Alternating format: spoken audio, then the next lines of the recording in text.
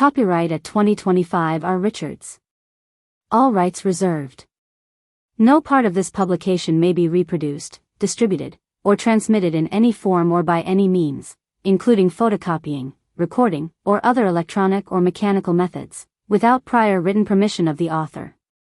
Legal disclaimer. This is a work of fiction. Unless otherwise indicated, all the names, characters, businesses, places, events and incidents in this book are either a product of the author's imagination or used in a fictitious manner. Any resemblance to actual persons, living or dead, or actual events are purely coincidental. Trigger warning, undead shenanigans ahead. This book contains reanimated corpses with questionable table manners, scenes of gratuitous flesh and guts consumption, not vegan friendly. Characters making terrible survival choices, screaming, "Is anyone there? Really? Gotcha." Excessive use of axes, shotguns, and sarcastic one-liners, maybe. Existential dread about the apocalypse, but, like, in a fun way.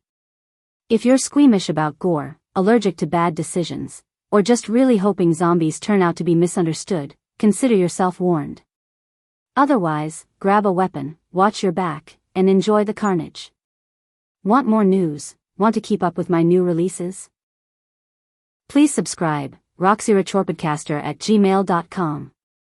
roxyrich.substack.com website https://roxyrichauthorpodcaster.com. You can also find me on YouTube and TikTok Facebook groups, Roxy Rich Dark Thriller and Killer Vibes. R. Richards Blood, Banter and Body Counts. Zombie Apocalypse Mayhem. To my dear sister, Alex, I hope this book serves as a helpful guide should the inevitable zombie apocalypse arrive, and let's be honest, at this point, it's probably coming. Since you share a name with the main character, you can now experience the joy of seeing yourself make incredibly reckless decisions while being chased by the undead. You're welcome. Thank you for being the perfect test subject for all my terrible zombie survival theories and for never questioning why I know way too much about makeshift weapons. If the world does go to hell, I promise to save you, unless you slow me down. You've always had my back, so I wrote this book as a way of saying thanks, because nothing says appreciation like a horde of brain-hungry zombies, right? Much love and minimal bites. Blood, banter and body counts like your fiction bloody, bonkers and full of bite? Welcome to the worlds of R. Richards and Roxy Rich, where horror meets hilarity, thrillers get savage, and sarcasm is practically a character of its own. Under R. Richards, horror with a side of sass, the Gravepulse trilogy. Hunted, Book 1, where survival isn't just about running fast. It's about running fast while cracking sarcastic one-liners. Hunting, Book 2. The hunters become the hunted, and nobody shuts up about it. Haunted, Book 3, Ghosts, Guts, and probably at least one traumatic flashback. You're welcome. The Deadpool series, more to come, standalone zombie apocalypse stories set in the UK. Expect sarcasm, chaos, questionable life choices, and more than a few undead problems. Basically, Shaun of the Dead meets Shameless. The Council Estate Queen. Crumpet FM I'm famous, I wanna escape. Under Roxy Rich, dark thrillers and killer vibes. The Foot Locker, a sarcastic, first-person POV serial killer thriller. Twisted? Absolutely. Funny? Worryingly, yes. If Dexter had a dark sense of humor and a podcast, this would be it. Exposed, a domestic violence thriller that digs into the darkest corners of control, pain, and survival, collaborating with vigilantes for even more punch, literally. Where sanity slips and secrets rot. Demons, a raw, no-holds-barred domestic thriller about being detained under the UK Mental Health Act. Is she losing her mind, or is everyone else just playing a dangerous game? Gaslighting, institutional power, and one hell of a fight. Spoiler, the demons aren't just in her head. Coming soon. Hotel check-in. Blackout. Wake up someone else. An American psychological thriller where guests lose their memories and sometimes a little more. Think luxury meets lobotomy. Don't trust the staff. Don't trust the guests. Don't even trust yourself. Flashback to where it all began. The Working Girls series, books 1 to 5, my first foray into writing, where I tested the waters, stumbled into plot holes, and eventually found my feet and my voice. Think of these as the sketchbook before the masterpiece, still messy, still memorable. Readers say, psychologically messed up, in the best way possible. I laughed, I gasped, I locked my doors. Why am I rooting for a serial killer? Thanks for the trauma. Want more? Grab the books. Stalk me online, not literally, please. If you're not laughing and slightly horrified by Chapter 3, are you even reading? Are Richard/Roxy Rich? The news had been blaring on our TV all day, just like it had for the past week. Mom and Dad sat in front of the screen, their eyes glued to it, their faces pale and lined with worry. Normally, our living room would be filled with chatter, the sound of me and my brother bickering over something silly, or the clatter of dishes from the kitchen. But today, the room felt like a different place. It was full of silence, dread, and uncertainty, with the soft hum of the TV being the only sound that broke through. It was suffocating, thick with fear. I stood in the doorway of the kitchen, nervously tapping my fingers on the counter, unable to shake the uneasy feeling that had settled in my chest. My eyes flickered to the screen, where the same footage had been playing on repeat for hours. It was like a nightmare that you can't wake up from. I wasn't even sure how much time had passed, minutes, hours. It was all a blur. The footage was haunting. The riots had started in the big cities first, New York, Chicago, and Los Angeles. At first, it seemed like just another protest. Like the countless ones we'd seen before. People were angry, demanding change, pouring into the streets with signs and slogans, shouting to be heard. But something changed. The footage on the news started showing scenes that were far more chaotic, far more violent than anything we had ever seen before. Fires spread like a wave through the cities. Buildings crumbled, and cars overturned and set ablaze. The faces of the people in the streets, those once filled with anger or resolve, had turned to hatred, filled with something much darker. Mom and Dad didn't say much as their eyes were fixated on the TV, but they were scared. Really scared. The fear, it clung to them, filled them with nervous energy. Dad's hand was gripping the armrest of the couch so tight that his knuckles had turned white. Mom kept fidgeting with her phone, glancing at it every few seconds. She appeared to be waiting for some kind of message or update, in the hope that it would make all of this make some sense. But it never came. I tried to swallow the lump in my throat, but it wouldn't go away. I couldn't stop thinking about the images I had seen on the news just the night before, images that still played in my mind like a broken reel of a film. People, once ordinary, now with bloodshot eyes, their faces contorted in an almost inhuman rage. They weren't just rioting anymore. They were attacking each other, biting, clawing, tearing at flesh like wild animals. But that couldn't be real. Could it? My brain refused to accept what I had seen. The news had to be feeding our fears. It had to be. People didn't just turn into monsters overnight. This wasn't a horror movie, it was real life. I shook my head, trying to dispel the images from my mind, but they wouldn't leave. Hearing the screams, the way the reporters' voices had heightened in terror, as they described the chaos, the way they had to cut away from scenes that were too graphic, too terrifying to show on live television. It was all so scary, so unnatural. Alex, Mom's voice snapped me out of my thoughts. She sounded strained, like she was trying to keep it together, but I heard the tremor underneath all of her bravado. Pack your things. We're leaving soon. I blinked, my heart racing even faster now. Where are we going? My voice was so small, barely audible over the hum of the TV. I wanted to sound calm, but the fear had taken root inside me, squeezing my insides tighter with every passing second. I wasn't ready to admit it to myself, but I was scared. Really scared. Mom didn't answer right away. She exchanged a quick glance with Dad, who was still watching the news, his jaw set tight. She turned back to me, her lips pressed into a thin line. Probably to the bunker. It's safe. Away from the cities. To the bunker? I repeated, trying to keep my voice steady. My heart had been racing since last night, since the news first showed images of those bloodshot eyes, of people biting, tearing at each other like wild animals. But that wasn't possible, right? Something bad was happening. It all seemed so surreal. Just pack. Dad snapped, standing near the TV. His usually calm face was pale and lined with something close to fear. I'd never seen Dad scared. Not like this. Get what you need and nothing more. We'll be heading to the bunker tonight. We had a bunker. Of course, we did.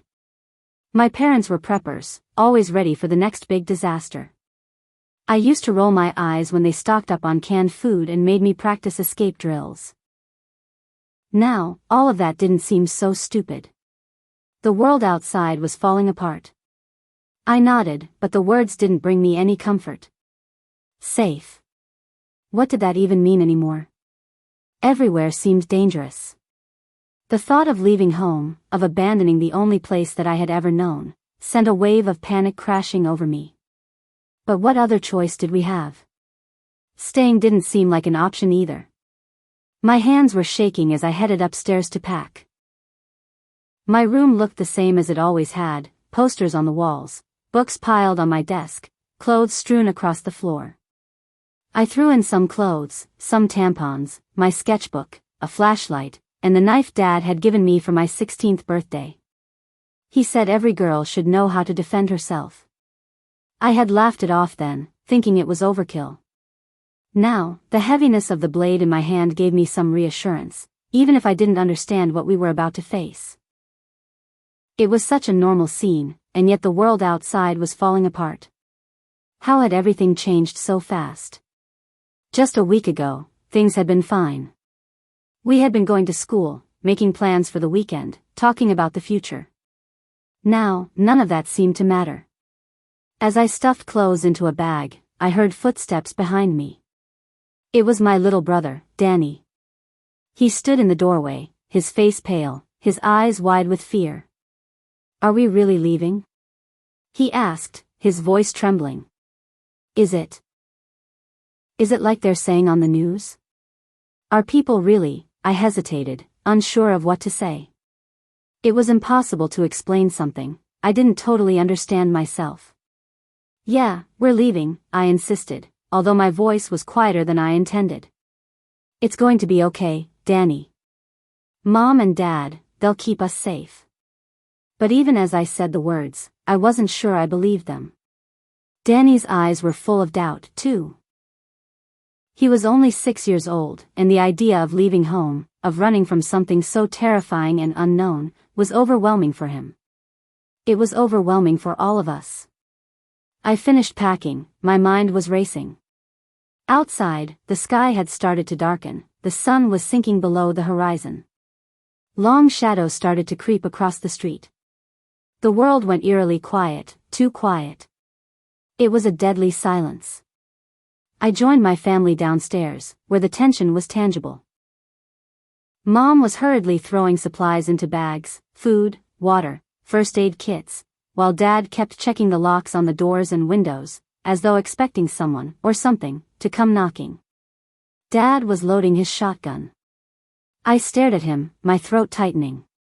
Dad, what's going on? He paused, the shotgun in his hands, and for the first time in days, his blue eyes met mine. Alex, it's either a virus or a bioweapon, nobody knows for sure. But it's bad, Alexandria, really bad. It's spreading faster than anyone thought possible. People are getting sick, but it's not just sickness. They're turning violent, attacking anyone they see. We've trained for this, okay? We'll be safe. Just stick with us. I nodded, but fear crawled its way under my skin. Dad had only ever called me Alexandria when he was cross with me. But now he wasn't cross, I hadn't done anything wrong. He was just scared. I tried to focus on what he was saying, but the words on the TV kept pulling my attention back. Breaking news, outbreak declared in Atlanta. Hospitals overrun, government orders quarantine. Mom's hand landed on my shoulder, snapping me back to reality. Sweetheart, stay close to us. It's going to be okay. But the fear, the tremble in her voice did nothing to quell the storm clouds brewing in my mind. Stay close, stay together. Dad barked, his voice steady but his eyes betraying his fear. We'll be okay as long as we stick together. We finished loading up the car just as the sun dipped below the horizon. Our house was on the outskirts of town, so we hadn't seen much of the chaos yet. But the air was full of smoke and something else, the smell of decay. We piled into the car, the gravity of the unknown sinking into all of our minds.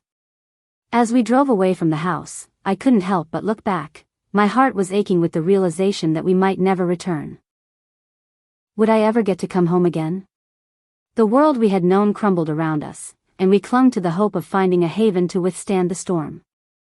We didn't understand what was happening or how it would end, but one thing was certain, nothing would ever be the same again. The roads were clogged with cars, headlights stretching for miles like glowing ants. People honked and shouted, trying to force their way forward. I saw families arguing, some leaving their cars and running into the woods as if they could outrun the virus. Fear had taken over. Are we going to make it to the bunker? I asked from the back seat, where I sat clutching my bag. Mom glanced at me, her knuckles white on the steering wheel. We have to. Mom was adamant, but I noticed the way her voice shook. Suddenly, from the chaos ahead, a figure stumbled into the street, right in front of our car. Mom slammed on the brakes, and I was thrown forward, my heart leaping into my throat. The figure, the man, looked like he had been torn apart. His eyes were wild, unfocused, and he staggered toward us with a limp that made my stomach turn. He looked hurt, but something was really strange about him. It wasn't natural. I couldn't place it until he got closer. His mouth hung open, covered in fresh blood. He wasn't looking for help. He was hunting for his next victim. Alex, Danny, get down. Dad's voice boomed through the chaos. He grabbed the shotgun from the back seat in one swift motion, his hands steady, his face set with a grim determination I had never seen before. My body moved before my brain could catch up, dropping myself and Danny to the floor of the car as he kicked open the door. I stared through the window, as my heart thundered like a drum, as the man, or whatever he had become, lurched toward us with jerky, unnatural movements, his eyes glowing with a terrifying hunger. Time stood still, everything appeared to be in slow motion. Dad raised the shotgun and aimed at the figure stumbling towards us, its eyes locked on us, unblinking, like a predator sizing up its prey. I wanted to scream, to run, to do anything but sit there frozen in terror. But I couldn't.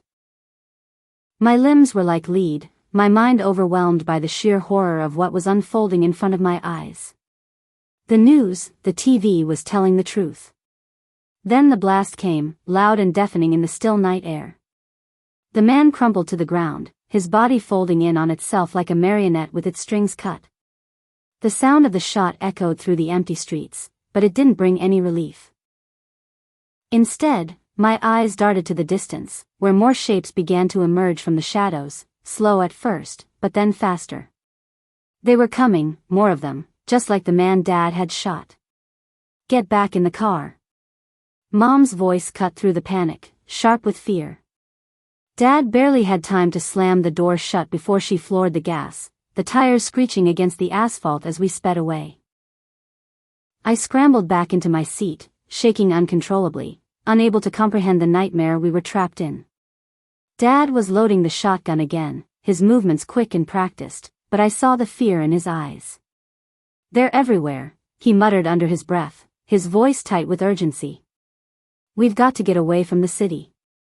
Now. My chest tightened as I glanced out the window, the world outside a blur of darkness and chaos. The night seemed alive with terror. Fires raged in the distance, their orange flames licking at the sky as if the world itself was burning, trying to cleanse itself of the disease, of what used to be humanity. The distant wails of sirens and the faint, horrifying sounds of screams filtered through the closed windows of the car. I pressed my hands to my brother's ears, trying to block it all out, but it was useless. The horror was everywhere, suffocating, inescapable. "Mom, how far is the bunker?"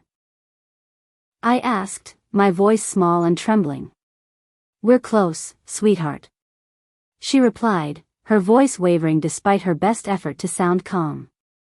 She was gripping the steering wheel so tight that her knuckles had turned white, her eyes darting between the road and the rearview mirror, checking for signs of pursuit. Dad leaned forward, scanning the road ahead with a sharp intensity. "We'll make it," he said, more to himself than to anyone else. "Just keep driving." But I wasn't sure we would. Every second was like a race against time, like the world was collapsing around us faster than we could escape it. As we sped down the back roads, weaving between abandoned cars and debris, I caught glimpses of people, some running, others fighting, and then, those who weren't people anymore. What had the news said, that they ate flesh? They were flesh eaters? They moved in a strange jerky unnatural way, their bodies hunched and contorted, their eyes wild and bloodshot. They didn't just look like people who had lost control. They looked like they had lost their humanity altogether. Like they had become something else, something monstrous. I turned my gaze away, tears stinging my eyes. How had it all fallen apart so quickly? Just days ago, everything had seemed so normal. We had been watching the news about the riots, hearing reports about the chaos in the big cities, but it started on the other side of the world. Now, the nightmare was right here, chasing us, breathing down our necks. I could still see that man, the one Dad had shot, his face full of hatred and hunger, his eyes filled with a madness few could comprehend. His eyes were unnatural, with a milky white film over them, and they looked bloodshot, as if the blood in their eyes had exploded from within. I shuddered, the ground was slipping out from under me. All of a sudden, the car jerked to the side as Mom swerved to avoid an overturned truck in the middle of the road. I was thrown against the door, my pulse racing as I struggled to steady myself. The truck wasn't empty. I caught a glimpse of movement, someone crawling out of the wreckage, their face bloodied, their limbs flailing in a desperate attempt to escape. But before I could process what was happening, we were past them, leaving them as a distant memory, behind us. Our car was speeding past the carnage. "Don't stop," Dad ordered, his eyes fixed ahead. "We can't stop for anyone." He was right. Stopping would mean death, or worse. But that didn't stop the guilt from gnawing at me, the overwhelming sense that we were leaving people behind to fend for themselves in a world that had turned into a waking nightmare. "Look out." Mom's voice broke through my thoughts, her hands jerking the steering wheel again. Ahead of us, more figures had appeared on the road, staggering forward with that same unnatural gait, their arms outstretched like they were reaching for us, like they could catch our scent in the wind. My chest tightened as we veered past them, the car teetering on the edge of the narrow road.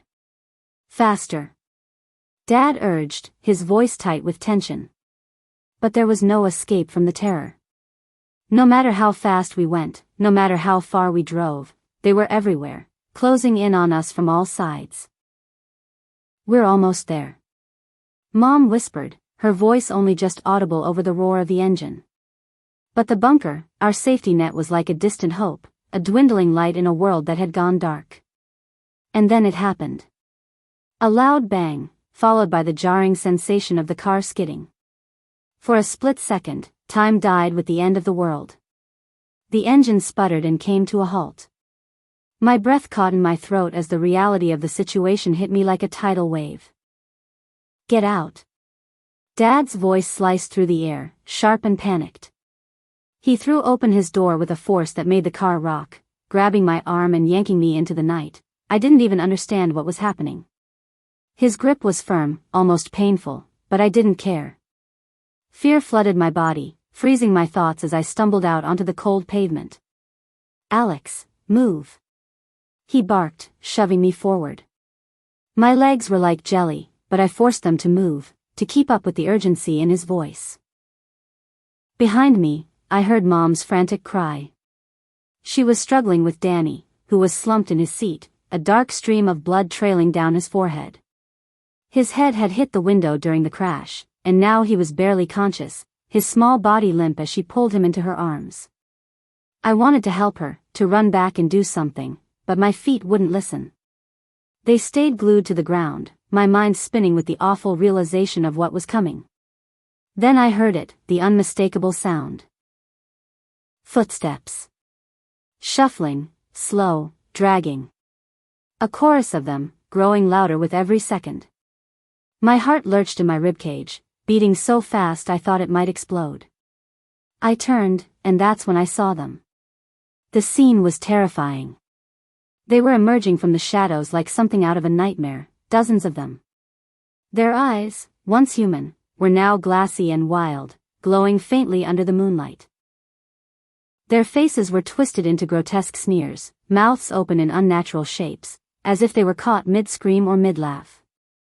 Some had blood smeared across their skin, while others were barely clothed, their bodies mangled and broken. But they kept moving, they were relentless and nothing could stop them. Terror ripped through me, colder than the night air. I couldn't tear my eyes away from the horror unfolding in front of me. These weren't people anymore. They were something else. Something monstrous. Alex, run. Dad's voice snapped me out of my frozen state.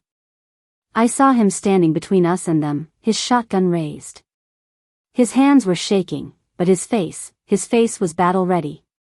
He was going to protect us, no matter what the cost. But there were too many of them. Run, he yelled again, louder this time, desperation clawing at the edges of his voice. Mom was behind me now, holding Danny tight in her arms, her breath ragged and panicked. Go, Alex, she gasped.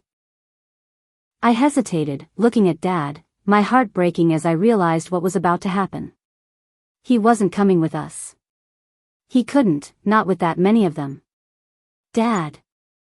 I cried, my voice cracking with fear, but he didn't look at me. His eyes were fixed on the approaching horde, his jaw clenched, his finger hovering over the trigger. He didn't say anything, he just gave a slight nod, his silent way of telling me it was okay. That I had to go. Then, without another word, he fired. The blast echoed through the air, loud and violent, and one of the monsters dropped to the ground.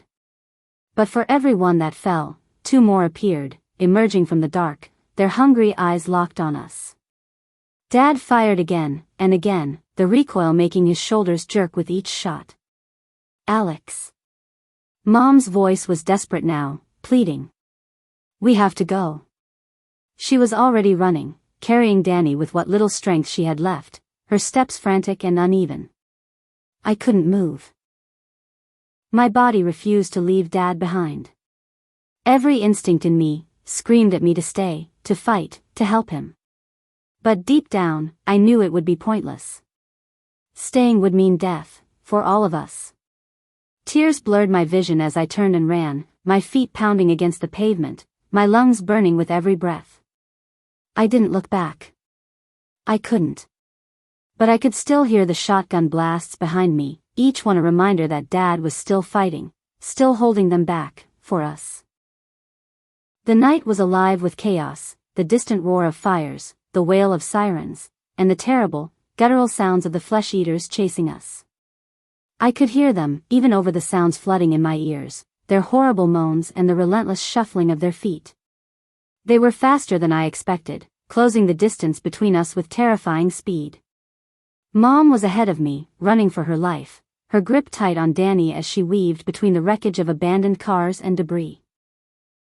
I pushed myself harder, forcing my legs to move faster, the fear driving me forward. But the sounds, the groans, the dragging feet, they were getting closer. Too close.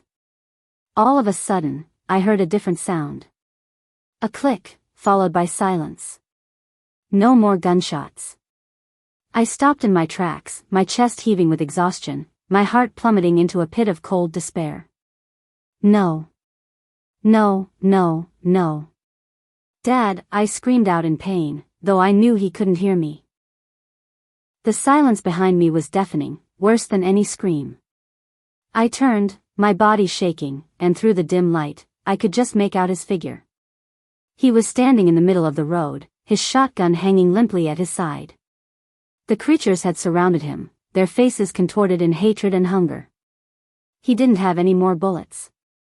"Dad!" I screamed this time, my voice raw, breaking with desperation. He looked at me then, just for a moment, his eyes meeting mine. There was no fear there, no regret. Only love. And then he turned back to face them, his body blocking their path, one final last stand to give us those precious few minutes we needed to make our escape. "Run, Alex." His voice was strong, commanding, and it cut through the night like a blade. I ran. I ran with everything I had, the tears streaming down my face blurring the world around me. I heard the awful sounds behind me, the low growls, the wet thuds of bodies colliding, and I knew what was happening. I knew, but I couldn't stop. I couldn't turn back. Mom's hand grabbed mine, pulling me forward as we sprinted into the twilight, leaving behind the man who had sacrificed everything to save us. That was the day I lost my father. The day the world ended. The night was oppressive in the darkness, with only the cold wind rustling through the trees and the distant, haunting groans of the monsters. I sat huddled in the crook of the tree, my back pressed against the rough bark, eyes scanning the ground below. Mom was just a few branches above me, holding Danny close to her chest. His small, fragile body had long since gone limp from exhaustion, his breathing was shallow and steady. At least we were safe for now. We'd been waiting in that tree for hours, too scared to climb down, too terrified to sleep. The creatures were out there somewhere. The smell of decay and rotting flesh floated on the wind. I could smell them, I knew they were close, lurking in the shadows, biding their time. And these weren't like the mindless ones Dad had tried to hold off. No, these were different. Smarter. Deadlier. I didn't know how, but I could sense their presence. They were hunting us. A sickening pull in the pit of my stomach that wouldn't let up, had me on high alert. These new monsters were stalking us, waiting for us to make a mistake. Waiting for us to falter. Mom shifted above me, adjusting Danny in her arms. She hadn't spoken much since we'd climbed into the tree, she had only whispered words of reassurance to Danny, although her voice trembled with every word. I wanted to tell her everything would be fine, that we'd make it through the night, but I couldn't bring myself to lie. Not after what I had seen. Not after everything we had endured. Seeing my dad get torn apart by those things. Nothing would ever be all right again. It wasn't supposed to be like this. We were supposed to be safe by now. The bunker Dad had talked about, the one we'd been fighting so hard to get to, was supposed to protect us. But we never made it. And now he was gone too. How on earth would we survive the night? A sudden noise broke the silence, a faint rustling from the bushes below. I leaned forward, peering through the gaps in the branches. I couldn't see anything, but I knew something was out there, watching, waiting. My fingers dug into the bark of the tree, as my pulse raced. "Mom," I whispered, my voice muted and faint. "Do you hear that?" She didn't respond right away. I could hear her breathing, uneven and shaky, and I knew she was just as scared as I was. Finally, she whispered back, "It's nothing, Alex. Just the wind." But I knew better. I knew what was out there. We all did. The wind didn't move like that. It didn't have that deliberate edge, like something, or someone, was creeping closer. The growls of the slower ones had long since faded, replaced by an eerie, unnerving silence. These other monsters, the ones that could think, that could plan, they were different. They could hunt, and right now I had a bad feeling that we were the prey. They were hunting us. Time dragged on, the darkness pressing in around us. I clutched the branch I was sitting on, every muscle in my body tense. My eyes darted across the landscape below, scanning for any movement. My ears strained for any sound, but all I could hear was the wind and the quiet rustle of leaves. Then I heard it. A voice. "Beth, It was as soft as a whisper, but I heard it clear as day. My heart stopped, my blood running cold. The voice drifted up from the darkness below, so familiar, so horribly familiar. "Beth, come to me." My stomach lurched as I realized who the voice belonged to. It was Dad. I whipped my head toward Mom, my throat tightening with fear. She had gone still, her face angled toward the direction of the voice. Her eyes were wide, glistening with tears, her mouth open in shock. I could see the disbelief etched on her face, the desperate hope that had flared up inside her. "Beth." The voice came again, this time a little louder, a little clearer. "It's me. Come to me." A cold wave of horror washed over me. It wasn't Dad. It couldn't be him. I had seen him die. I had watched those things, those flesh eaters, tear him apart, rip into his flesh like it was nothing. He was dead. There was no coming back from that. But the voice. It was so perfect, so exact, like he was standing right below us, calling out for her. Mom's breath hitched, her eyes darting to mine, then back to the darkness below. Her grip on Danny tightened, and I could see the conflict in her eyes. She wanted to believe. She wanted it to be him. But I knew. I knew what was down there. "Mom, no." My voice urgent, desperate. "It's not him. You know it's not." Her lips quivered as she looked at me, her eyes filled with pain, but also with something else, hope. "Alex, it's him. It has to be." Her voice was soft, shaking, but there was a terrifying certainty behind it, a need to believe in something, anything, that could save us from this nightmare. "No, Mom," I pleaded, shaking my head. "You know what happened. We both saw it. You know he's gone. It's not him, Mom, please." But she wasn't listening. The voice came again, sweeter this time, filled with a kind of warmth I hadn't heard since before the world fell apart. "Beth, it's okay. I'm here. Come to me." I wanted to throw up.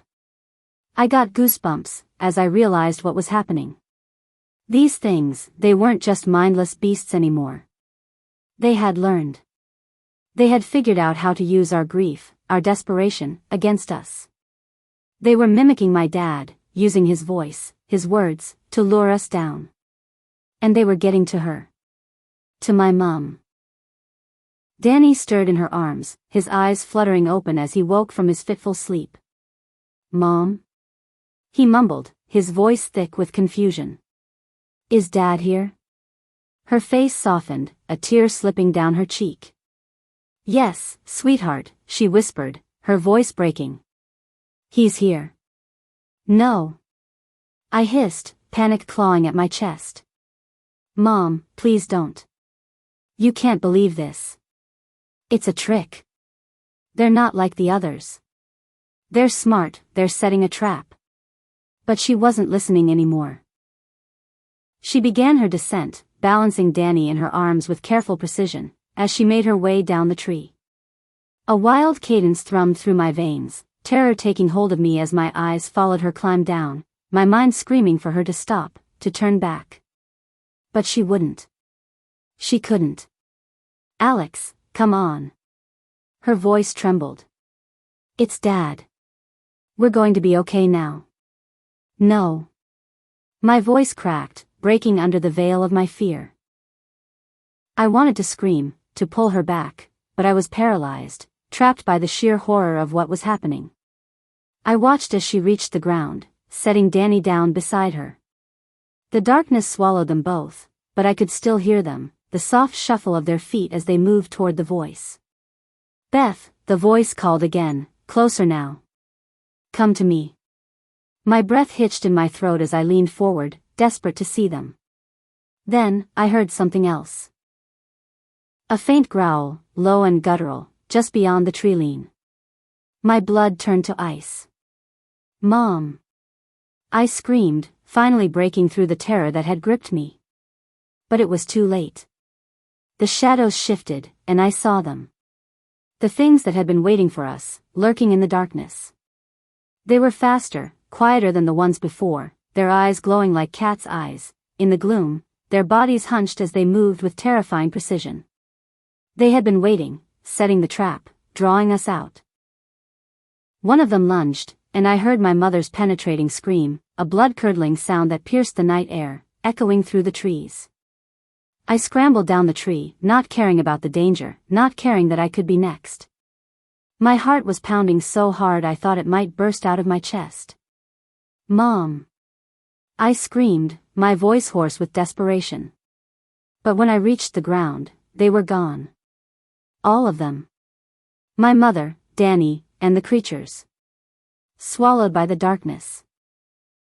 I stood there, trembling, tears streaming down my face as the realization hit me. I was alone.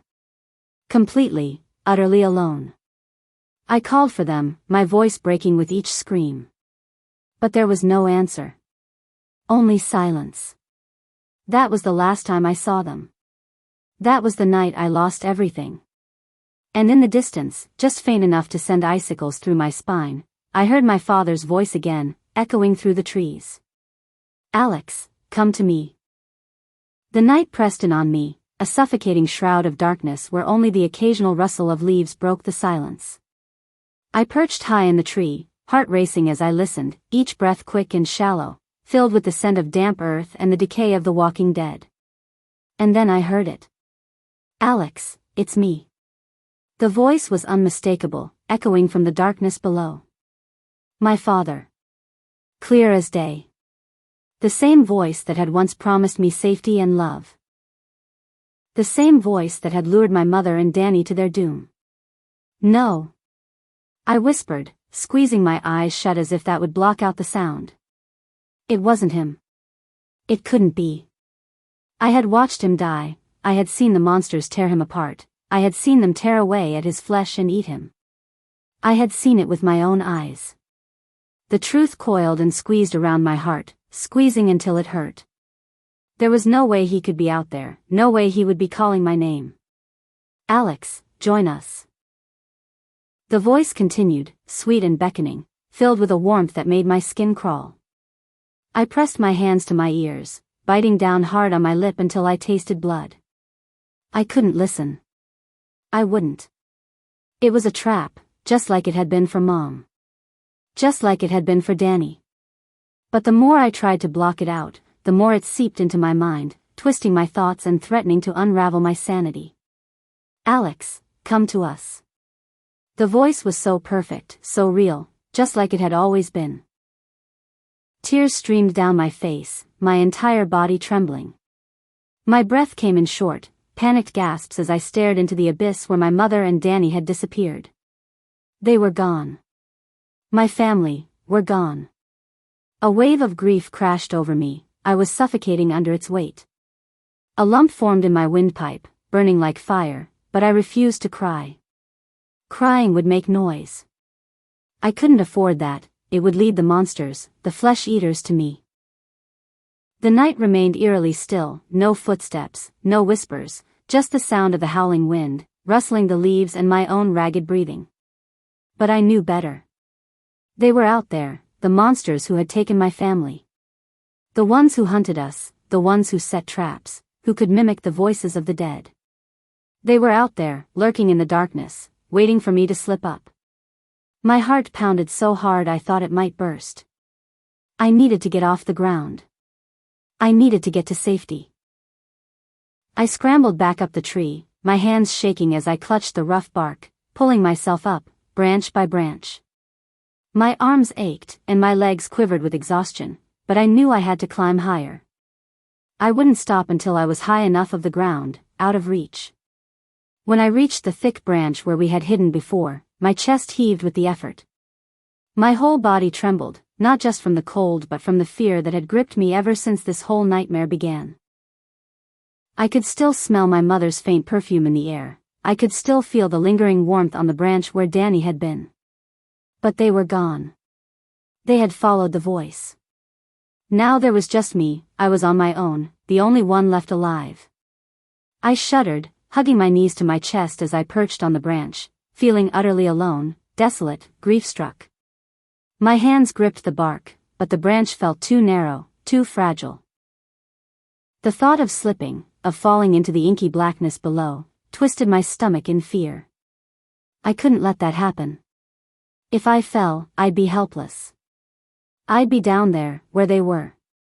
Glancing up, I spotted my mother's rucksack still hanging from a higher branch where she had left it. With trembling hands, I reached for it, my fingers brushing the worn fabric before I managed to pull it down. I sat there for a moment, staring at the bag, knowing I needed to do something, anything, to feel safer. To survive the night. My hands moved mechanically as I searched through the bag, pulling out whatever I could find. There wasn't much: a half-empty bottle of water, a small flashlight, a packet of crackers, a bundle of clothes. But then, my fingers brushed against something thin yet sturdy, buried at the bottom of my mum's rucksack. Tent straps. A wave of relief washed over me. I pulled them out quickly, my mind racing. I could use them to tie myself to the tree, to keep myself from falling if I drifted off to sleep. It wasn't much, but it was something. It was a plan, a small shred of control in a world that had spun completely out of it. I wrapped the straps around my waist and tied them securely to the branch, my fingers fumbling in the dark. My heart raced, but the simple act of securing myself brought a tiny bit of comfort, a small barrier between me and the terror below. If I fell asleep, at least I wouldn't plummet into the waiting jaws of the monsters that stalked the night. But sleep wouldn't come.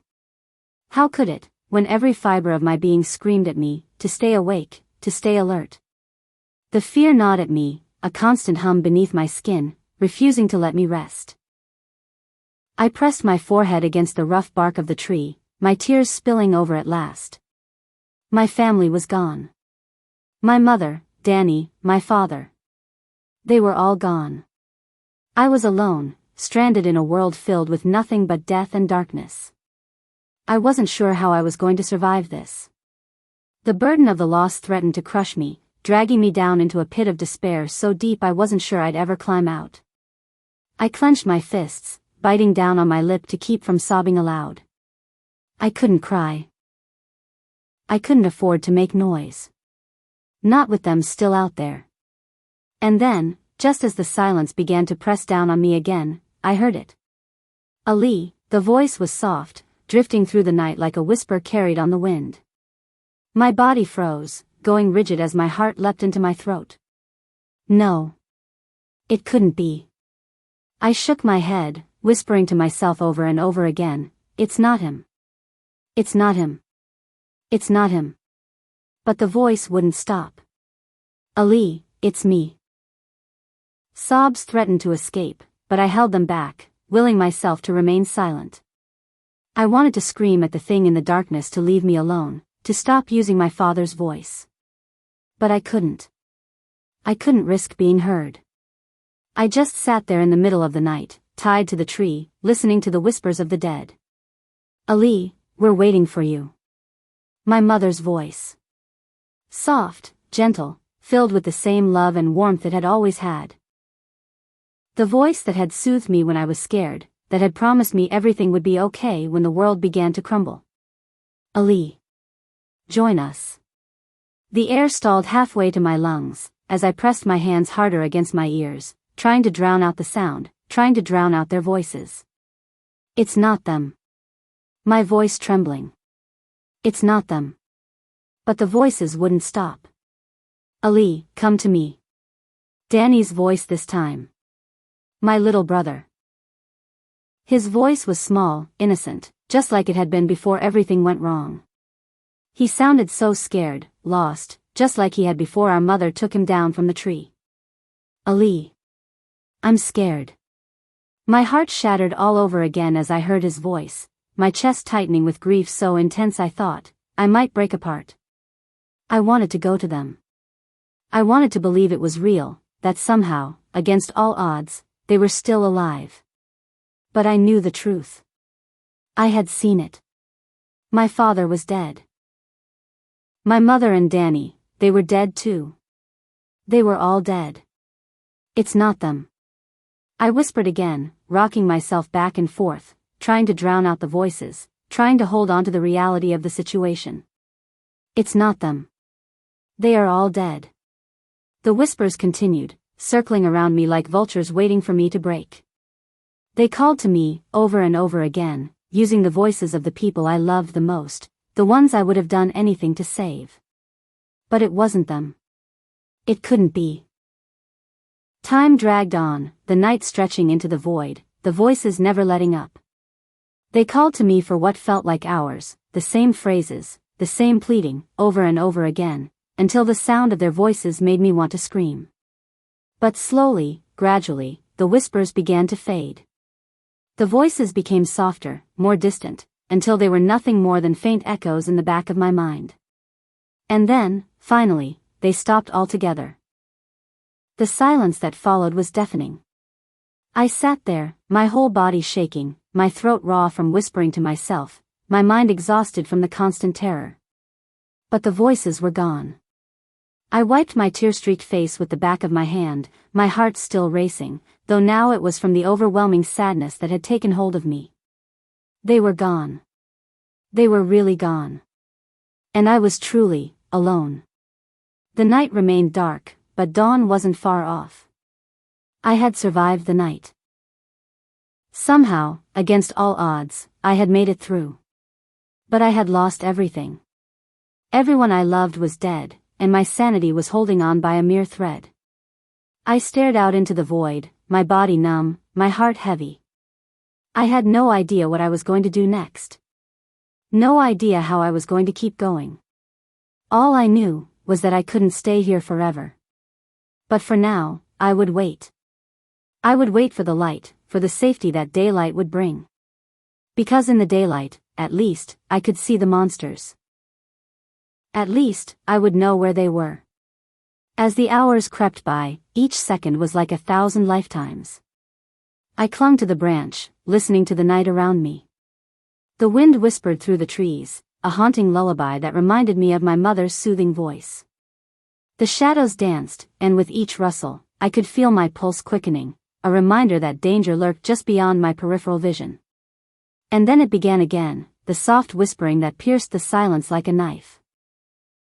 Ali, this time, I didn't close my eyes.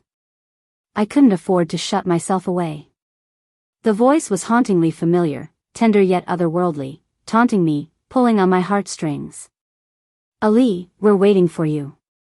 I gritted my teeth, willing myself not to react, not to respond. I needed to be strong. I needed to stay hidden. I needed to survive.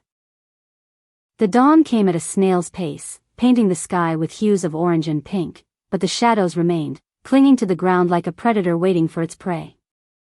I strained my ears, hoping to catch a glimpse of reality through the nightmare that enveloped me. The whispers had faded, but the air was thick with an unshakable tension. I closed my eyes and took a deep breath, feeling the cool air fill my lungs. I forced my mind to focus on anything but the voices, but they echoed in my mind, haunting my thoughts like a cruel taunt. Come to us. Alex. I shivered, gripping the straps around my waist tighter, reminding myself of my resolve. I had to stay awake. I had to stay vigilant. In the distance, I could hear the faint sounds of birds waking to the new day, their chirps a fragile reminder that life continued outside this horror. But even the sunlight couldn't chase away the shadows in my mind. I felt adrift in a sea of grief, my family's voices still echoing in my thoughts. And then, just as I thought I might be able to piece together my sanity, I heard it again, stronger this time. Ali, it's safe now. It was my father, calling to me with an urgency that clawed at my heart. It was a trap, I knew that. But the way he said my name twisted something deep inside me, making me feel like I was teetering on the edge of insanity. The memories flooded back, memories of his laughter, the warmth of his embrace, and the feeling of safety that had once wrapped around me like a comforting blanket. Ali, come to us. We need you. I felt my heart fracture a little more. I wanted to answer him. I wanted to believe that it was him, that somehow, he had come back to protect me. But I couldn't give in. I couldn't let the monsters win. My voice caught in my throat, and I pressed my palms to my ears once more, whispering to myself.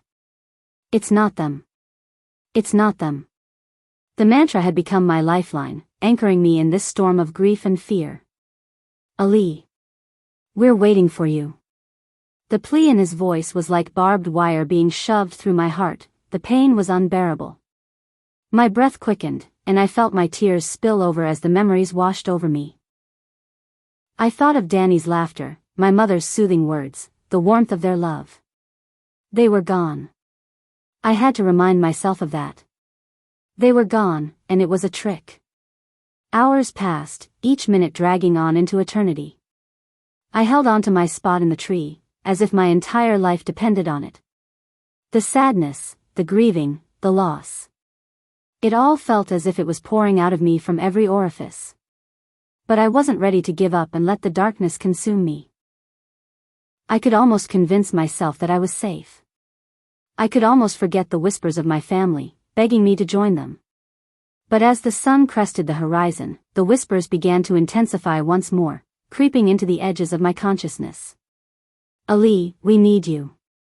Come to us, Ali. My mother's voice sang to me, filled with the same warmth that had always calmed my fears. Join us. I shuddered, and battled with myself, furiously as I fought against the urge to respond. No, I shivered, clenching my fists. Don't listen to them. Ali. Danny's voice joined in, small and innocent, weaving its way through the fabric of my reality. I'm scared. Help me. Come to us. My father's voice cut through the air, deep and sonorous, the same voice that had once promised me safety. Join us. Each word felt like a dagger in my already broken heart, twisting and turning, forcing me to relive the horror of that night. I couldn't respond. I couldn't give in to the longing that threatened to overwhelm me. With each passing moment, the voices continued to swirl around me, taunting me with memories of my family, of warmth and love. I hugged my knees tighter, a feeling of isolation overwhelming me, fighting against the despair that threatened to consume me. Ali. We need you. My lungs seized as if air had turned to stone, and for a fleeting moment, I could almost see their faces, illuminated by the pale light of dawn. I could see my father smiling, his arms open wide, ready to welcome me back. I could see my mother, tears of joy in her eyes, and Danny, innocent and bright. Ali, my body trembled, and I pressed my forehead against the rough bark of the tree, fighting the urge to scream. I was so tired. Tired of fighting, tired of the grief that wrapped around me like a shroud. I wanted to believe them. I wanted to believe that I could be with them again, that somehow, the darkness would be lifted, and I could return to the life we had once known. But I couldn't. I had to hold on to reality, to the knowledge that they were gone. I couldn't afford to give in. The voices persisted, insistent and unyielding, swirling around me like a tempest. I rocked back and forth, trying to drown them out, but the echoes only grew louder. Come join us. Ali. I pressed my hands harder against my ears, desperate to block it out. Desperate to block out the voices of my family, the voices of the dead. Finally, as the last remnants of darkness gave way to the first light of dawn, the whispers faded once more, leaving an eerie silence in their wake. I sat there, my heart aching, my body trembling with fear and sorrow. But in that silence, a different kind of fear began to creep in, the fear of what awaited me when the sun rose. The monsters were still out there. The thought scared the hell out of me, but I forced myself to breathe, to steady my nerves, to hold on to the sliver of hope that maybe, just maybe, I could find a way to survive. With trembling hands, I gripped the straps around my waist, reminding myself that I was still tied to the tree, still anchored in this world. I was not lost yet. I was still fighting. The dawn brought with it a fragile sense of hope. As the sunlight began to filter through the leaves, I could see the world around me more clearly. The darkness retreated, but the monsters were still lurking, waiting in the shadows, their presence palpable. I had to stay vigilant. I had to be prepared for whatever came next. And as I sat there, tied to the tree, I made a promise to myself. I would not give in. I would not let their voices lead me to the same fate. My family was gone, but I was still here, still alive and kicking. I would fight to stay that way. Dawn broke, as pale streams of light pushed through the forest. I stayed still momentarily, perched high in the tree where I had spent the night. The bark dug into my skin, it was rough and uncomfortable, but it kept me grounded. My heart was heavier than my limbs, it felt heavier than the world. Crushing me in my grief. It felt like my world had ended, in reality it had. I'm sorry. I whispered, my voice no louder than the wind. The words were for Mom. For Danny. I knew they would never hear them. But just saying it out loud gave me some comfort. Even though I begged, I couldn't stop them from going. Mom had been so sure that the voice we heard in the darkness was real. Dad's voice, calling out from the woods, but I knew it wasn't him. It was the flesh-eaters. The whisperers. They mimicked the voices of the ones they killed. That's how they lured you in. I knew that, but Mom, she wanted so badly to believe it was Dad, that he had somehow survived. So, when the voice called, when Dad's voice called, she climbed down from the tree. She didn't listen when I begged her not to go, and she took Danny with her. I squeezed my eyes shut against the memory, but it played out behind my eyelids anyway. I had watched them disappear into the night, down into the dark, following that ghost of a voice. I screamed inside me, for them to come back. But they didn't. Now they were gone. Mom and Danny were now just like Dad. They had become whisperers themselves, those cunning, vile things that wore monstrous half-eaten faces of our loved ones. I still didn't understand why the virus had created such variations of the dead ones. There were slow ones too, mindless, shuffling corpses. Either way, both kinds of these monsters were dangerous. They both had an unnatural craving for human flesh, human organs. It seemed that one bite, or one scratch, would turn you into one of them. They hunted, they taunted, they were evil. I shivered and forced myself to climb down. Staying up here wouldn't keep me safe forever. The flesh-eaters were bound to find me if I lingered too long. And besides, I had to make it to the bunker. I had to survive, for them, for me. I hit the ground with a soft thud, knees bending to absorb the shock, and immediately, my senses flared. The woods around me were silent. Too silent. I listened, straining to hear anything out of place, but there was nothing. No rustling leaves, no grotesque moans, no haunting whispers. Just the wind, soft and cold, tugging at my clothes. I glanced once more in the direction they had gone. I wanted to run after them, scream their names into the void, but then that would mean certain death. They weren't my family anymore. With a shaky breath, I pulled Mom's bag over my shoulder and grabbed the compass from its front pocket. I didn't have much, just the essentials. The bag was light, but it felt impossibly heavy on my back. Inside was the only thing keeping me going, the coordinates to the bunker, scribbled on a wrinkled piece of paper. I flipped open the compass, orienting myself north. The bunker wasn't far now. Dad had planned everything, he had drilled the escape route into my head so many times, and yet I didn't feel ready. But then again, who would? I started running, my feet pounding the damp earth, each step pulling me farther from the tree where I had lost them. My lungs burned as I pushed myself harder, faster, the forest blurring around me as the branches clawed at my skin. Fear was a constant thrum in my veins. Every rustle, every snap of a twig sent my heart racing.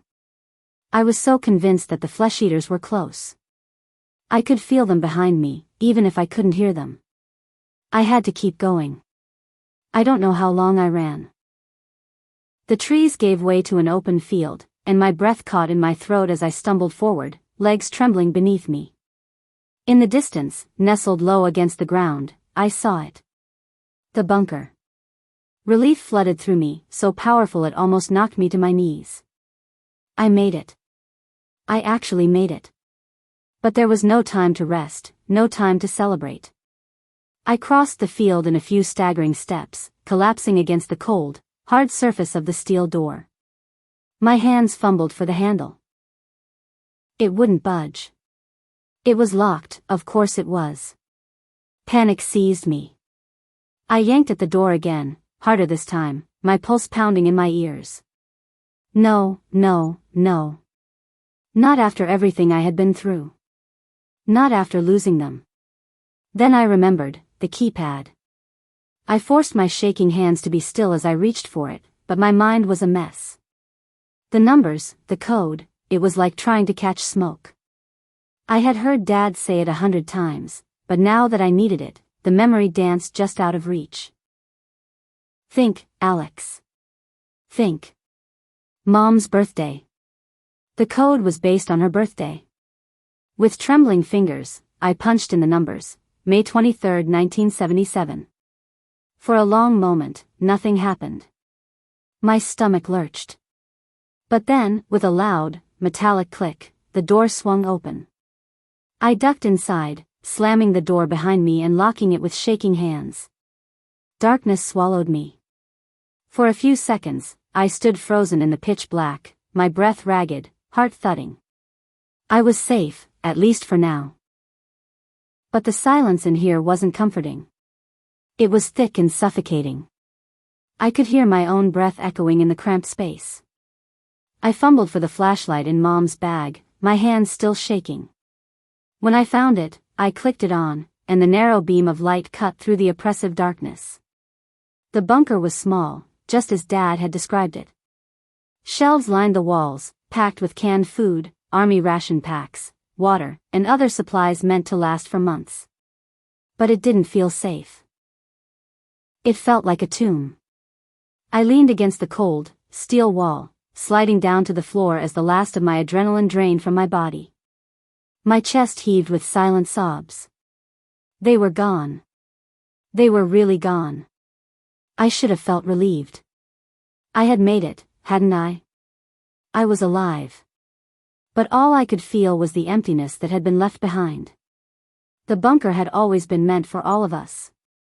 We were supposed to be here together, huddled in the safety of these walls, surviving. But it was just me now. Tears burned my eyes, but I blinked them away. Crying wouldn't help. I had to survive.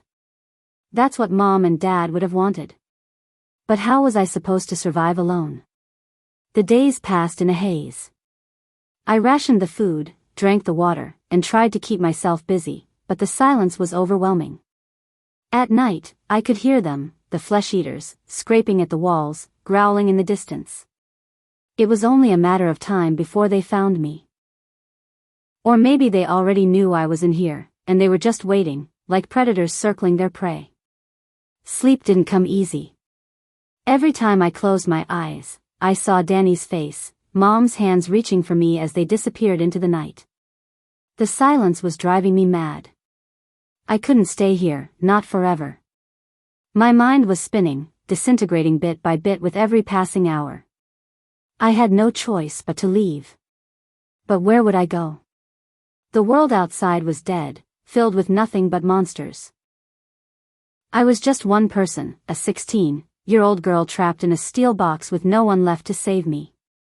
I paced the small bunker, staring at the walls, willing them to offer me some kind of answer. Anything. But they remained silent, just like everything else. Then, in the corner of the room, something caught my eye. Tucked away on a dusty shelf, almost hidden, was a small, old CB radio. I stared at it for a long, thoughtful moment. Would it still work? Would there be someone out there, anyone, listening on the other side? I rushed over, pulling it down and wiping away the dust. My hands shook as I turned the dial, static crackling through the speakers. The small screen flickered to life, but the speakers only hissed with static. I adjusted the frequency, turning the dial, praying I'd hear something, anything. But the only sound that came through was the constant crackle of dead air. Work, please. There's got to be someone out there. I muttered under my breath, twisting the dial frantically. I cycled through every frequency, my fingers moving faster, more desperate with each failed attempt. But all I got was more static. The world outside was silent. Or worse still, dead. I slammed my fist against the table, my frustration boiling over. "Come on!" I shouted, my voice echoing in the small space. My throat tightened as I pressed the button. "Hello?" I whispered, my voice barely audible over the crackling airwaves. "Is anyone there?" For a long moment, there was nothing but silence. And then, static broke. My heart stopped. I pressed the button again, leaning closer to the speaker, my breath catching in my throat. "Please," I whispered. "Is anyone out there?" The silence stretched on, and for a second, I thought I had imagined the noise. But then, through the crackling static, I heard it. A voice. My heart stopped as the static filled the small, oppressive space of the bunker. I turned the dial back, desperate to find that signal again. There it was, faint but unmistakable. "Any survivors, please respond." The voice was male, distant, breaking up through the interference, but it was real. I grabbed the radio's mic with trembling hands, hope and fear clawing at my insides. "Hello? I'm here. Can you hear me?" For a moment, silence enveloped me, my heart pounding in my chest like a war drum, each beat echoing in the confined space. "Please, please answer." I whispered, as if the sound of my own voice could summon a response. "Repeat, if there are any survivors, respond, coordinates." I pressed the button again, urgency spilling into my voice. "I'm here. I'm trapped in a bunker. Please, I need help." The static crackled ominously, and then the voice returned, clearer this time. "This is Camp Hope. We've established a safe zone. If you can hear this, we have shelter and supplies. Coordinates are," and just like that, it cut off, swallowed by the relentless hiss of static. My heart sank, panic gnawing at my insides. Camp Hope. A safe zone. I was sure I had heard of that name before. It was somewhere deep in West Virginia's wilderness. How was I supposed to get there? The thought of facing those monsters outside sent a cold burst of air, creeping over me. They were hunting the living, drawn to us like a blind dog to the smell of raw meat. But staying in this bunker forever wasn't an option either. Eventually, my supplies would dwindle, and so would my sanity. Another crash against the door jolted me from my thoughts, the steel groaning under the impact. I didn't have much time. Whatever was out there wasn't going to give up, and if it found a way in. I couldn't let myself finish that thought.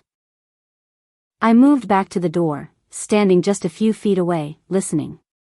The growling had stopped, replaced by more scratching and tapping, as if the creature was searching for a weak spot. I had to be smart. Careful. I rummaged through the supplies, pulling out a backpack and stuffing it with food, water, a flashlight, and whatever else I could carry. I didn't know how I was going to get there, but one thing was for sure. I couldn't stay here. I had to move. I had to find Camp Hope, or at least get as far away from here as possible. My hands paused over Dad's gun. It was loaded, fully functional, but I had never fired it at a person before, dead or alive. Sure, Dad had taught me how to use it, but it had always been just a precaution, something to fall back on in case of emergencies. I never thought the day would come when I'd actually need it. But this was the emergency. The one my parents had prepared me for. The one I never believed would happen. I grabbed the gun, shoving it into my backpack alongside the knife. My heart pounded as I slung the bag over my shoulder and moved back toward the door. I crouched in the corner of the bunker, my back pressed against the cold steel wall, gripping the hunting knife Dad had given me for my birthday. The scraping against the door continued, relentless, a rhythmic sound that sent chills through me. Each drag of nails, or whatever it was, made me feel like a caged animal. I was trapped. This place was supposed to be safe. It was supposed to be where we waited out the chaos, where nothing could touch us. But now, with my parents gone and the monsters outside, it felt more like a death sentence than a sanctuary. Scrape, scrape. The sound of claws against the steel door grew louder, more frantic. A rapid thrum echoed in my ears, every thud against the door a reminder of how close they were. They can't get in, they can't get in. I whispered, repeating the words like a mantra. Dad had always told me the bunker was secure, but in this moment, I wasn't so sure. What if he'd been wrong? What if the creatures out there were stronger than we thought? What if they found a way in? The growling outside grew louder, followed by a solid thud against the door, making the steel shudder. I struggled to breathe, due to the overwhelming fear of it all. Oh God, I whispered, backing further into the corner. Another thud. The door groaned under the impact. Whatever was out there wasn't going to give up. I can't just sit here. I stood on shaky legs, my mind racing. Dad had spent years preparing me for a situation like this, and I had to remember everything he taught me. I couldn't just hide and wait for the door to give way. I needed to be ready. It was now or never. That's when my eyes landed on the case in the far corner of the bunker. It was dusty and worn, the leather faded from years of use, but it was unmistakable, my crossbow. I felt a rush of relief. The gun was always supposed to be a last resort. Guns were loud. They drew attention. Dad and I had hunted together for years, and he had taught me that stealth was the key to survival. The crossbow, with its silent precision, was far more useful in situations like this. It wouldn't give away my location, wouldn't draw more of those things toward me. I hurried over to the case and opened it up. The familiar feel of the crossbow in my hands brought me a strange sense of calm. Like some part of me remembered the times Dad and I spent hunting in the woods behind our house, tracking deer, through the trees. I'd never imagined I'd need it for this, but here I was, in a nightmare, relying on the very thing that had once been a hobby. I quickly checked the tension on the bowstring, then pulled out a quiver of bolts from the case, attaching it to my belt. My hands were trembling, but I focused on the routine, the smooth rhythm of preparing my gear, just like Dad had taught me. Each motion steadied my nerves.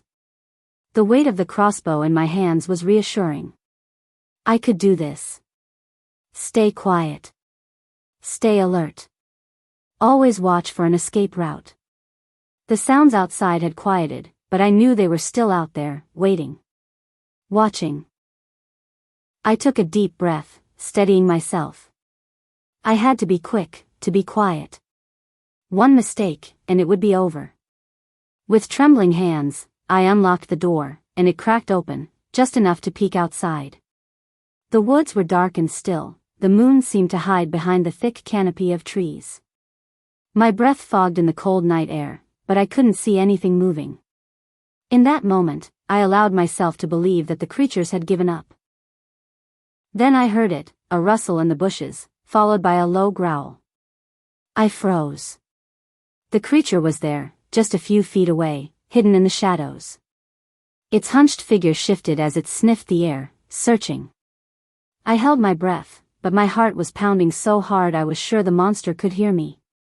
Slowly, carefully, I pulled the door open just a little wider and slipped out into the night. But I couldn't go. Not yet. I was desperate to hear that voice again. I needed to write down those coordinates. As I crouched there, I couldn't shift the overwhelming sense of despair clawing at me. The dark, familiar fear tightened around my chest. I had already lost so much, my family, my home. What was the point of going out there, only to face an inevitable death?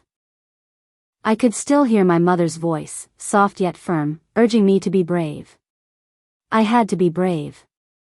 I couldn't let myself think about it, about how they had left me behind, how my mother had listened to that voice that didn't belong to my dad. It was ghostly and hauntingly familiar, but it wasn't my dad. I should have screamed louder, if only I had dragged them back up into the safety of the branches. We can't go. Don't. Listen. Please. I remember begging Mum not to go. But my pleas had been swallowed by the rustling leaves and the enticing whispers of the dead. I gripped the crossbow tighter, the weight of it grounding me. I couldn't let the memories distract me from my present. I needed to focus. I had to find a way to survive. It was kill or be killed, and I had to learn to be the killer. The air outside the bunker felt thick and cloying, the silence only broken by the faint rustling of leaves and the distant growls of creatures I couldn't see. I crouched low behind a gnarled tree, my fingers trembling around the grip of the crossbow. Every instinct screamed at me to retreat, to find safety within the steel walls of the bunker, but the memories of my family, of my brother, pushed me forward. "Danny," I whispered, forcing myself to look into the shadows between the trees. My heart ached at the sound of his name. Images of his face flashed before me, the way he used to smile, the laughter that once filled our home like music. But that memory was fading, replaced by the monstrous silhouette that lurked in the shroud of darkness, waiting. I blinked, forcing back tears as I spotted a figure shuffling between the trees. My breath hitched. It was him. My younger brother, Danny, was alive, or so I thought, lost somewhere between the boy I knew and the creature that now bore his face. He was hunched over, moving with an unnatural gait, his hair disheveled and wild. There were deep scratches along his arms, dirt caked on his skin. But his eyes, those milky, bloodshot orbs, were hauntingly reminiscent of the boy I had fought so hard to protect. They were devoid of the warmth and innocence I remembered, clouded with a madness that made my heart ache even more. "Danny," my voice broke, his name choking me. It felt like a lie to call out to him, but I needed to believe he was still in there. I needed him to hear me. "Please, come back to me." He turned, his gaze locking onto mine.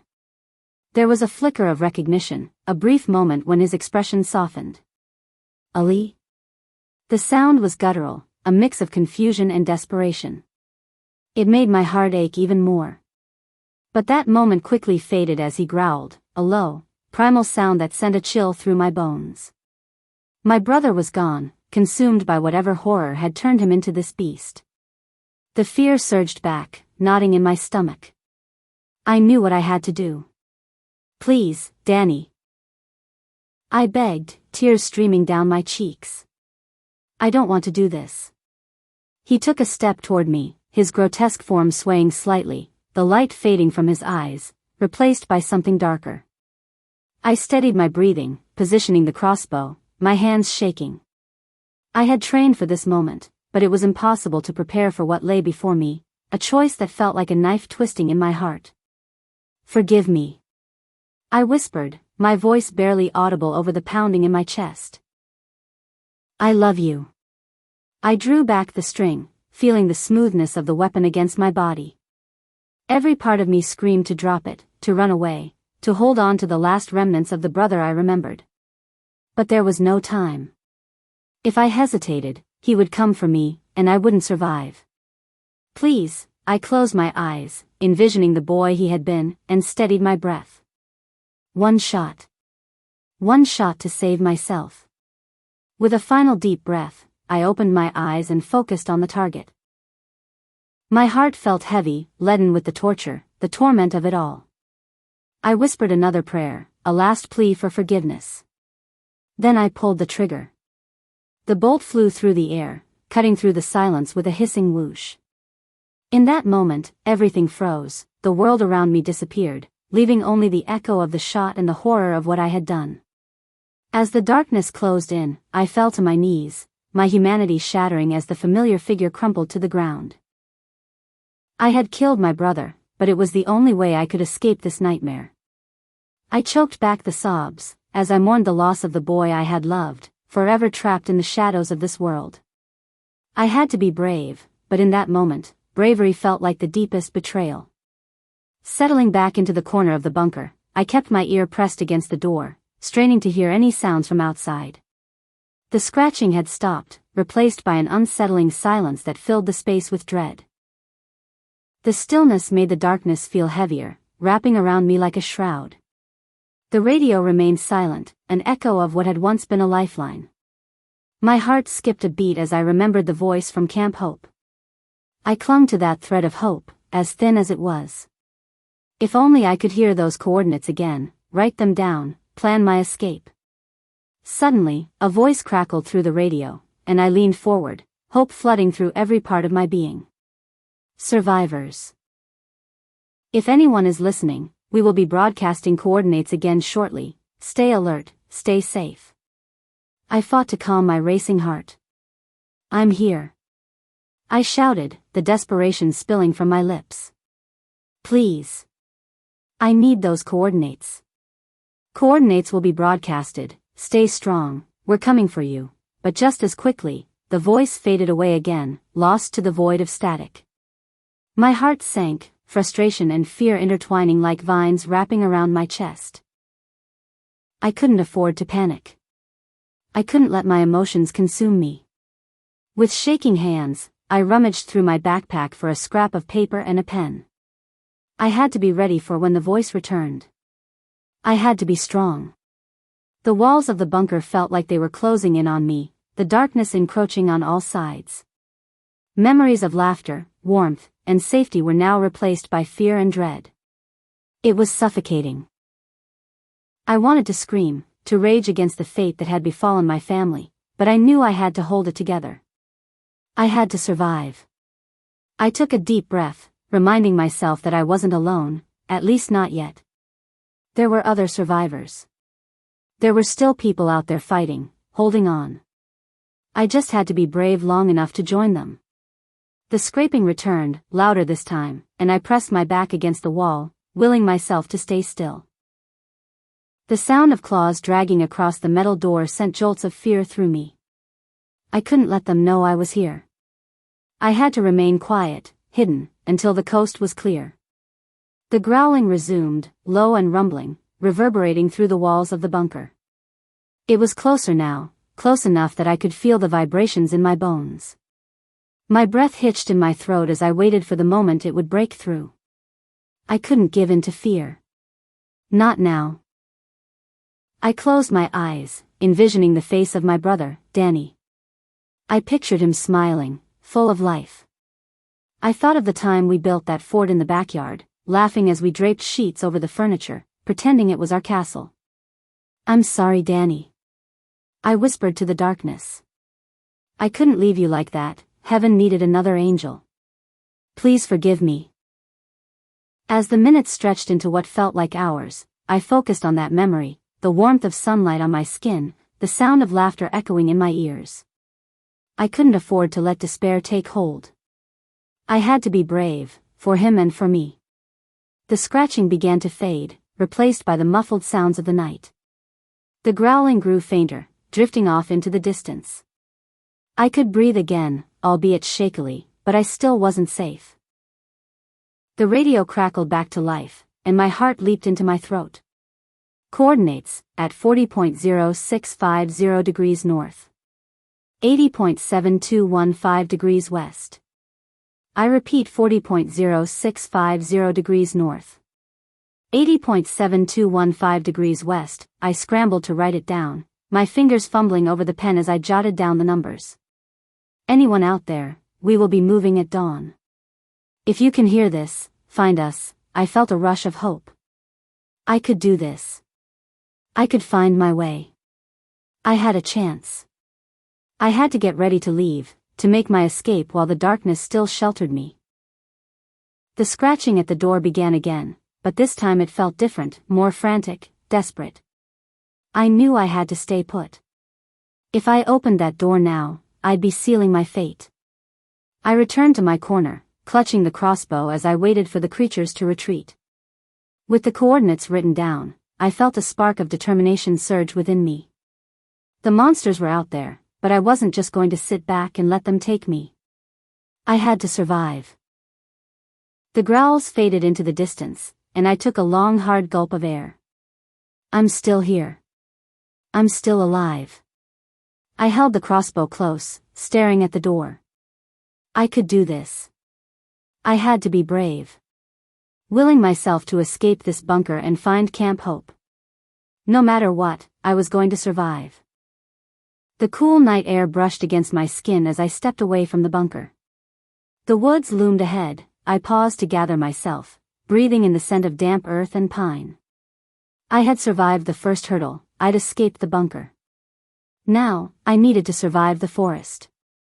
As I moved quietly, each step felt deliberate. The ground beneath my feet was soft with fallen leaves and twigs, the moonlight filtering through the canopy above, creating a patchwork of silhouettes. It was eerily beautiful, but I knew better than to let the natural beauty of it all deceive me. Danger lurked everywhere, especially in the shadows. Camp Hope. The name echoed in my mind, a fragile beacon of hope in the suffocating darkness. If I could find it, maybe I could find other survivors, maybe I wouldn't be alone in this hell. I kept my crossbow ready, its weight comforting against my shoulder. The quiver of bolts rattled as I moved, but I silenced it with my hand, focusing on making as little noise as possible. Be the hunter, not the hunted. That had always been Dad's mantra. I clung to that lesson, letting it anchor me amidst the chaos. With every step, I scanned the area, my senses heightened. The forest was alive with sounds, distant hoots of owls, the rustling of small animals, and the whispering of the wind through the branches.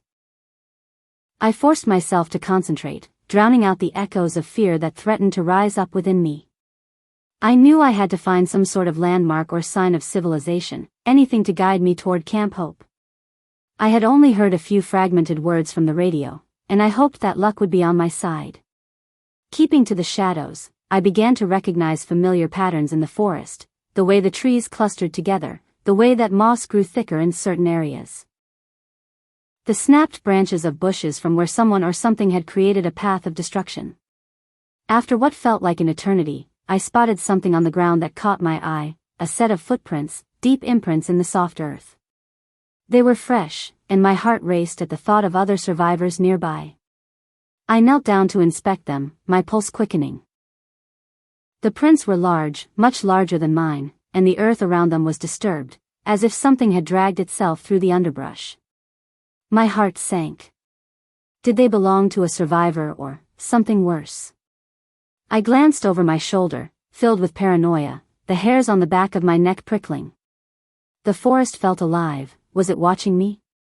The shadows grew thicker as the night deepened.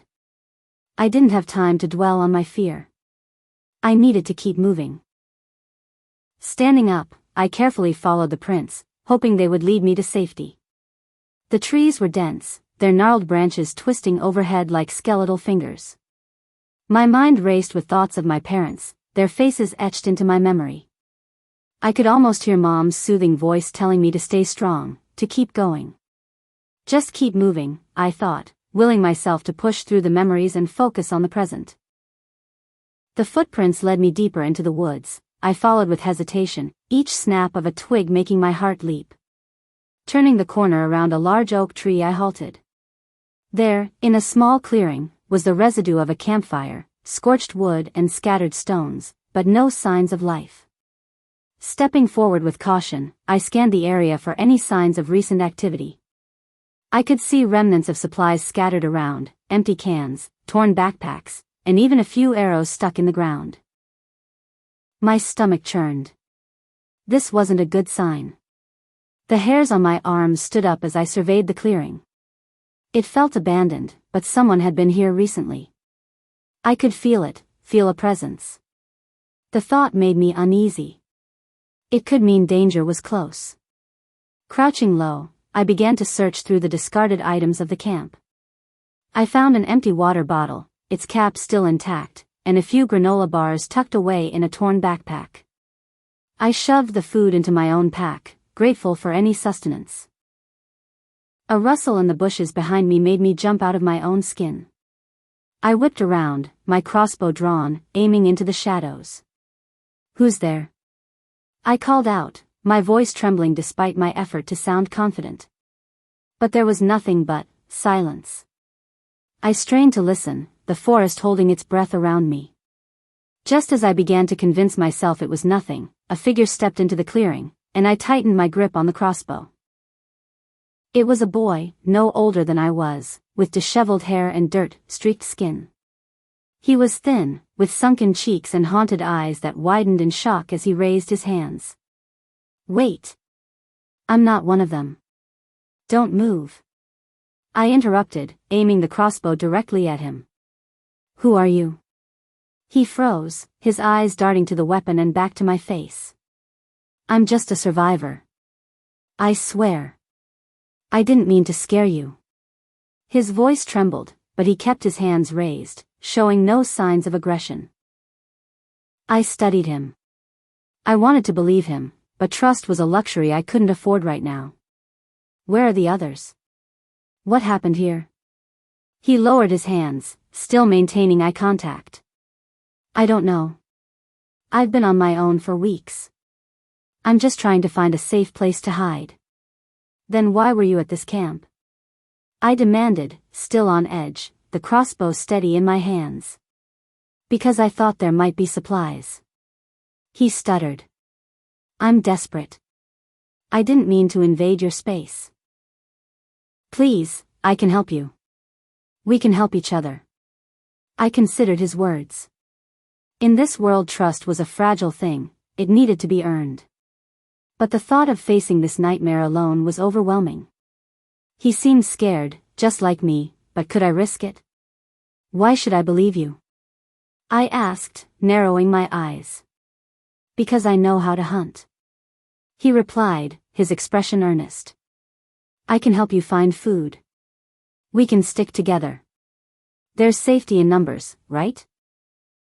I hesitated, feeling the weight of the crossbow in my hands. My instincts screamed at me to run, to keep him at a distance, but my heart craved companionship. I had lost everything, and the thought of facing this new world alone was unbearable. Fine. I said, lowering the crossbow, but still keeping it ready. But you stay in front of me. If I see one sign of betrayal, I swear, I get it. I'm good people. He replied quickly, his eyes wide. I'm not here to hurt you. My name's Justin. I'm Alex. I replied, taking a deep breath to steady my nerves. Now, let's get out of here, before any flesh-eaters make an appearance and decide that we are going to be their dinner, shall we? Together, we stepped back into the cover of the forest, two strangers thrust together in a world gone mad. I didn't know if I could trust him, but for now, I had no choice. We had to keep moving, searching for salvation. As we traversed through the dark forest, I felt a brief sensation, perhaps hope, or maybe just the comfort of no longer being alone. With Justin by my side, I could almost forget the horrors outside the bunker for a fleeting moment. But the night was still thick with shadows, and the trees whispered secrets I couldn't comprehend. As we moved deeper into the woods, the echoes of laughter from my childhood danced in the corners of my mind, taunting me with their unattainable warmth.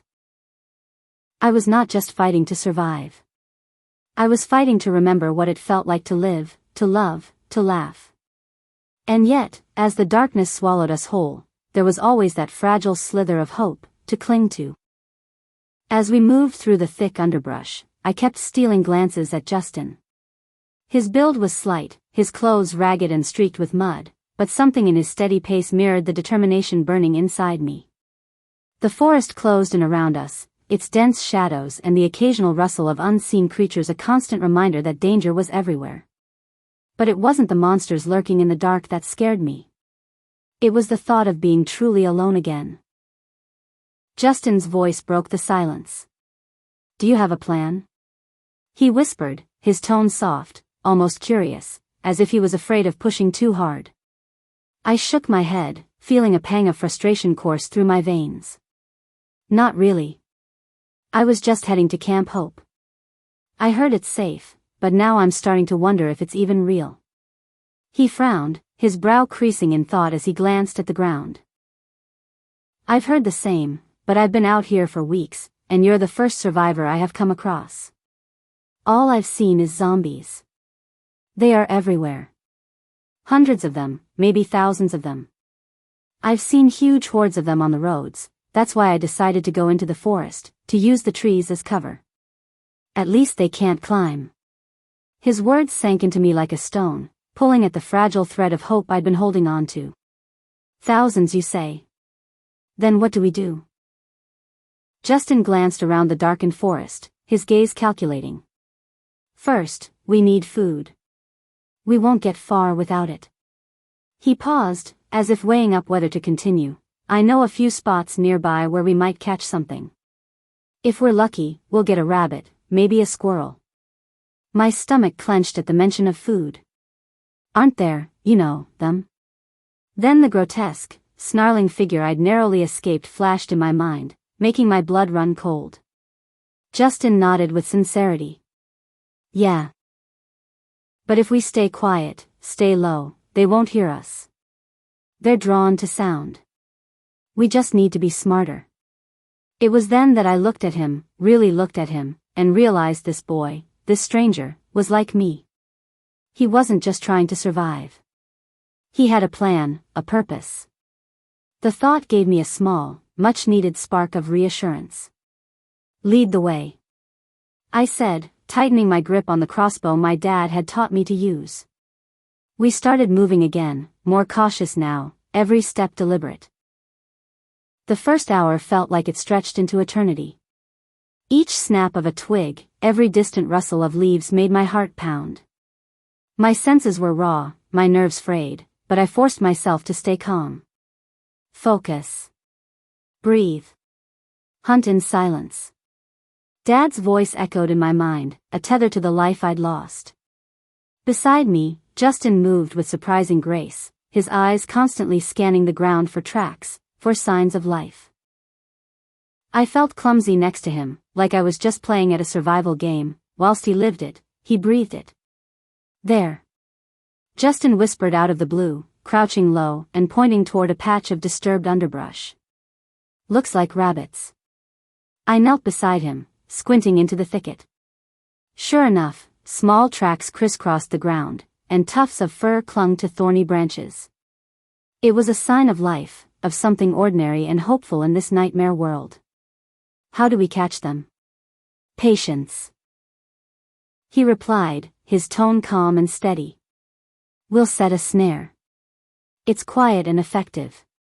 He began gathering twigs and lengths of twine from his backpack, his movements precise. I watched, fascinated as he fashioned a trap with the ease of someone who had done this 100 times before. You've done this a lot, huh? I questioned, trying to keep my voice light but failing to hide the awe. He glanced up, a shy smile tugging at the corner of his mouth. Yeah.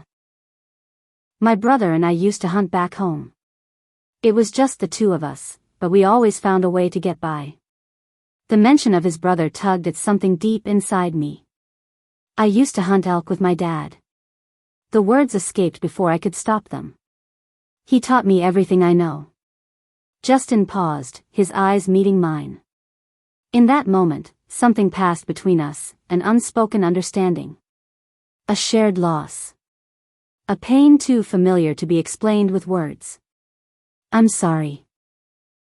His own grief reflected in his voice. It's tough to survive out here. We've lost so much. Did he become one of those things? Yeah. He tried to save us. I murmured, my throat tight. We set the trap and moved away, giving it space to work, but the heaviness between us lingered.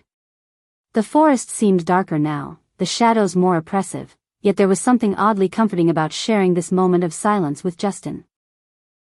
After a few minutes of waiting, I asked, almost without thinking, do you have any family left?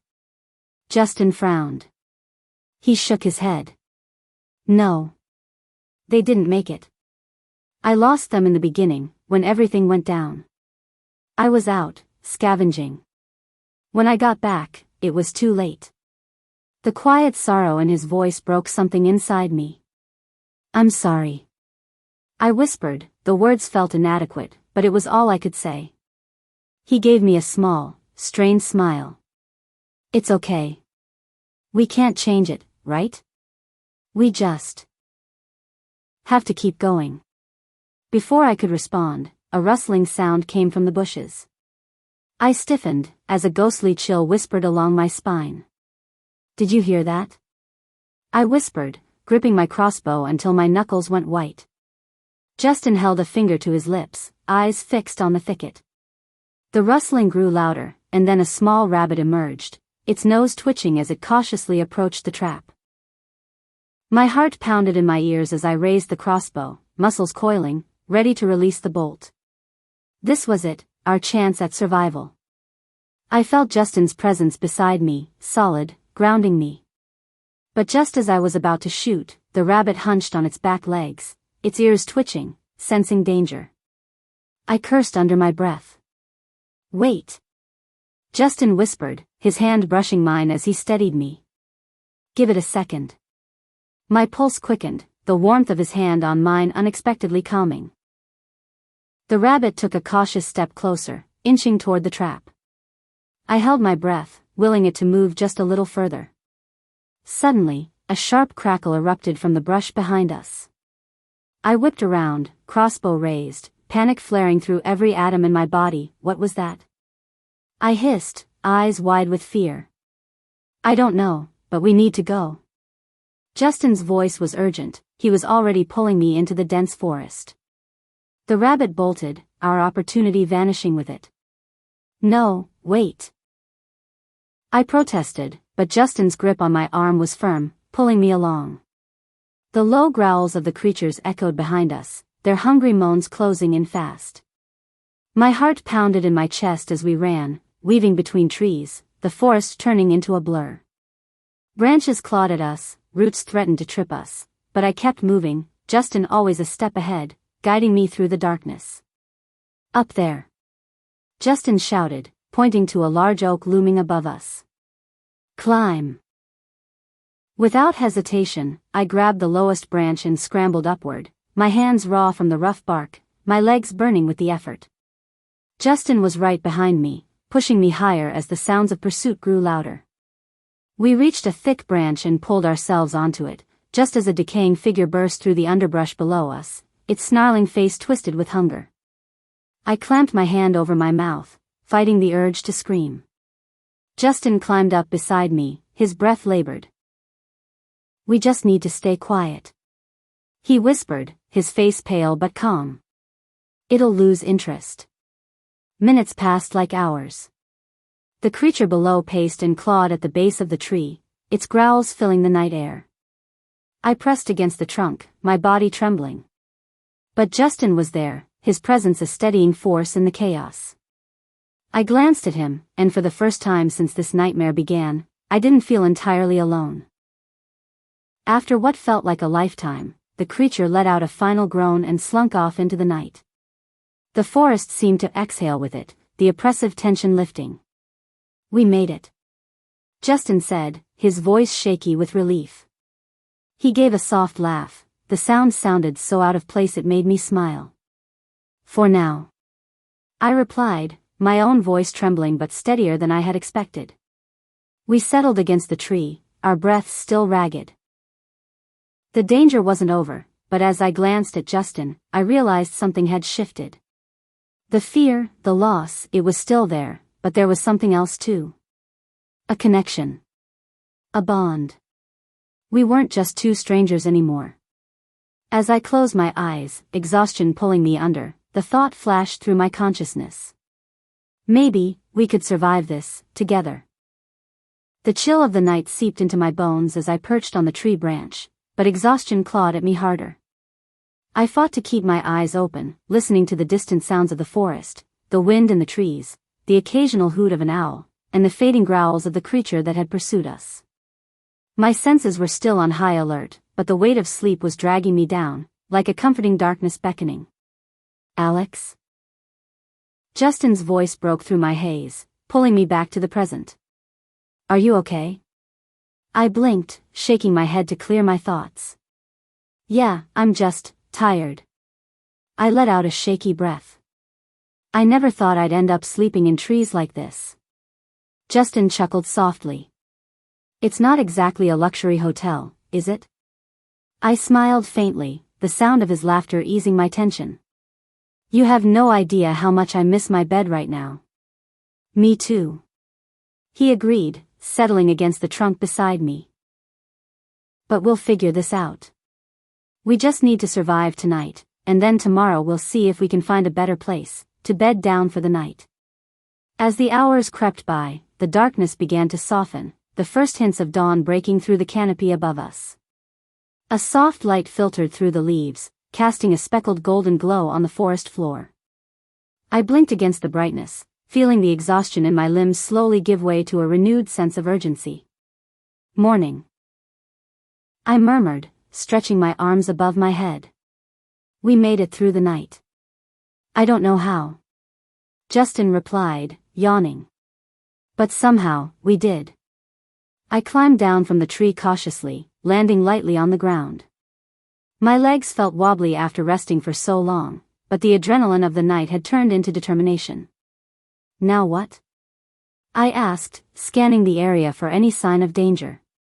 First, we check the snare we set, he said, glancing back toward the thicket where we'd hoped to catch a rabbit. If it didn't work, we'll have to look for something else. I'm starving. I need some meat. We moved cautiously toward the spot, my stomach growled with anticipation. As we approached, I saw that the trap had been triggered. I rushed forward, but as I got closer, my excitement deflated. Looks like we caught something. But instead of a rabbit, a small, frantic baby squirrel thrashed in the snare, its beady eyes wide with fear. Its squeaks were pitiful, desperately trying to free itself. It looked like it had only just left the comfort of its nest. I'm sorry, I murmured, feeling a pang of guilt as I released the snare and watched the little creature scurry away into the underbrush. I had to let it go, it was so little. Just a baby. It's okay. Justin let me down gently. We'll have to adapt. Small game isn't going to cut it. We need something more substantial. Like what? I asked, my mind racing. Larger animals, maybe deer or wild boar. We'll need to track them down. It'll be harder and require more patience, but if we work together, we can do it. I nodded, my mind shifting into survival mode. A sense of purpose replaced the remnants of fear. Let's do it. We need to look for signs, Justin said, scanning the ground. Tracks, droppings, anything that shows a trail. We began moving through the woods, our eyes peeled for any indication of larger game. The camaraderie of the hunt was building between us, fueled by the shared urgency of our situation. After a few minutes of searching, I spotted a well-worn path through the trees, the ground packed down by the passage of larger game. Justin, over here, I called, pointing to the trail. He hurried over, crouching to inspect it. Good eye. This looks promising.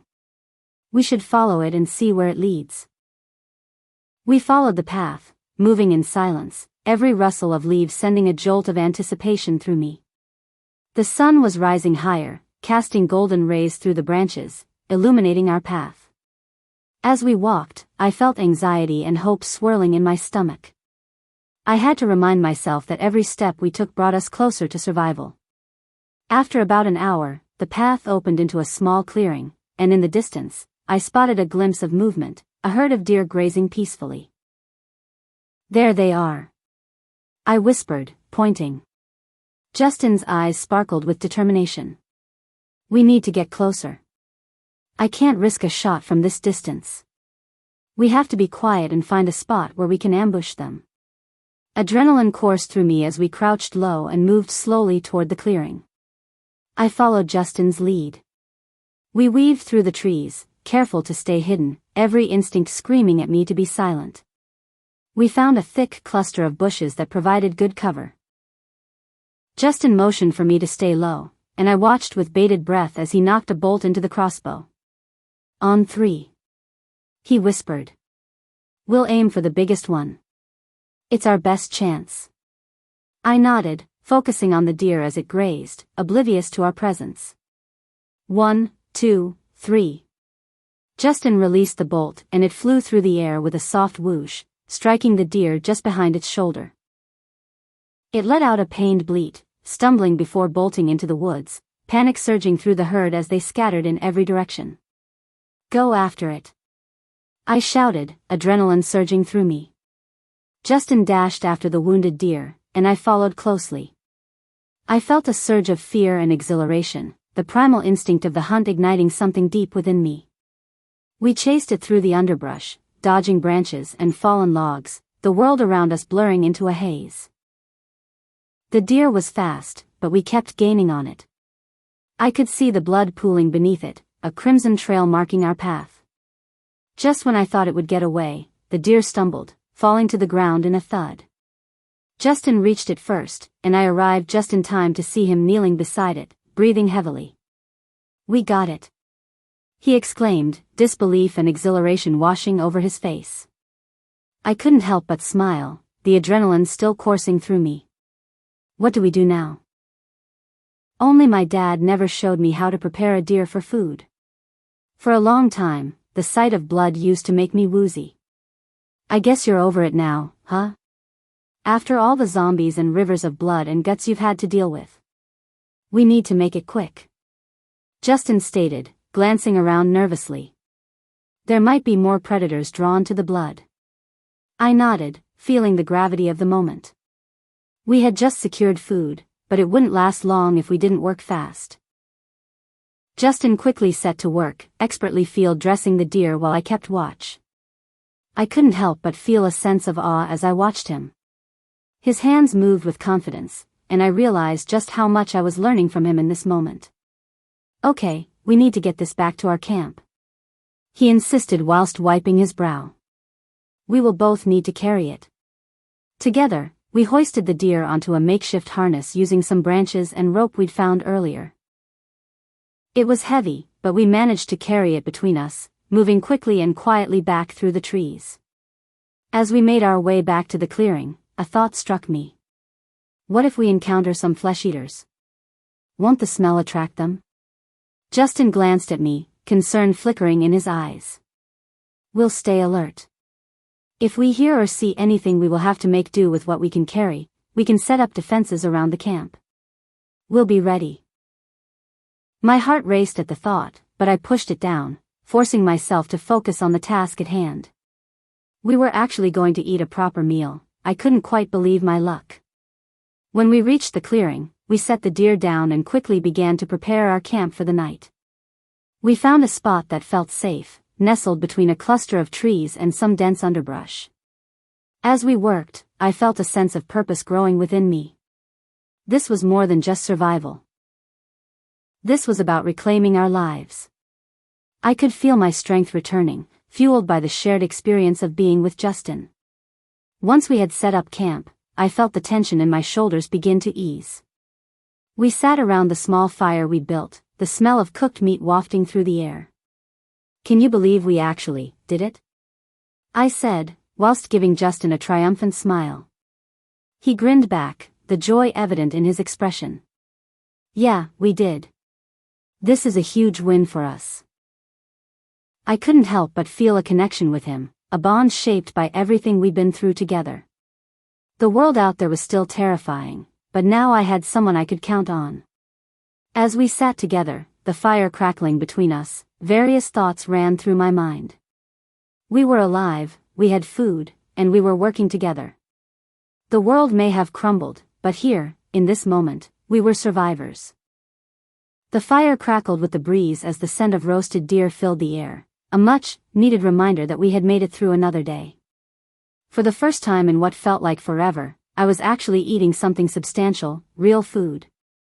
Justin and I sat across from each other in the clearing, a silence between us that felt comforting rather than awkward. The eerie quiet of the forest at night was always there, but for now, it was just us, the warmth of the fire, and the food that would keep us alive.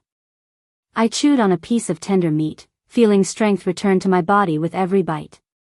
My muscles ached from the day's exertion, but it was a good kind of ache, one that reminded me I was still fighting, still alive. "This is the best thing I've eaten in days," Justin admitted in between bites, breaking the silence. He gave me a tired but genuine smile. "You're a pretty good hunting partner, you know." I smirked, wiping my mouth with the back of my hand. "Thanks. I couldn't have done it without you."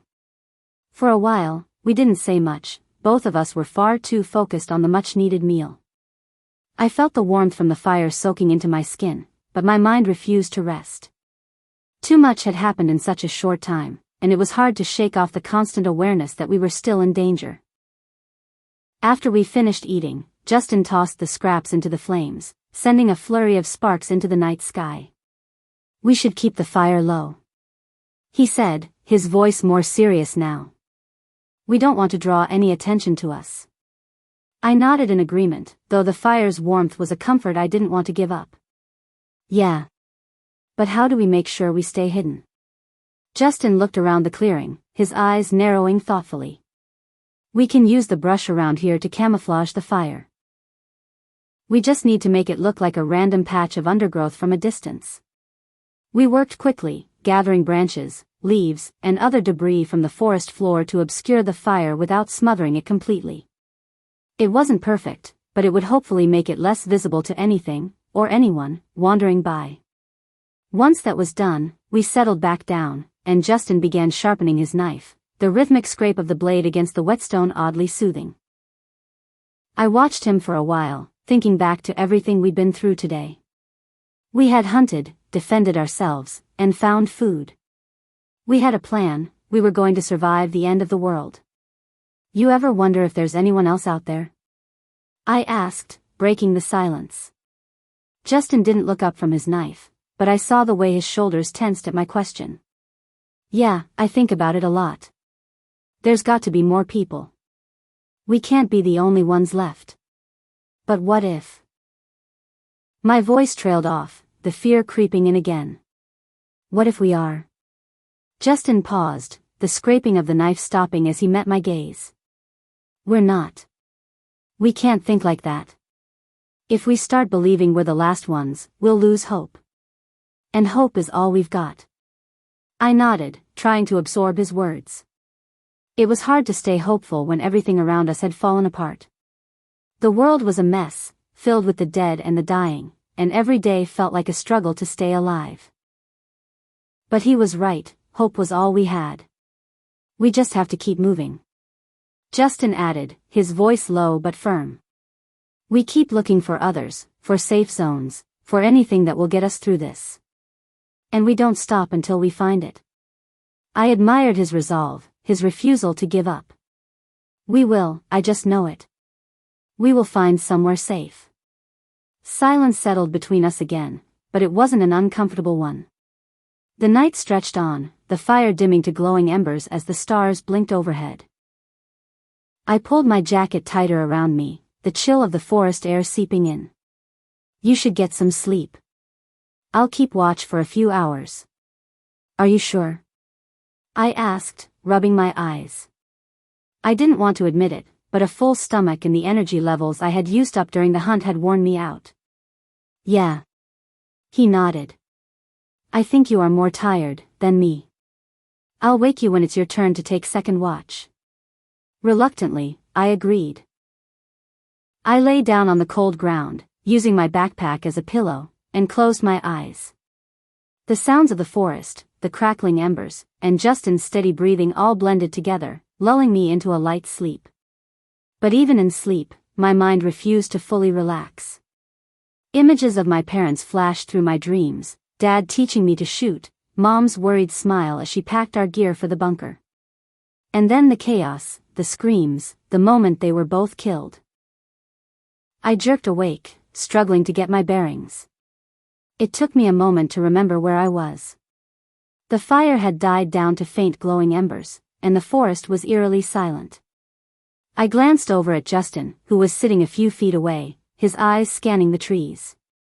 He noticed me stirring and gave a slight nod. "You, okay?" I swallowed hard, nodding. "Yeah, just another bad dream." He didn't press further, and I was grateful for that. Instead, he motioned for me to rest again.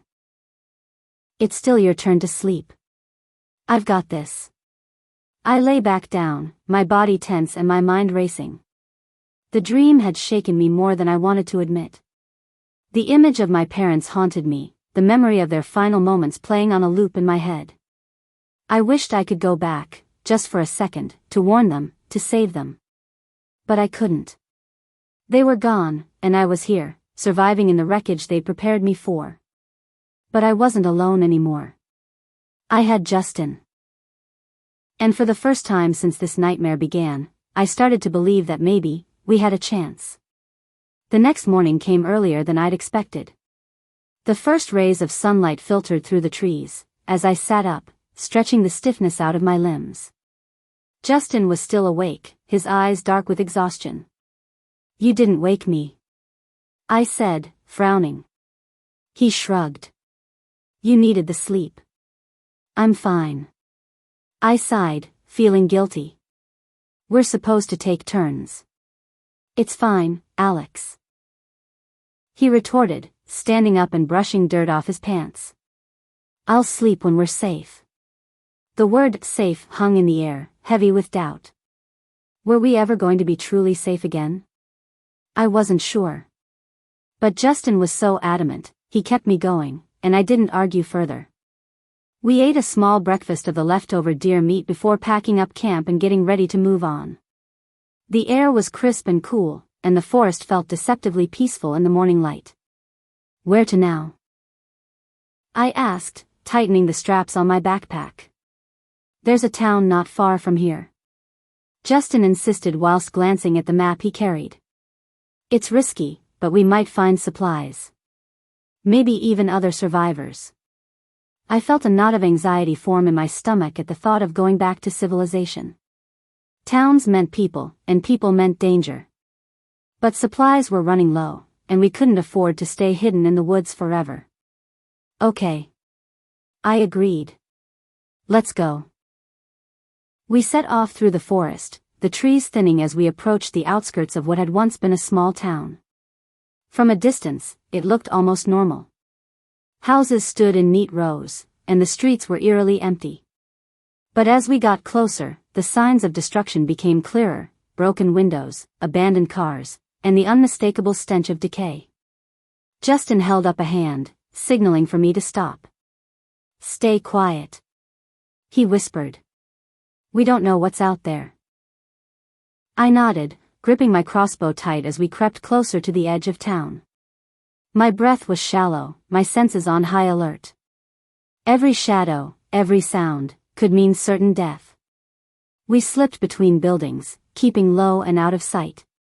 The streets were deserted, but that didn't mean we were safe. We needed to be quick. As we approached a small convenience store, Justin motioned for me to follow him inside. The door hung loosely on its hinges, the glass shattered. We stepped over the broken pieces, our footsteps careful and silent. Inside, the store had been ransacked, dried bloodied shelves overturned, supplies scattered everywhere. But there were still a few things left, hidden beneath the debris. We quickly grabbed what we could: cans of food, bottled water, anything we could find that was useful. Just as we were about to leave, I heard it, the unmistakable sound of footsteps behind us. My blood ran cold as I turned to see a figure emerging from the door. It wasn't a flesh-eater. It was a man. He was alive, and he wasn't alone. The man's eyes glinted with suspicion and desperation as he stepped into the threshold of the store, followed closely by two others. They were filthy, their clothes torn and stained with mud and blood. Each of them carried weapons. One had a makeshift club, another a rusted machete, and the man in front held a handgun loosely at his side. His finger twitched near the trigger, a dangerous gleam in his eyes. I instinctively stepped closer to Justin, my heart hammering in my chest. My crossbow felt heavy in my hands. I tightened my grip, trying to steady my breath. We hadn't dealt with other survivors before, not like this. The tension was thick, crackling in the air like a live wire. Justin kept his voice calm, but his posture was tense, ready to act. "We don't want any trouble," his eyes locked on the man with the gun. "We are just passing through." The man let out a dry, humorless laugh. "That's funny, 'cause it looks like you're looting my store." I glanced around the ransacked convenience store. Nothing about it suggested ownership, let alone civilization. But with the world in the state it was, who was going to argue over property rights? The man took a step closer, his gun raising to his midriff. "See, there ain't much left in this town. Everything you take, you're taking from us." Justin didn't flinch. We're not looking to steal. We'll leave. You can have what's left. The man's grin widened, but there was no warmth in it. That's not how this works, kid. See, you don't just walk out with what you want. You leave it behind, or you don't walk out at all. Panic flashed through me, but I forced myself to stay calm. My crossbow was loaded, I was sure I could hit him before he could fire.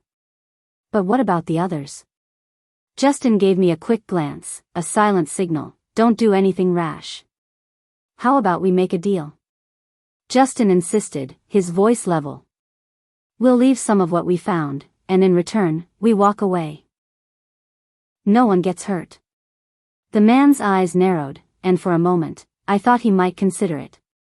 But then one of his companions, the one with the machete, muttered, we don't need to bargain with these kids, Damon. Just take what we want. Damon, the man with the gun, looked us over again, his eyes lingering on the crossbow in my hands. He looked calculating, weighing up his options.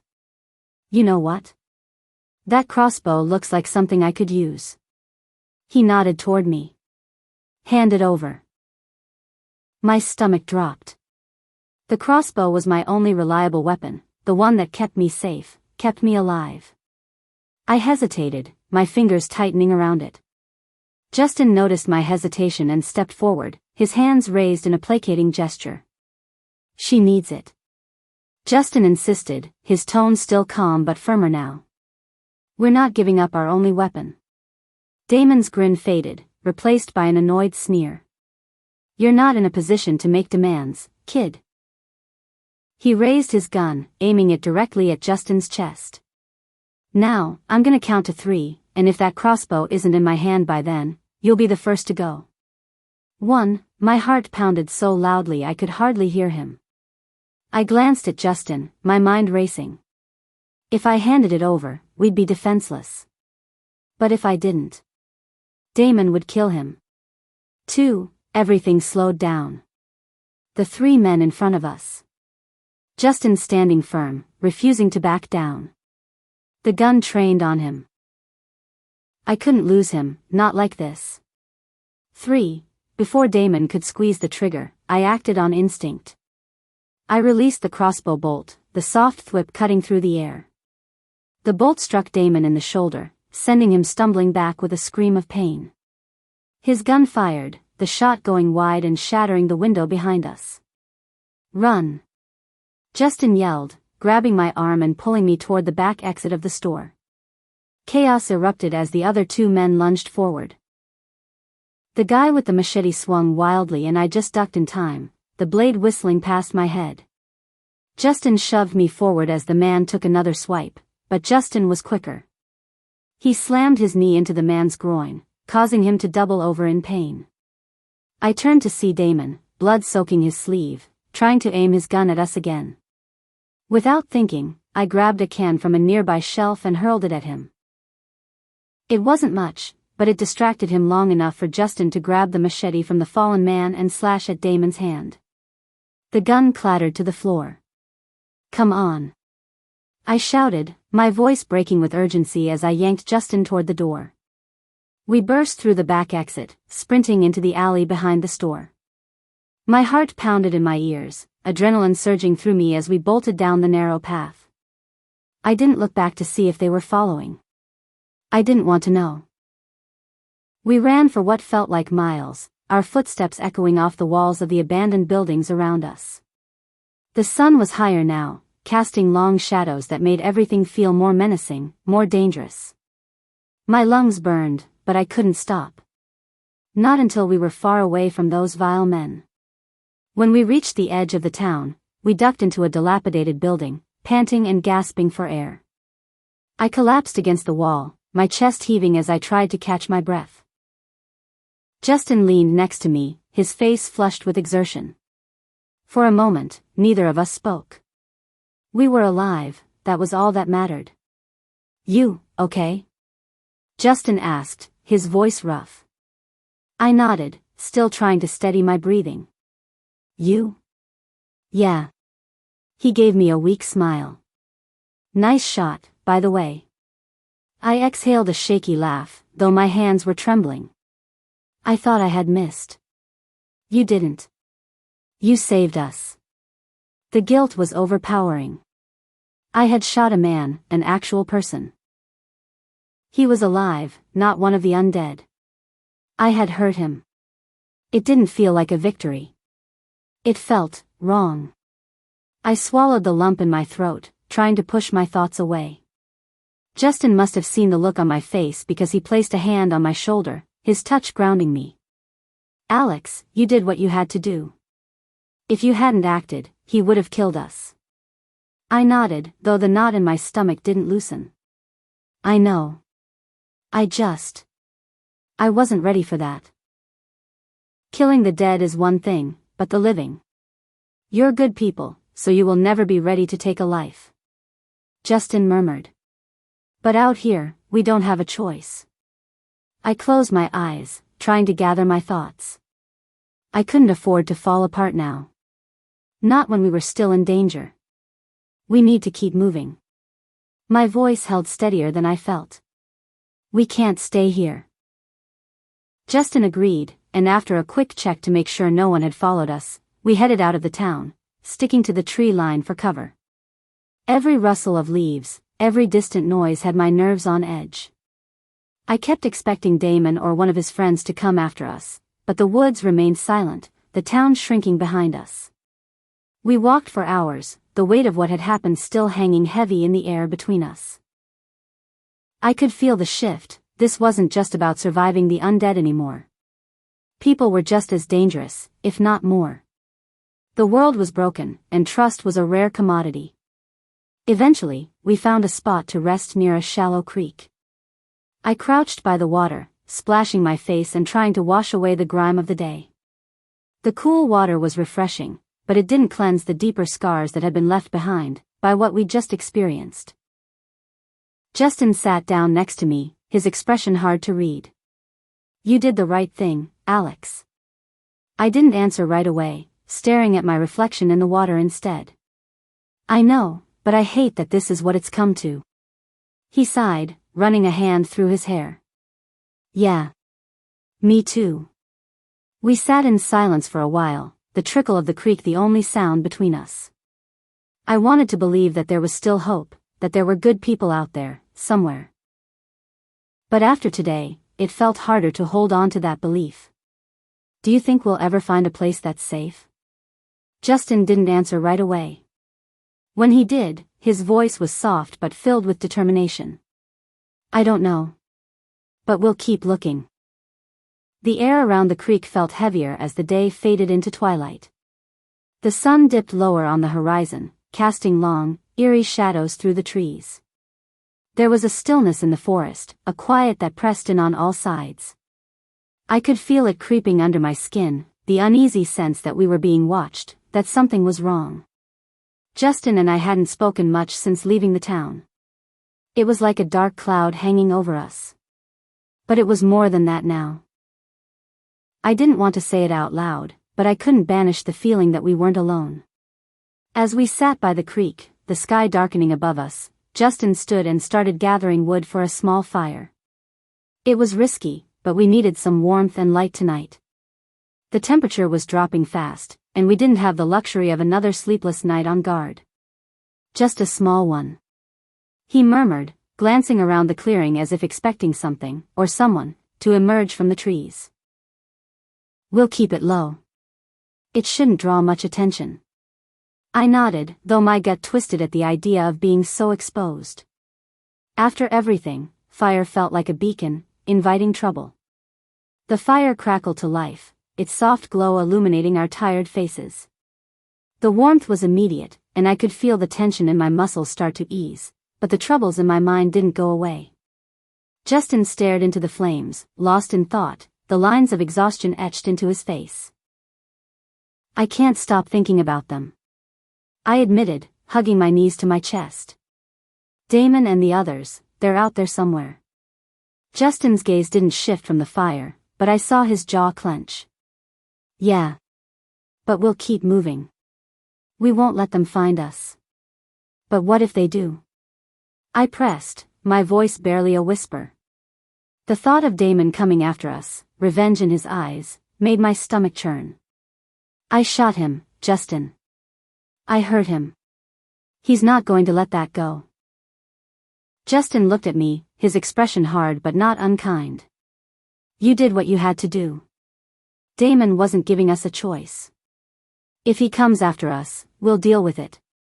But we can't live in fear of him. I nodded, though his words didn't completely ease my worry. The reality of the situation had changed. Our enemies weren't just mindless flesh-eaters anymore. They were human. And that made them unpredictable. We ate in silence, rationing the supplies we'd scavenged from the store. It wasn't much, but it would keep us going for a few more days. As the fire burned lower, I felt a chill creep up my spine. It had nothing to do with the cold, of that, I was sure. Something was wrong. I could feel it deep in my bones. Do you hear that? Justin frowned, pausing mid-bite. Hear what? I strained my ears, but the forest was quiet, too quiet. No wind, no rustling of animals. Just silence. And yet, beneath that silence, there was something else. A low, almost imperceptible hum. I don't know, I said, my voice trailing off. It's like, something's out there. Justin immediately straightened, his senses on high alert. He scanned the tree-line, his hand instinctively going to his knife. Stay close to the fire. He murmured, his eyes narrowing as he peered into the darkness. I grabbed my crossbow, as my nerves got the better of me. The shadows around us seemed to stretch and shift, playing tricks on my mind. The feeling of being watched grew stronger, and I fought the urge to look over my shoulder, convinced that something was lurking just out of sight. Maybe it's nothing. I whispered, though I didn't believe my own words. Justin didn't respond. He stood up slowly, moving toward the edge of the clearing, his body tense and ready. I watched him, my pulse racing, as he listened intently to the stillness. And then I heard it. Faint at first, like the whisper of the wind, but unmistakable. A shuffling sound. Slow. Deliberate. Like something dragging itself through the underbrush. Justin motioned for me to stay put as he took a step toward the sound, his knife drawn. I struggled to breathe as I tightened my grip on the crossbow, ready to fire at a moment's notice. The sound grew closer, the rustling of leaves and the scrape of something heavy against the ground sending a jolt of fear through me. I squinted into the endless darkness, my eyes straining to make out any shapes beyond the flickering light of the fire. Justin froze, as his body went rigid. Alex, he whispered, his voice low and urgent. Get ready. My heart leapt into my throat. What is it? He didn't answer, but the fear in his eyes told me everything I needed to know. A figure emerged from the darkness, stumbling into the clearing. It was hunched over, its skin pale and sickly, half rotted away, with chunks of flesh hanging from its bones. The stench hit me before I even saw its face, the unmistakable odor of decay, of death. A flesh-eater. But something was wrong. This one didn't move like the others. It didn't lunge toward us, didn't snarl or hiss. It simply stood there. Its milky, dead eyes fixed on us. And then, it began to speak. Help me, it whispered. The words were barely a croak, but they sent a wave of icy terror through my veins.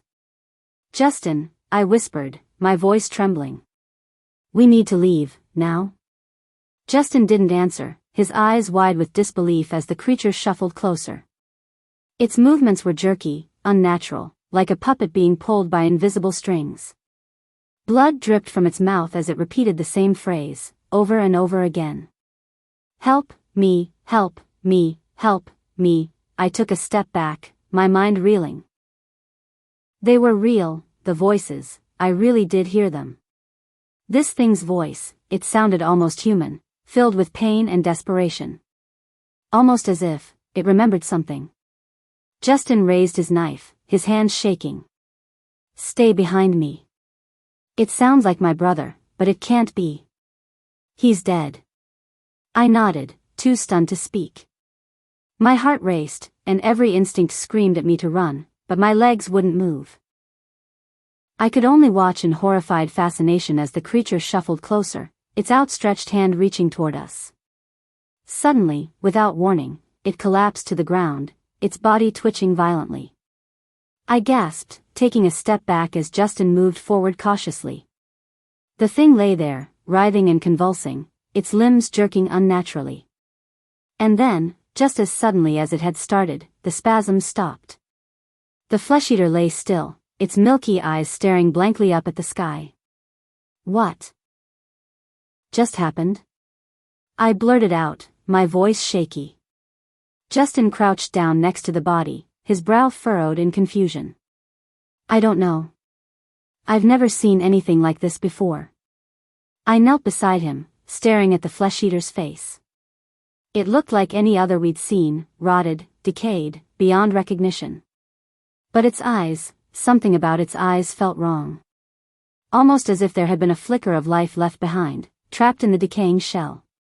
Justin, I whimpered, my voice barely audible. What if some of them remember? Justin shook his head, his expression grim. They're dead, Alex. They don't remember anything. It was just mimicking. He said, though there was doubt in his voice. Like a parrot repeating words. Maybe. I agreed, but something about this one was different. It seemed almost human. We both stared at the body in silence, the night growing darker around us. Whatever had just happened, it didn't make sense. Flesh-eaters. They didn't ask for help. And yet, this one had. Maybe it was all a trap, but then why did it die? The forest felt even more ominous now, as if the shadows themselves were hiding secrets, watching us. The trees swayed in unison with the night breeze, their branches creaking like the groan of old bones. We need to keep moving.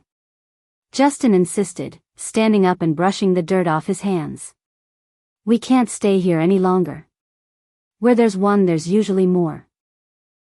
I nodded, casting one last glance at the lifeless flesh-eater before we packed up our things.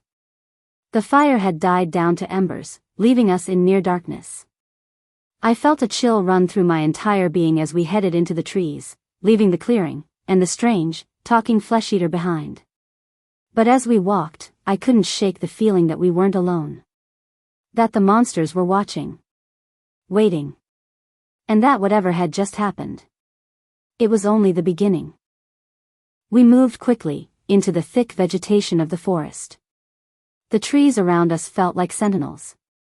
I kept my crossbow close, every muscle in my body tense. The encounter with the haunting flesh-eater replayed in my mind over and over, a broken record that I couldn't silence. Justin's pace was steady, but I could see the worry etched into his face. He wasn't saying anything, but I knew him well enough to know he was just as rattled as I was. Neither of us had ever seen anything like that. I'd heard the voices before, but this was different, more human, more terrifying. This went way beyond the realm of what we understood about this nightmare. The dead didn't beg for help. And yet, one just had. Hadn't Justin said it sounded like his brother? The wind stirred the leaves above us, and I glanced up at the sky. The moon was a thin sliver, barely giving enough light to see by. Darkness pressed in on us from all sides, and the further we went, the quieter it became. No birds, no insects, no distant sounds of water or wind. Just silence. An unnatural still silence. We should stop soon. Justin said after a while, his voice barely above a whisper. We've put enough distance between us and that creature.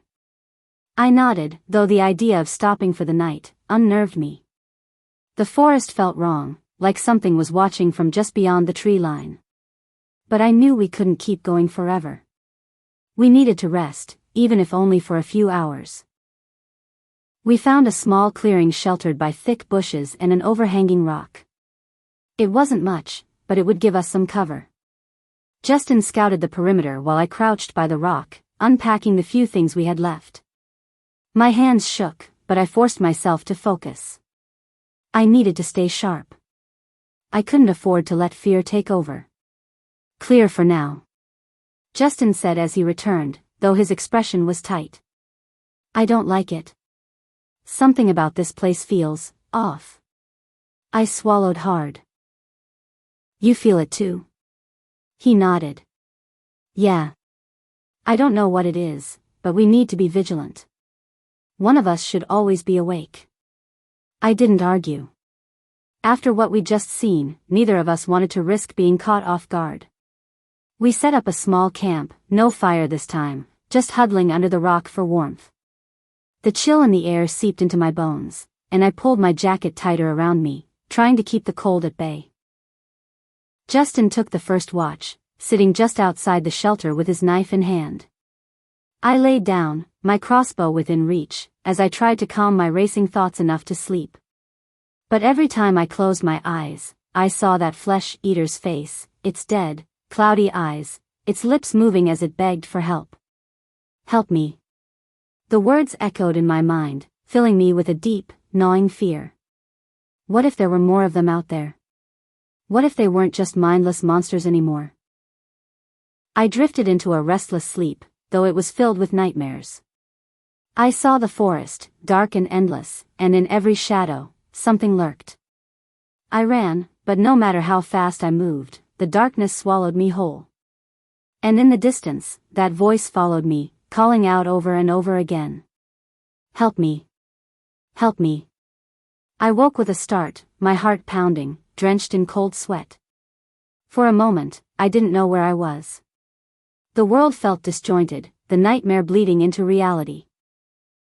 But then I saw Justin sitting by the edge of the clearing, keeping watch, and the reality of the situation settled back over me. It was a still night, the moon barely visible through the canopy of trees. I must have slept for a few hours at most, though it felt like no time at all. I sat up, rubbing the sleep from my eyes. How's it going? I asked, my voice hoarse. Justin glanced over at me, his expression grim. Quiet. Too quiet. I frowned. Do you think they're still following us? He shook his head. I don't think it's them we need to worry about. A shiver ran down my spine. There was something in the way he said it, something that made the hair on the back of my neck stand up. What do you mean? Justin hesitated, his eyes scanning the tree-line again. I don't know. But after what happened back there, I can't shake the feeling that there's something else going on. Something worse. Worse than flesh-eaters? I asked, my voice tinged with disbelief. Justin didn't answer right away. He just stared into the darkness, his jaw clenched. Yeah. I think so. I didn't press him further. The weight of his words was enough to send another wave of fear through me.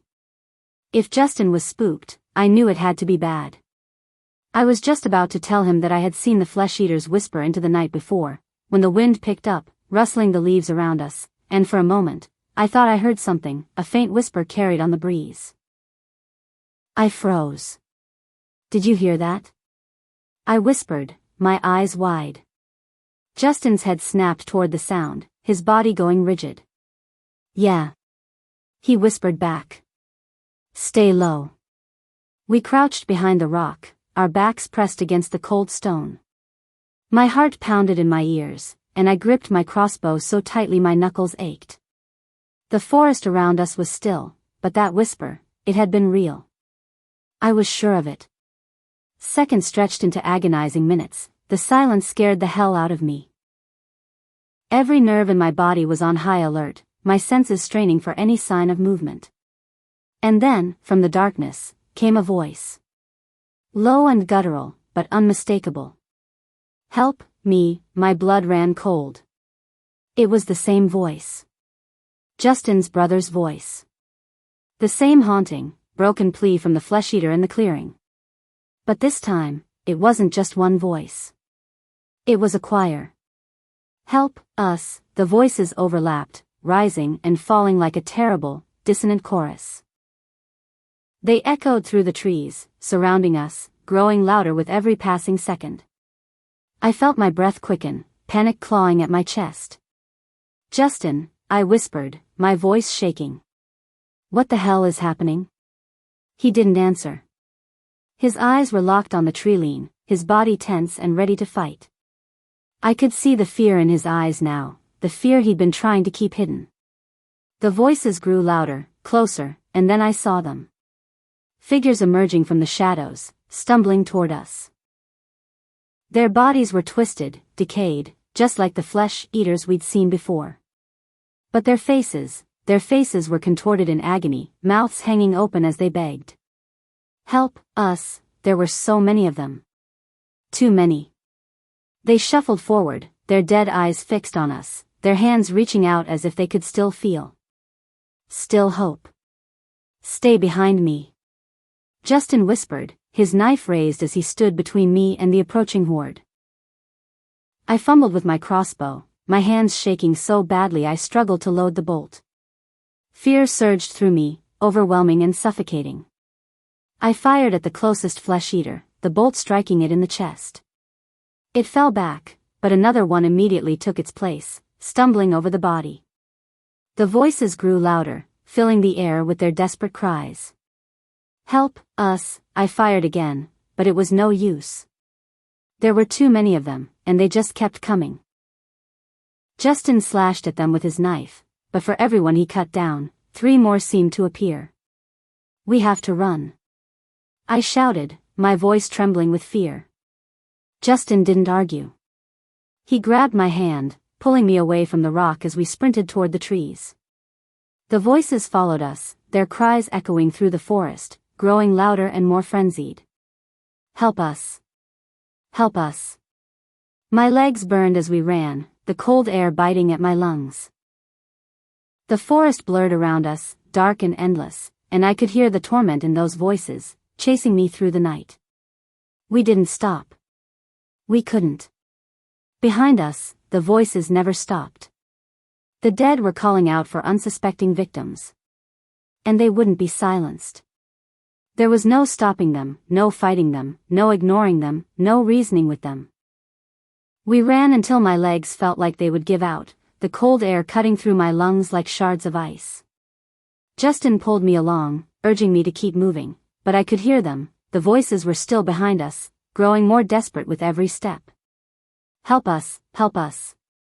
The words felt like knives in my ears, each one laced with anguish. It was worse than the chorus of the undead. They were worse than any monster. They got inside your head. Pulled on your heartstrings, and made you think you were going insane. They sounded like they were human, pleading for mercy, they were relentless. The forest became suffocating, the hunters' chants echoed through the trees. It was difficult to see in the dim light, every sound, every word sent a fresh wave of terror coursing through me. But the voices were the worst. They were all I could hear, all I could focus on. They felt like they were crawling inside my head. Drawing me in. Talking me into a fate worse than death. Chipping away at my humanity. Justin pulled us off the main path, ducking into a dense thicket of trees. He stopped, pressing his back against the rough bark, his chest heaving with exertion. I collapsed beside him, struggling to catch my breath. My whole body felt like it was shaking, whether from exhaustion or fear, I couldn't tell. For a few minutes, the only sound was our ragged breathing, the forest eerily quiet again. I strained my ears, waiting for the voices to catch up, but there was nothing. Just the oppressive stillness. Do you hear them? Justin shook his head, wiping sweat from his brow. No. I think we lost them. His words should have been reassuring, but they weren't. The voices might have stopped, but that didn't mean we were safe. I glanced around, my eyes darting from shadow to shadow, expecting those grotesque figures to lurch out of the darkness at any moment. The night I lost my mum and brother, I heard them then, those same haunting voices. I struggled to speak between gasps. My dad's voice called to them, then they were all calling my name. It went on the entire night. I thought I had dreamt it, until now. Justin's jaw tightened, his gaze fixed on the ground. I've heard them before, too. But not like this, they are getting cleverer. I could see the fear in his eyes, the way his hands were still gripping his knife like he was ready for another fight. It wasn't like him to be rattled like this, and that only made the nausea inside me grow. I don't know if they're still alive in some way, he continued, his voice low, or if it's something else. But we can't stay here. He was right, of course. We couldn't just sit here and wait for those things to catch up. But where could we go? There was nowhere left to run, and the further we ventured into the woods, the less sure I was that we would ever find our way out. We need a plan. We can't just keep running blind. Justin nodded, though his eyes were distant, his mind clearly working through our options. We could head west, he said after a moment. Try to find higher ground. Maybe we can spot somewhere safe from there. I didn't love the idea of wandering deeper into the wilderness, but what choice did we have? The town was behind us, and whatever that strange horde of taunting flesh-eaters was, I wasn't about to let them find us again. Okay, I acquiesced, swallowing the lump in my throat. Let's go. We pushed on through the trees, sticking to the densest parts of the forest where the canopy was thickest, hoping it would keep us hidden. My crossbow was in my hands, loaded and ready, but the thought of using it again made my stomach churn. Every step we took felt like it just brought us closer to whatever nightmare we were trying to escape. The forest seemed endless. The shadows shifted, turning the trees into monstrous shapes. My mind played tricks on me, every branch that snapped, every rustle of leaves felt like the beginning of another attack. Something was watching us, waiting for us. We climbed steadily, the ground rising beneath us as we headed toward higher ground. My legs ached, my breath coming in shallow gasps, but we kept moving. We didn't speak much, there was no point. The only thing that mattered was getting away from whatever was hunting us. After what felt like hours, we reached a ridge overlooking a narrow valley. The trees opened up, giving us a view of the landscape below. In the distance, I could see the faint outline of a river cutting through the woods, its silver surface glinting in the moonlight. This might work, Justin said, scanning the area. If we can follow the river, we might find shelter. Maybe even a cabin or something. I nodded, though the exhaustion was starting to weigh on me. If I'm this tired, poor Justin must be on his last legs, he hadn't slept in days. I just wanted to stop, to rest for a moment. But I knew we couldn't afford to. As we started down the ridge, something caught my eye, an oscillation of movement far below, near the riverbank. I froze, whilst peering into the darkness. Justin, I whispered, grabbing his arm. Look. He followed my gaze, his eyes narrowing as he tried to make out what I was seeing. At first, I thought it might just be the wind stirring the leaves, or maybe an animal moving through the underbrush. But then I saw it again, a figure, moving in slow motion along the riverbank. Stumbling. A flesh-eater. Justin tensed beside me, his hand going to his knife. It's just one, he muttered. We can avoid it. But as we watched, more figures emerged from the trees, joining the first. Dozens of them, all moving in the same slow, shambling way. My heart sank. There had to be at least 50 of them, all heading toward the river. Shit. Justin hissed under his breath. We can't go that way.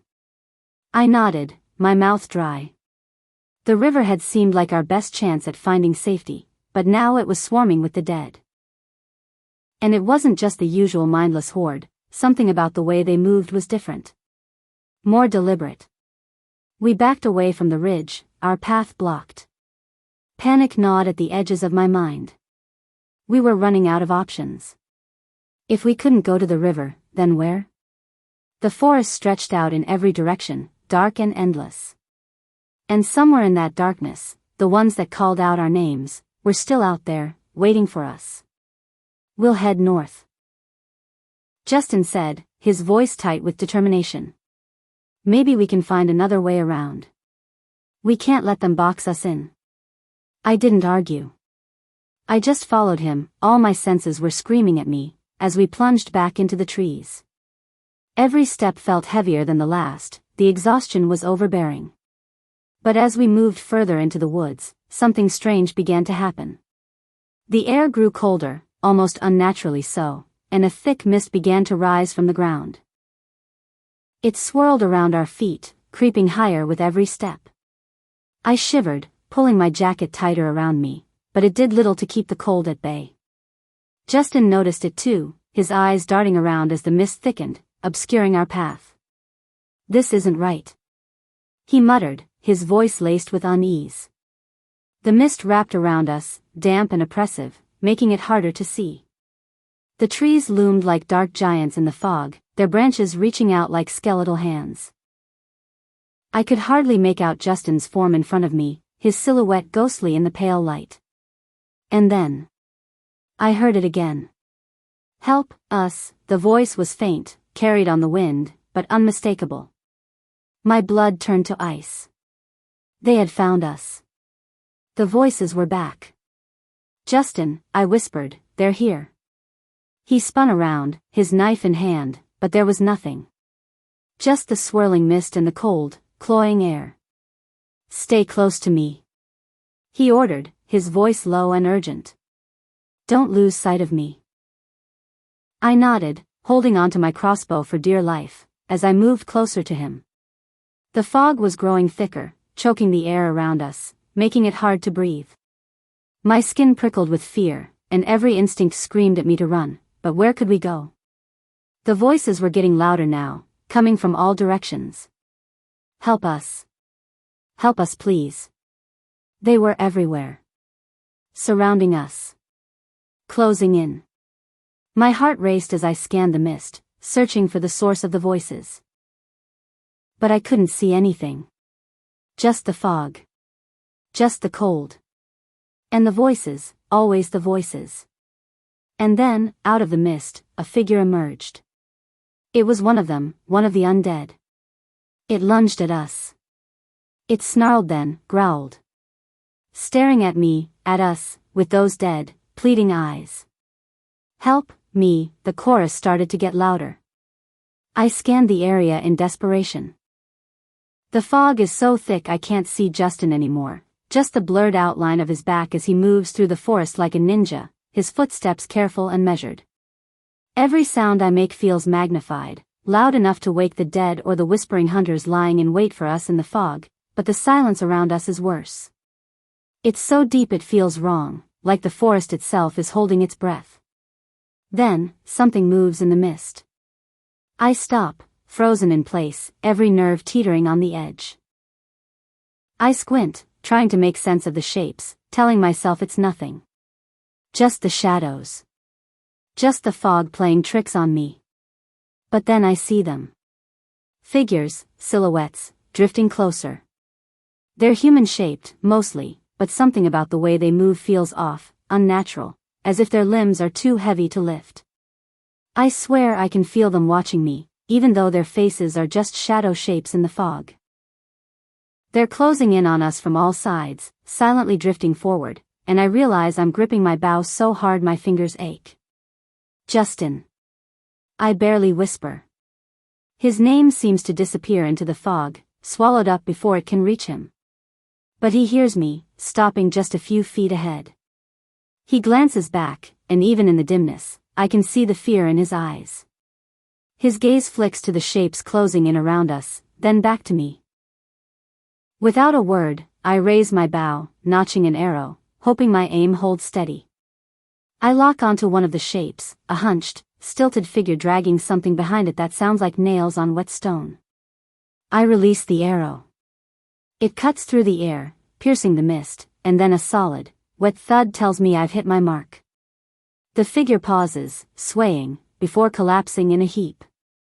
I almost exhale in relief, but then the others keep moving, unfazed.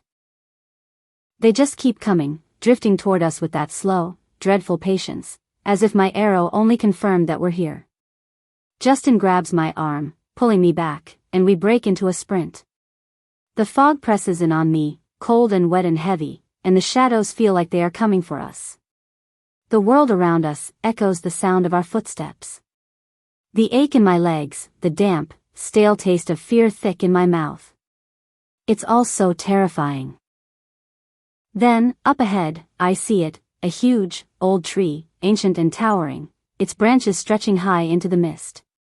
Justin runs toward it without hesitation, giving me a quick boost up so I can grab hold of the nearest branch. I scramble up, pulling myself as high as I can, until all I can see is the ground below full of the silhouettes of the undead. Justin follows close behind, and only when we're perched together on a thick branch, hearts pounding, do we dare to look down more closely. Panic rises in me. They're all there. They've gathered beneath us, moving silently, lifting their heads to look up, their faces catching in the faint, eerie light filtering through the fog. Faces that shouldn't exist, faces that aren't natural, faces full of hatred and evil. I can see just enough to know they were once human, but whatever made them alive is gone, leaving something broken and hollow in its place. Their mouths hang open, and at first, there's nothing but silence. But then, the silence breaks. A low, guttural sound fills the air, like 100 voices moaning in unison, but it's more than that, it's almost words.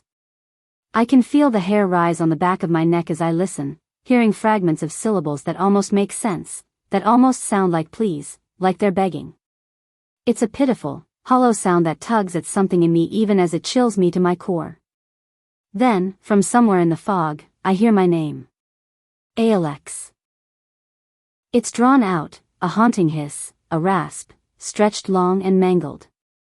My hands grip the branch so hard my knuckles ache, but I can't stop listening.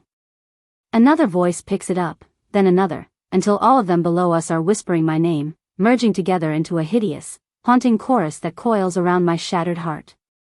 I glance at Justin, and I know he can hear it too. His name joins the chant. Justin. Justin. Each syllable drawn out, savored, like they're tasting the sound of him. I hate to state the obvious, but they're saying our names. I whisper, breathless, I can hear the terror in my own voice. Beside me, Justin's face is pale, his jaw tight as he stares down at the dead creatures gathered below. They remember us. He whispers back, as though saying it aloud might make it less real. But his voice is just as shaken, and I can tell he's barely holding on. We sit there, clinging to the tree as the night drags on, and the dead don't stop. They just stay there, staring up at us, their mouths open, calling our names, a relentless chant that digs deeper and deeper into our souls. It's like they're trying to burrow into my thoughts, filling every corner of my mind with their haunting chants, making it impossible to think of anything else. I close my eyes, clenching my teeth, but I can't block it out. I can feel their voices worming their way in, their hollow, pleading calls, as though they're begging us to come down, to join them. They want to pull us down into their world, to make us part of their vicious, harrowing chorus. They want us to join their ranks. Why don't they stop? I whisper, mostly to myself, but I can hear the edge of desperation in my voice. Justin's hand finds mine, his fingers are like ice. They'll stop at dawn. He insists. I cling on to his words like they are a lifeline, because it's the only thing keeping me from breaking apart. Hours crawl by, every minute an eternity. I don't dare look down again, but I can hear them. I can feel their hollow eyes on me, see their hands reaching in my mind, clawing up at the tree as if they could drag me down by sheer will alone. I don't know how much longer I can stand it. Their voices chant and contort, echoing my name, echoing Justin's name, filling the night air with a ghostly song that doesn't stop, that never seems to end.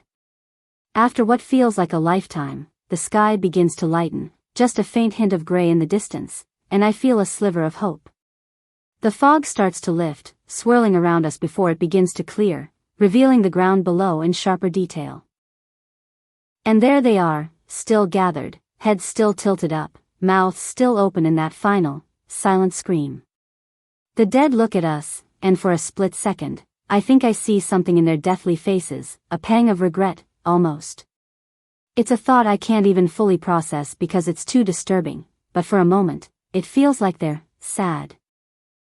They know they don't belong here, that they don't belong anywhere, and I feel a cold dread seep into me, a realization that the dead remember enough to know what they've lost. Then, one by one, they turn, their bodies jerking and dragging as they drift back into the forest. The whispers fade, our names slithering away on the mist, until it's just Justin and I, sitting in the tree, surrounded by the silence they have left behind. I can still feel them, though, the memory of their chants lingering like poison in my mind, and I know that no matter how far we run, that sound will stay with me forever, haunting my every waking hour. Daylight breaks, though it's gray and weak, piercing the thick canopy above us. My body aches from the cold, from holding onto the rough bark of the tree all night, from listening to the dead whispering our names until the sound carved itself into my mind. I can still feel their voices writhing in my head, and even though they're gone, the memory of them makes my skin crawl. Beside me, Justin is already looking around, his face gaunt and hollow, his eyes rimmed with exhaustion. He hasn't slept any more than I have, but he's doing what he always does, pushing through, acting like the terror of last night was just a passing nightmare. I know he's just as shaken as I am, though. He has to be. There. He whispers, and I follow his gaze to the faint shimmer of a road through the trees. It's barely visible, a narrow strip of gray stretching out in both directions. But it's empty, no monsters, no abandoned vehicles cluttering its path. Just an open road, silent and almost inviting. We should head for it, he says, his voice rough with fatigue. We can't keep going like this. We're sitting ducks out here in the woods. I nod, trying to gather the last shreds of my strength, even as every nerve in my body screams to stay hidden in the tree. I don't want to leave its gnarled, ancient branches, even though I know they can't protect us from what's out there. But Justin's right, we can't stay in the woods. Here we are exposed, vulnerable. We climb down, every inch feeling like it's bringing me closer to some hidden danger lurking in the underbrush. My feet touch the ground, and a chill settles over me as we start moving toward the road. The dead might be gone, but something about this place feels haunted. Like the memory of last night's horrors has seeped into the trees, into the very soil beneath us. The road is eerily quiet as we step onto it, the trees stretching along either side, gnarled and twisted, casting long shadows that make everything feel dim and lifeless. The fog from last night has lifted, but the air is still, as if it's hiding something just beyond our line of sight. Something is watching us, hunting us, of that I'm certain. Justin's pace slows, and I glance over to see the exhaustion etched into his face. He hasn't said anything, but I can tell he's running on fumes. We haven't slept in days, well, not properly. Every time we've tried, something has driven us back onto our feet. We have had to keep moving, searching for shelter, somewhere we can breathe at last. But there's nowhere safe. There has been no safety for so long, I almost don't remember what it feels like. We walk in silence, my mind buzzing with the haunted chanting from last night. I can still see their faces, decaying and lifeless, their mouths open, whispering my name. Taunting me with the voices of my dead loved ones. I shake my head, trying to clear the thought, but it lingers, a dark shadow at the edge of my mind. Then, up ahead, I see it, a house, just off the road, surrounded by tall grass and trees that have reclaimed most of the yard. It looks like it's been abandoned for years. The paint is peeling, the windows dark, the roof sagging under the weight of time and neglect. But it's a shelter, a place to rest, at least for a little while. We could stop there, I say, pointing, hoping he'll agree. Justin follows my gaze, his eyes narrowing as he studies the house. He looks as hesitant as I feel, but he nods. Yeah. He says, his voice barely above a whisper. I can't go much further. We approach the house with slow and deliberate steps, every step feeling heavier, as though the very ground is trying to pull us back. The air around it feels wrong, stagnant, like it hasn't been disturbed in years. The front door hangs ajar, creaking as it sways in the faint breeze. Stay close, Justin mutters, his hand brushing against mine as we step up to the door. It feels like a warning, like he knows something I don't, but I don't say anything. I don't want to break the fragile silence that has settled over us, the same silence we've been hiding in since last night. We step inside, and the smell hits me first, a musty, stale odor that's thick with dust and decay. The floorboards groan under our weight as we move further in, every sound amplified in the quiet. It feels like the house is holding its breath, waiting. The living room is a dark, cramped space cluttered with old furniture covered in sheets, as if someone once planned to come back and never did. The air feels thick with memories, with the ghosts of the people who used to live here, and I have to fight the urge to turn back, to get as far away from this place as possible. But Justin's already exploring the house, his footsteps heavy, his shoulders slumped with exhaustion. Just for a little while. He says to himself, as if he's trying to convince himself it's safe to stop, just for a few minutes. He glances at me, his face pale with fatigue, and I nod, trying to look braver than I feel. We find a small room at the back of the house, a bedroom that's almost completely dark, the only light coming from the thin sliver of gray daylight filtering in through a crack in the wall. The bed is old and sagging, covered in dust, but it's something. Justin sits down heavily, letting out a long, shuddering breath as he rests his head in his hands. I'll keep watch. Though every inch of me wants to collapse beside him, to close my eyes and forget, if only for a little while. But he needs the sleep more than I do. I can see it in the way he's struggling to keep his eyes open, his body fighting him even as he tries to stay alert. Just, wake me if you hear anything. He murmurs, slipping into a deep sleep. I nod, watching him as he closes his eyes, his breathing slowing, his body relaxing. He looks younger like this, the lines of worry and fear smoothing out, replaced by something almost peaceful. I try to focus on that, to let it anchor me, but the silence presses in, filling the space with a weight that's hard to ignore. I sit by the window, peering out into the yard, my hand on the hilt of my knife, my heart thumping with every creak and groan of the old house. The minutes stretch into hours, or maybe it just feels that way. Time has lost all meaning in this world, every second blending into the next until it's all just one endless stretch of survival. But as I sit there, the silence starts to feel wrong. It's not just quiet. It's the kind of silence that feels like something's listening, watching, waiting. I can almost feel eyes on me, feel something lurking in the shadows.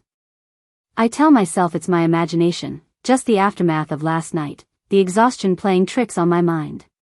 But the feeling doesn't go away. If anything, it gets stronger, a prickling sensation that creeps up my spine, my skin gets covered in goosebumps. Then I hear it, a faint creak, like a footstep on the floor above us. My hand tightens around the knife, and I hold my breath, straining to listen. The house settles and shifts around us, but that sound was different. It was deliberate. Heavy. Someone, or something, is moving upstairs. I glance at Justin, still sleeping, his face slack and peaceful. I don't want to wake him, not when he needs his sleep so badly, but every instinct is screaming at me to get up, to get him out of here. I stay where I am, though, waiting, listening, hoping that it was just the house settling, just a trick of the mind. Then it comes again, closer this time. The sound of footsteps moving, deliberately, down the hallway above us. Each step is slow, like it's taking its time, savoring the silence, savoring the anticipation. My skin's on fire, every muscle tensed, but I can't move. It's as if the fear has rooted me in place, holding me captive in that dark, silent room. Then, the footsteps stop, right above us. I hold my breath, every inch of me focused on that spot, waiting for whatever comes next. The silence is thick and oppressive, and I swear I can feel something watching me, something dark and hungry. A faint whisper drifts down, barely audible, but it sends a chill through me that feels like ice. Alex, the voice is so soft, almost gentle, but it's wrong. There's something in it that twists my stomach, something that feels ancient and inhuman, like it's speaking my name not because it knows me, but because it wants to claim me. I force myself to breathe, to keep my hands steady on the knife, even as my mind races, trying to make sense of it. I glance at Justin, my heart sinking as I realize he's still asleep, oblivious to the danger. I could wake him, but the thought of making a sound, of drawing attention to us, paralyzes me. The whisper comes again, softer this time, but closer. Alex, I grit my teeth, my body frozen, every nerve screaming at me to run, to drag Justin out of this place and never look back. But the voice keeps calling, its whispers drifting through the silence, winding through my mind until I can't tell if it's real or just my imagination. It feels like it's inside me, clawing its way into my thoughts, weaving itself into the fabric of my fear. Then, as suddenly as it started, the whispering stops, leaving only silence.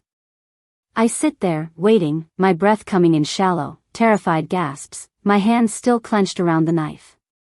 But the silence remains unbroken, as if whatever was up there has retreated. I take a shaky breath, the air thick with dust and fear, and I know that we can't stay here. This place isn't safe. Nowhere is safe, but this house. It feels wrong, like it's hiding something dark and ancient, something that will come for us if we stay too long. I reach out, my hands shaking as I gently nudge Justin awake, and his eyes snap open, his face clouded with confusion and exhaustion. We have to go. I whisper. Something's here. He looks at me, and in that moment, I can see the fear mirrored in his eyes. He nods, not needing any further explanation, and we slip out of the room, moving as quietly as we can, every creak of the floorboard setting my nerves on edge. As we step back onto the road, leaving the house and its darkness behind, I can still hear the whisper, faint and fading, but haunting me with every step. Alex, help us. The road is empty up ahead, long and desolate, winding its way through the thick forest and disappearing into the gray morning light. Every step feels heavier than the last, the previous night's horrors still clinging to me like a second skin. The farmhouse, the voices, the whispering of my name. I can't shake the feeling that something is still watching us, hiding in the dense forest. Justin is quiet, his eyes scanning the forest, every muscle tense. We walk in silence for what feels like hours, the sound of our footsteps the only thing breaking the eerie stillness. I can see the exhaustion in him, feel it radiating off him like a storm cloud. We haven't had real sleep in days, and I know he's at his breaking point. So am I, but there's no way I'm saying that out loud. After a while, I can't take it anymore. I reach into my bag, pulling out the worn scrap of paper I've been clutching like a lifeline for days. The coordinates are scribbled on it in black ink, barely legible now, but I've memorized them. Camp Hope. It sounds almost ridiculous, like something out of an old survival movie, but it's all we've got. The last rumor, the last whisper of something resembling safety. I know it's a risk, maybe even a trap. But out here, we're already as good as dead. Justin. I hold the paper out to him, breaking the silence. He glances at it, then at me, his expression wary. Camp Hope? He mutters, raising an eyebrow. I know it sounds crazy. But it's our best chance, Justin. I can hear the desperation in my own voice, the way it trembles, betraying the fear I'm trying to keep hidden. We can't keep doing this. We need somewhere safe, somewhere we can sleep, just for a night. Somewhere that might actually have other people. He shakes his head, his jaw tightening. Other people? And what if they are bad people? What if they're not what they say they are? His voice is low, bitter, and I can see the flash of pain in his eyes, a memory of the town we'd left behind. I grit my teeth, trying to keep my frustration in check. I know he's right, at least partly. That town had bad people, but surely there had to be good people out there, surviving. But Camp Hope. I want to believe it's different. I need to believe it's different. Justin, we can't let what happened back there keep us from trying again. I say, the words coming out sharper than I intended. We're going to die out here if we don't find somewhere safe, and we both know it. Camp Hope might be our last chance. He looks away, his gaze hardening as he stares down the empty road. And what if it isn't? What if it's a trap, a place full of people who'd rather turn on each other than survive together? His voice is heavy with bitterness, with a weariness that's deeper than physical exhaustion. We don't even know if this place is real. It's just rumors. But I heard it on my dad's CB radio. The words burst out of me before I can stop them. The forest seems to swallow them up, leaving an empty silence that feels almost accusatory. I take a deep breath, trying to steady myself, to keep the fear out of my voice. We're barely surviving as it is. Look at us. We haven't eaten properly in days, we haven't slept, we're jumping at every shadow. If we keep going like this, we won't last another week. He's silent, his eyes downcast, and I can see the struggle in him. He doesn't want to be wrong, but he doesn't want to keep wandering aimlessly, either. He sighs, running a hand through his hair, a gesture that's more defeated than anything. Do you really think this Camp Hope is out there? He asks, his voice quiet, almost vulnerable. I nod, holding his gaze, willing him to see the determination in my eyes. I don't know if it's out there. I don't know if it's real. But if there's even a chance, don't you think it's worth it? To stop running, to find somewhere safe. I pause, searching for the right words. We can't be the only ones left, Justin. There have to be others, people who want to survive, people who won't just turn on each other the way. I stop myself, not wanting to dredge up more of those memories. We have to try. He looks away, his shoulders slumping as he stares down the road, his face a mixture of doubt and resignation. I know what he's thinking, I can almost see the memories tormenting his mind. The town. Those men. But he's tired. I can see it in the way he slouches, as if the burden of everything we've been through is trying to pin him down. The way he looks at me, almost pleading, as though he's hoping I'll give him another option. But I don't have one. All I have are those coordinates, the rumors, the hope of something better. Fine. He says at last, the word almost a sigh. We'll go to Camp Hope. But if there's anything, and I mean anything, off about it, we leave. No hesitation, no second guessing. I nod, relief flooding through me, though there's still a knot of worry twisting in my stomach. I know it's a risk, maybe even a reckless one. But anything has to be better than this, than wandering through the woods, jumping at shadows, listening for the dead in every whisper of the wind.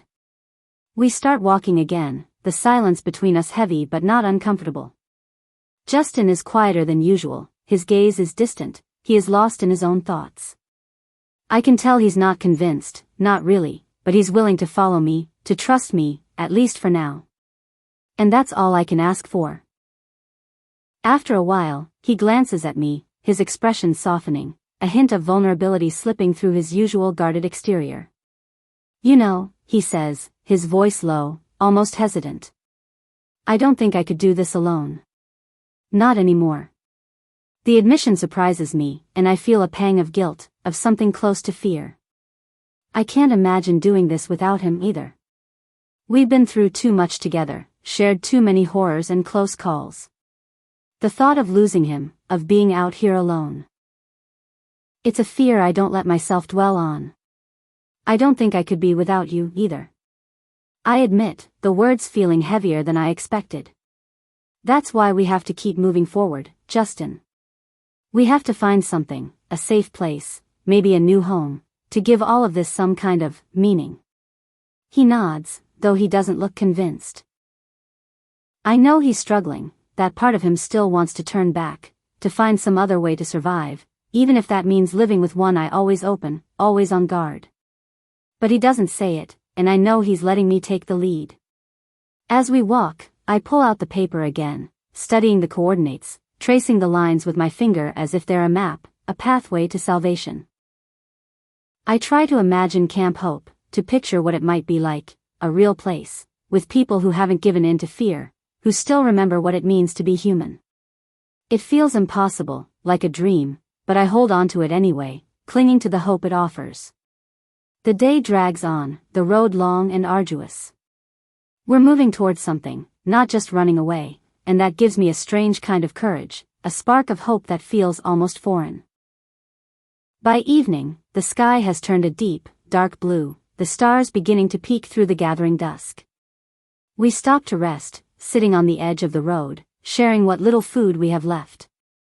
It's not much, a few scraps, barely enough to sustain us, but somehow it feels like a feast. We're heading somewhere, at last, and that makes all the difference.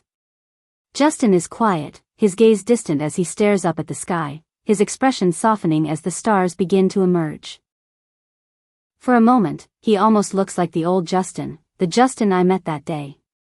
The sight tugs at something deep inside me, a mixture of nostalgia and sorrow, a longing for the days when things were simpler, when survival wasn't a constant, grinding battle. Back when we still thought that the army, the government would end this mess, stop this disease. I reach over, touching his shoulder, and he turns to look at me, his eyes filled with a mixture of exhaustion and something else, something close to gratitude. We'll get there, Justin, I say, the words more a promise to myself than to him. We'll find Camp Hope and it'll be worth it. He nods, though his expression is still shadowed with doubt. But he doesn't argue, he doesn't voice his fears. The fears that are lurking in the back of his mind. Instead, he simply reaches over, his hand finding mine, his fingers warm against the chill of the night. We sit like that, in silence, the darkness settling around us like a cloak. And for the first time in a long time, I feel something close to peace, a fragile thread of hope weaving its way through the night. Tomorrow, we'll keep walking. Tomorrow, we'll keep moving forward. And maybe, we will find what we're looking for. Exhaustion dragged at me, each step felt like I was trudging through mud, as if the weight of every sleepless night, every narrow escape, was pressing down on my shoulders all at once. Beside me, Justin was just as worn out, his shoulders slumped and his eyes half-lidded, but he kept moving. We both did. There was no other choice. We walked in silence, every crunch of gravel beneath our boots amplified in the quiet night, keeping my nerves on edge. Each sound felt like it could carry for miles, like it could echo through the emptiness and attract every monster in the vicinity. Even though we hadn't seen anything for hours, that didn't mean nothing was out there. The night deepened, cold seeping into my bones. It was the kind of cold that stole the last of your strength, that gnawed at your resolve and made you feel like lying down, giving up. I could see Justin's breath misting in the air as he walked, his gaze unfocused, his movement sluggish. We needed to rest, even if it was just for a few hours. If we kept going like this, we'd collapse. Just when I thought I couldn't take another step, something loomed up ahead in the middle of the road, a massive, hulking shape that seemed almost surreal in the darkness. As we got closer, the outline sharpened, revolving into the familiar, towering form of an 18-wheeler, stranded, like some silent, abandoned beast. Is that a truck? Justin squinted, then nodded. Looks like it. We approached it cautiously, the eerie stillness unsettling. It was strange enough to see a truck out here, but as we moved closer, I saw that the driver's door was open, swinging slightly in the wind. The cab was smeared with dark stains, dried and flaking in some places, smeared fresh in others. My stomach twisted as I recognized it for what it was. Blood. I glanced over at Justin, his face pale in the moonlight. There was a struggle. He muttered, stating the obvious. Whoever was driving didn't get far. He checked inside the cab, rooting around briefly, then shook his head. No keys. I looked up at the massive trailer attached to the cab, an idea taking root. What if we climbed up there? I suggested. We could sleep on top of it. Justin looked at me, confused for a moment. Then he glanced up at the trailer, understanding dawning in his eyes. It's not going to be comfortable. He muttered, rubbing his arms as if already feeling the cold. It's better than sleeping in the open. The shroud of exhaustion made my voice sound harder than I intended. It will be safer than clinging to a tree, or out here on the ground. Nothing will be able to reach us up there. After a moment's hesitation, he nodded. All right. Let's check it out.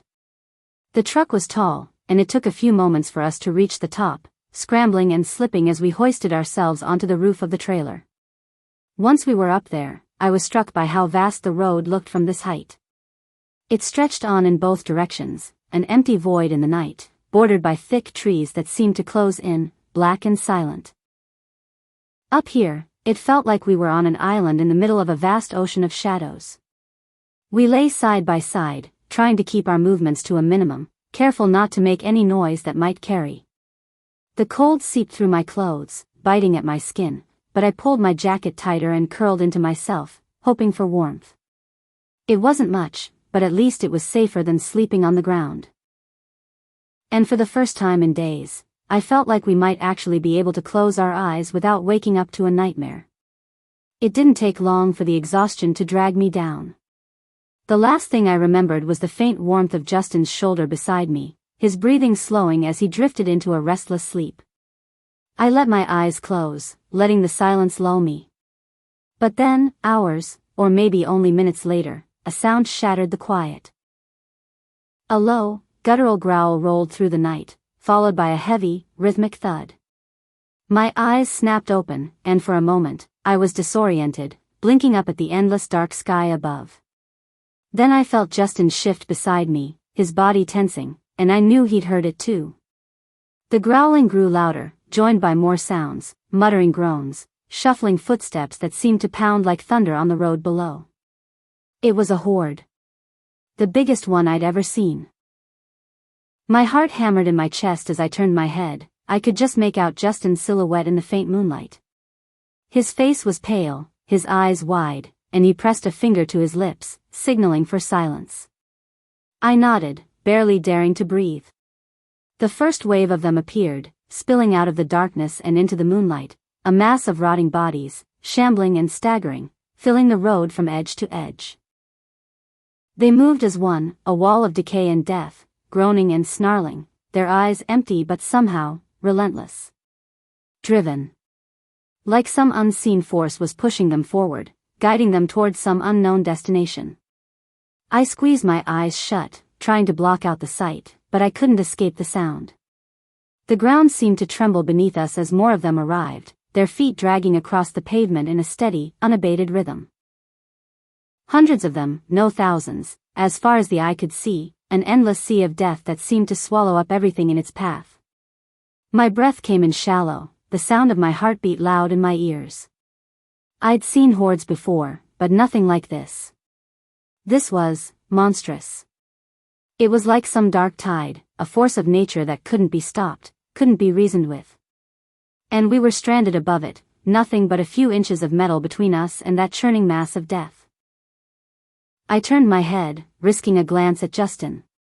He looked worried, as his eyes fixed on the horde below, every muscle in his body tense, like he was trying to keep himself from trembling.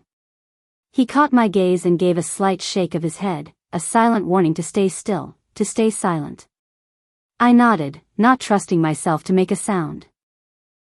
The horde moved beneath us, spreading out across the road, their groans blending together into a nightmarish chorus that seemed to vibrate through the air, seeping into my bones. I could feel the fear creeping up my spine, cold and terrifying. My whole body was tense, every instinct screaming at me to get away from this place, but there was nowhere to go. All we could do was lie there, motionless and silent, and pray that they didn't notice us. The minutes dragged by, each one feeling like an eternity. My muscles ached, my body stiff from holding perfectly still, but I didn't dare move. The slightest noise could draw their attention, could bring the entire horde crashing down on us. And as much as I tried to focus on staying silent, I couldn't shake the feeling that any second, one of them would look up, would catch sight of us, and that would be the end. The horde seemed endless, a river of decay and death that kept pouring down the road, their bodies crowding together, stumbling over one another as they moved. The stench rose up in waves, the air was stagnant, mingling with the cold night air, and I had to fight the urge to gag. I felt trapped, surrounded, like we were stranded on a tiny raft in the middle of a storm. Hours passed, at least, it felt like hours. The relentless march of the horde continued, their footsteps pounding like drums, their groans a twisted, haunted melody, filling the darkness with a sense of dread that was almost tangible. I kept my eyes on the sky, focusing on the faint glimmer of stars, trying to block out the horror below, trying to hold on to something, anything, that wasn't the endless nightmare passing beneath us. After what felt like an eternity, the sounds began to fade. The thunderous footsteps grew softer, the groans fading into the distance as the horde moved on, disappearing down the road and back into the shadows. I didn't dare move at first, didn't even breathe, waiting, listening, until I was sure they were gone. Only then did I turn to Justin, meeting his exhausted gaze. He looked as drained as I felt, his face pale and drawn, his eyes haunted. We'd survived, but the fear still lingered, a shadow that wouldn't leave us. Without a word, we both lay back down, our bodies heavy with exhaustion. The cold bit into me, but I was too tired to care. We'd survived another night. For now, that was all that mattered. Sleep finally claimed me. We were still alive. Still moving forward. As long as we kept going, there was a chance, no matter how slim, that we'd find something better. I jolted awake, the icy cold of the morning biting through my clothes. Instinctively, I reached out for Justin, expecting him to be lying next to me on the steel roof of the trailer. But the space beside me was empty. The world around me felt silent, too silent, an endless void of nothingness. My mind went blank with panic. Where was he? My eyes darted around the edges of the truck, my breath coming out in quick, shallow bursts. I strained my ears, desperate for any hint of his footsteps or his voice, but all I heard was the faint rustling of leaves and the distant, unsettling calls of birds. Justin. I whispered, my voice catching in my throat. God, please don't let me be alone again. I was scared, really scared. Where was he? I swallowed hard, pushing the fear back as best as I could. I called out his name in desperation. Justin. Nothing. I scrambled to my feet, nearly slipping on the dewy metal, and peered over the side of the truck, scanning the ground below. The road was empty. No movement, no sign of him. My mind jumped to the worst-case scenarios. He'd gone off and gotten himself caught by the horde, or worse, he'd been taken by something else lurking in the woods. I was angry at him, furious even, for taking such a risk. We were in this together, he should know better than to wander off alone.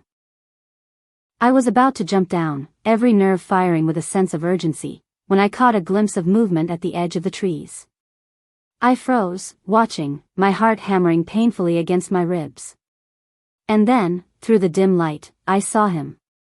Justin was coming out of the woods, his figure dark against the pale dawn, walking with his hands cupped in front of him. As he drew closer, I saw that he'd pulled up the bottom of his shirt, holding it like a makeshift bowl, his steps slow and careful to avoid spilling whatever he was carrying.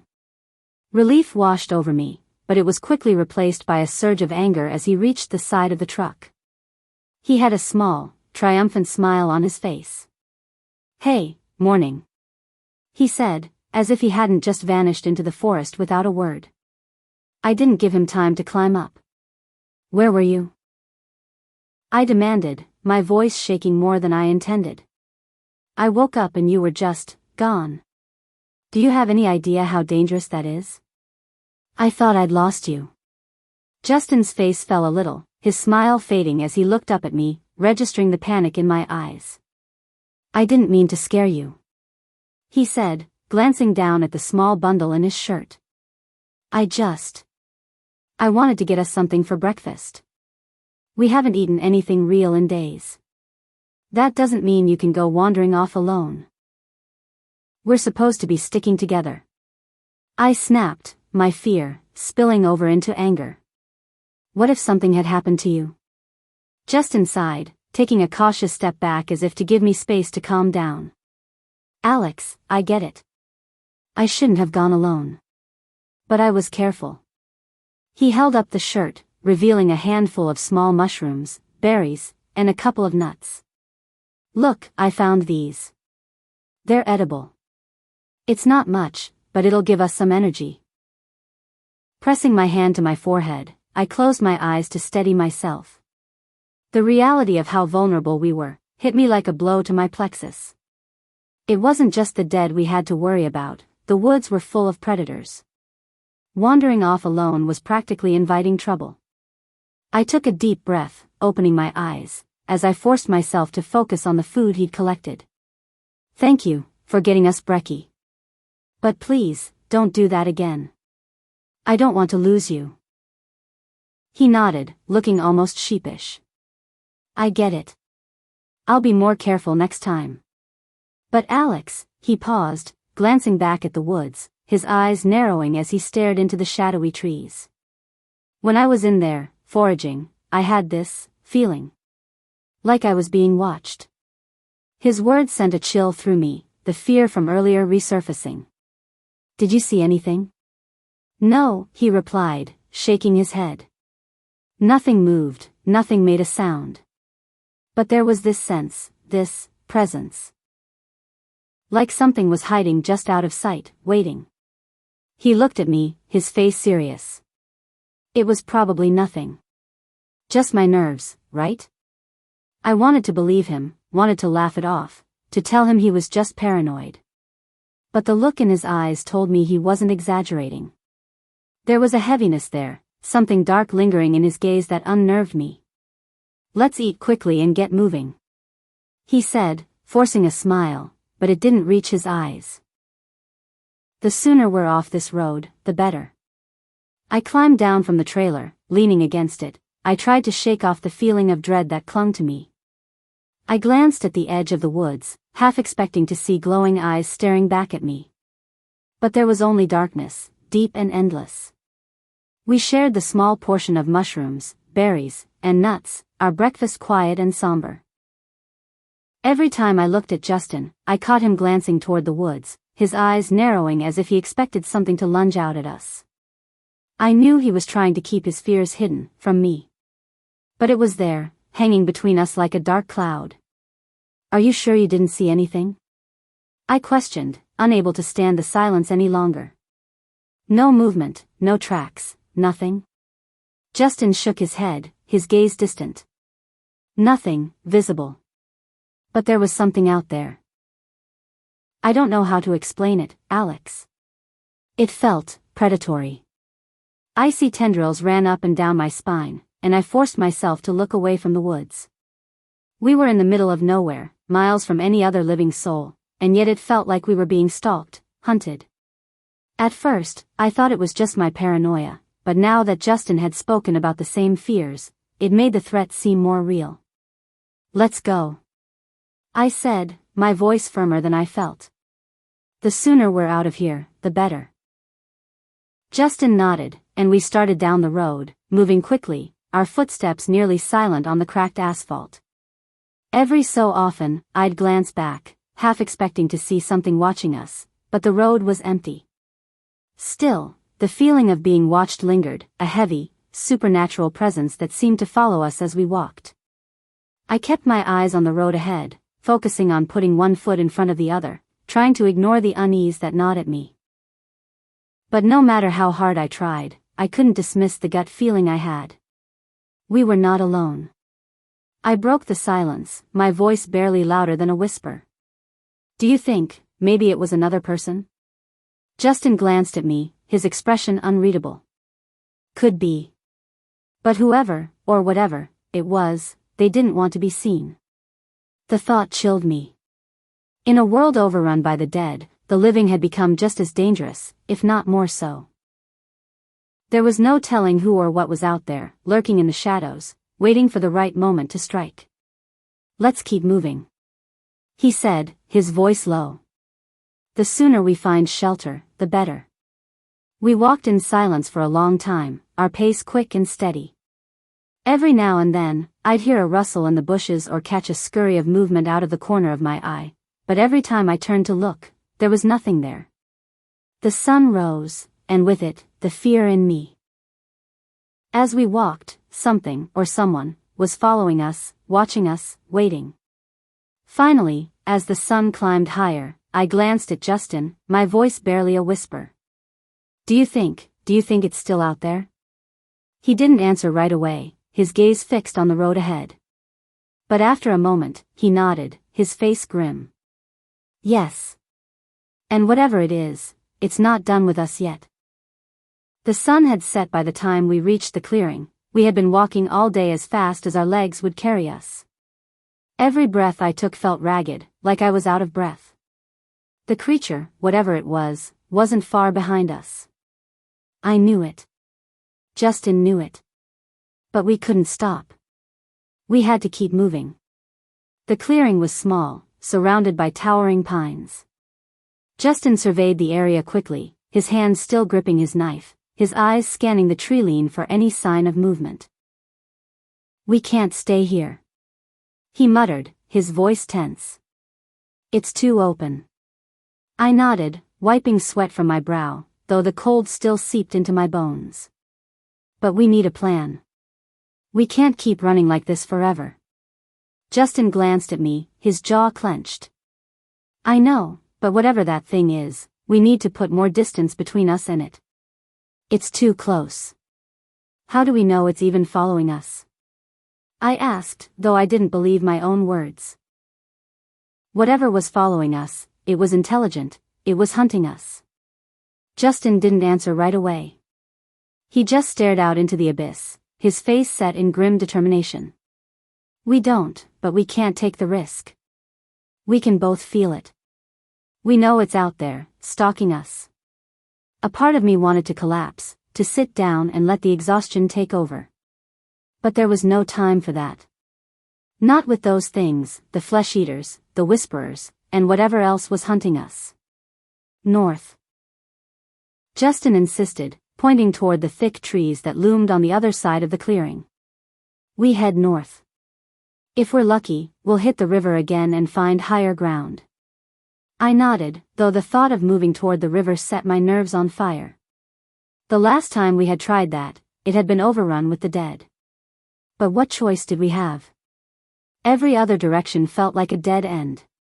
We moved quickly through the clearing, our footsteps barely making a sound against the damp earth. The woods felt alive. Even the whispers had gone quiet now, but I could still feel a presence. It was out there, somewhere in the darkness. It wasn't long before the clearing gave way to the dense forest once more, the towering trees wrapping around us like a cage. The moonlight filtered through the canopy.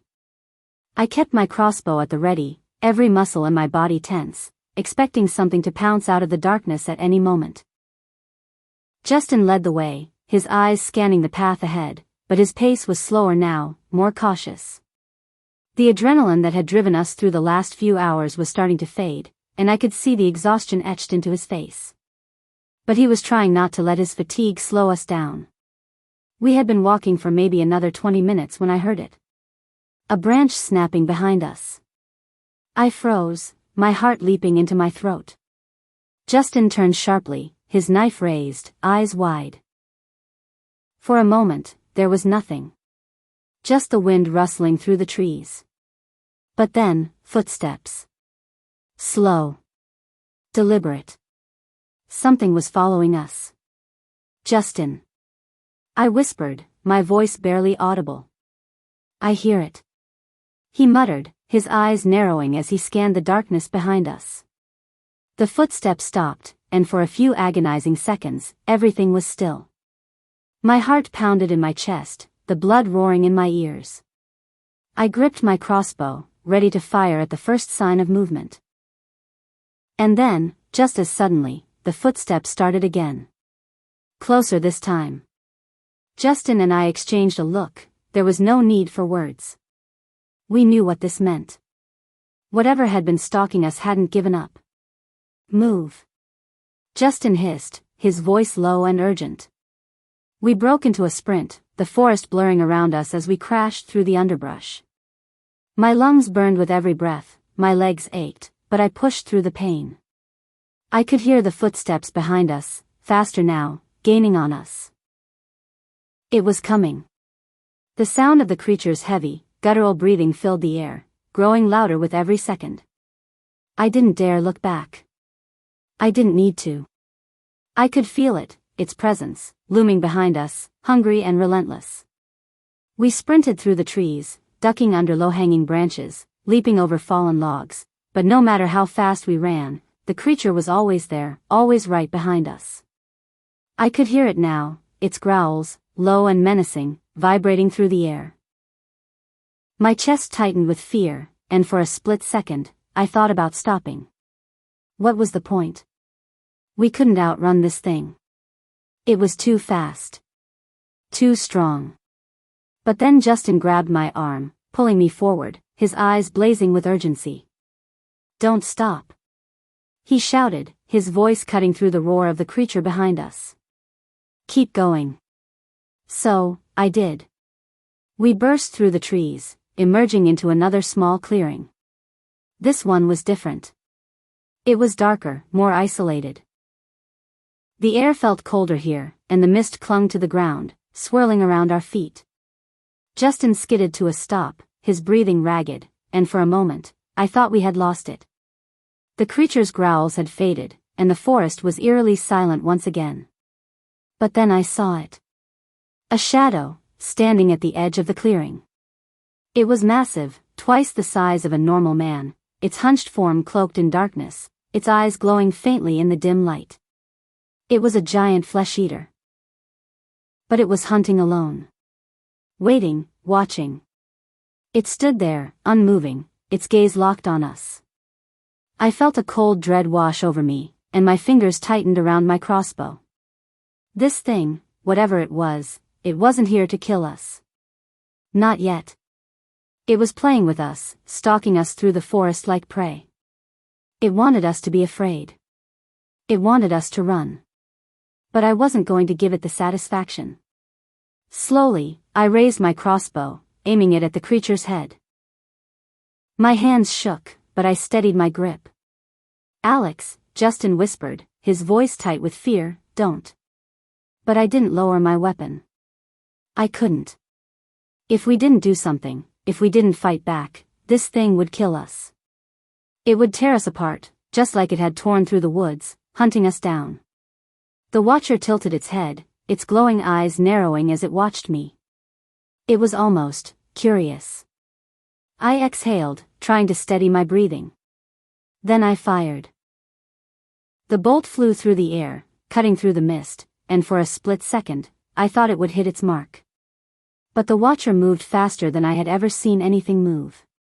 It dodged the bolt with inhuman speed, disappearing into the shadows, its growl echoing through the trees. "Run!"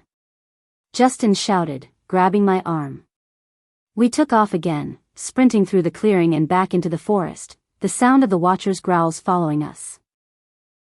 It was toying with us now, letting us run, knowing that it could catch us whenever it wanted. The ground beneath my feet was uneven, roots and rocks threatening to trip me with every step, but I didn't slow down. The watcher was closing in, its footsteps growing louder, its growls vibrating through the air. But then, just as we reached the edge of the clearing, Justin stumbled. He hit the ground hard, his knife slipping from his hand as he fell. "Justin!" I screamed, skidding to a stop. I rushed back to him, a stitch forming in my side. I pulled him to his feet. He winced in pain, clutching his ankle, but there was no time to assess the damage. The watcher was coming. I grabbed his arm, pulling him along, whilst trying to ignore the searing pain in my own legs. The forest was dark and endless, but it was our only chance. We had to keep moving because if we stopped now, the watcher would tear us apart. The air felt heavy, thick with impending doom. The watcher was still out there, lurking, biding its time. Every rustle of leaves, every snapped twig was a constant reminder of what we were running from. We were being hunted, and it was only a matter of time before it caught up with us. "Alex, we need to keep moving," Justin urged, his voice taut with tension. I glanced back, my heart racing, but saw nothing. Just trees. The feeling of being watched, though, was undeniable. I could feel it. "I know, I'm trying," I replied, my voice barely above a whisper. "If we don't pick up the pace, it will." He stopped short, his breath hitching as if he'd just realized the gravity of our situation. "It'll find us, Alex. It's not a normal flesh-eater. It's something else. I've never seen them hunt on their own. Or play with their food, not like this." The fear in his eyes mirrored my own. The watcher had been trailing us since we left the trailer, its presence looming like a dark cloud. Toying with us. We had no idea what it was, just that it was powerful, strong and fast. My heart ached as I imagined it closing in on us, inching closer with each heartbeat, hungry for our fear. Hungry for our flesh. We can't let it get to us, I insisted, whilst putting on a brave face. But I was terrified. My instincts screamed at me to flee, but I couldn't abandon Justin. He was injured, he needed me. Alex, listen to me. Justin barked, grabbing my shoulders with a fierce intensity. You need to go. You need to get as far away from here as you can. I'm just slowing you down. If we keep going together, we'll both end up dead, or worse. One of them. No. I said, shaking my head vehemently. I won't leave you. We'll find a way out of this together. We always do. Not this time. His voice trembled, and I could see the resolve fading from his eyes. You don't understand. It's too fast. It's too smart. I can feel it watching me, waiting for the right moment to pounce. You're the only thing keeping it from striking. If I'm with you, it'll just keep following us until it gets what it wants. I felt tears stinging my eyes as his words sunk in. The thought of losing him was like a dagger twisting in my heart. Justin, please, don't say that. I need you. I can't leave you. I won't. His expression softened for a moment, and I saw the flicker of hope in his eyes. You have to, Alex. It's the only way. You're stronger than I am. You'll survive. I know you will. I wanted to scream at him, to shake him until he understood how wrong he was.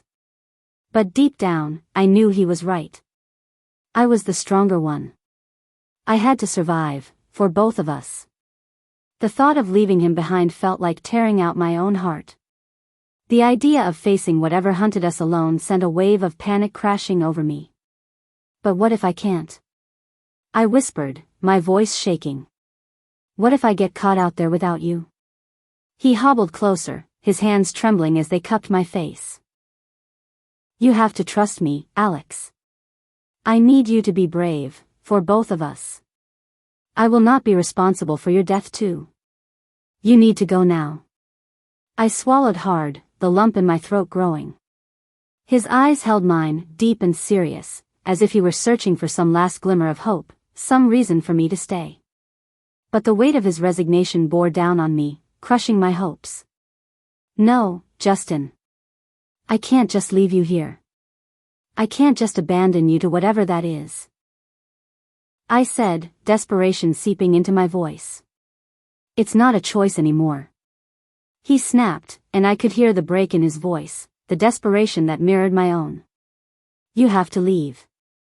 Now. Please. Before it's too late. I could see it then, the raw fear etched into his features. It was a fear that transcended our situation. It was the fear of losing each other, of being torn apart by forces beyond our control.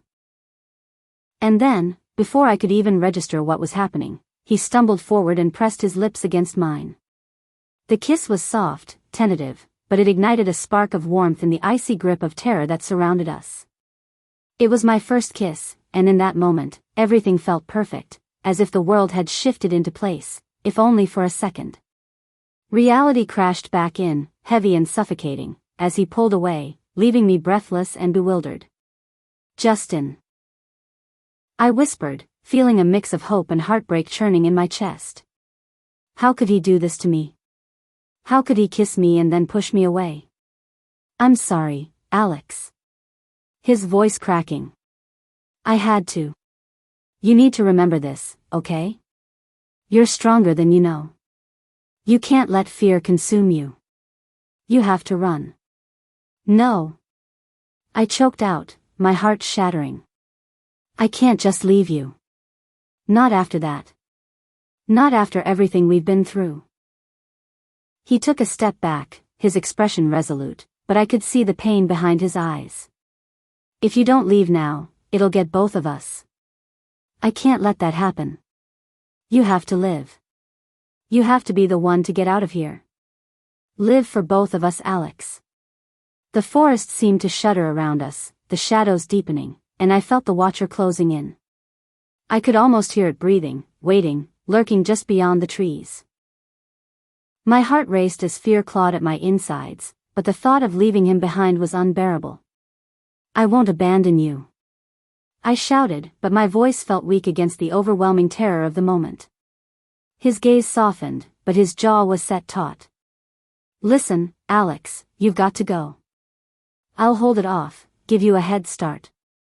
You can get away if I stay here. This is the only way." I could feel the weight of his decision in the air between us, crushing me, filling my chest with a raw, helpless anger. My fists clenched, and I choked down the fear rising in my throat. He was sacrificing himself, for me. And there was nothing I could do to stop him.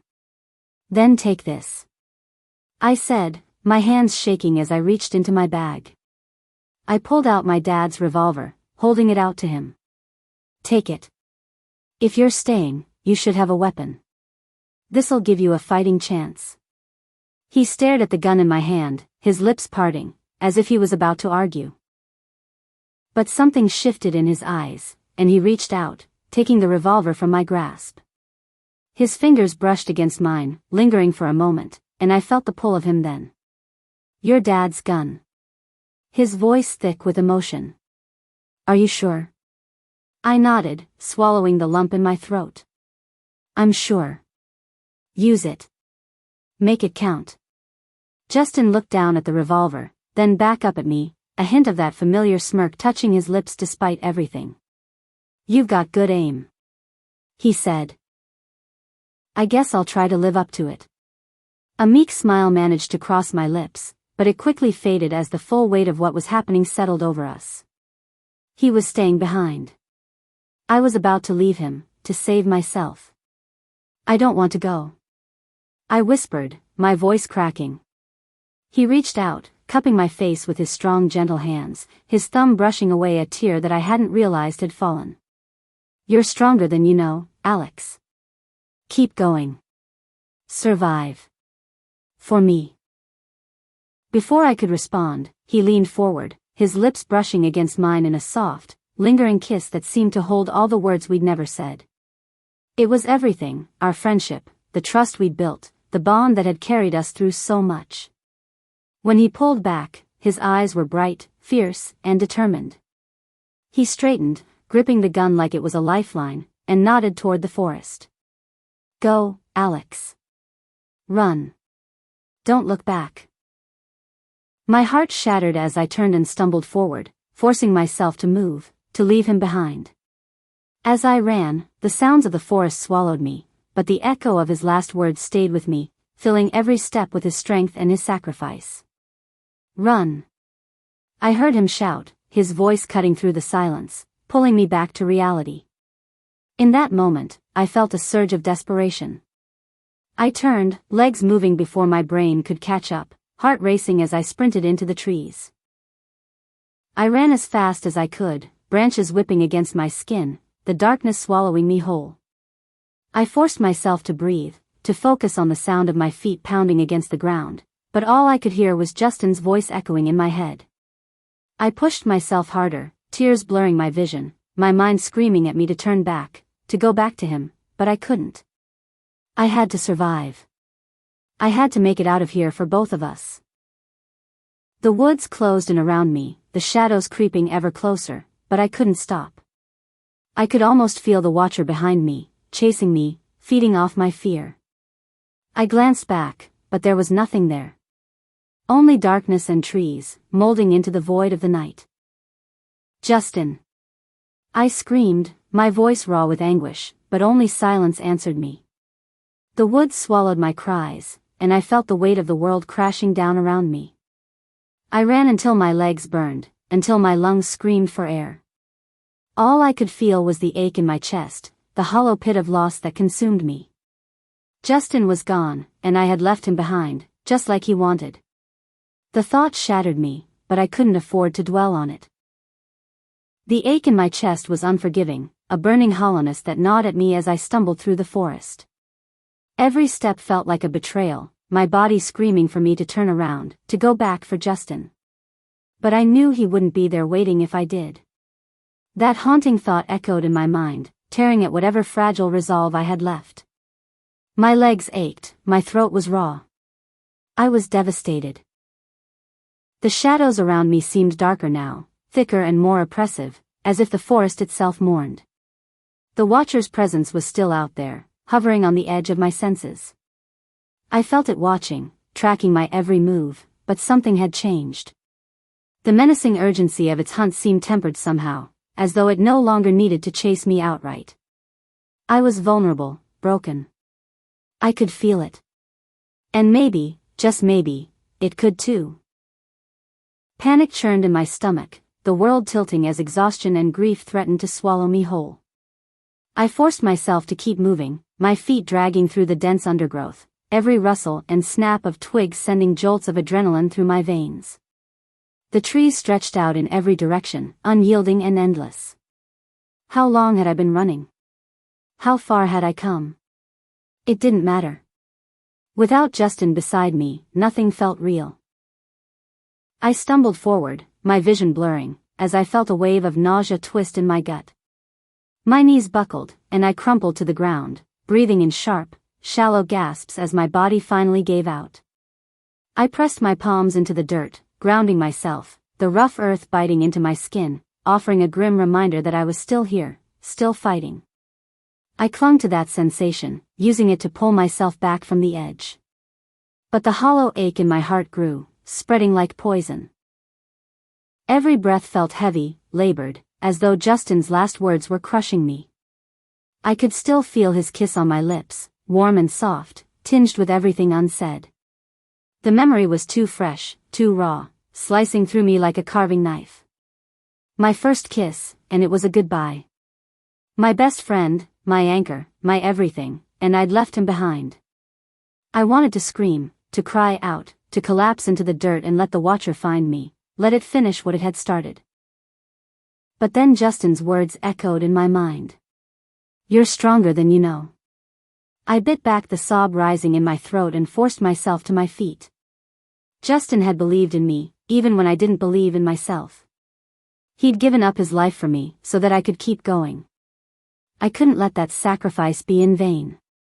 Not after everything he'd done to keep me safe. The forest grew eerily silent as I resumed my desperate trek, my senses sharpened by exhaustion and grief. My mind began to play tricks on me, dark shapes flickered just out of sight, whispers rustled through the trees, and my heart pounded in my ears. I felt exposed, vulnerable, and every nerve in my body was screaming at me, informing me that I was still being hunted. I pressed forward, trying to keep my footsteps light and my breathing quiet, forcing myself to focus on survival. But in every gust of wind, in every creak of the branches, I thought I heard him. Justin's voice, calling out to me, distant and faint, like an echo lost in the darkness. My heart clenched, but I pushed the thought aside. I couldn't afford to be distracted. The sound of gunfire split the silence behind me, echoing through the trees like a thunderclap, and I froze, my mind raced with possible outcomes. I wanted to turn around, to race back toward him, to find out what had happened, but my legs wouldn't move. I stood there, gripping the bark of a tree, wanting to empty my stomach's contents, listening to the deafening silence that followed. Each shot seemed to crack open my chest, my mind spinning as I fought back the urge to scream. What was happening? Had he managed to hit it? Had he slowed it down, wounded it enough to buy me time, to somehow save himself? Or... I swallowed hard, my throat raw. Or had he turned the gun on himself? The thought sliced through my equilibrium, making me doubt my own actions. Justin, my best friend, the one who'd stayed by my side through everything, who'd smiled even when he was broken, who'd kept us both alive this long, could he have? No. I shook my head, as if I could physically shake the thought away. He wouldn't do that. Justin was a fighter, and I knew he'd face whatever was coming head-on.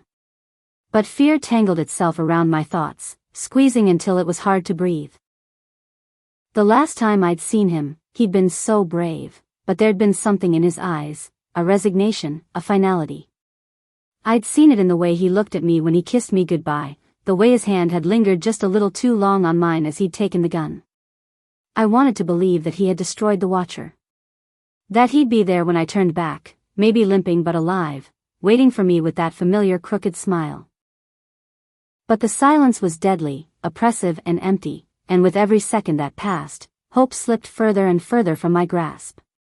I took a few steps forward, my eyes fixed on the ground, focusing on each step to stop my mind from spiraling. The trees were dense, the leaves thick and tangled, blocking out the sunlight. Every shadow felt darker now, every movement around me like a warning. But still, I strained to hear something, anything, that would tell me he was okay. If he had managed to hurt it, even slow it down, then maybe I'd have a chance. Maybe I could double back, find him, get us both out of there alive. But I knew that was a lie, a fragile story I told myself to keep going. The Watcher wasn't ever going to stop, and Justin knew that. He'd stay behind for me, so I'd have a chance, so I could live. I blinked back tears, steeling myself. Maybe he'd done it, maybe those gunshots meant he'd taken the thing down, or at least wounded it enough to give himself a fighting chance. But if that last shot was his way out. I bit down on my lip, forcing myself to focus. I couldn't let myself fall apart. He'd given me the only thing he could, time. And I couldn't waste it.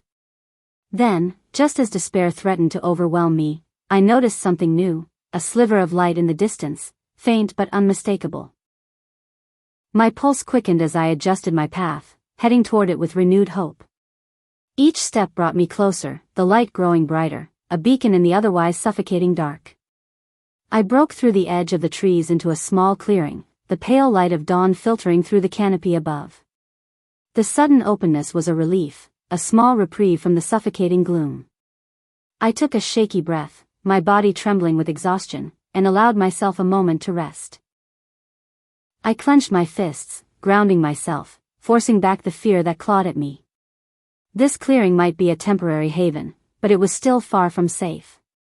My hand brushed against something cold and hard, a small, broken shard of glass hidden among the leaves. I picked it up, inspecting the sharp edge, and realized it could serve as a weapon, however crude. I slipped it into my pocket, the weight a small comfort, and took a deep breath, steadying myself. In the faint light, I finally allowed myself to think about what lay ahead. There was no map, no clear path to safety. But Justin's memory drove me forward, his voice echoing in my mind, guiding me, strengthening me. I would keep going, for him. And somehow, someway, I would survive. But as I stepped back into the trees, the Watcher's presence seemed to close in, an oppressive force lurking just beyond the shadows.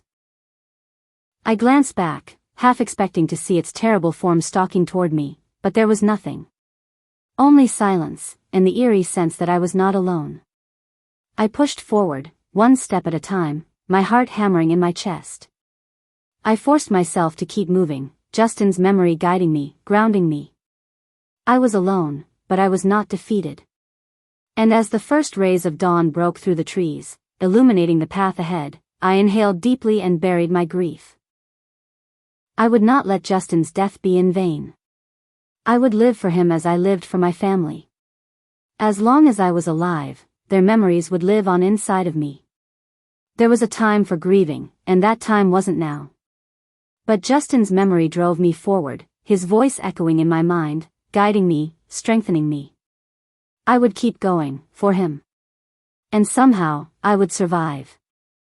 The night felt colder than usual, or maybe it was just me. Grief had a strange way of numbing me to everything yet sharpening every painful edge. I wrapped my arms tighter around myself, rubbing my arms through the thin fabric of my jacket. It had been Justin's jacket once. I used to steal it from him when we were running from the monsters, throwing it over my shoulders and running off, laughing at his half-hearted attempts to chase me down and grab it back. Now, it was all I had left of him. The fabric was worn and fraying at the cuffs, but I couldn't let it go. I wouldn't. Each step I took felt like a betrayal, like walking farther and farther away from him and everything I had ever known. The stars above felt dimmer, the world colder, like even they had forgotten how to burn bright without him here. I had tried to push through the pain, tried to walk without feeling like I was being pulled under by an invisible weight. But every time I closed my eyes, I saw Justin's face, his eyes full of the same fire he'd always had, even when everything else in our world had collapsed. He had held on until the end, fighting with every last breath. "You have to keep going, Alex." He had made me promise, his voice soft but unyielding, even as the hope faded from his eyes. "You're stronger than you think. Promise me you'll survive. Promise you'll keep going, for me." I hadn't known what to say then. I'd been too choked by grief, too desperate to believe that if I held on tight enough, I could somehow keep him there with me. But he had slipped away, like sand through my fingers, leaving me here alone. I didn't even get to say goodbye. Now, all I could do was keep moving, one step at a time. It didn't feel right, being without him. But his voice lingered in my mind, pushing me forward, like he was still beside me, walking with me through the darkness. The road unfurled ahead, lined with trees that bent under the blanket of the night, casting shadows that seemed to twist and breathe. They appeared to move closer each time I looked away. I shoved my hands deeper into my pockets, feeling the rough edges of Justin's jacket press into my skin. My fingers brushed against the frayed lining, finding comfort in the familiar touch, but a shiver ran through my core. It was probably just my imagination. The darkness had a way of playing tricks on me, especially now, when my mind was exhausted from everything that had happened. I tried to not let it get to me, focusing on the sound of my footsteps on the gravel. The steady crunch felt grounding, a reminder that I was still here, still breathing, still living.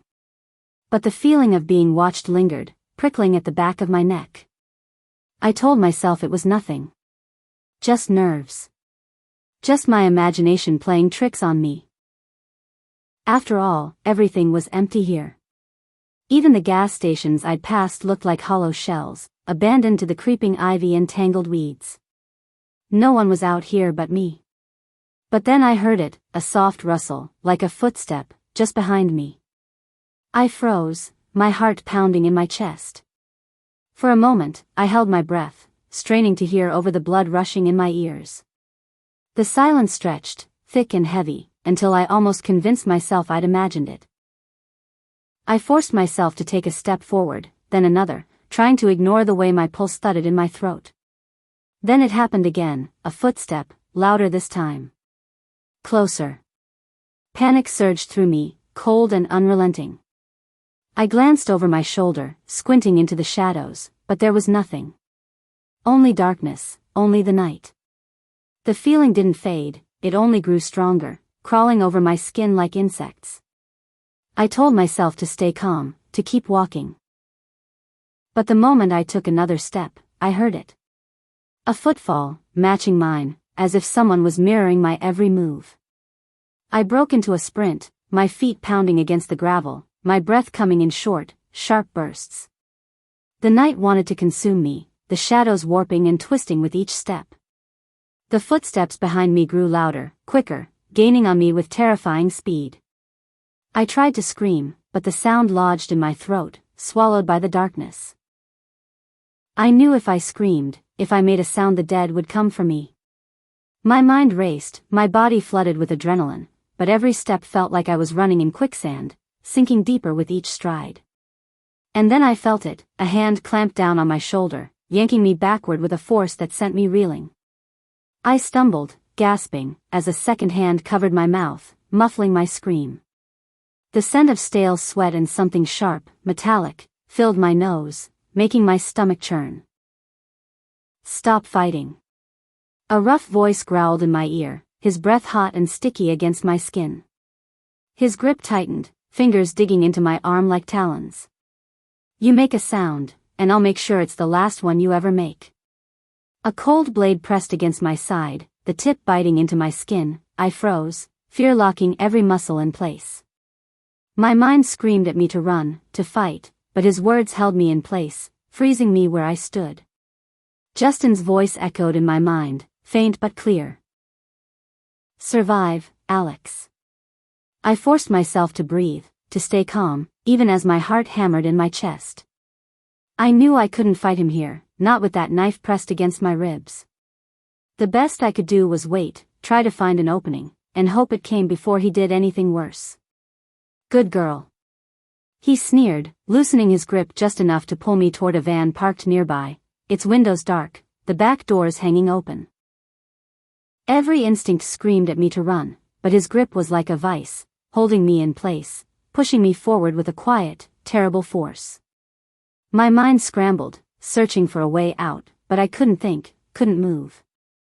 He was terrifying. I was trapped in a nightmare I couldn't escape. I felt myself go numb, my senses dulling, as if my body was already shutting down, preparing for whatever came next. He shoved me into the van, the cold metal biting into my skin as I hit the floor. The doors slammed shut behind me. I heard the lock click, sealing me in, like a tomb. Darkness enveloped me, as I struggled to breathe. I curled up, trying to make myself as small as possible. My thoughts raced. I was desperate, searching for a way out, but every idea slipped through my fingers, fading into the darkness. I was trapped, completely at his mercy, with no one to help me. Everyone I had ever known was dead. The van rattled to life, and I felt it lurch forward, the motion sending a fresh wave of nausea through me. I bit down on my lip, fighting the urge to scream, to cry. I knew it wouldn't help. It would only make things worse. As the van bumped and rattled over rough ground, I tried to remember Justin's words, his voice a faint thread of strength amid the terror that clawed at my chest. You're stronger than you think. Promise me you'll survive. I clung to those words, holding them tight like a lifeline. In the silence, my mind drifted, my thoughts flickering through memories of him. I remembered the way he used to grin at me, a mischievous sparkle in his eye. I remembered the way he'd pull me up when I fell, brushing dirt off my scraped knees and telling me to keep going, to keep fighting. I remembered his face in those last moments, the determination in his eyes, even as he sacrificed himself, for me. Survive. Promise me, Alex. I felt a tear slip down my cheek, cold against my skin. But I didn't let it break me. I wouldn't. I couldn't let Justin down. I had made him a promise. I didn't know where I was going, or what this man planned to do to me. But as the van rattled on, carrying me deeper into the unknown, I made myself a promise. To survive. For Justin.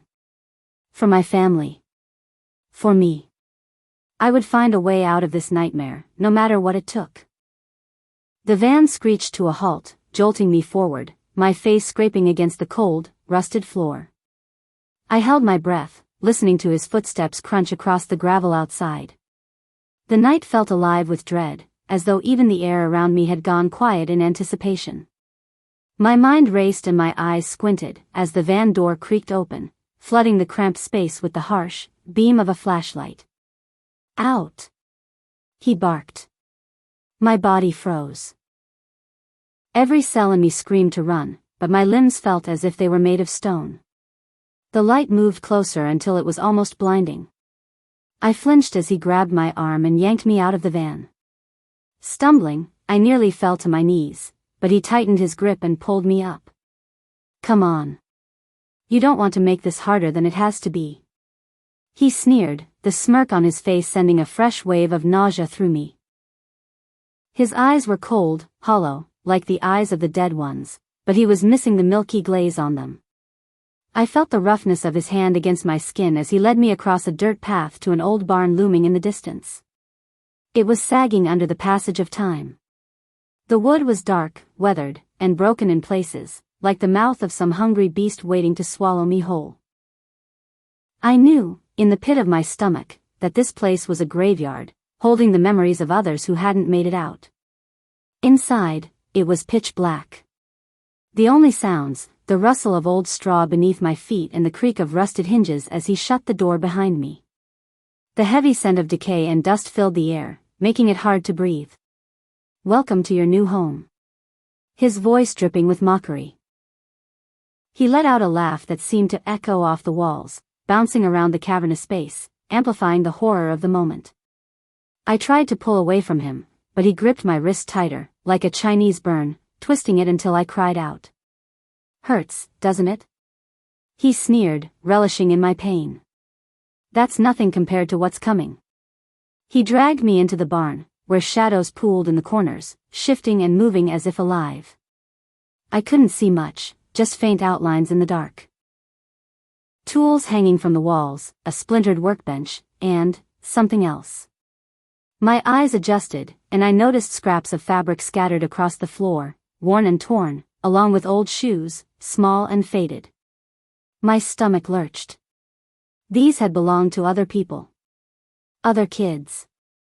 In the middle of the barn something was hanging by the bloodied metal workbench. I couldn't see it clearly, but I could taste the metallic air. It looked like a carcass. I was standing in the remnants of their terror, surrounded by their final moments. I had to stifle a scream as he threw me to the floor, my knees scraping against the dirt and straw. He pulled out a length of rope, tying my wrists to a post with a practiced efficiency that made my blood run cold. He'd done this before. I tried to stay calm, but the panic was overwhelming, crashing over me in waves. I looked around in desperation, searching for any way out, but the walls were solid, reinforced with metal plates in places. The windows were high, small, and grimy, barely letting in any light. Even if I could somehow free myself, I wouldn't get far. He crouched in front of me, grinning as he watched the fear settle in. "Do you know what they all said? Every last one of them?" His voice was low, each word dripping with sick satisfaction. "They all begged. Said they'd do anything if I just let them go. They thought I'd let them walk out of here. Isn't that funny?" I clenched my fists, my nails digging into my palms, willing myself not to cry. I wouldn't give him the satisfaction. I wouldn't let him see how scared I was. Justin's words echoed in my mind. "You're stronger than you think." How was I supposed to be strong here, trapped with this monster? But this man wasn't just a monster, he was the worst of what humanity had to offer. He was a cannibal. He reached out, brushing a piece of hair from my face, his touch leaving a cold, sickening trace on my skin. I shuddered, my body betraying me as fear twisted in my stomach. "I like them young," he snarled. "The meat's more tender. Old meat is so tough and chewy, older people hurt my dentures." I wanted to scream, to tear his eyes out, to claw my way out of this place. But all I could do was sit there, the ropes cutting into my wrists, my heart racing so fast I thought it might burst. Every ounce of my being screamed at me to get out, to fight, but I was helpless, bound and cornered in a place where no one would hear me. He stood up, moving to a nearby table that was cluttered. Metal clinked, and I caught a glimpse of something sharp, glinting in the pale light filtering through a crack in the wall. He let out a slow, satisfied sigh, picking up a blade and running his finger along the edge, as though savoring the moment. "You're different," he murmured, more to himself than to me. "I can see it in your eyes. You think you'll make it out of here, don't you?" I swallowed hard, forcing myself to meet his gaze. I could feel the tears welling up, but I blinked them away. I would survive this. I had to. He tilted his head, a curious expression spreading across his face. "You're stubborn. I'll give you that." He took a step closer, the blade in his hand catching the faint light. "But stubborn only gets you so far, little girl." He circled me, like a predator sizing up its prey, his gaze heavy and unrelenting. I could feel his eyes boring into me, drinking in my fear, every slight tremble. He thrived on it. It gave him power. "Think, Alex," I told myself, panic building with each passing second. "You have to find a way out." My mind raced, searching for anything I could use, anything that might give me a chance. I looked around, my eyes landing on a loose nail jutting out from one of the beams nearby. It wasn't much, but it was something. I shifted, twisting my wrists subtly, feeling the rope scrape against my skin as I inched closer to the nail.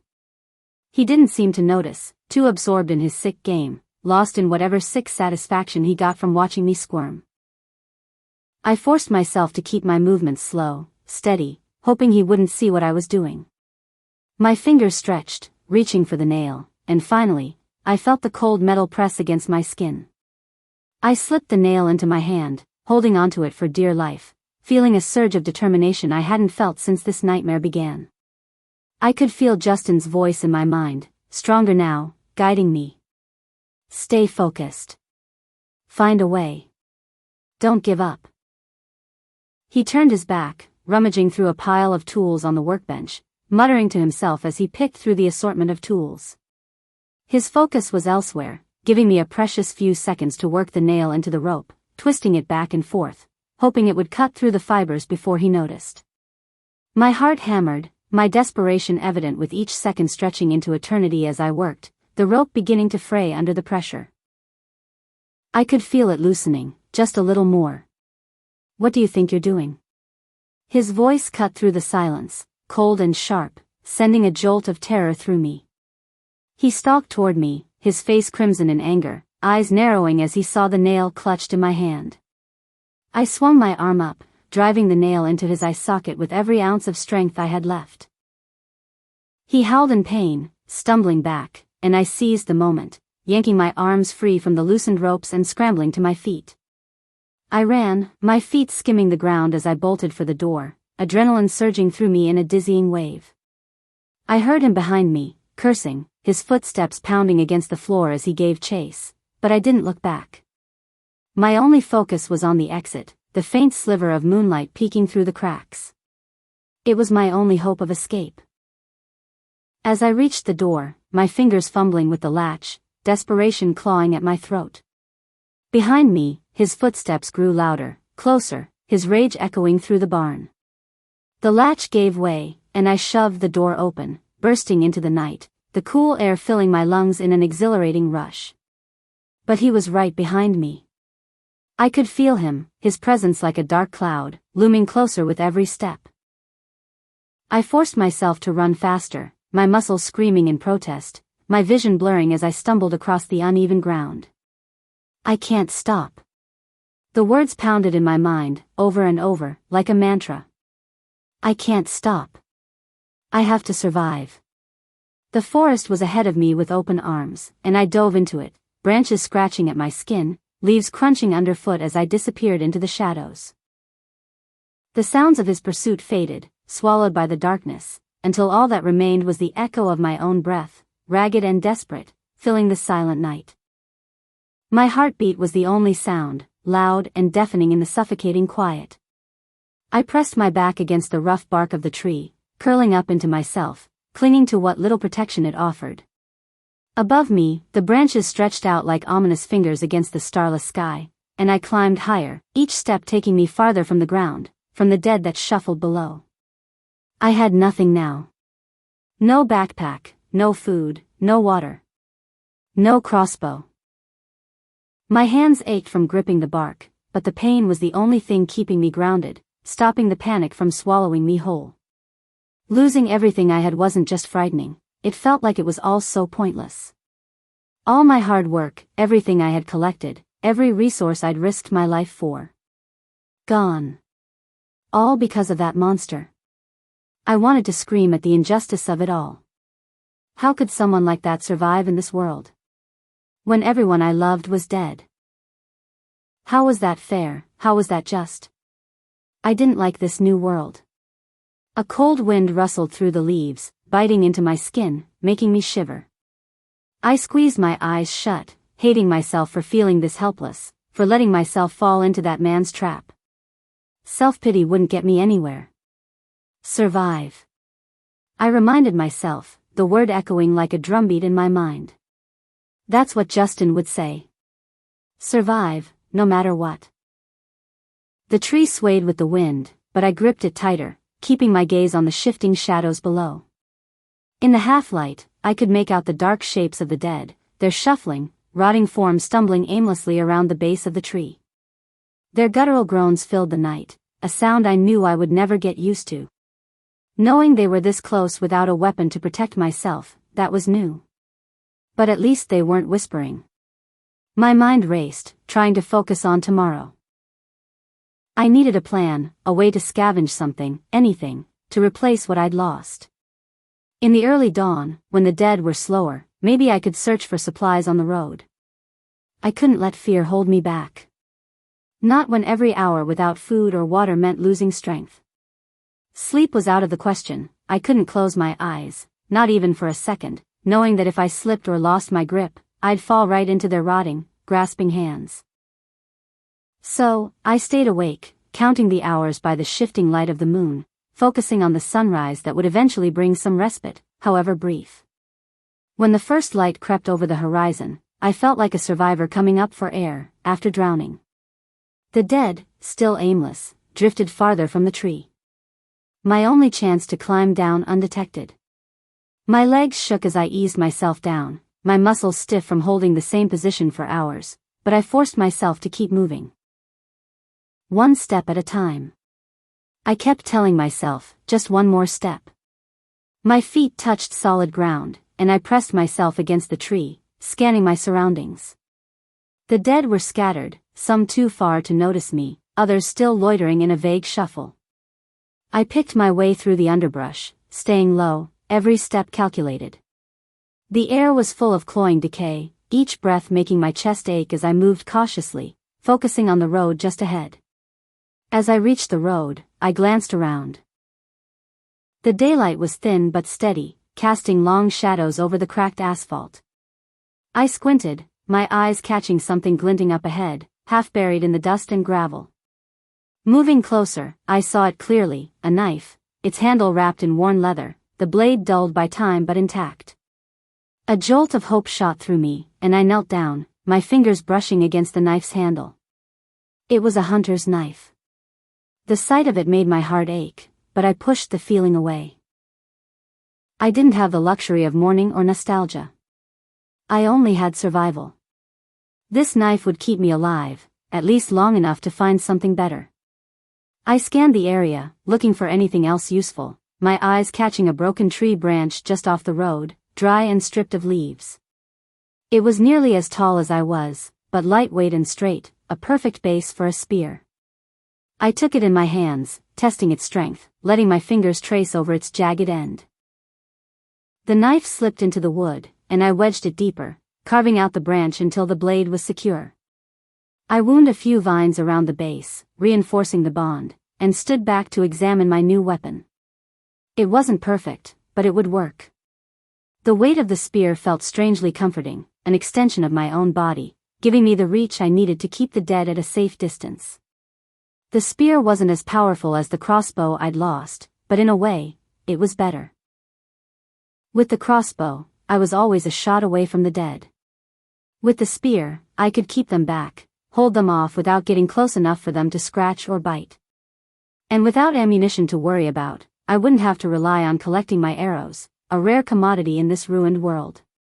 I looked around, testing the spear against the air, my stance shifting as I imagined the motions, the strikes I'd need to practice. I'd have to be quicker, more precise. The dead weren't known for patience or mercy. I wasn't either, not anymore. If I was going to survive, I'd need every advantage.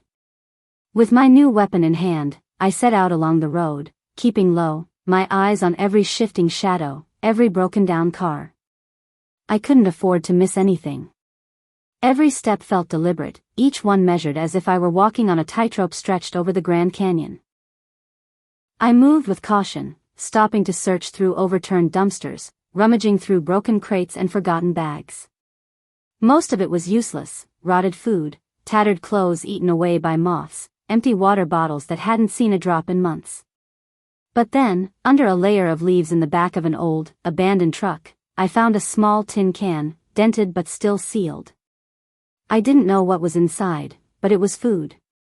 I tucked it away, for later. It wasn't much, but it was a start. As I moved further, I found a few more odds and ends, an old, half-full water bottle, a few scraps of cloth, a metal tin I could use to boil water if I could get a fire going. Each find felt like a victory, a small lifeline that gave me the strength to keep living. Hours passed, the sun climbing higher. My muscles ached, my feet were sore from trekking through rough ground and broken pavement.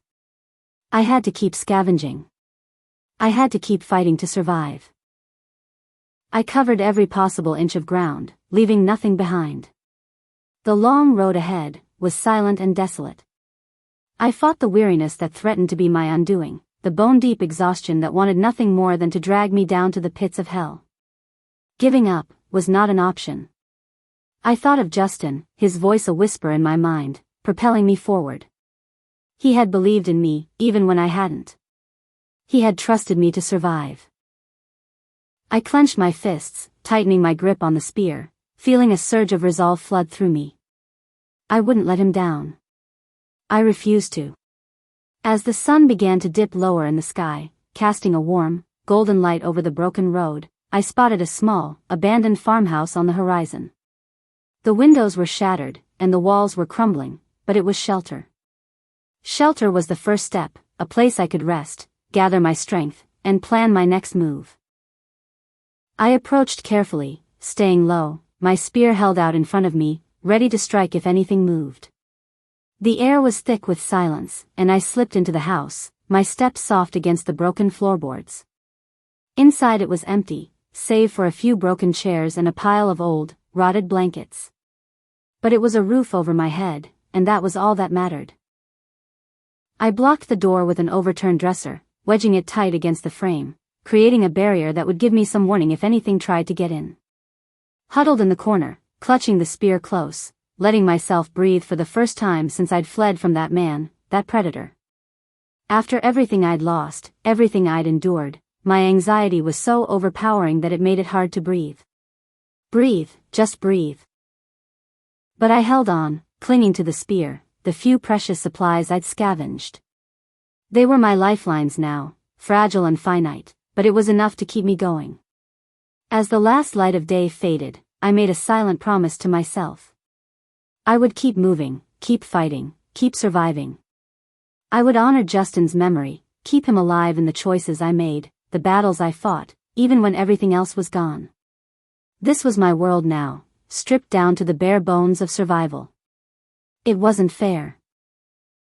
It wasn't right. But it was all I had.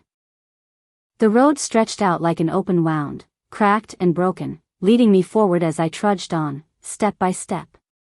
The midday sun was obscured by thick, dark clouds, casting a cold, dim light over everything, as if the world had lost its warmth, its color, its life. I barely noticed the outline of the bus at first, half hidden by overgrown weeds and a decaying wooden fence that had once kept the road clear. As I came closer, the shape became clearer, a school bus, its faded yellow paint streaked with grime, rust, and something darker, something I didn't want to acknowledge. I felt a chill crawl up my spine, a sick sense of foreboding settling in my stomach. I took a shaky step forward, clutching my makeshift spear a little tighter, hoping it would ward off whatever waited inside. But I could already sense it, the dread seeping from the bus, thick and choking. The windows were smeared with dark, dried streaks, with little handprints smeared against the glass as though someone, or something, had tried to claw its way out.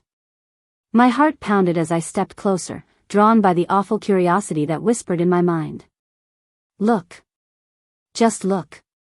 I tried to fight it, but it was too strong, too insistent. I couldn't stop myself. I had to see. Through the grime-streaked windows, I could just make out shapes, small figures slumped over in the seats, their heads tilted at unnatural angles, some of them lying across the aisle, limbs twisted and broken. It was a bus full of children, and each one of them was, still. A shiver ran through me as my eyes adjusted to the horror within. The children's faces were pale and lifeless, but their eyes, those awful, bloodshot, milky, white eyes, stared ahead, empty and dead, yet somehow still full of hunger. Each one bore the marks of violence, skin marred with telltale bite marks and festering wounds. Some of them had chunks of flesh missing from their arms, their necks, their faces. It was like they'd torn each other apart in those last moments, fighting for survival against an enemy they could never escape. One of them was pressed up against the window, her little face contorted in what might have once been terror. Her eyes, unseeing, stared right at me, and I could almost imagine that she was calling out for help, that she'd spent her last moments trapped in that cold, metal cage, desperate to escape. I took a step back, my hand over my mouth as bile rose in my throat. I wanted to run, to turn around and never look back. But something held me there, some horrible compulsion to witness this, to take in the full, grim reality of what this world had become. I moved around to the back of the bus, trying to steady my breathing, trying to keep myself together. But the sight only got worse. Blood had pooled at the bottom of the steps, smeared across the door as though someone had tried to push their way out. Little handprints, too small to belong to adults, were streaked across the glass, dark and dried, their edges cracked and flaking. I could almost picture it, the children pounding on the door, screaming, pleading to be let out as the infection took hold, as their little bodies turned against them. My eyes stung, but I forced myself to look closer, my gaze catching on a small backpack wedged between two seats, its fabric faded but still intact. The name tag hung limply, the letters hardly legible under the layers of dust and grime. Lucas, it read. I had to swallow back the sob that threatened to break free.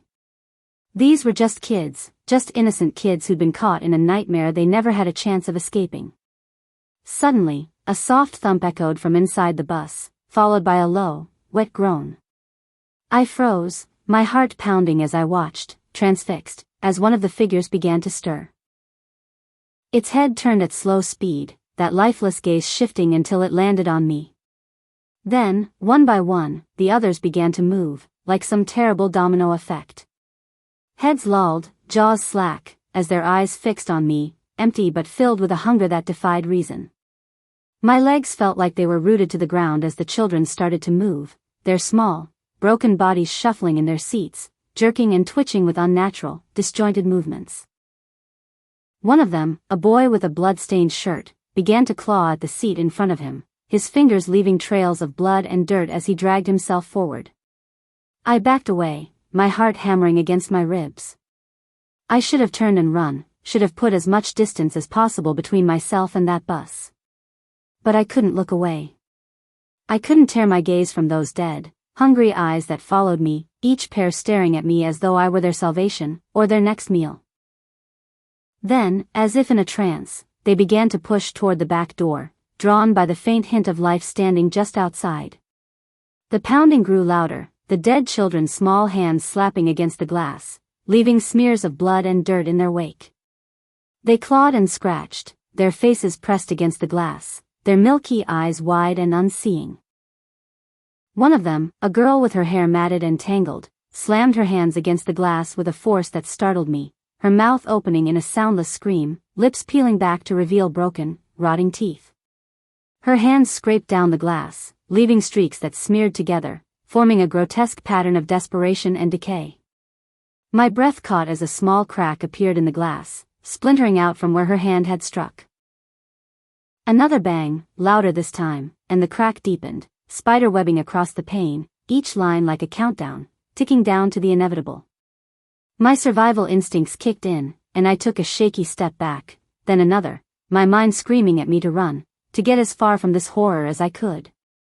But I was frozen, rooted in place by a terrible fascination, watching as those dead children pushed and clawed, their faces blank but hungry, driven by a need I couldn't begin to understand. Another crack echoed through the air, louder this time, followed by a sickening snap as a small hand punched through the glass, jagged shards embedding themselves in rotting flesh. The hand twisted and writhed, straining to break free, to reach me. Panic surged through me, breaking the trance. I turned and stumbled back, my feet catching on loose rocks and broken glass as I forced myself to run. Behind me, I heard the sickening sound of glass shattering, followed by a chorus of low, guttural groans and the scrape of small feet against metal. I didn't look back. I was too scared to. They were just children, dead children, yes, but they were still just children. There were too many of them for me to give mercy to them on my own. It broke my heart, having to leave them to walk the earth in their hollow shells. But what could I do? The thought of seeing those children, those twisted, broken babies, emerging from the bus, reaching for me with their bloodied hands, was too much to bear. I ran, each step carrying me farther from the bus, from the nightmare that I couldn't escape. But even as I left it behind, I could still see them in my mind's eye, their faces pressed against the glass, their little hands clawing desperately, blindly, as they tried to escape the prison they'd been left in. I couldn't shake the image, couldn't silence the echo of their small, broken bodies slamming against the glass, couldn't ignore the blood-stained handprints that would haunt me forever. When I slowed, gasping for breath, I collapsed to my knees, my whole body shaking as the horrors of what I'd seen hit me right in my core. The reality of this world, the nightmare that it had become, was crushing, each day stripping away another layer of my soul, leaving me raw, broken. Those poor children. They never stood a chance. They'd been trapped, caged in that bus, left to rot while the world outside crumbled. And now they were the undead, mindless and hungry, wandering the ruins of a life they'd never truly gotten to live. Tears blurred my vision, but I wiped them away, forcing myself to push down the grief, the horror, the helplessness that threatened to consume me. I couldn't let it take over. I couldn't let it break me. I had to keep going. For the world we'd lost. I picked myself up, brushing the dirt from my hands, and took a shaky breath, steadying myself. There was no room for weakness here, no space for mourning. Not when survival was the only thing that mattered. With one last look at the road behind me, at the place where that bus now sat, silent and still, I turned and ran as fast as my legs could carry me. The sun hung high, casting sharp, unfeeling light across the desolation. I kept my head down, squinting against the brightness, each step along the abandoned road filling the silence with an echo that emphasized the emptiness around me. With every crunch of gravel underfoot, the world felt heavier, the world felt darker, scarier somehow. The last shreds of warmth seemed distant, even as the heat scorched my skin. I hadn't come across a single person in what felt like days. My only company had been the memories I tried so hard to push down, of Justin, of my family, of all the things that had once given my life meaning. I wanted a sign, anything to tell me I wasn't the only one left, something to assure me that I was still alive. I moved forward, and in the distance, dark shapes emerged on the horizon, structures that materialized as I drew closer. A cluster of houses, sagging and warped, clung to existence as if defying the decay around them. My heart skipped a beat. Just the sight of those buildings stirred something within me, a fragile flicker of hope that maybe I'd find someone here. I felt a pang of yearning for even a scrap of human connection. I sped up, my footsteps quickening as the quiet homes grew closer. The first house I approached looked like it had been beautiful once, with faded white shutters and a sagging porch that groaned in protest under my weight. The whole structure seemed frozen in time, like a photograph weathered by sun and rain but not yet erased. I crept up to the window, wiping away the dust with trembling fingers, peering in. Darkness stared back, filling the empty rooms within, and my own reflection looked hollow, ghostly, like I was already part of this dead world. I forced a whisper past my lips. "Hello?" Only silence responded, the kind of silence that feels heavy, full of lost memories and forgotten voices.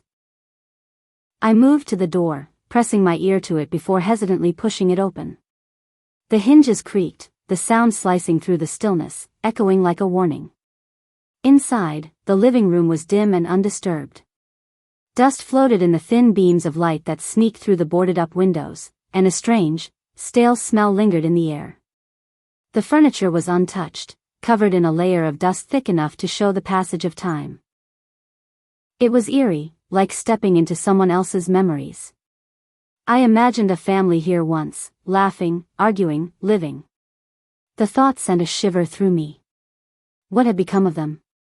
Did they make it out, or were they lying somewhere, lifeless, rotting, like so many others? I moved in slow motion, taking in the room, feeling a strange connection to a life I'd never lived. Each step stirred the dust into lazy, swirling patterns, as if I were disturbing a burial ground.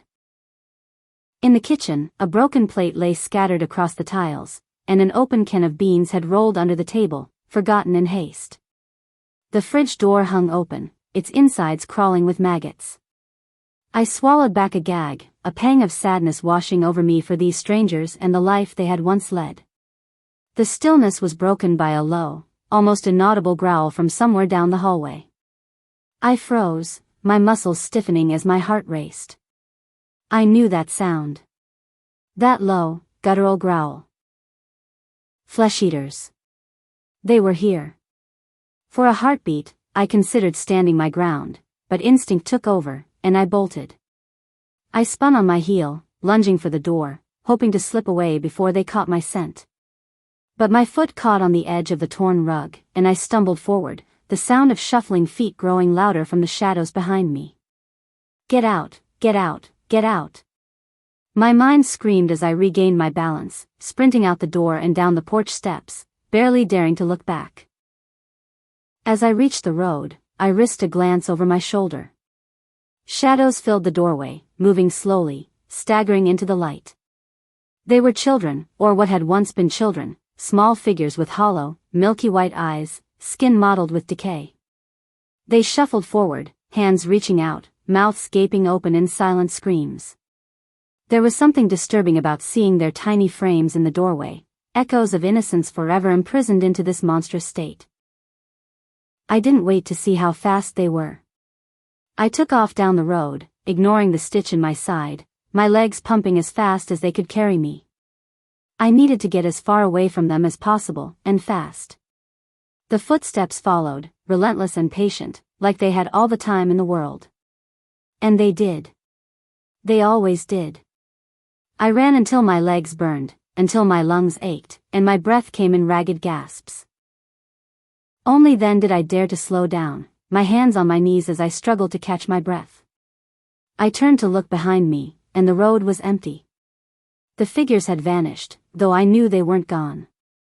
They would be there, somewhere, waiting, biding their time. The houses now looked like they were mocking me, dark and empty, like tombstones.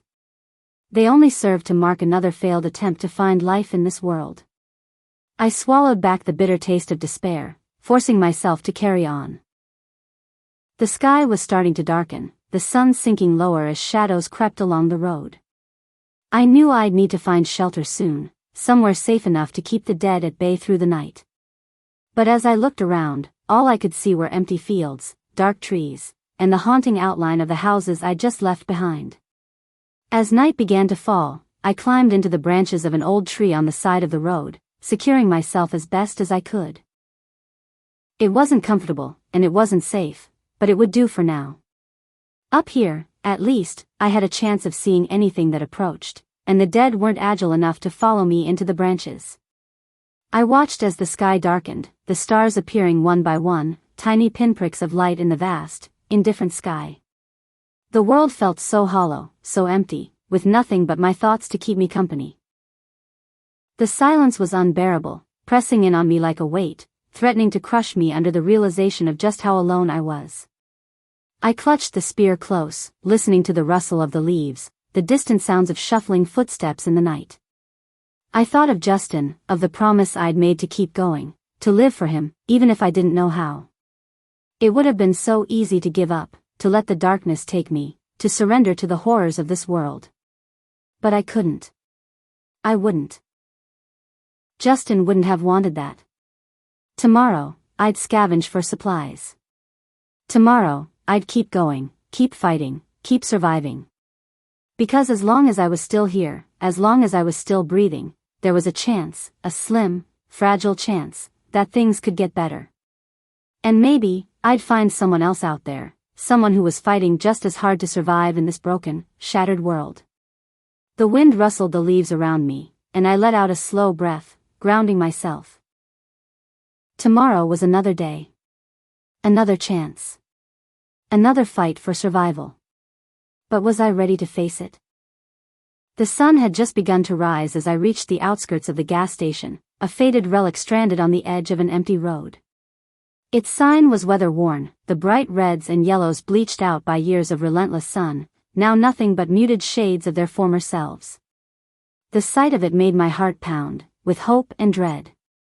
The promise of supplies was always a double-edged sword. Anything worth having was almost always guarded by something that once had been human, but now was only hungry. I gripped my makeshift spear, its sharpened blade catching a glint of morning light. As I got closer, I could already see the damage the dead had done to the place. The windows were smeared with grime, the glass cracked, a single faded sign still stuck to the door reading, "We are open." A bitter chuckle escaped me. I could only wish for someone behind that counter smiling and telling me to take what I needed. But that wasn't the world I lived in anymore. I took a deep breath, the smell of decay seeping out from within the building even before I opened the door. Pressing my hand against the glass, I nudged it open, the bell above the door jingling in a haunting echo. The place was dark, the faint light from outside struggling to reach the back corners of the store. Dust motes hung in the air, illuminated by thin streams of sunlight sneaking through the broken windows. My footsteps were cautious, slow. Every nerve was on edge as I moved down the first aisle, my eyes scanning the shelves. It was mostly empty, crumbled bags of chips, a few candy wrappers, their contents long devoured by animals or desperate people who had passed through. But I spotted a row of water bottles near the front, and my heart quickened. Carefully, I shoved a couple into my backpack, the weight reassuring on my shoulders. A low groan interrupted the silence, pulling my attention to the back of the gas station. My body tensed, fingers tightening around the spear. I inched closer to the sound, every step deliberate. My breath caught in my chest, and I strained to move without a sound, knowing any misstep could give me away. And then, through the shadows, it emerged. The flesh-eater stood near the refrigerators, its skin a sickly gray, patches of it flaking off to reveal raw, rotting tissue beneath. The eyes were gone, replaced by a dull, milky haze that didn't see but still somehow knew I was there. Its mouth hung open, dried blood smeared across its chin and the front of its torn shirt. Bite marks covered its neck, chunks of flesh torn out, as if it had been feasted on before it joined the ranks of the dead. I swallowed hard, trying to ignore the wave of nausea that rolled over me. Every instinct screamed at me to run, to avoid this thing, to get as far away as possible. But there was no way around it, not if I wanted to get what I came for. My hands were shaking, the spear feeling heavier than ever as I raised it, positioning it toward the creature. I took a deep breath, steadying myself, reminding myself that this thing was no longer human. Whatever they had been, whoever they had loved, whatever life they had led, it was all gone now, replaced by an insatiable hunger that drove them toward any living thing. The flesh-eater turned its head toward me, its cracked, bloodied lips twitching as a guttural growl escaped. My heart raced as I stepped closer, my feet sliding soundlessly along the floor, and in that horrible, split-second stare down, a thought flashed across my mind. Who had this person been? I didn't want to imagine it, but my mind filled in the gaps anyway. A parent maybe, a friend, a sibling. They'd had a life, dreams and fears, and now they were nothing but a rotting husk, driven by hunger, by the need to consume people. I tightened my grip on the spear, feeling my chest tighten with something between anger and sadness. This world didn't leave anything behind. It stripped us down to nothing and left us to wander in the ruins. It lunged at me, breaking the stillness, its teeth gnashing and hands reaching out with skeletal fingers that twisted at unnatural angles. I didn't hesitate this time. I drove the spear forward, the blade sinking deep into its eye socket with a sickening squelch. The creature let out a gurgling moan, its clawed hands grabbing at the spear, and I forced myself to push harder, to drive it deeper. The flesh-eater's body shuddered, its movements growing weaker as it sank to its knees, its hands slipping from the spear. I watched, with fascination, as it collapsed, the last embers of hatred being snuffed out from its shell. I pulled the spear out, trying not to gag at the smell of rotting flesh that filled the air. Just for good measure I then drove the spear in between its eyes. I took a shaky breath, wiping the sweat from my forehead with the back of my hand. Killing these things never got easier. Each time, I found myself wondering about their stories, who they'd left behind, what lives they had before all this. But I knew if I let those thoughts linger, they'd only drag me down. With the immediate threat gone, I focused on why I'd come here. My eyes scanned the shelves, desperate for anything useful, anything that would give me a bit more time, a bit more strength. Behind the counter, I spotted something long and wooden, curved, the sheen of metal glinting at one end. A baseball bat, leaning against the wall, half buried under empty boxes. Relief surged through me as I grabbed it, testing its weight. It felt solid, reliable. I could use this, it would keep the flesh eaters at a safe distance without risking them getting too close. Behind the counter, I noticed a small stash of protein bars, dusty but unopened. I shoved a couple into my backpack, mentally thanking whoever had left them behind. I found some bags of mixed nuts too, a few granola bars, and even a couple of canned sodas. I crammed it all into my bag, every item another piece of hope, another day's worth of energy. The refrigerators were mostly empty, but I managed to snag a couple of energy drinks. I knew the sugar rush wouldn't last long, but it was something. The last thing I found was a single small bottle of vodka, lying on its side near the back. I snatched it up like it was gold. If I had any injuries, vodka would surely sterilize the wounds. So, I slipped it into the last space in my backpack. With supplies in hand, I turned to leave but found myself looking back at the flesh eater. Its body lay crumpled on the floor, motionless, the life, or what had passed for it, gone. I forced myself to feel nothing, to see it as just another obstacle I'd overcome, but the sadness lingered, a dull ache that I couldn't quite shake. This creature had been someone once, someone who had more than likely tried just as hard as I have to survive. And now, here it was, reduced to nothing, just another casualty in a world filled with evil. I shook my head, pulling my eyes away. The world was cruel, I'd known that for a long time now. I couldn't let myself get lost in the stories of the dead, in the endless questions of who they had been. Because if I let myself go there, I knew I might not find my way back.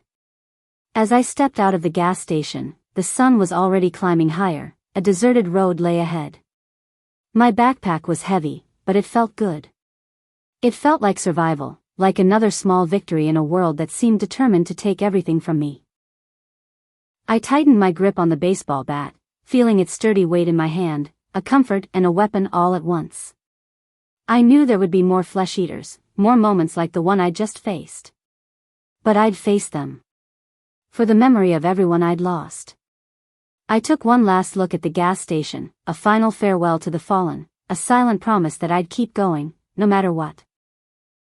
Then, with my supplies in hand and my resolve hardened, I turned back to the road, ready to face whatever the world threw at me next. The road unfurled before me, a barren path disappearing into the unknown. Every step I took was getting harder, each one dragging with exhaustion and the relentless ache of loneliness. The world was too quiet, almost mocking in its stillness. I gripped my spear tighter, the baseball bat was tucked in the straps of my rucksack on my back. Each step brought a whisper of Justin's voice in my mind, soft but clear, echoing in the silence. Stay strong, Alex. You're not alone. But the truth was, I was alone. Or at least, that's what I told myself, again and again, trying to drown out the taunting whispers that crept into my thoughts, their voices calling my name as if they were still alive. I could almost hear them now, faint but insistent, woven into the soft wind around me. Each one sounded like someone I'd loved, Justin, my parents, friends from before. They called my name with familiar warmth, inviting me, tricking me into believing they were still alive, but I knew better. Ali. Ali, I stopped, heart pounding, swallowing hard as the voices grew louder, blending together in an eerie harmony. My knuckles whitened around the spear, and I forced myself to take a step forward, then another, trying to ignore the gnawing fear building inside of me. The whispers always came at night, and every time, they sounded more like my family, my friends. They tried to lure me to them. They didn't want to just kill me, they were trying to take my sanity. As the last rays of sunlight sank below the horizon, I spotted movement up ahead. My heart hammered, unsure if it was friend or foe, or something far worse. I stepped forward cautiously, my grip tightening on my spear as I peered into the twilight. Then I saw her, a girl, maybe a little older than me, her clothes ragged, and her face streaked with dirt and tears. She froze when she spotted me, her wide, terrified eyes meeting mine. Relief and fear flickered across her face, as if she was still trying to decide whether I was real or just a trick of the mind. I held up a hand, trying to look as non-threatening as possible. "Hey, I'm Alex." The girl took a shaky breath, tears welling up in her eyes. She looked exhausted, she was barely hanging on to this life. I thought I was the last one," she murmured, her voice small and choked with emotion. "I thought there was no one else left." I felt a pang of understanding as I looked at her, recognizing the same loneliness and fear that had become my constant companion. "I know," I whispered, my voice cracking. "It's just me too. I lost everyone." She nodded, her gaze dropping to the ground as if the weight of her own losses were too much to bear. "My family," her voice broke, and she clenched her fists as if trying to hold back a flood of tears. They didn't make it." I swallowed hard, the familiar ache of loss felt as if it was eating away at my soul. "Neither did mine." I took a shaky breath, not wanting to burden her with my pain but unable to hold it back. "I had a friend, Justin. He was the only one I had left." My voice trembled as I spoke his name, and I could see the pain mirrored in her eyes. She looked up, a glimmer of understanding in her gaze. "I'm Bailey." She gave a small, sad smile. "You're the first person I've seen in I don't know how long. I didn't think anyone else was still out here." Bailey stepped closer, her shoulders slumping as if finally letting go of a burden she'd been carrying alone. We were both broken, bound together by shared grief and fear, and yet somehow, standing here together, I felt a twinge of belonging. As we sat by the roadside, the night crept in around us, filling the silence with those haunting whispers. We sat in silence, both of us listening to them call our names, each one sharper and more personal than the last. "Elise." Bailey shivered, wrapping her arms around herself. "Do you hear them too?" she asked, her voice barely a whisper, as if speaking about it would make them real. The whispers?" I nodded, my heart pounding as the sounds grew louder, each one trying to pull me back into the dark memories. "Every night," I murmured. "They sound just like the people I lost." Bailey's eyes grew wide, and she hugged her knees to her chest, glancing over her shoulder at the shadows, at the forest. "I thought it was just me," she whispered, her voice shaking. "I call them rotters, or zombies. But I've never heard of zombies that can do that can pretend to be someone you know. It's terrifying." "They are very real," I murmured, staring into the darkness. "It's not a figment of your imagination. It's how I lost my mum and my brother. They thought my dad was calling to them. I tried to warn my mum, but I think she was so desperate. They call my name. They sound just like everyone I know or used to know. Like my parents. It's like they're taunting me, trying to make me believe they're still here." Bailey shuddered, closing her eyes as if to block out the sounds. "I call those the hunters," she murmured, voice laced with fear. They're different, aren't they? Smarter somehow. They know what to say, like they're playing with you, pretending to be your loved ones just to get closer."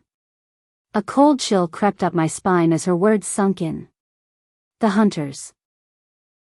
They were different, more cunning, more aware. They didn't just stumble around aimlessly like the others. They watched, waited, whispering our names in the night, waiting for us to slip up, to go to them. They never stop. I said. Even when I tell myself they're not the people I've lost, even when I try to ignore them, they just keep calling out my name. They sound so real. Bailey nodded, her eyes filled with a haunted look that mirrored my own. My little sister, I can still hear her sometimes. She was only 10. She hugged herself tighter, tears slipping down her cheeks. Every night, I hear her calling for me, asking for help. I know it's not really her, but I almost go to her anyway, just to hear her voice again. My heart broke at her words. The hunters took everything from us, our families, our friends, and now even the memories of the ones we loved. They used them like weapons, manipulating their memories into something dark and deadly, haunting us with the voices we longed to hear the most. We can't go to them, I said with a finality, though my voice trembled. That's what they want. They use our pain against us. Bailey looked at me, her face pale and tear-streaked, but there was a glimmer of determination in her eyes. You're right, she whispered, taking a shaky breath. We must stay strong for them, and for ourselves. We sat there in silence for a moment, the weight of our shared grief settling between us like a heavy blanket. The whispers continued, drifting through the darkness, calling our names, their voices full of the love and warmth that used to fill our lives. But now, those same voices felt hollow, like empty shells of the people we'd lost. Do you think they're still in there? Bailey murmured, her gaze fixed on the ground. Somewhere, deep down? The people they used to be? I shook my head, forcing back the tears that threatened to spill over. I don't know, I admitted. But I can't believe that Justin, my family, that they're still in there. Not in those things. Bailey nodded, wiping a tear from her cheek. Maybe it's better that way. I don't want to think that my sister is trapped in one of those things. I'd rather believe she's at peace. We shared a look of understanding, a silent promise to each other that we wouldn't let the hunters break us. No matter how many times they called our names, no matter how real they sounded, we would hold on to our memories, our loved ones, and the strength they'd left us with. Bailey reached out, her hand trembling, and I took it, holding on to her with an intensity one hadn't known I possessed. Maybe we could survive this nightmare. As the night wore on, the whispers grew fainter, the voices drifting further away as we sat there, holding on to each other in the dark. The fire's glow softened as the night thickened, drawing our shadows close. Bailey's hand was small and cold in mine, as we sat in silence, willing the whispers to die down. They always grew louder when night fell, as if they were drawn to the darkness, hoping it would bring us to them. Bailey glanced at me, her face ghostly in the faint light. Do you think they know? The hunters, I mean. Do you think they know that we recognize them? Her voice was soft, hesitant, but I could hear the fear layered underneath. I swallowed hard, giving her hand a reassuring squeeze. I don't know, I admitted. But I think they understand enough to hurt us. They know we're looking for something familiar, something safe. Bailey shuddered, casting a wary glance over her shoulder. The shadows felt thicker than ever, like they were watching, waiting for the smallest sign of weakness. I'd felt that tension since the start, and I could tell that Bailey had too. It was that same awareness, the way they moved differently, slower, even patient at times, that set the hunters apart. They were too close to humans for comfort. Alex. Bailey whispered, her voice louder than the crackling fire. How do you do it? How do you keep going? I looked down, feeling the irritation within as I let her question sink in. How did I keep going? I'd asked myself that 1,000 times, on days when all I wanted to do was give up, when every step felt like a betrayal of the people I'd lost. But somehow, I kept moving. For Justin. For my family. For everyone who had once been my world. I don't know if I'm strong, I murmured. But I keep telling myself, they'd want me to keep going. They wouldn't want me to quit. I have to believe that. Bailey nodded, a glimmer of hope in her eyes. For me, it's my sister. I can still remember her laugh, her smile. Sometimes I feel like, if I can hold on to those memories, I can keep going. I smiled, despite the seriousness of the conversation. We sat in silence, clinging to the memories of the people who had given us a reason to keep going. And somehow, in that shared grief, there was comfort. I wasn't alone anymore. As the fire flickered out, we took turns keeping watch, huddled close with my spear resting nearby, a silent promise to protect each other. The night was long and cold, but together, we held strong against the darkness, bound by our will to survive and the hope that, one day, we'd find something worth living for again. The morning sun crept over the horizon, casting soft pink and gold hues across the landscape, as if the world was trying to remember what hope looked like. I blinked against the brightness, feeling the stiffness in my body from the cold night we had just survived. Bailey lay next to me, wrapped tightly in her thin, fraying jacket, the faint rise and fall of her chest a reminder of something fragile yet powerful. Life. The breath of life. I stretched, shaking off the last traces of sleep. Just as I was about to reach for my backpack, Bailey stirred and sat up, her eyes bleary but her expression, different. She looked like she'd just remembered something important, something that could change everything. She reached into her pocket, her fingers fumbling before she pulled out a small, crumpled piece of paper. "I wanted to show you this last night," she whispered. "I didn't know if I could trust you, you know." But now, I nodded, understanding. In this world, trust had become a rare and fragile gift. She unfolded the paper carefully and held it out to me, her fingers shaking slightly. I took it, studying the worn edges and the faint lines that had been folded and refolded so many times they'd begun to tear. At the top, in faded ink, were the words Camp Hope. My excitement caught me off guard. I had heard about Camp Hope before. Whispers of a place that offered safety, supplies, shelter, an elusive sanctuary rumored to be just within reach if you knew where to look. But I'd always thought it was a myth, a story invented to give people something to cling to in the darkness. How did you find this?" I asked, my voice hushed. "My sister," she said, her eyes distant, as if reliving a memory. "She heard it on a radio, before I lost her. She kept it with her, said it was our way out. When things got bad, she kept saying we'd find it, that we'd be safe." Her voice cracked, but she swallowed and went on. When she didn't make it, I held on to it. I didn't know if it was real or not, but I couldn't let go of it. It felt like I'd be letting go of her too." I took a shaky breath, overwhelmed by the unexpected gift she was offering me. This wasn't just a piece of paper. It was a connection to the people we'd lost, a glimmer of hope that maybe they hadn't died in vain. "Bailey, thank you," I whispered, not quite trusting my voice. It feels like fate. Like maybe we were supposed to meet." Her face softened, her guarded expression easing into something warmer. "I think so too." The corners of her mouth lifting into a faint smile. "I feel like she would have wanted me to find someone who'd keep me going." In that moment, we both seemed to realize that we weren't just two people thrown together by chance. We were allies. Maybe even friends. And if this scrap of paper could lead us to a place of safety, we owed it to our lost loved ones to try. As we stood up, we allowed the details of the journey ahead to settle over us, and I noticed Bailey glancing at my spear, her expression thoughtful.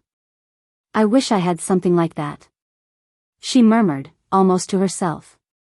I looked down at my makeshift spear, its tip sharp but rough from my own frantic, unpracticed handiwork.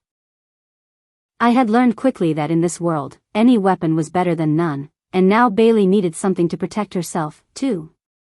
"Let's find you one," I said, scanning the nearby woods. We began searching for a fallen tree branch that would be sturdy enough to sharpen. Bailey followed close behind, and I noticed the way her shoulders seemed to lift, as if just the thought of having a weapon of her own gave her a newfound sense of security. It wasn't long before we found what we were looking for, a thick branch with a weighty, solid feel to it. I pulled out my knife, motioning for Bailey to sit beside me as I started to shape the tip. She watched intently, her eyes focused as if she were trying to memorize every movement. "Here," I said, handing her the knife after I'd finished the basic shape. "Try to smooth it down a bit. Make it as sharp as you can." She took the knife, her fingers gripping the handle with a mix of caution and determination.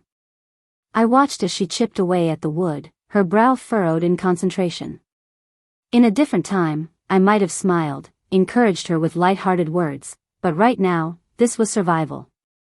This weapon might mean the difference between life and death for her. After some time, she held up the branch, her face bright with a sense of accomplishment. Do you think it's good? I inspected it, giving her a nod. It's perfect. We stood a little distance apart, each holding our spears, and I showed her a few basic movements, how to hold it steady, how to jab and pull back quickly, the way to angle her body to keep the weapon between herself and anything coming at her. Bailey's eyes were wide with concentration as she practiced, mimicking my movements as best she could. She stumbled a few times, and I saw the frustration flash across her face, but she pushed through it, determination hardening her gaze. I don't want to have to use this, she murmured after a while, her voice low. But I know I might have to. I nodded, understanding all too well. Terrifying, isn't it? How did you manage before, without a weapon? Do you mean you haven't killed a flesh-eater yet? You're strong, Bailey. And you're not alone anymore. I've got your back. She smiled, a sad but hopeful smile. Thank you, Alex. Really, thank you. As for killing one of them, no, I haven't. I just ran from them. I used to do track at school. As we continued practicing, I could feel a sense of purpose building between us, a shared understanding that made the fear a little easier to bear. We were learning to survive in a world full of the dead ones. When the sun rose higher, long beams of light filtered through the trees, and we were ready to move on. We took a last look at our makeshift camp, then started down the road together, side by side. The piece of paper was tucked safely in my pocket now, its promise of safety a silent beacon as we walked. We didn't talk much at first, silence was our friend, it kept us safe. But it was a companionable silence, one that spoke more than words could.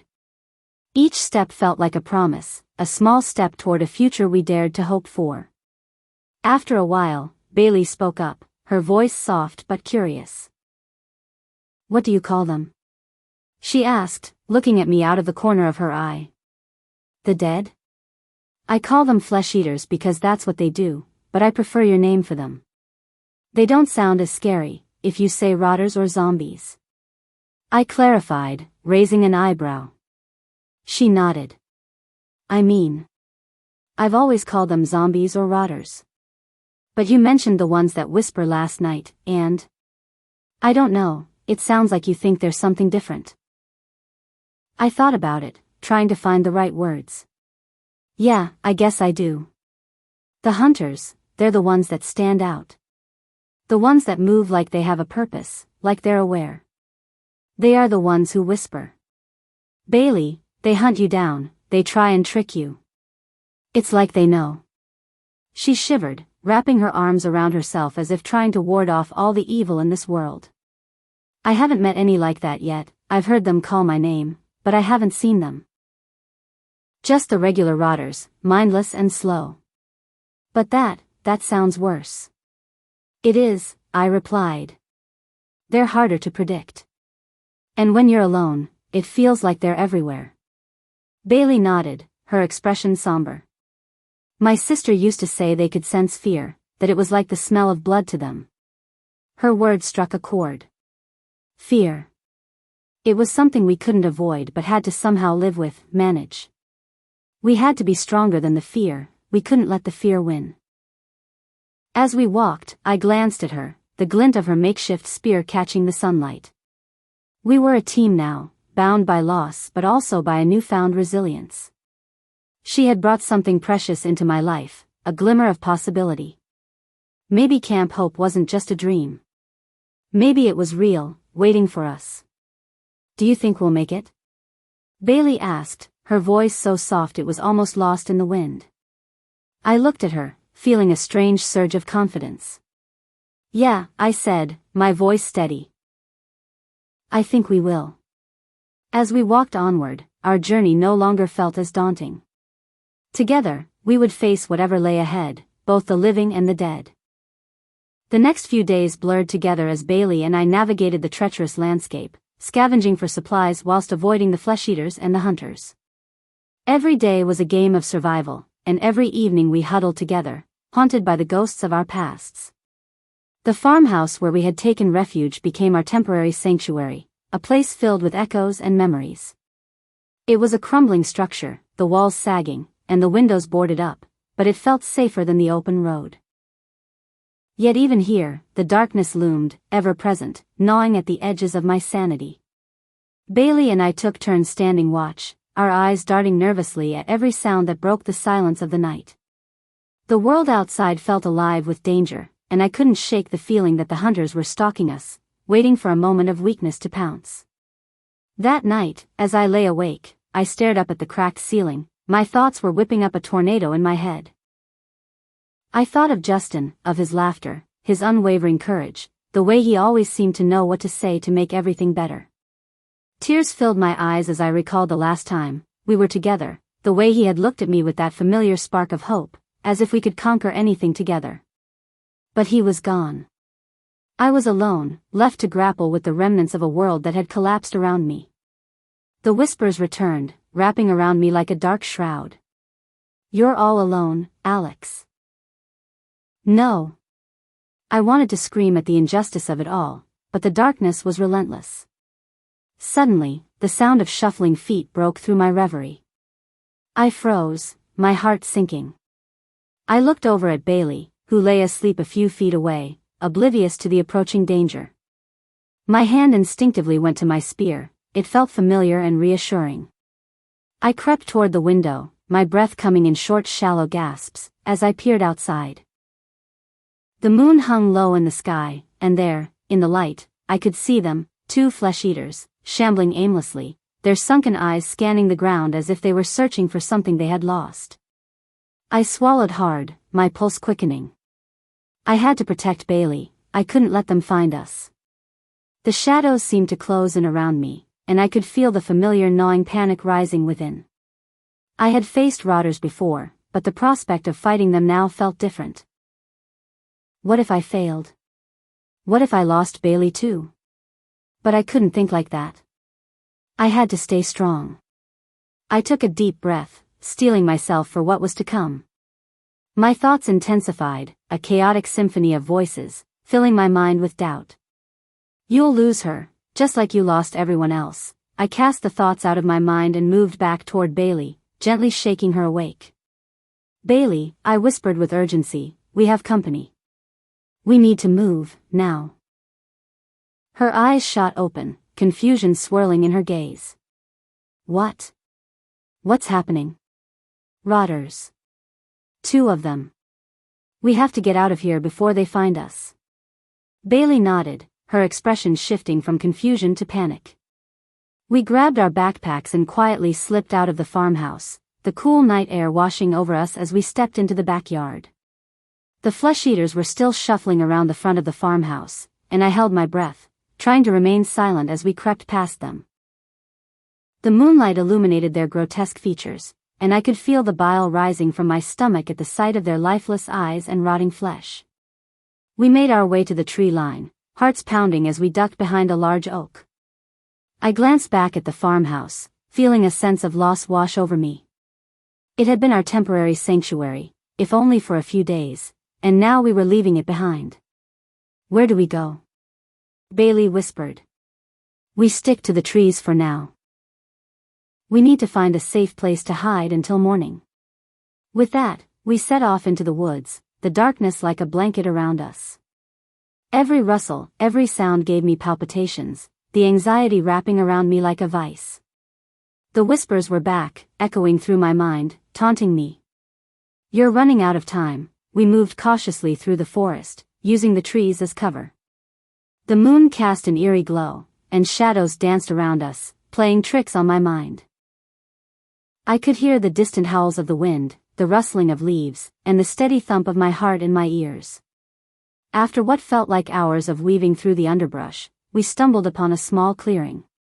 The air felt still, almost too quiet, and I hesitated at the edge. "Should we stop here?" Bailey asked, her voice shaky. I nodded, though doubt gnawed at my insides. "For now. We need a moment to catch our breath." We sank down onto the damp ground, our backs against the rough bark of a tree. It all felt so hopeless, so bleak, so dangerous. "Bailey, can I tell you something?" "Of course," she replied, her eyes searching mine. "I'm scared. I'm so scared." The admission felt heavy, like a stone settling in my chest. I thought I could be strong, but sometimes it feels like I'm losing my mind. Bailey reached out, taking my hand in hers. "I understand, it's lonely out here, and now that I know the whispers weren't in my head, that they are real, it's enough to drive you insane." Her words were a balm against my swirling thoughts, a reminder that I wasn't entirely alone. I squeezed her hand, grateful for the connection we had forged amidst the chaos. We sat there in silence, the darkness wrapping around us like a protective cloak. But as the night deepened, the whispers grew louder, creeping into the edges of my mind, drowning out the light. "You're going to lose her too." The next morning, I woke with a start and nearly fell out of the tree. I turned to see Bailey still sleeping, her face peaceful, but a sense of dread settled in my gut. I couldn't shake the feeling that we were running out of time. "Wake up, Bailey," I whispered, gently shaking her. "We need to keep moving." She stirred, blinking sleep from her eyes. "What time is it?" "Late. We should get going, we are going to lose the daylight." After a quick breakfast of scavenged granola bars and water, we packed up our things and set off again, the tension palpable in the air. The forest felt alive, the chirping of birds filling the silence, but I could sense an undercurrent of danger lurking just out of sight. We navigated through the trees, following a worn path that led deeper into the woods. As we walked, the shadows shifted around us, and the whispers returned, clawing at the back of my mind. "You're losing her, Alex," I shook my head, trying to push the thoughts away, but they only grew louder.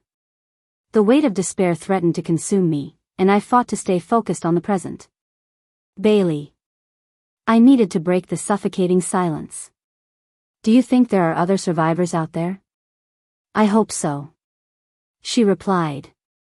"But it feels like everyone I've met is just gone. They are either insane, evil, or dead." The reality of her words hit me harder than I ever thought possible. I felt a pang of loss for the connections we had once taken for granted. After hours of walking, we stumbled upon a small clearing filled with wildflowers, their vibrant colors a stark contrast to the darkness that had enveloped our lives. I couldn't help but feel a flicker of hope, a reminder that even in the darkest times, beauty could still exist. "This is nice," Bailey said, smiling for the first time in days. "Yeah," I replied, feeling a sense of peace wash over me. "It almost feels normal." But the moment was fleeting. As we continued walking, the scent of the wildflowers filled my nostrils with a sweet scent that reminded me of home. The clearing was alive with vibrant colors, and it looked like a carpet of petals. As night fell, we found another abandoned building, a dilapidated cabin that appeared to have been long forgotten. The walls were eroded, and the windows were shattered, but it offered a semblance of shelter. "We should check it out," I suggested, glancing at Bailey. With a simultaneous nod, we approached with hesitation, our hearts racing as we stepped inside. The air was stale, filled with the smell of mildew and decay. Dust motes floated in the fading light, and I felt a sense of foreboding settle over me. As we explored the cabin, I found remnants of a life once lived, old photographs, a child's toy left behind, and a faded calendar still clinging to the wall. Each item felt like a ghost, a reminder of what had been lost. I picked up a photo of a family, a mother, father, and 2 children, all smiling brightly. Tears pricked at the corners of my eyes as I felt the weight of my own grief settle in again. We were surrounded by echoes of the past, reminders of the lives that had been shattered. "Bailey, look at this," I called, holding up the photo. She stepped closer, her face softening with understanding.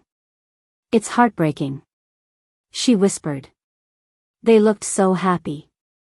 I wonder if they are alive somewhere." I nodded, but the whispers in my mind grew louder again.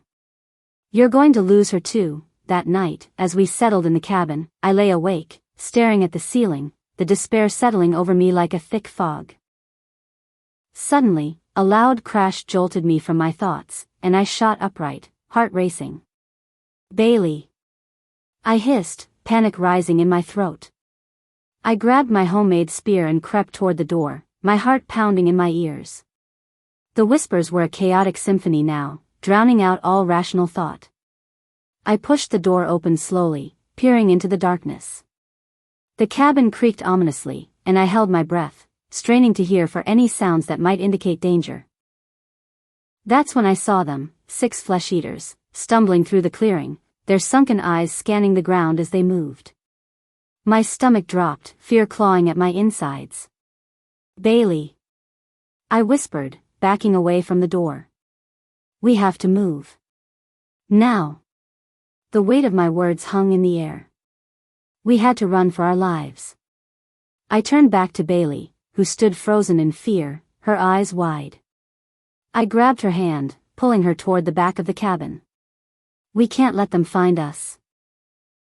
We slipped out the back door and ran into the woods, adrenaline coursing through my veins. The whispers in my mind grew louder, filling my thoughts with doubts and fear. "You're losing her." The night felt alive with the sounds of the flesh-eaters, their guttural moans echoing through the trees as we sprinted deeper into the forest. Each snap of a twig underfoot sent a jolt of fear through my body, urging me to run faster, to escape the monsters who were nipping at our heels. "Bailey, keep up," I called, glancing back to see her struggling to keep up the pace. The fear etched on her face fueled my urgency. We had to survive this night, we couldn't let the flesh-eaters catch up with us. As we ran, the darkness swallowed us whole, the trees closing in around us like prison bars. I could hear their moans growing louder, more frantic, and I felt the panic rising within me. "We're not going to make it. They'll find us." "You'll lose her too." "No," I whispered into the night. "I won't lose her. I can't." We stumbled into a small clearing, breathless and wide-eyed. My heart raced as I scanned the area, searching for any signs of danger. "We need to hide," I gasped, my lungs burning. Bailey nodded, her face pale. "Over there." She pointed to a thicket of bushes, dense enough to conceal us. We ducked behind the foliage, our hearts pounding in sync as we listened for the sound of approaching flesh-eaters. The world felt surreal, the panic in my chest a living thing, clawing its way out. The moans grew closer, and I pressed my hand over my mouth, willing myself to be silent. My mind raced with images of Justin, of the way he had always managed to keep his cool, to find a way through every terrifying situation. But he was gone, and I was here, lost and scared in a world gone mad. The flesh-eaters stumbled into the clearing, their sunken eyes scanning the darkness. I held my breath, praying they wouldn't find us. They wandered closer, and I could see the decay on their faces, their grotesque remnants of humanity. "You're going to lose her," I squeezed my eyes shut, forcing the taunts in my mind away. The flesh-eaters continued to shuffle about, their guttural noises growing more frantic. I felt Bailey tremble beside me, and I reached out, squeezing her hand reassuringly. "We'll be okay," I whispered, though I could feel the tremor in my own voice. "Just hold on." Minutes felt like hours as we waited in silence, the flesh-eaters moving about aimlessly. Then, just as suddenly as they had appeared, they stumbled back into the darkness, their moans fading into the night. My heart raced as I dared to breathe again, relief flooding me. "They're gone," I whispered, stepping out from the bushes. Bailey blinked up at me, her face pale. "What now?" "We need to find a safer place. This forest feels like a trap." We sprinted through the trees, in the opposite direction to the flesh-eaters. Away from their stench, away from their growls. The air felt thick, with a sense of foreboding that threatened to eat away at our persistence. As dawn broke, the sun spilled a bright light across the forest, illuminating the path ahead. For a brief moment, I felt hope blooming within me, a fragile bud in the chaos. But as we emerged from the woods, we found ourselves in an abandoned town, the buildings standing like tombstones, silent and ominous. A chill trail blazed right through my clothes. As I took in the desolation, the streets were littered with debris, and the telltale signs of dried blood and guts, evidence of the lives this town had lost. "What happened here?" Bailey asked. "I don't know. But it looks like the people who lived here put up a fight," I replied, my heart racing. "We need to be careful." As we made our way through the streets, the sounds of our footsteps echoing off the crumbling walls. Every creak and groan sent a shiver down my spine, and I could feel the darkness creeping in again, the whispers growing louder. I shook my head, trying to push the intrusive thoughts away. We had to keep moving. As we explored the town, I noticed signs of a once thriving community, colorful storefronts, playgrounds overgrown with weeds, and houses that had been abandoned in haste. It felt like a time capsule, frozen in the precise moment the world fell apart. I caught sight of a small grocery store, its windows shattered and its door hanging off its hinges. "We should check there." Bailey hesitated. "What if there are rotters inside? We need food and supplies. We can't survive on scraps forever." With a nod, we approached the store, the air thick with tension. As we stepped inside, the scent of decay hit me, mingling with the stale air.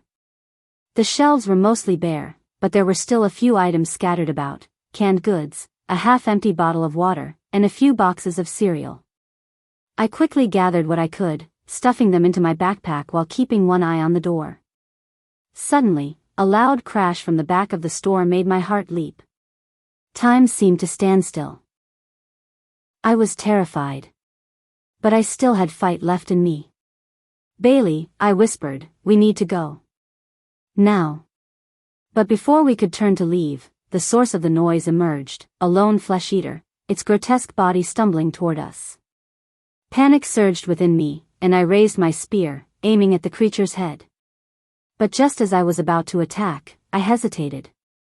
"You'll lose her." I couldn't do it. "Not again. Alex." Bailey screamed, the urgency in her voice snapped me back to reality. With as much force as I could muster, I threw my spear, and the rotter fell to the ground. But more were coming, drawn by the noise, their hungry moans echoing through the aisles. "Run!" I yelled, grabbing Bailey's arm as we sprinted toward the door. We burst out of the store, hearts pounding, but the flesh-eaters were already closing in, their decaying forms emerging from the back of the store. They were coming from everywhere, from gardens, from houses. We dashed down the street, dodging the grasping hands. We couldn't let them catch us. One scratch, one bite, and we would be done for. The whispers in my head were deafening now, a chaotic chorus that filled my mind with dread. "You're losing her, no!" I screamed, pushing the thoughts away. "We're going to make it." As we turned a corner, I spotted a truck parked in front of an abandoned garage. "In there!" I shouted, pointing. We dashed toward it, adrenaline coursing through our veins. I yanked open the door, and we climbed inside, slamming it shut just as the first flesh-eater slammed against the side. "Bailey, help me find the keys!" I shouted, frantically searching the glove compartment. My heart raced as I rifled through the mess inside, but there was no sign of the keys. The rotters pounded against the metal, their guttural moans filling the air. "We have to get out of here," Bailey cried, panic rising in her voice. "Just give me a second," I pleaded, my breath coming in ragged gasps. Finally, my fingers brushed against something cold and metallic. I pulled out a set of keys, a fire ignited in my soul with hope. "Got them!" I shouted, and just as I turned the ignition, I felt the truck lurch forward, the engine roaring to life. The flesh-eaters fell back as I slammed the gas pedal, sending us careening down the street. But those intrusive thoughts were back again, the whispers louder than ever. "You're losing her, no!" I screamed. As we sped away from the chaos, a shroud of despair surrounded me. The world outside was crumbling, and with every mile, I felt the darkness creeping closer. I was losing myself in this madness, and I didn't know if I would ever find my way back to reality. My mind was a mess, my thoughts all jumbled. In a world full of crazy, I was spiraling deeper into the abyss. I had to pull myself together, for Bailey and for me. I was going insane, in an insane world. The truck roared down the desolate streets, the landscape blurring into a ghostly haze of memories and decay. My heart raced as I gripped the steering wheel, fighting against the rising tide of despair. Every turn felt like a plunge into the darkest corners of my mind, the whispers growing louder, more insistent. "You're losing her, Bailey, are you okay?" I asked, casting a worried glance at her. She sat rigid in her seat, her eyes wide with fear, but they sparkled with life. "I'm fine." Her voice trembled. "Just drive." "Alex, why do you keep shouting and screaming the word no?" "It doesn't matter, it's just my mind playing tricks on me, don't worry about it." I insisted whilst pushing my foot harder on the accelerator.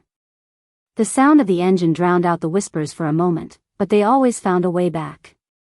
Whispering dark thoughts of loss and hopelessness. As we navigated through the desolate remains of the town, I spotted a horde of flesh-eaters in the distance, their grotesque forms heading straight for us. My stomach churned at the sight of them. I took a sharp corner, to avoid them. The last thing we needed was to be surrounded by a horde. The truck could only run down so many of them before blood and organs would stall the engine. Just as I felt a sense of relief, a sharp crack echoed from the back of the truck. I turned to see Bailey's eyes go wide in terror. "What was that?" she shouted, panic rising in her voice. "I don't know," I replied, my nerves on a razor's edge. "Maybe a rock or something?" But deep down, I was worried. I could sense something lurking, waiting to pounce. I pressed on, the truck rattling over potholes and debris. I didn't want to stop, didn't want to acknowledge that we were slipping deeper into a nightmare. "Bailey, stay alert," I warned. "We need to be ready for anything." She nodded, but I could see the fear etched on her face, the shadows deepening in her eyes. As we crossed through the remnants of what was once a vibrant community, I caught sight of a sign for a gas station up ahead. Desperation ignited within me. We needed fuel to keep moving, and it might offer a chance to find supplies. I pulled into the gas station, the rusty sign creaking in the wind. The glass doors swung open with a soft, eerie sound as we stepped over the threshold, scanning the area for any sign of the dead or the living. "Stay close," I ordered, my voice low. We crept inside, the air stale, thick with the smell of gasoline and decay. I grabbed a few snacks, stuffing them into my bag while Bailey checked the counter for anything useful. Just under the counter I found the starter switch for the gas pump. Suddenly, a loud crash echoed from the back of the store, freezing us in place. My heart raced as I glanced at Bailey, who looked just as startled as I was. "Did you hear that?" she whispered. I nodded. "We should check it out. Keep your weapon ready." Together, we moved in silence toward the back of the store, the whispers creeping back into my mind. "You'll lose her." As we approached, I could hear muffled voices, the sound of a struggle. My heart sank as I pushed through the door, my breathing was ragged. What I saw made my blood run cold.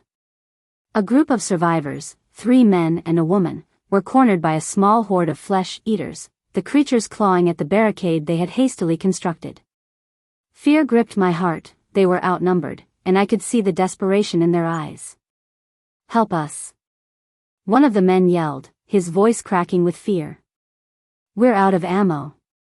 Bailey stepped forward, her eyes wide. "We can't just leave them." I hesitated, torn between the instinct to help and the primal urge to run. But as I looked back at Bailey, I saw the determination in her eyes, the strength I desperately needed. "Okay," I agreed, my voice steadying. "But we have to be quick." We rushed into the fray, and I raised my spear, aiming at the nearest flesh-eater. My spear struck true, and the creature crumpled to the ground, but there were so many of them. "Bailey, grab something," I shouted, scanning the room for weapons. She lunged forward with her spear, taking out another flesh-eater, but it got stuck in the rotter's eye cavity. So, she picked up a metal pipe lying on the floor, wielding it like a sword as she joined me in the fight. Together, we pushed against the small horde, our fear morphing into a fierce resolve. The other survivors fought bravely, but I could see they were quickly losing ground. One of the men was grabbed from behind, another flesh-eater sinking its teeth into his shoulder. He screamed, and a cold dread washed over me. "You'll lose her too, Bailey," I shouted, my voice rising above the chaos. "We need to get them out. Now." We pressed forward, fighting our way to the survivors, taking down the flesh-eaters with every ounce of strength we had. I could feel my heart trying to explode out of my ribcage, the adrenaline coursing through my veins as I spiked another flesh-eater. Just when it seemed like hope was lost, the barricade collapsed, and the flesh-eaters surged forward, breaking through. "Run!" I yelled, pulling Bailey toward the exit. The others followed, the air thick with panic. We burst into the sunlight, the sounds of chaos fading behind us as we stumbled into the open. But as we ran, I heard a scream pierce through the air.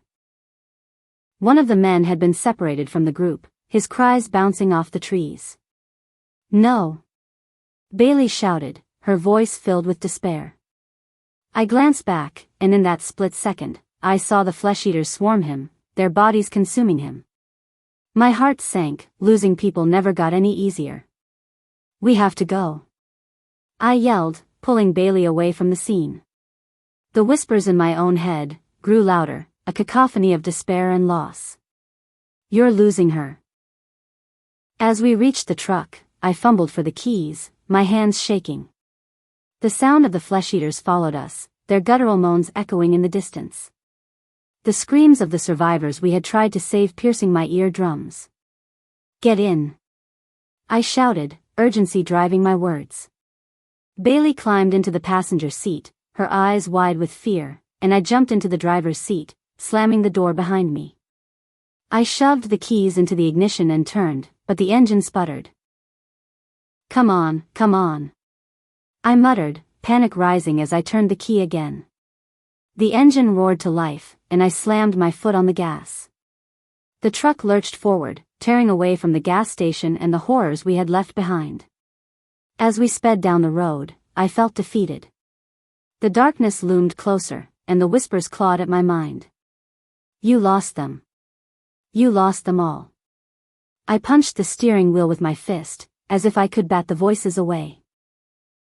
We had tried to save those survivors, we had tried so hard. But I wasn't strong enough yet, I had to be stronger, mentally and physically, to survive this world. Right there and then I made a silent promise to myself. I would get stronger, I would become the warrior I needed to be. The night was colder than I expected. The bitter wind swept through the trees, howling like a distant, tortured soul, making me shiver even as I sat huddled beneath the blankets in the back of the truck. Bailey was asleep beside me, her face soft and peaceful, a stark contrast to the chaotic world we had been thrown into. I envied her in that moment, the calm before the inevitable storm. But I couldn't sleep. The forest seemed alive with strange noises, branches creaking, leaves rustling, and the occasional distant moan of the dead ones. The growls were a haunting chorus. Every sound sent a wave of anxiety through me, tightening my chest, making my pulse quicken. I kept my spear close, the heaviness of it reassuring against my leg. It was silent, effective, and I had learned to trust it more than anything else. We had found a gun on our scavenging hunts, and although it was in our possession, I knew it was only to be used as a last resort. The sound of a gunshot would bring more flesh-eaters than we could ever fight off. As I stared up at the night sky, the stars twinkling between the gaps in the trees, my thoughts drifted to Justin. I hadn't spoken his name out loud since it happened, since he sacrificed himself. His memory was a deep, festering wound that refused to heal. The last few hours of his life had been a nightmare, one I couldn't forget even if I wanted to. The way he had begged me to let him go, to understand that he didn't want to become one of them. He had been so brave, so fierce. "Alex. Don't let this world take you too." The explosion in the distance that followed was like a death knell, echoing in my mind long after it had faded. Justin was gone. The boy who had saved me, who had become my only companion in this hell, was gone. And then, I was alone again. I swallowed hard, blinking back tears as the ache in my chest spread. Bailey needed me. She was all I had left, and I couldn't afford to fall apart. But it was so hard. And the strangest thing of all, was that now I was the only survivor out of my loved ones. It left a huge responsibility on my shoulders. I don't know what kept me fighting, living, breathing. But it felt as though this was my burden to bear, and bear it I would. Every time I closed my eyes, I saw the flesh-eaters, disfigured, grotesque creatures with lifeless eyes and rotting flesh. They haunted my every thought, a constant reminder that the world we once knew was dead, and we were living in its decayed shadow. Suddenly, a noise, closer this time. A soft shuffle, like footsteps through the underbrush. My heart skipped a beat, and I sat up, gripping my spear. The fire in the distance had long since died, leaving us in near total darkness, save for the dim glow of the stars above. My eyes darted through the trees, straining to see any movement, any sign that we weren't alone. But the forest was still. Too still. I didn't wake Bailey. She needed her rest, and I wasn't even sure if there was anything out there. It could have been a deer or some other wild animal, though the chances of that seemed slim these days. Most of the animals had fled, or worse, they had become food for the dead ones.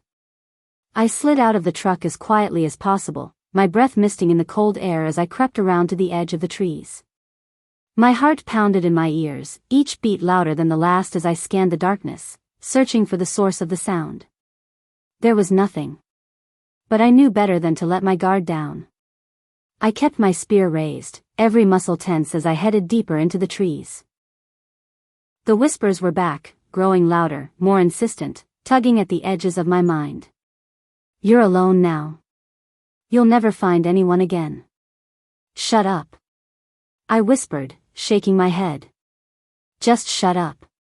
But they wouldn't stop. They never did. Suddenly, I heard it again, a faint rustle, just behind me. I spun around, my spear raised, my arms tense, ready to fire at the slightest movement. Silence. Then, out of the corner of my eye, I saw it, a shadow, in the dim light, moving through the trees. My breath hitched in my throat as I watched it approach, slow and deliberate. The shape was human, but it stumbled like a festering, putrefied flesh-eater. I took aim, peering into the night, waiting for the creature to reveal itself. It staggered forward, arms outstretched, the familiar, jerky movement sending a wave of dread through me. I aimed at it with my spear. It flew through the air with a soft whistle and embedded itself in the flesh-eater's head. It collapsed to the ground with a sickening thud, motionless. My life flashed before me, as I rushed over, my hands shaking as I pulled the spear from the corpse, just in case there were more nearby. But as I got closer, something was off. The body. It wasn't as decayed as the others. The flesh was still intact, still warm. This wasn't a flesh-eater. It was a person. Oh God, what had I done? A sharp, nauseating wave of horror washed over me as I stared down at the man I had just killed. His clothes were tattered, his face gaunt from hunger, but he was unmistakably alive, until I had put a bolt through his skull. I stumbled back, my legs shaking, bile rising in my throat. What had I done? Bailey. I whispered, my voice trembling as the realization set in. I had killed an innocent person. Someone just like us, someone who was probably just trying to survive. It crushed me, and I fell to my knees, my spear slipping from my hands. The whispers in my head grew louder, more vicious, tearing at my sanity. You're no better than the monsters, no. I sobbed, burying my face in my hands. No, no, no. I wanted to wake Bailey, to tell her what had happened, but how could I face her? How could I look her in the eyes and admit what I had done? The person she looked to for strength had just become a murderer. I was no better than the dead. No better than the darkness that had consumed our world. I don't know how long I stayed there, kneeling in the dirt, crying silently into the night. The guilt consumed me. I had killed another person. What have I become? I was only trying to protect us. But this, how could I ever forgive myself?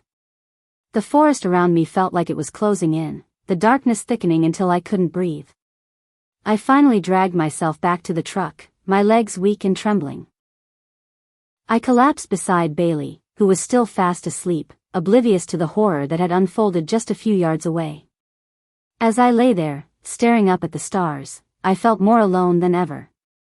Justin's voice echoed in my mind, a haunting reminder of what I had lost, of what I had become. Don't let this world take you too. But it already had. It was taking my sanity, and now my humanity. The engine cut out with a cough and a splutter, followed by a silence so heavy it felt like the air itself was choking us. I gripped my spear tighter, and Bailey's eyes met mine. We didn't need words. We were in trouble, and trouble out here meant only one thing: fight or die. Let's see if we can fix this, yeah? Bailey murmured, her voice strained but hopeful. We'd been in worse places.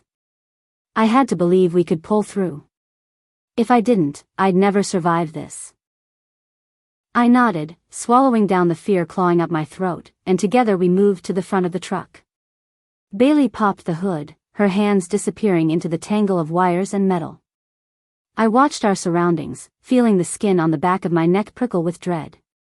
We were so exposed out here, the darkness was closing in, and with it, everything that stalked us in the night. This thing looks completely fried, Alex. She muttered, her voice tight.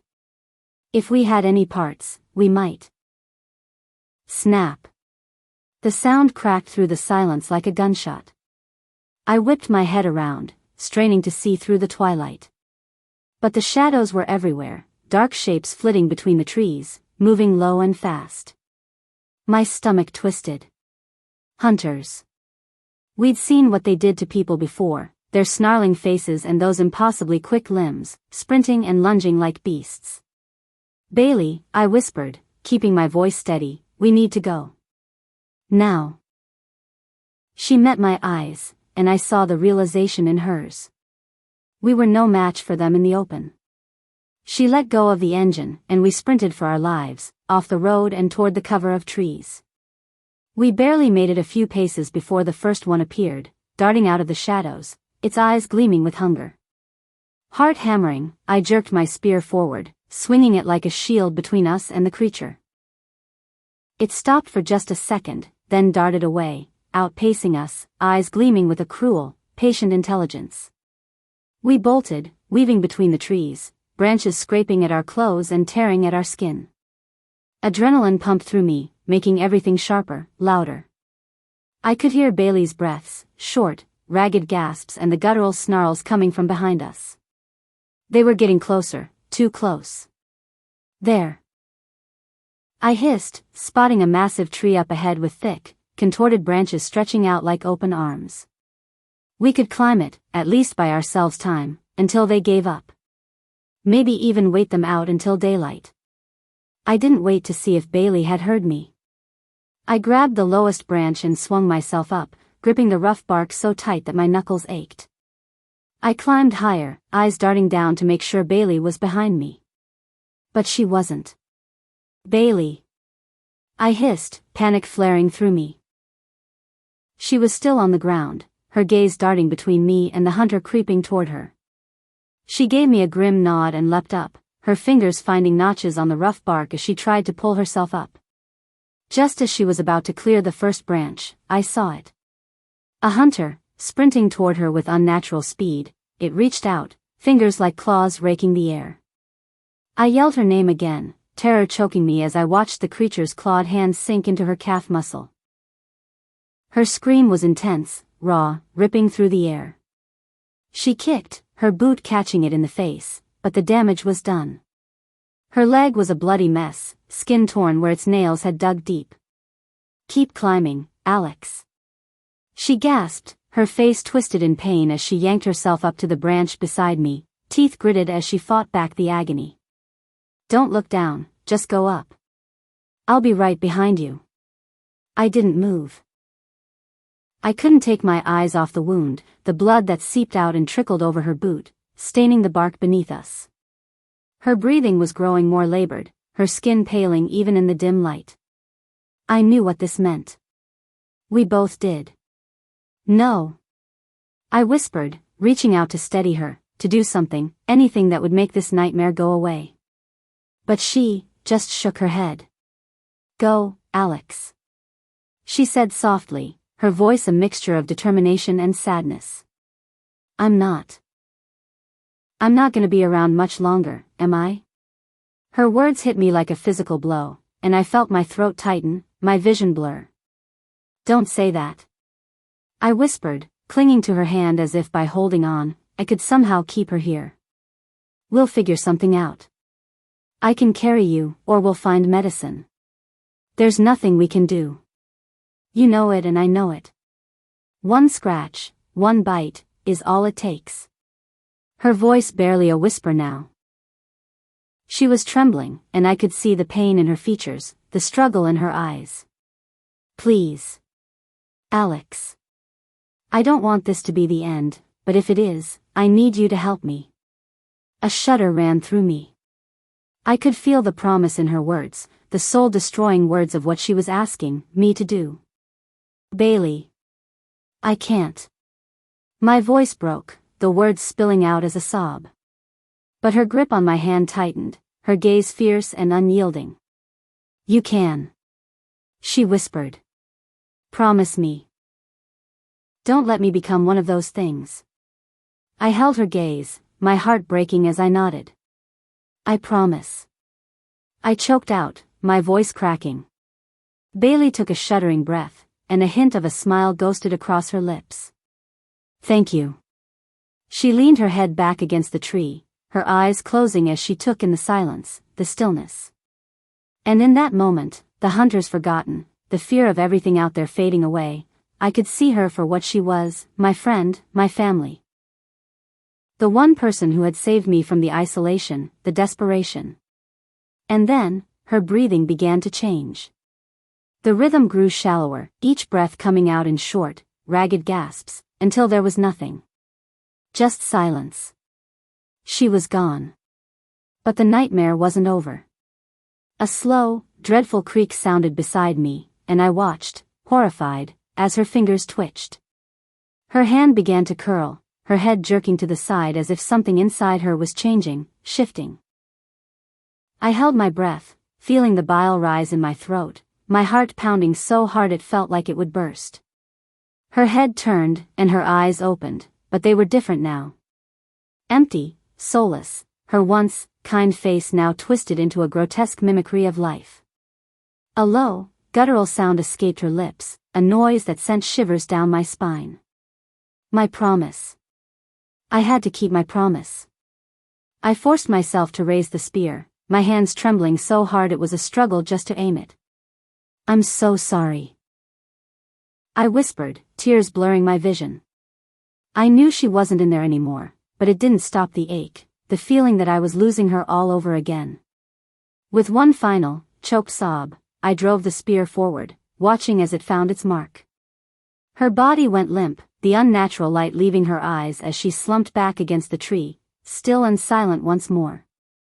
I sat there, my chest heaving, numbness settling over me. Bailey was gone, and there was nothing left but the crushing weight of the promise I'd kept.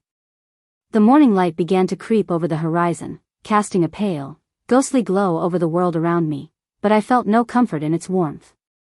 Slowly, I climbed down from the tree, my legs shaking as I forced myself to walk away. Another friend lost to this broken world.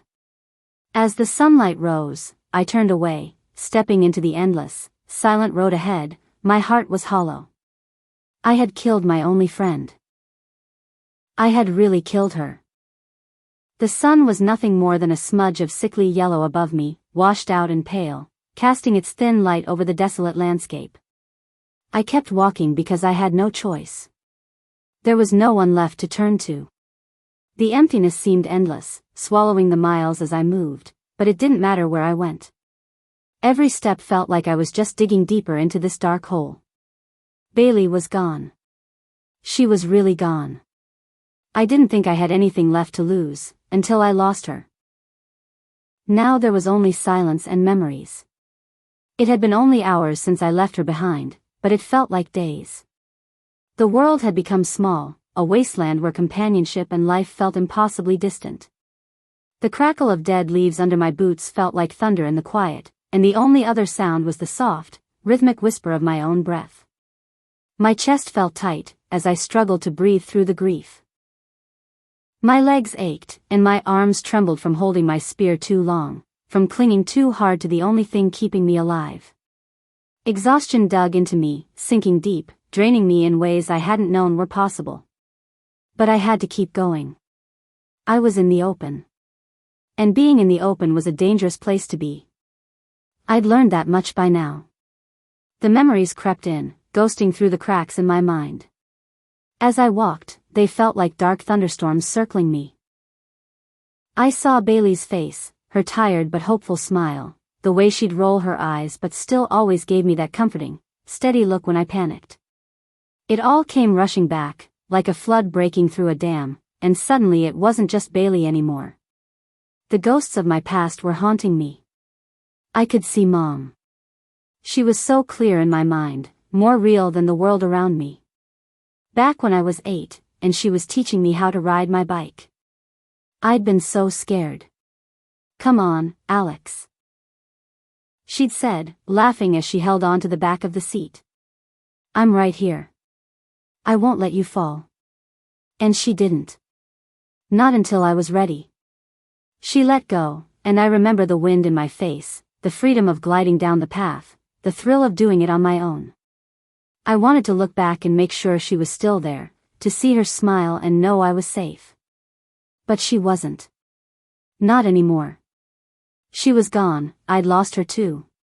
The ache in my chest tightened, spreading, pulsing, until it became too much. I dropped down onto a fallen tree by the side of the path, burying my head in my hands, my shoulders shaking as I tried to force the sobs back down. I couldn't afford to break now, not when I was alone. I lifted my head, looking around, but there was no one. Just me. The wind rustling through the barren branches, and the hollow, empty sound of my grief. It wasn't supposed to be like this. I wasn't supposed to be here, alone, with nothing but memories that hurt more than any wound ever could. Then the memories came flooding back of my dad. How he'd taken me out to Grandpa's farm when I was 13, letting me sit behind the wheel of his old pickup, the laughter as he taught me how to drive. The grass had been tall, golden, swaying under the sun as he laughed, his voice strong and steady. He'd promised me then he'd teach me everything I needed to know, that he'd always be there to help me, to guide me. But he wasn't. He was gone too, taken by the sickness, the infection that tore apart the world, leaving only shadows and whispers and darkness. I could feel my heart hammering, a sick, unsteady beat that filled the silence. I was so tired. I wanted to lie down, to let the earth swallow me up. I wanted to close my eyes and let the darkness take me, so I didn't have to feel anymore. It was all too much, like a stone tied around my neck, dragging me down. But I couldn't give up. Not when I was still breathing. I stood, forcing myself to keep moving, my legs shaking as I took one step after another. The world around me was surreal, full of death and evil. The trees were nothing but blackened skeletons, their branches clawing at the sky like fingers reaching out for something that would never come. The ground was cracked, barren, as if the earth itself had given up. All around me, in the shadows, I felt eyes watching, lurking, waiting for me to slip, to falter. There were times when I thought I could hear them. The flesh-eaters, moving through the trees, their footsteps soft and shuffling. I knew they were out there, always lurking, but it was something else that haunted me more. The voices. They'd started quietly at first, just a faint echo in the back of my mind. But now they were louder, filling the empty spaces with whispers and doubts, eating away at my resolve, my mind. "You're alone, Alex. Everyone's gone. You'll be next." I shook my head, trying to push the voice away, but it clung to me, relentless and cruel. Every step felt like a betrayal, like I was abandoning them all over again. Mom, Dad, my brother, Justin, Bailey. I was the only one left, but I didn't feel alive. I felt hollow, like a ghost, wandering through a world that had forgotten how to live. I wanted to remember happier times, but they were slipping through my fingers, fading from my memories. I could barely remember the sound of laughter, the warmth of a hug, the comfort of knowing someone was there beside me. Those things belonged to a world that no longer existed, a world that had died with the people I loved. It was something I would have to come to terms with, if I was going to survive and live in this godforsaken new world. I kept moving, my feet dragging through the dirt, my body aching with every step. My stomach was empty, growling at me in hunger. I hadn't eaten in days, maybe longer. Time had lost its meaning, each day bleeding into the next, an endless cycle of hide and seek. As night began to fall, the shadows grew longer, like vicious claws reaching for me. The air grew colder, biting into my skin, and the silence became oppressive.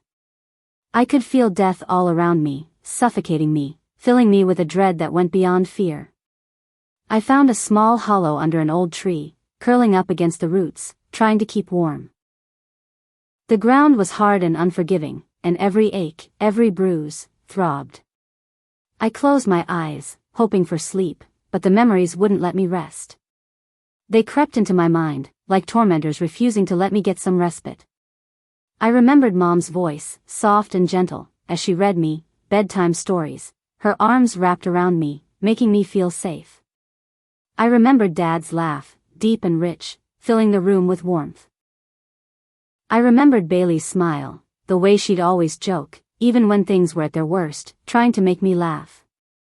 I remembered my first kiss, with Justin. That was the only time since this all started, that I had felt as if the demons, the monsters in this world couldn't hurt me. They were all gone, and I was alone, a single spark of humanity in a world of death. A tear slipped down my cheek, and I let it fall. There was no one left to see me cry, no one to tell me it was going to be okay. The world had gone dark, and I was trapped in a nightmare that I couldn't wake up from. As I lay there, shivering in the cold, the whispers came back, louder this time, filling the silence with a chilling certainty.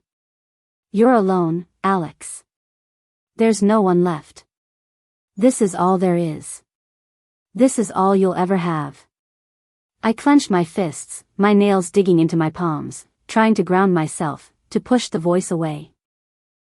But it was inside me now, woven into my very soul, a constant reminder of everything I'd lost. In the distance, I heard a sound, a low, guttural growl that sent a shiver down my spine. I sat up, my heart racing, clutching my spear as I scanned the darkness.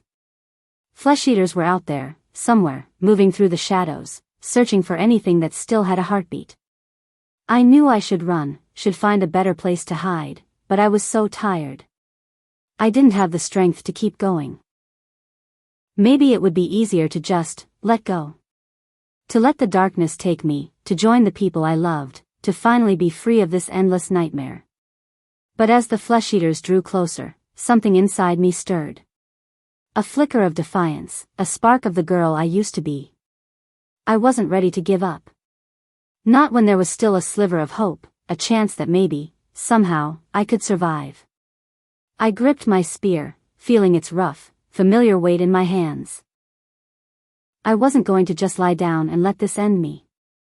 I'd fought too hard, lost too much. And even though the world was empty and cruel, there was still something inside me, something stubborn and fierce, refusing to let go. In the distance, I could hear them, the chorus of growling monsters, moving closer. Their groans were faint but unmistakable, carrying on the cold night air. I had no idea how many were out there, skulking just beyond the tree line, hidden in the shadows. But they were getting closer, and if I didn't move soon, they'd find me. Pushing myself up from the hollow beneath the tree, I stifled a groan. My body felt like it was made of lead, every muscle aching, every bone bruised. The hunger gnawed at me, but I couldn't think about that now. I had to keep moving. My breath came in shallow gasps as I crept through the underbrush, my ears straining for any sound. Each step was a gamble, a risk that something could hear me, that I'd draw them closer. But the alternative, sitting still, waiting for them to find me, was worse. I didn't know where I was going. There was no place left to go. Just miles of empty road, dead towns, fields filled with nothing but rustling shadows. And then there was the hunger, the cold, the exhaustion that weighed on me like a sickness, heavy and inescapable. But the memories were still there, guiding me, their warmth flickering in my mind like tiny, fragile flames.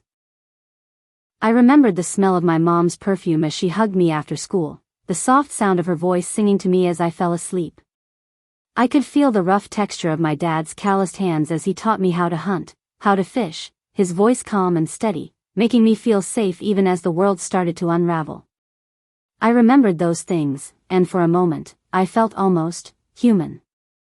Not like the hollow shell I'd become, wandering through a nightmare that refused to end. But that moment was fleeting. The reality around me pulled me back. The cold bit into my skin, the low guttural growls drifting through the night, they were getting closer, lurking just at the edges of my vision. I found myself at the edge of a small clearing, the ground littered with dead leaves and broken branches. In the center of it stood a single, old tree, its branches bare and brittle. I didn't know why, but something about that tree called to me, like it was a marker, a reminder that something still stood in this broken world. It felt like a place I could stop, even if just for a moment, to catch my breath. Then, from the corner of my eye, I saw movement. A flesh-eater, shuffling closer, its head jerking as it caught my scent. My heart raced, a jolt of terror shooting through me. I tightened my grip on my spear, my breath coming in sharp, shallow gasps as I took a step back. But it was too late, the flesh-eater had seen me, its hollow eyes locked onto mine, its mouth opening in the low call of the dead. It stumbled toward me, its movements jerky and unsteady, but relentless. I backed away, my hands shaking as I raised the spear, trying to steady myself. The flesh-eater drew closer, its hands reaching out, its mouth twisted into a grotesque grin. I took a deep breath, bracing myself. With a scream that tore through the silence, I lunged forward, driving the spear into its eye socket. It staggered, its body jerking as it fell to the ground, its last lifeless eye staring up at me, empty and unseeing. I stood there, gasping for breath, my hands trembling as I pulled the spear from its head with a sickening squelch. The adrenaline faded, leaving me feeling hollow, drained. I turned away, stumbling toward the tree, my legs shaking as I collapsed against its rough trunk. Closing my eyes, I leaned my head back, letting the cool night air wash over me. For a moment, I just sat there, breathing. The memories came back, filling the silence, the darkness, with their warmth and light. I could see my mom's face, hear her laughter, feel her arms around me. I could see my dad, his eyes kind and steady, his voice calm and reassuring. But they were gone. All of them. And I was alone. I opened my eyes, looking up at the sky. The stars were distant and cold, their light faint and indifferent. I felt so small, so insignificant. The world was empty, and so was I. As long as I was still breathing, as long as I could still remember the people I'd loved, the people who'd loved me, I couldn't give up. I pushed myself to my feet, my body aching, my heart heavy. I took a deep breath, feeling the cold night air fill my lungs. Then, with one last look at the empty clearing, I turned and kept walking, the memories guiding me through the darkness, their light flickering. I didn't know where I was going. As long as I kept moving, I was alive. In this broken world, full of monsters and the dead, that was enough. It had to be enough. An endless ribbon of cracked asphalt cutting through the bleak landscape stood before me. The air was still, the sun hidden behind thick clouds that cast a gray hue over everything. My legs were heavy, my body worn from days of constant walking. Every mile felt like it was dragging me deeper into an abyss, where hope seemed more distant than ever. I hadn't seen a single living soul in days. The silence was maddening. I'd grown used to the whispers in my head, the gnawing guilt and the endless terror, that had become my constant companions. But the quiet, the absolute absence of life, it was suffocating. It made me feel like I was the last person left, in a world that had been hollowed out and left to rot. I was too scared to stop, too scared to rest. Every time I closed my eyes, I saw the faces of the dead, their decaying flesh, their silent screams. I would hear them calling out to me, just like they had to my mum. I couldn't let myself fall into that trap. Then, in the distance, I saw something. A pileup of cars blocking the road ahead. It was the first sign of the old world I had seen in hours, maybe even days. I wasn't sure anymore. Time had blurred into a fog of dread and exhaustion. But there was movement, something shifting among the wreckage. My heart skipped a beat, the familiar chill of fear creeping inside of me. My spear was already in my hands, ready to aim and take out the dead ones. I crept forward, careful to keep low, my eyes scanning the cars for any signs of the flesh-eaters. The vehicles were a jumbled mess, some crushed, others flipped on their sides. It looked like a chaotic escape attempt that had gone horribly wrong. As I got closer, I saw them, two figures, small, huddled inside one of the cars. I could barely make them out through the dirt-covered windows, but they were alive. They were children. I felt a pang of something, hope, maybe, flare in my chest, but it was quickly smothered by the reality of what I was witnessing. A group of flesh-eaters was clustered around the car, their decaying faces pressed against the windows, their bony fingers scratching at the glass. The kids were trapped. I crouched behind a wrecked van, my mind racing. There were at least 7 or 8 of the monsters, too many to take on directly. But I had to do something. I couldn't just leave them. I crept closer, keeping my steps as quiet as possible. The dead ones were distracted, their focus on the children inside the car. I could hear the soft whimpers of the kids through the cracked windows, their fear palpable. The flesh-eaters moaned, low and hungry, their jaws snapping as they pressed harder against the car. If I didn't come up with a plan, soon more would join their ranks. One of them was a woman, her face twisted and half-rotted away, and I felt a sickening jolt of recognition. It must have been their mother. I couldn't imagine the horror they were going through. I took a deep breath, forcing down the rising panic within me. My hands gripped the spear with a steady determination as I positioned myself to face the nearest flesh-eater. I lunged forward, driving the spear into the back of its skull. It fell without a sound, its body crumpling to the ground, while the others remained oblivious. Moving quickly, I took out 2 more with precise, silent strikes, their bodies falling in heavy, lifeless heaps. But then one of them, a tall, gangly figure with exposed ribs and vacant, sunken eyes, turned toward me, its dead eyes locking onto mine. It let out a guttural moan, and suddenly, the others turned, alerted to my presence. OMG, they can communicate with each other. Damn it. I muttered, gripping the spear tightly and thrusting it into the head of another one before it could get too close. The strike landed perfectly, but there were too many. I needed to think fast. The flesh-eaters rushed at me, their contorted forms lurching forward with terrifying speed. I threw myself to the side, narrowly dodging the outstretched arms of one of them lunging at me. Rolling across the cracked asphalt, I reached for the hatchet strapped to my belt, but before I could reach for it, one of them was on top of me, its rancid breath hitting my face as its teeth snapped dangerously close.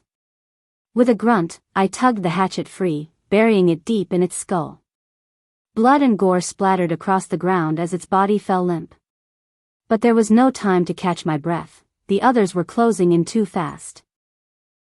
I sprang to my feet, swinging the hatchet in a wide arc, cleaving through the neck of another flesh-eater. It gurgled, head lolling to the side before it dropped to the ground. But my hatchet got stuck. I couldn't retrieve it. So, I grabbed my baseball bat. There was one left, a woman who had been a mother once. She scratched mindlessly at the car window, unaware of the carnage behind her. I hesitated, nausea rising in my throat, but I forced it down and swung. Her body crumpled to the ground, and then the road was silent. For a moment, I stood there panting, blood and sweat running down my face, my hands trembling as I wiped them on my pants. Slowly, I approached the car. The kids were inside, their faces pale and hollow with fear.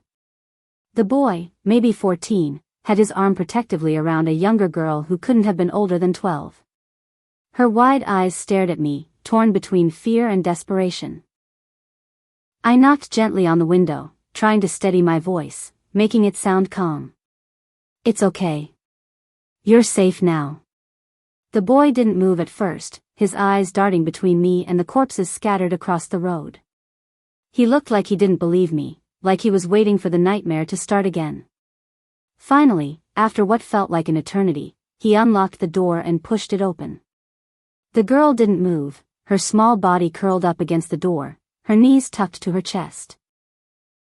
She stared blankly ahead, as if she hadn't even registered what was happening. "My name's Alex, I won't hurt you. Are you okay?"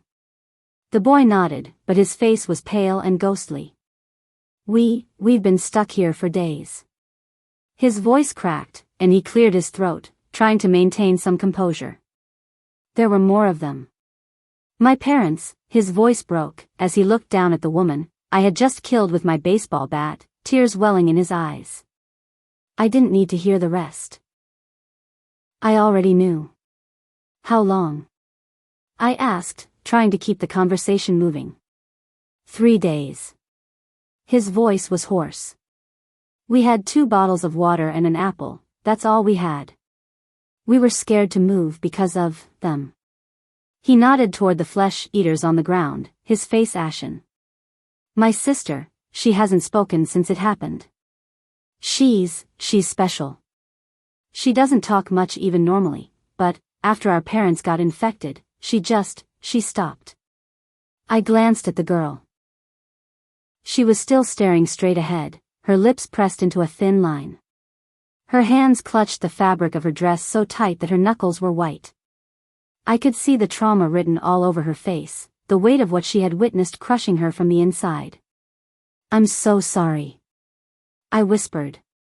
I wanted to say something, anything, that could make it better.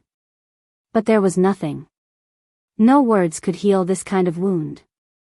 "We can't stay here," I said instead. "There are more of them out there, and we need to find somewhere safe. Come with me. I'll protect you." The boy looked at his sister, then back at me. He hesitated for a moment, but then nodded. "Okay. But we have to keep her safe." "We will." I promised, though I wasn't sure if I could keep that promise. This world was merciless. The boy helped his sister out of the car. She moved slowly, her limbs stiff and awkward, like she hadn't used them in days. I could see the fear in her eyes, even though she didn't speak. She was trapped in her own silent world, one I couldn't reach. As we started to walk, I kept my eyes and ears open for any signs of the dead. The road ahead was long, and I didn't know where it would lead. But now, I wasn't alone, and that terrified me more than anything. The silence around us was dense, and every sound seemed amplified as we walked. The 2 kids behind me shuffled along, steps weighed down by exhaustion and fear. It felt like the whole world had been stripped of the living, leaving just us, in this hollow, dead landscape. But even here, I could smell decay, the rotting smell that clung to everything, reminding us how much the world had changed. The boy, Marcus, stayed close to his sister, Emma. She hadn't spoken a single word since we left the wreckage behind, her face blank and her eyes unfocused, like she was trapped somewhere else, far from here. I envied her in that moment. Her silence made everything feel even more deadly, every step a reminder of all they'd been through and how fragile they both seemed. "How are you holding up?" I asked Marcus quietly as we walked. His face was pale, his eyes rimmed red from crying and lack of sleep. He didn't look up, only shrugged as he stared at the ground ahead. "I don't know," he whispered, his voice barely audible. I didn't know what to do. They were our parents, and then they weren't. And Emma, she just shut down. She's autistic. She's always been quiet, but now, I don't know if she's even in there anymore. I didn't know what to say. I was barely more than a kid myself, and here I was, trying to be strong for them when I wasn't sure I had any strength left. But they needed me, so I nodded, trying to keep my voice steady. "We'll figure it out." Though I wasn't sure if I believed my own words. Marcus gave a faint nod, but his expression stayed tight, weighed down with a sadness I couldn't hope to erase. Emma stumbled as she walked, her hands clenched at her sides, her gaze still distant and blank. The world was eerily still, broken only by the occasional rustle of leaves in the wind or the soft creak of metal in the distance. As we walked, we passed more abandoned cars and scattered debris, but there were no signs of life, dead or alive. It was like the world itself had been drained of everything that once made it real. We kept going, our footsteps echoing in the unnatural quiet as the sun sank lower. The light faded, and with it, I felt the tension build, the kind of tension that always came as night crept closer. In the dark, the flesh-eaters, the hunters, moved more freely, the shroud of nightfall seemed to energize their hunger. "We need to find somewhere to sleep for the night. We can't stay out here once it's dark." Marcus nodded, as his eyes darted around, scanning our surroundings with a fear that was almost palpable. Emma stayed silent, her gaze still vacant. As we neared a small gas station just off the road, its windows shattered and its door hanging by a single hinge, I knew it wasn't ideal. But it was the only shelter we'd seen for miles. I turned to Marcus and Emma, motioning for them to stay put. "I'll check it out first," I said, gripping the makeshift spear I'd crafted. "Stay here.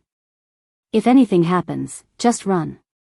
Marcus swallowed hard, wrapping his hand around Emma's arm protectively. I made my way to the gas station, heart pounding in my chest as I gripped the spear tighter, each step a leap into the unknown. There was always the risk that flesh-eaters could be inside, lurking in the shadows, mindless and hungry. But we didn't have a choice. We needed somewhere to rest. The door creaked as I pushed it open, and a foul smell hit me, stale air mixed with the unmistakable stench of rot. I gagged, pulling my shirt over my nose as I stepped inside, my eyes scanning the dimly lit room. Shelves lay overturned, the contents scattered in a chaotic mess. Empty cans, broken glass, and torn wrappers littered the floor, remnants of a world long gone. I took cautious steps forward, straining to hear any sound that might signal danger. The dead weren't exactly stealthy, but some, the hunters, were capable of unsettling silence. They lay in wait and stalked you. I moved through the small store, checking behind the counter and in the back room. It was empty.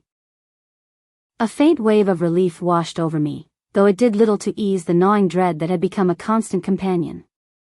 I returned to the door and motioned for Marcus and Emma to come in. They shuffled inside, their faces pale and drawn. "There's some food left on the shelves," I said, pointing to a couple of cans that had somehow survived the looting. "It's not much, but it'll keep us going." Marcus's face brightened just a little, a glimmer of hope breaking through his exhaustion. He quickly grabbed the cans, handing one to Emma, who accepted it without a word. I set my bag down and pulled out a small camping stove I'd found a few days back. It was barely functional, but it would warm the food enough to make it bearable. As I set it up, I couldn't help but glance at Emma, still lost in her own world. She hadn't reacted to anything, not even when I saved them from the wreckage earlier.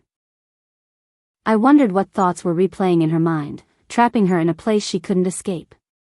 We ate in silence, the only sounds coming from the faint crackle of the stove and the soft howl of wind outside. Occasionally, I thought I heard something, a soft shuffle, a distant moan, but I couldn't tell if it was real or just my mind playing tricks. Paranoia had become second nature. Eventually, I broke the silence. "We should try to get some sleep. We'll need to move at first light." Marcus nodded, and without a word, he wrapped an arm around Emma, pulling her close as they settled against a shelf. She leaned into him, but her gaze stayed vacant, her mind still far away. I found a spot near the door, pressing my back against the wall. Sleep was dangerous out here, but exhaustion weighed on me like a stone, and I closed my eyes just to rest them for a moment. That's when I heard it. A distant explosion, a low rumble that shuddered through the night air like thunder. My eyes flew open, and my pulse spiked. What was that? Marcus jerked awake, his face twisted with fear. What was that? He whispered, his voice trembling. I don't know. I replied, keeping my voice low. But whatever it was, it's not good. The explosion left an echo in my mind as I stared out into the dark, trying to piece together what it could mean. Who, or what, could have caused it? Was it a sign of other survivors? Or something worse? We spent the rest of the night in a restless silence, my spear clutched tight as I strained my ears for any sound. Every creak and rustle left goosebumps on my skin, but nothing came. Just the stillness of the world outside, quiet as a grave. I woke just before dawn, shivering as cold seeped through my jacket. The faint glow of morning crept through the broken windows. For a brief moment, I let myself hope that maybe things could be different today. But when I looked outside, the world was just as empty, just as haunted. Marcus stirred beside me, blinking against the faint light. Emma sat still, her vacant gaze unchanged. We need to move, I said, my voice raw with fatigue. It's too quiet, out there. That usually means trouble's not far behind. Marcus nodded, and together we packed what little we had. Then we set out again, our steps echoing in the eerie silence as we left the gas station behind.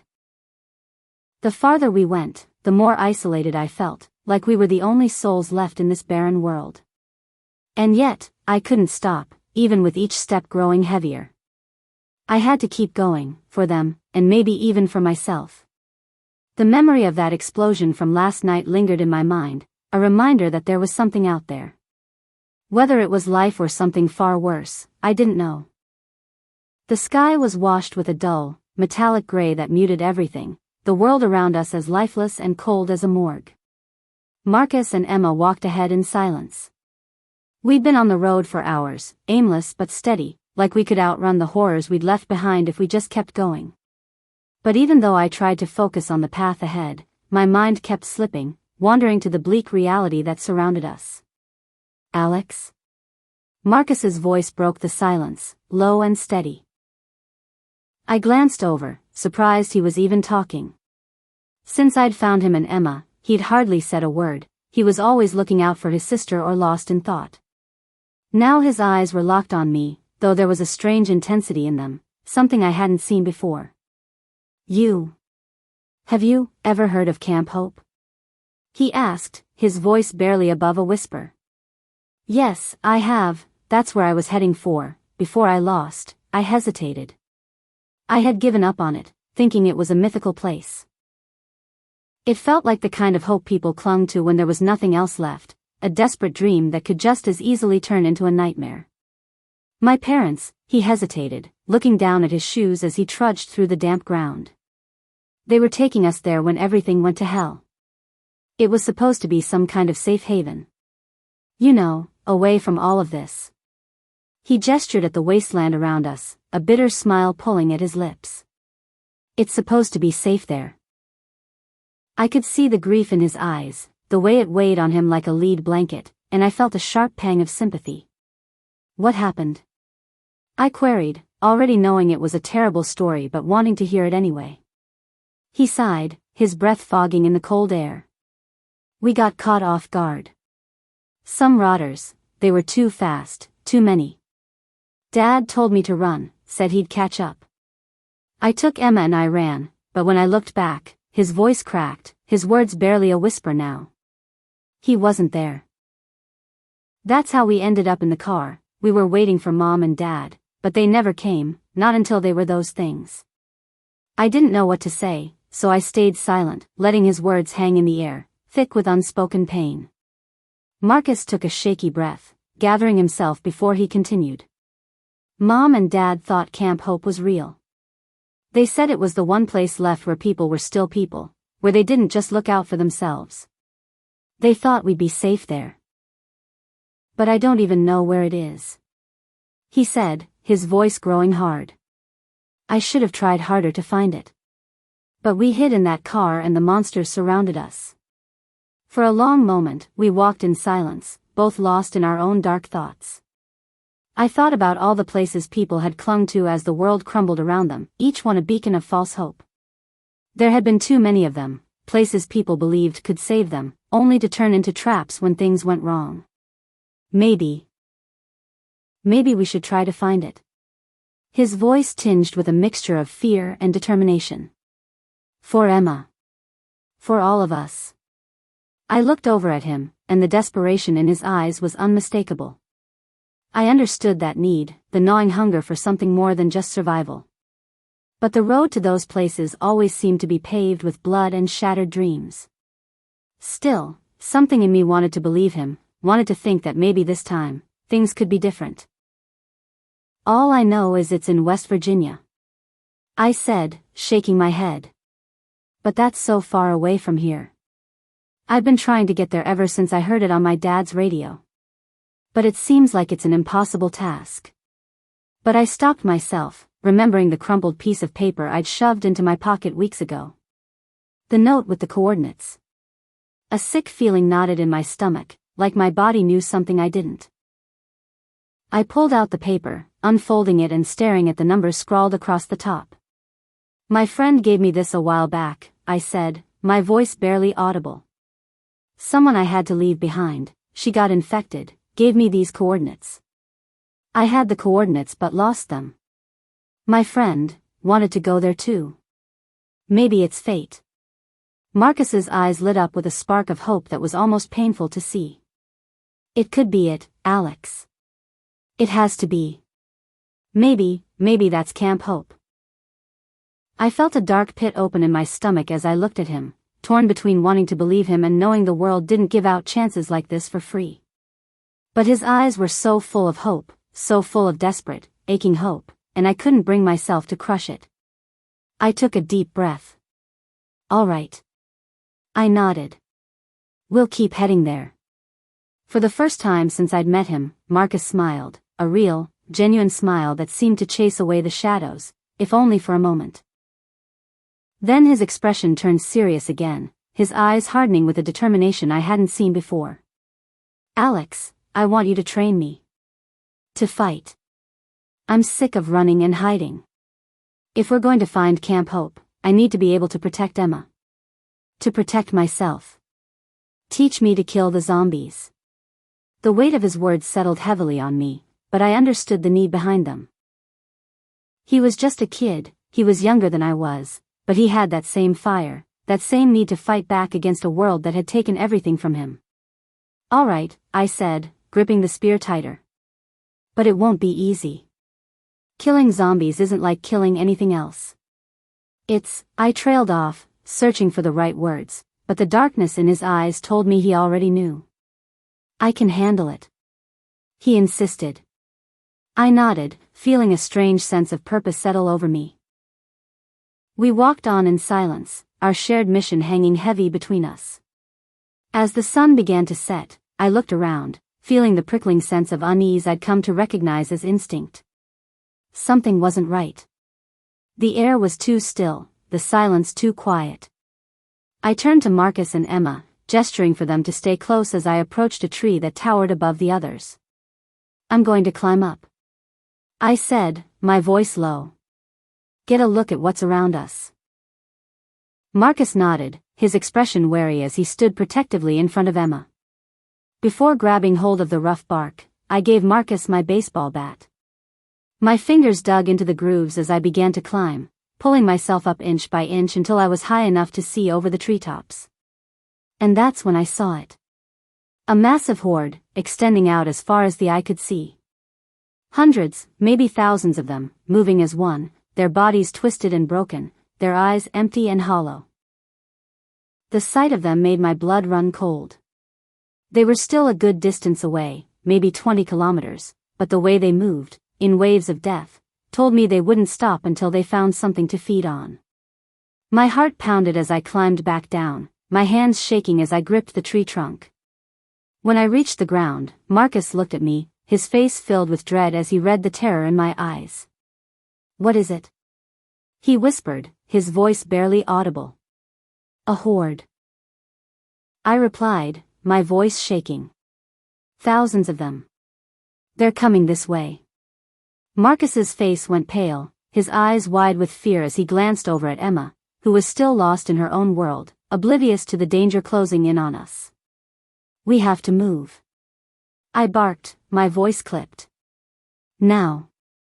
We started running, our footsteps echoing in the stillness as we pushed forward, the horde bearing down on us like a dark cloud.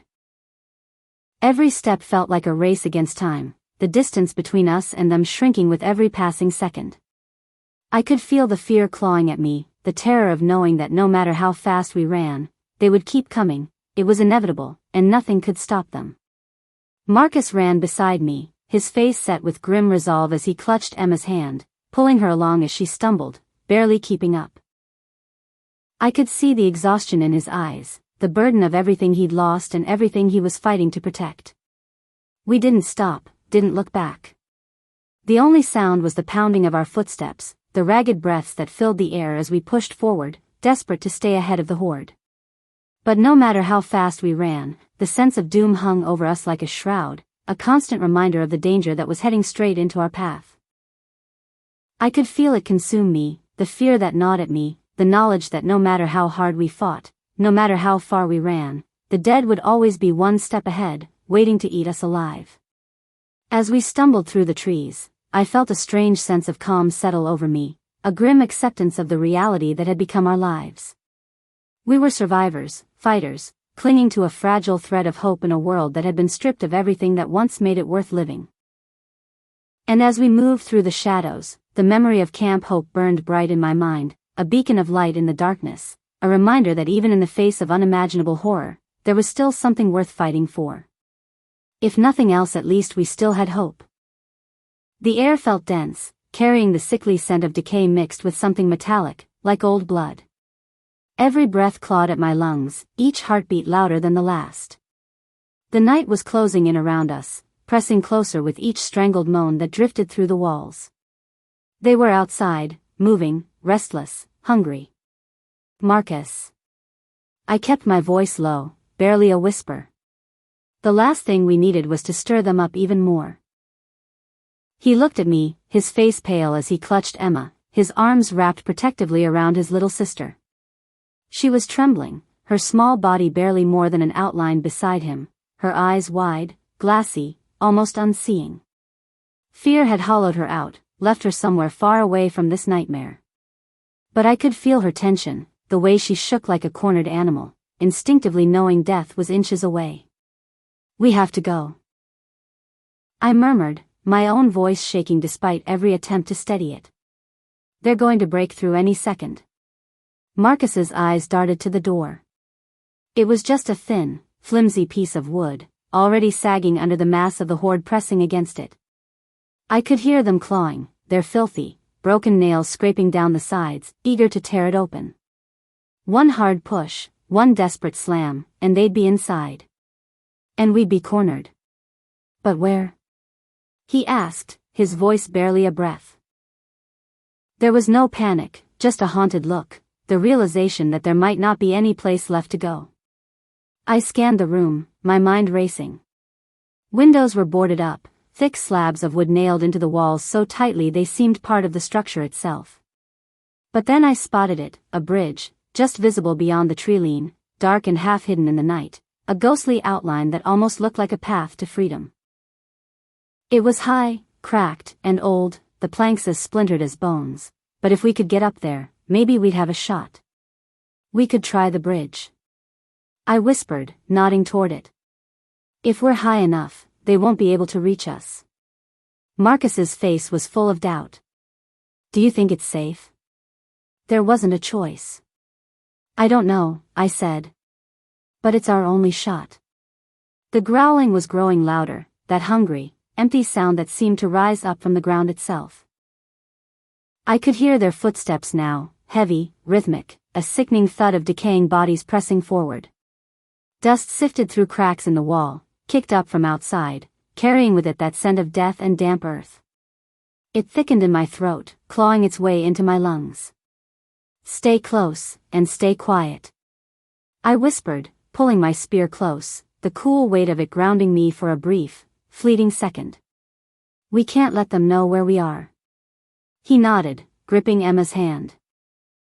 She stumbled to her feet, clinging to him, her wide, haunted eyes staring straight ahead. The last time I'd seen that look, it had been in the eyes of the kids I used to babysit, hiding under a table during a thunderstorm, terrified and alone. But this was different. This fear was raw, primal. I eased open the back door, the faintest creak making my stomach clench. For a moment, everything outside seemed to pause. I could hear it, the collective chorus of the flesh-eaters, just on the other side of the walls, that one endless exhale of something no longer human. Waiting, listening. We slipped into the night, crouching low, steps as soft as whispers. Marcus and Emma followed, their footsteps barely audible on the ground. The bridge loomed up ahead, not far now, but every step felt like an eternity. I could hear the horde behind us, their decayed forms shuffling, staggering toward us, drawn to some phantom scent or sound that only they could sense. Closer. They were getting closer, their footsteps pounding against the dirt like distant thunder.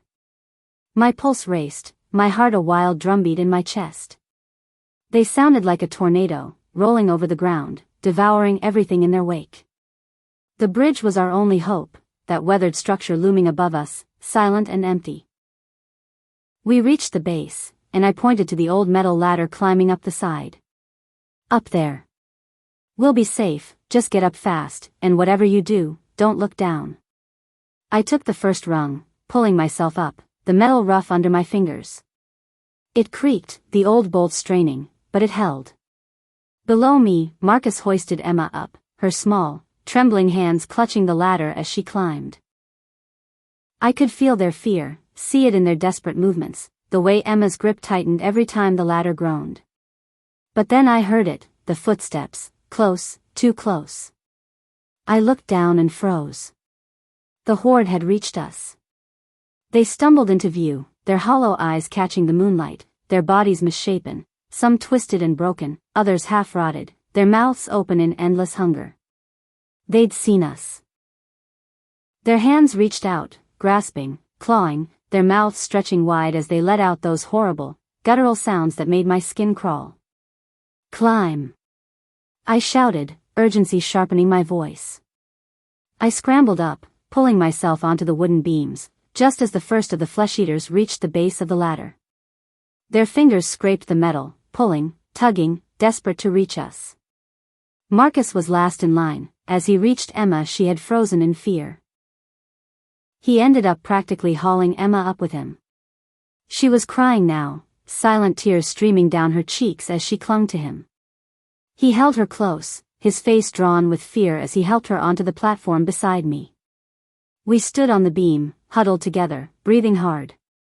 Below us, the horde gathered, their arms stretching up like a sea of grasping hands, clawing, reaching. Their voices melded into one sickening chorus, a blend of growls and moans that synchronized around us, filling the air with that inhuman, hungry sound. And then I heard it, a voice, faint but unmistakable, cutting through the noise like a razor. Ali, I froze, the sound fragmenting my already shattered heart once more. It was my mother's voice, soft, gentle, like she used to sound when she'd wake me up for school in the mornings. But it couldn't be. I knew that voice was a trick. A lie. My mom was dead. Alex, join us. The voice whispered, so close it felt like she was standing right there, right behind me. Join us. I shut my eyes, squeezing them tight, willing the sound to go away. But the whisper only grew louder, warping into a desperate, plaintive tone that gnawed at my mind. I felt like I was being pulled toward them, as if her voice was a hook, sinking into me, dragging me down into the waiting claws of the horde below. Marcus stared at me in shock, his face ashen. Do you hear them? He asked, his voice barely more than a breath. They're saying my name, don't listen to them. It's a trap. I hissed, my voice breaking as I gripped the edge of the beam, trying to hold on to something solid. The whispers were growing louder, drowning out everything else. I could almost see her face now, my mother's eyes wide and empty, her hands outstretched, reaching for me, calling me back. It's not real. I whispered, my voice trembling. It's not her. The flesh-eaters and the hunters continued to press forward, piling up against each other, their hands clawing, grasping, desperate to pull us down into that endless sea of death. Their voices rose, a cacophony of groans and whispers, their mouths gaping open as they chanted our names, over and over. Elise, join us. Marcus, join us. Emma, join us. My mind felt like it was splintering, pieces breaking off with each whisper. It was wrong, all of it. I wanted to look away, to shut it all out, but the whispers, they pulled at me, unraveling the last shreds of sanity I had left. I forced myself to look around, trying to focus on anything else. That's when I saw it, a narrow ledge, just below the beams, leading to the other side of the bridge. It wasn't much, but it was something. An escape. Look! I said, gesturing toward it, my voice barely audible over the sickening chorus below. We can climb across. It's risky, but it's our only way out. Marcus looked at the ledge, his face filled with dread. What if one of us falls? I swallowed hard, my throat dry. We won't. I said, the words more a prayer than a promise. One by one, we edged along the ledge, our bodies pressed against the cold stone of the bridge. The voices rose, a chaotic mix of whispers and groans that filled the air, the dead below reaching up, their fingers brushing against the soles of our shoes as we inched along the narrow path. My heart pounded, every muscle trembling as I moved, step by step, the ledge just wide enough to hold us, but narrow enough that one wrong move would send us plunging down into the horde.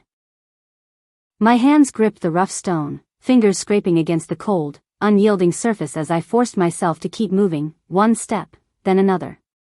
We reached the other side, pulling ourselves up onto solid ground, our bodies collapsing onto the dirt. I could feel my heart hammering, my breath coming in shallow, ragged gasps as I lay there, staring up at the night sky. The whispers were still there, faint, distant now, but still echoing in the back of my mind. The dead ones, they were still there too, gathered below, their eyes locked onto us, their hands reaching, clawing, their voices rising into one endless, haunting call. Elise, join us. I closed my eyes, trying to block it out, but the whispers never stopped. The hunters in the horde were always there, always taunting us, always waiting, always calling to us. The night wore on, heavy and oppressive, the stench of rot and decay mingling with the cold night air. Marcus, Emma, and I made our way cautiously through the abandoned buildings, hearts pounding with the echoes of growls and whispers still haunting us. The eerie stillness was almost worse than the din of the horde we'd narrowly escaped. Where do we go now? Marcus whispered, glancing back at Emma, who walked silently, her eyes wide with fear. She was still holding on to her brother, using him as a lifeline in this terrifying world. When I climbed up the tree, I saw a nearby settlement. I replied, trying to keep my voice steady. We need to find other survivors. Maybe they can help us. Or maybe they're dangerous. Marcus shot back, his voice low and filled with frustration. We don't know who we can trust. I nodded, acknowledging his point. The world was different now, filled with danger not just from the flesh-eaters but from other desperate humans. The shadows of the buildings loomed over us like specters, and I felt the chill of paranoia creep into my bones. As we turned a corner, we stumbled into a small clearing surrounded by dilapidated makeshift shanties. The flickering light of a fire caught my eye, and I squinted into the dark, trying to see what lay ahead. Wait! I ordered whilst holding up a hand. Let's check this out first.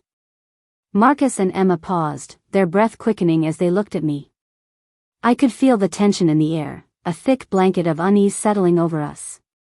Creeping forward, I peeked through the broken boards of a nearby shack. Inside, a group of men sat around a fire, their voices low and conspiratorial.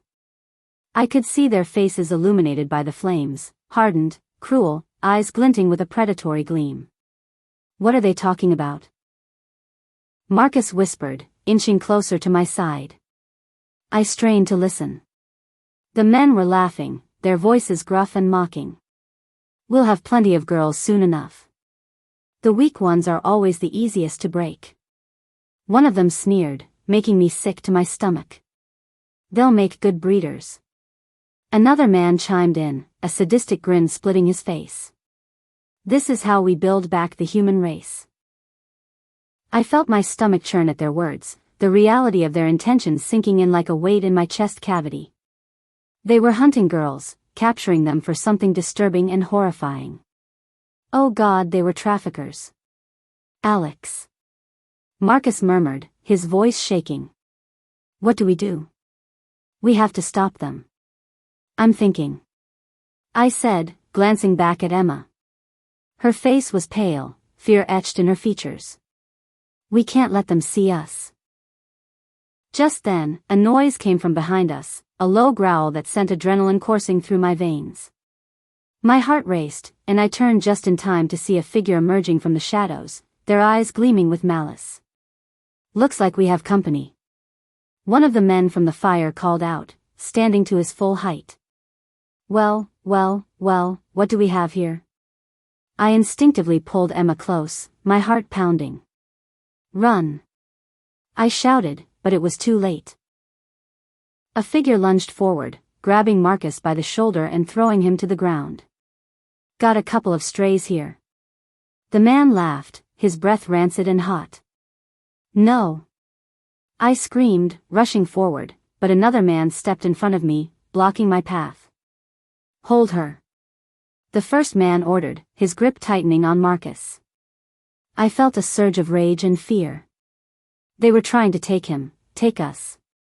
Let him go. I shouted, panic clawing at my throat. Feisty little thing, aren't you? The man said, grinning as he stepped closer. But you're in no position to make demands. I searched for something, anything I could use to fight back. My heart raced as I saw a broken piece of wood on the ground. I lunged for it, but the man caught my wrist, forcing me down. Stop squirming. He growled, pushing me toward the fire. You're going to regret this. But as he pulled me closer, something inside me snapped. In a wild surge of instinct, I bit down hard, aiming for the one vulnerable spot I could reach. I bit down hard on his dick. The man howled in pain, his grip loosening as he staggered back, his face contorted in shock. You little bitch. He roared, blood pouring from his groin. Laughter erupted from the other men, dark and mocking. Looks like she's got some fight in her. One of them jeered. We'll break her in soon enough. Fueled by a desperate mix of rage and survival instinct, I slithered away from the man's grasp and dashed toward Marcus. But before I could reach him, another man lunged at me, grabbing my arm and yanking me backward. Get off me! I shouted, kicking out with all my strength.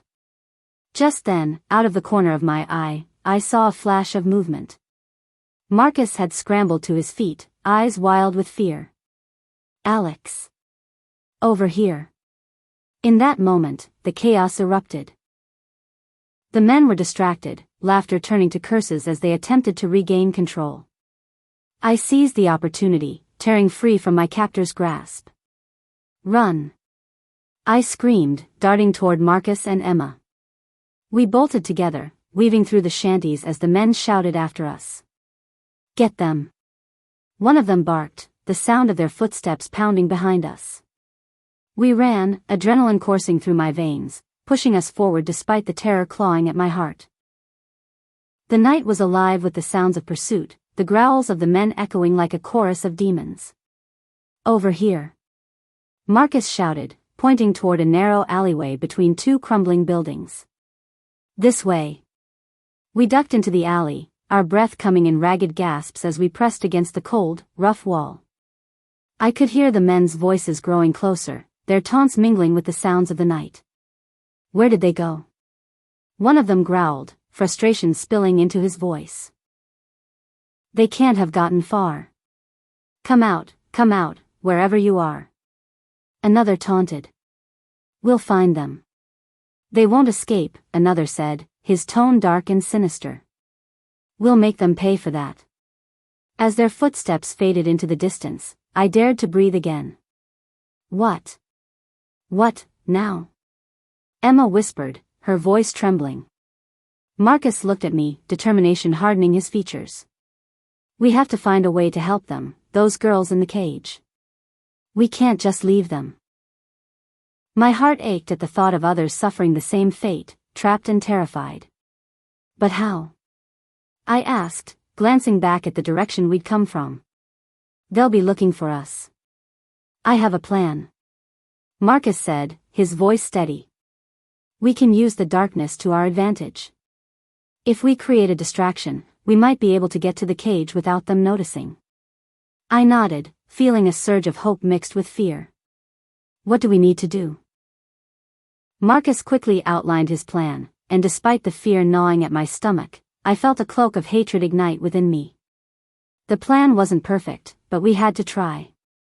As we stealthily made our way back toward the group of men, our hearts raced with the weight of the unknown.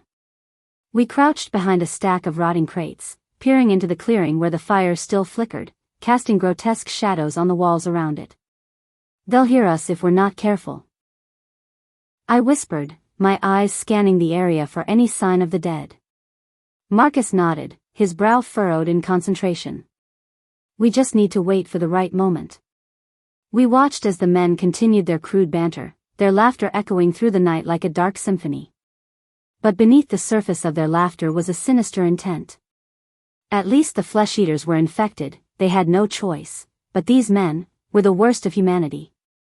Listen, one of the men said, his voice low. They'll come back, and when they do, we'll have a real party. My stomach churned at the implications, the reality of what they intended. They didn't just want to capture girls, they wanted to break them, to abuse them and use them like playthings. These men are evil. They want to use them. Use the girls to breed. Marcus's face twisted with anger. We can't let that happen. Suddenly, the men erupted into laughter, and we flinched at the sound. I bet they're scared out of their minds, one man said, smirking. The perfect prey. I glanced at Marcus, who nodded, his jaw set. We need to create that distraction now. I pulled a small rock from the ground and nodded, ready. On 3. 1, 2, 3, I hurled the rock toward the opposite side of the clearing, and it hit the ground with a dull thud. The men immediately turned, their attention drawn away from us. Go. Marcus whispered. We darted into the shadows, moving as quietly as we could toward the cage that held the girls. It was just beyond the fire, hidden behind a tarp. The faint cries of the trapped girls sent a chill through me, the sound haunting and desperate. As we reached the cage, I quickly pulled the tarp aside, my heart racing. Inside, I saw a group of girls huddled together, their faces pale and filled with fear. Help us. One of them cried, her voice cracking. Please. Shoo. I whispered with urgency. We're here to save you. We need to get you out. Marcus moved to the lock, his hands shaking as he fumbled with it. Come on, he muttered, his frustration palpable.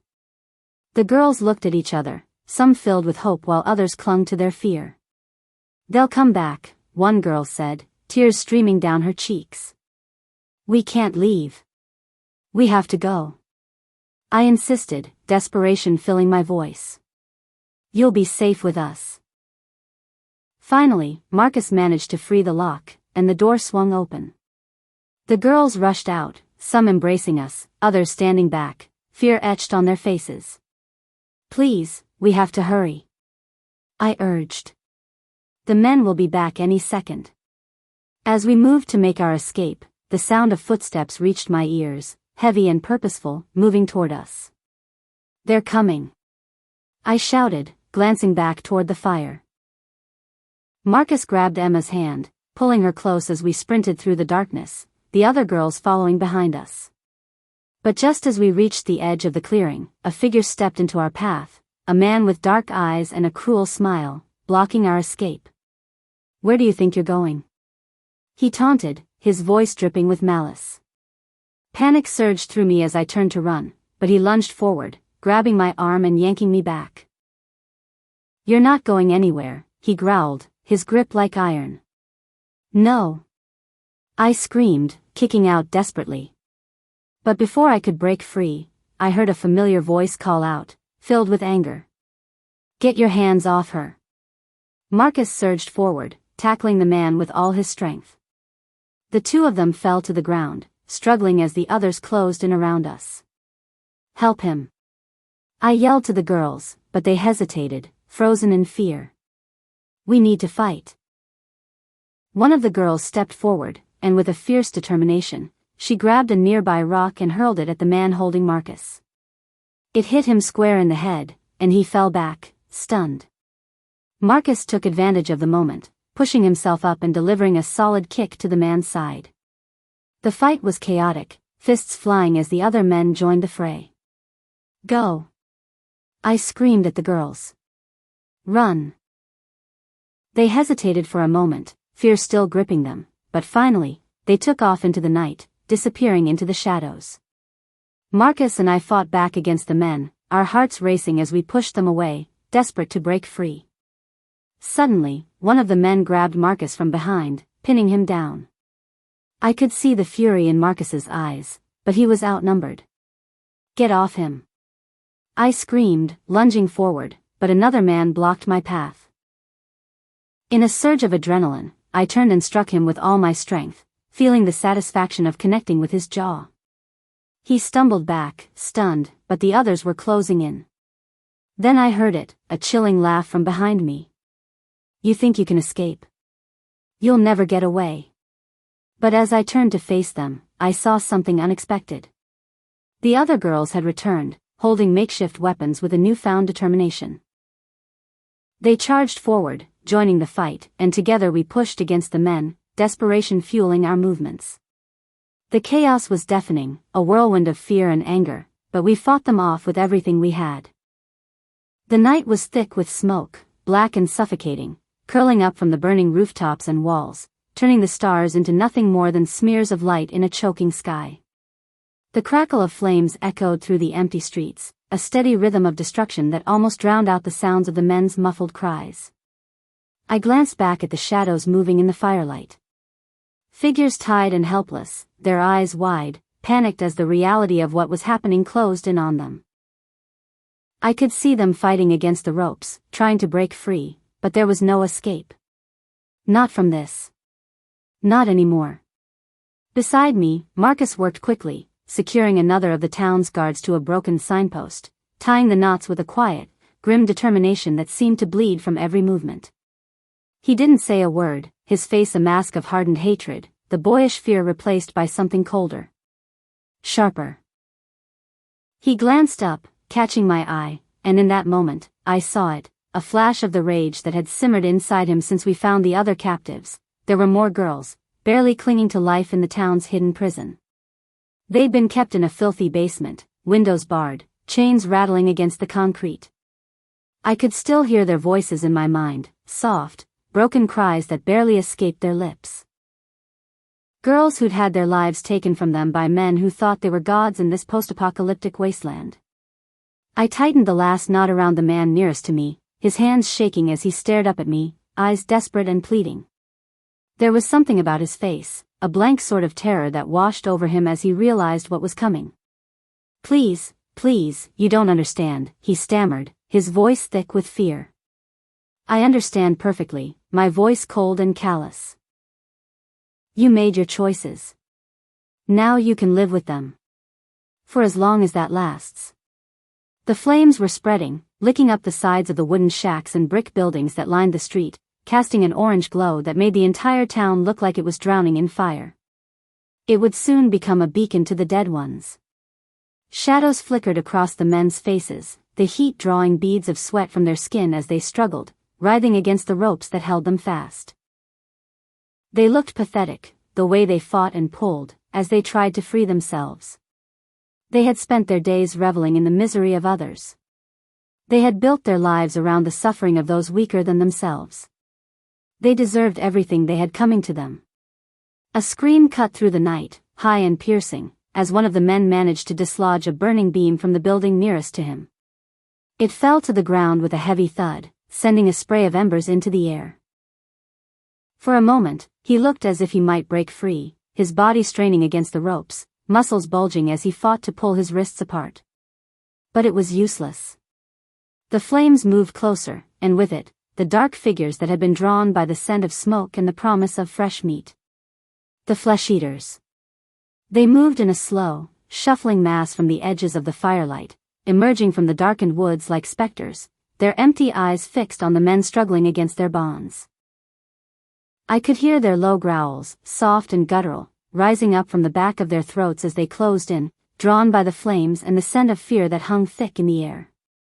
One by one, they moved forward, their decaying bodies swaying as they advanced, skeletal hands reaching out toward the bound men with mindless hunger. Alex.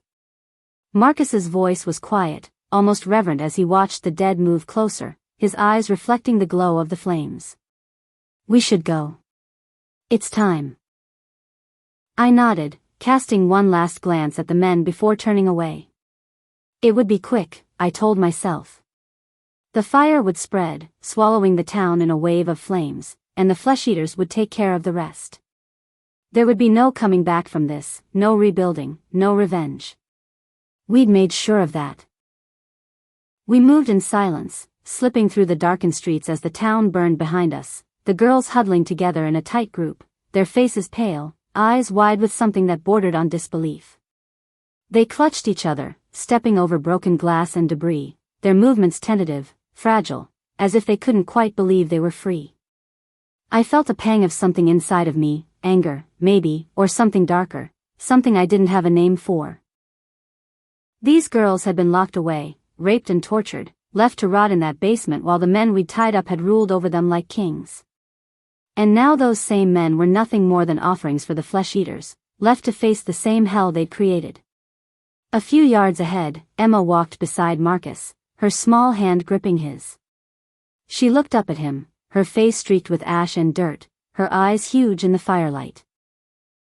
She'd seen so much, been through so much, but there was a strength in her gaze, a defiance that hadn't been there before.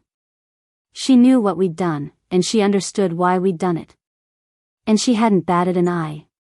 As we reached the edge of town, I turned back, taking in the sight one last time. The flames had spread to nearly every building, the fire consuming the town with a hunger that rivaled the dead ones. The men were barely visible now, silhouettes against the blaze, their screams swallowed by the roar of the fire and the low, guttural growls of the dead that swarmed around them. Soon they would join their ranks, soon they would be doomed to walk this earth in empty hungry shells. It seemed like poetic justice. For a moment, I almost felt a pang of pity, a brief flicker of humanity that made me question what we'd done. But then I remembered the basement, the smell of fear, the broken voices of the girls we'd found, and any sympathy I might have felt disappeared, snuffed out by a cold, hard sense of justice. Alex. Marcus's voice was soft, barely audible over the crackle of the flames. It's over. I nodded, turning my back on the burning town, on the men and the flesh-eaters and the dark memories that would haunt this place long after we were gone. It was over.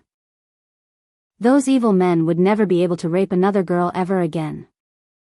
The moon hung high in the night sky, casting a pale light through the trees as we stumbled forward, hearts pounding, and breath ragged from our desperate escape. The chaos of the fight still echoed in my ears, the taunts of the men, the cries of the girls and the primal instinct to survive, that had surged through us all. We didn't stop until we reached a small grove, thick trees enclosing us like a sanctuary, offering a momentary reprieve from the nightmare we had just escaped. Emma's voice broke the silence, barely a whisper but enough to make my heart stop. Alex, she said, her voice tiny and fragile, like she was trying out the word for the first time, tasting it carefully. I turned slowly, afraid that if I moved too quickly, the moment would shatter, and Emma would retreat back into that silent world she'd built around herself. Her wide eyes were fixed on me, a hint of something new in them, a spark, maybe. A quiet strength that I hadn't seen since the day I rescued her from the car and the flesh-eaters. You said my name. I whispered, as if saying it too loud would scare her back into silence. Emma nodded, a small, tentative movement. Her eyes shimmered, and she looked down, pressing her lips together as if unsure what else to say. I couldn't believe it. After all the darkness, the horrors she'd endured, the words had finally come. Marcus, who'd been walking a few paces ahead, froze, his shoulders tense as he looked over his shoulder. I could see the mix of emotions flickering across his face, relief, shock, and something close to awe. It's okay, Emma. I said gently, crouching down so I was at her level. You can say whatever you want. No one's going to hurt you now. I promise. For a long moment, she just stared at me, her fingers twisting in the fabric of her shirt. I could see the battle raging behind her eyes, the way she seemed to struggle with each word, with the memories that came with them. But she was fighting it, fighting her way back from her silent world, clawing her way back to herself. I was so scared, but you, Alex, you were so brave. She whispered, her voice trembling. I'm glad we saved the girls. I think they would have died there. My chest tightened, a mixture of anger and sorrow swirling inside me. I reached out, resting a hand on her shoulder, feeling the frailness of her bones beneath her skin. I wanted to tell her that it was okay, that she didn't have to relive those memories, but I knew she needed this. She needed to say the words, to let them out, to give them power so they didn't keep her trapped. But we got them out. I said, my voice thick with emotion. They are safe now. We are all safe now. She looked up at me, her gaze fierce, as if daring me to break that promise. We aren't though, not really. There's still the monsters, yes, there are still the monsters, but there's more of us now and we can fight and hide and run. My voice was steady, unyielding. As for those men, they're not coming back. They are dead now, we made sure of it. Her tiny fingers reached out, brushing against my hand, and I felt a surge of protectiveness, something I hadn't felt in a long time. There was also hope, small and fragile, but it was there, growing in the spaces where darkness had once taken root. Emma's voice, her words, had cracked open something inside me, a reminder that there was still light in the world, no matter how dim. We sat like that for a moment, in the midst of the ruins, the distant embers of the burning town casting faint shadows around us. Marcus moved closer, placing a gentle hand on her shoulder. He didn't say anything. He didn't need to. We all understood what this meant, that Emma had finally found her voice again. As small as it was, as fragile and uncertain, it felt like a victory, one that couldn't be taken away. Emma was fighting back, and in that moment, I knew that maybe, we all had a chance to come back from this, to build something better from the ashes. Are we safe? Emma whispered, her voice trembling as she looked up at me, wide-eyed and scared. For now. Marcus replied, his face still flushed with adrenaline. He glanced back toward the direction we'd come, as if expecting the men to burst through the trees at any moment. But we need to keep moving. I nodded, pushing my hair back from my face, trying to shake off the remnants of panic that clung to me. We need to find a place to rest and regroup. There's strength in numbers, and we can't stay out here exposed. The other girls huddled together, their faces pale and drawn. I could see the fear and exhaustion in their eyes, the toll the night had taken on them. One girl, perhaps 16, had tears streaming down her cheeks, and I felt a surge of compassion for her. Let's keep moving, I urged. We can't linger here. Time's a great healer, and that's what we need to fight for, more time. We took a cautious step forward, the rustling of leaves underfoot seeming thunderous in the stillness of the night. Each sound sent a jolt of anxiety through me, a constant reminder that danger was always one step behind. As we moved further into the grove, I spotted a fallen tree that had created a natural barricade against the underbrush. Over here, I called, guiding the girls to the shelter it provided. It was not much, but it offered a semblance of safety for the moment. Marcus helped me push aside some branches and leaves, creating a small space for us to huddle together. The girls settled in, looking up at me with a mixture of gratitude and fear. "Is there anywhere safe nearby?" one of them asked, her voice a whisper, as if speaking too loudly would draw the darkness closer. "There's a settlement called Camp Hope," I replied, trying to keep my voice steady. "It's supposed to be safe, a place where survivors have gathered. But it's a trek to get there, and we need to be careful. Will they help us?" The girl with tears in her eyes asked, hope flickering in her voice. "I hope so," I said, meeting her gaze. "We need to stick together and stay alert.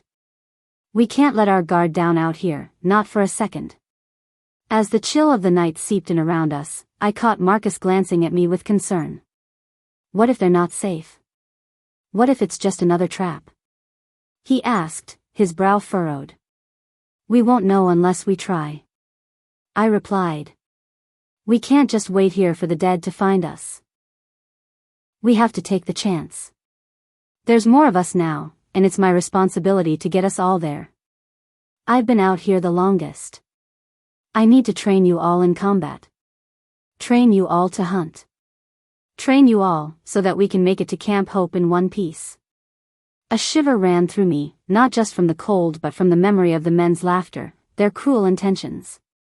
"Listen," I said, trying to calm the girls. "We'll be okay. We've made it this far. We can fight. We have proven that. We are stronger in numbers. We will get there. We will survive this." "But what if there are others like those men?" another asked, her voice small. "We'll be ready," I insisted, meeting her gaze. "We'll fight if we have to."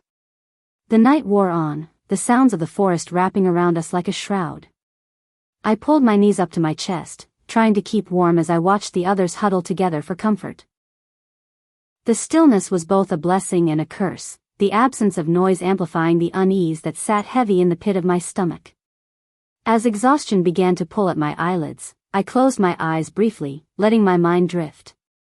I thought of the girls we had freed, of the lives they had lost, and the families torn apart. Each story was a thread in the tapestry of our shared horror, a reminder of the darkness that lay just beneath the surface of humanity. Suddenly, a low growl broke the silence, sending a jolt of adrenaline through me.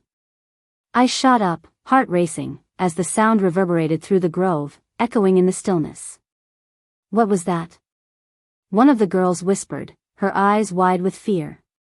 "Shoo," I urged, holding up a hand to silence them. "Listen." The growl was followed by another, closer this time, a rumbling noise that set my senses on fire. I could feel the tension in the air, a palpable sense of dread. "They're out there," Marcus said, his voice tense. "We need to be quiet."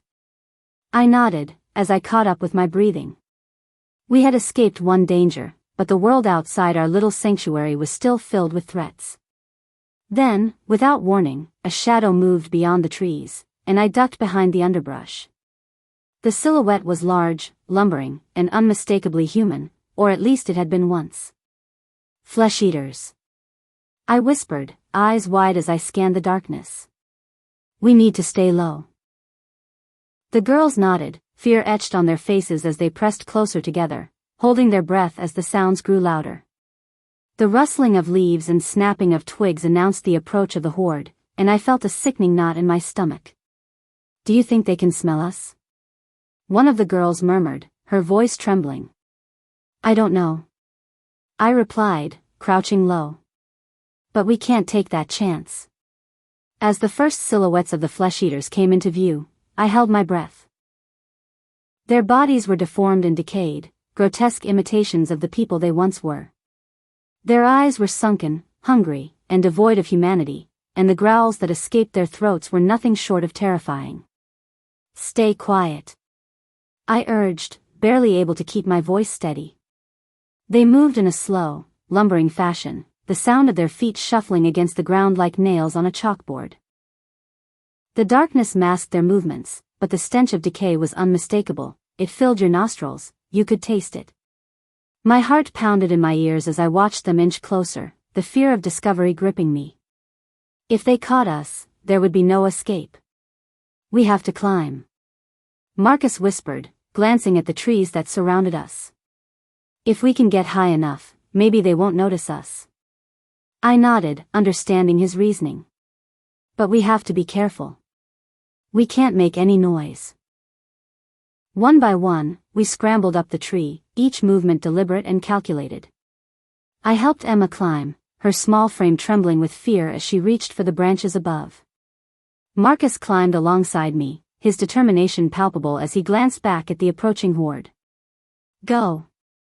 Quickly. I urged, my voice low and urgent.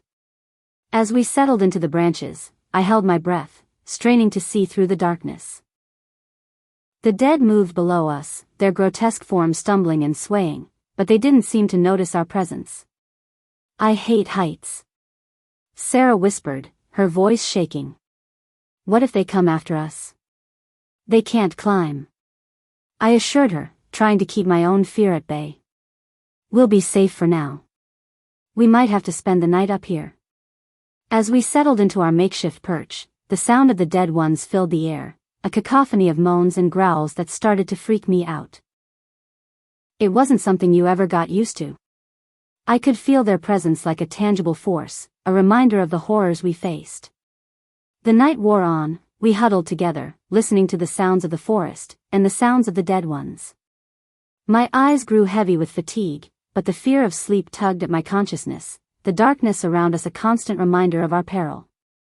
What if we don't make it to Camp Hope? One of the girls whispered, her voice laced with fear. We will, I insisted, though doubt gnawed at my insides. We just have to keep moving. As dawn broke, the first light of day filtering through the trees, the flesh-eaters began to drift away, their guttural sounds fading into the distance. The sun cast a warm glow over the grove, but it did little to ease the tension building within me. Is it safe? Marcus asked, glancing around as the last growls dissipated. I think so, I said, my voice shaky but hopeful. We should get moving before they return. One by one, we climbed down from the tree, our limbs stiff from the uncomfortable positions we had been holding all night. The moment our feet touched the ground, I felt a surge of urgency.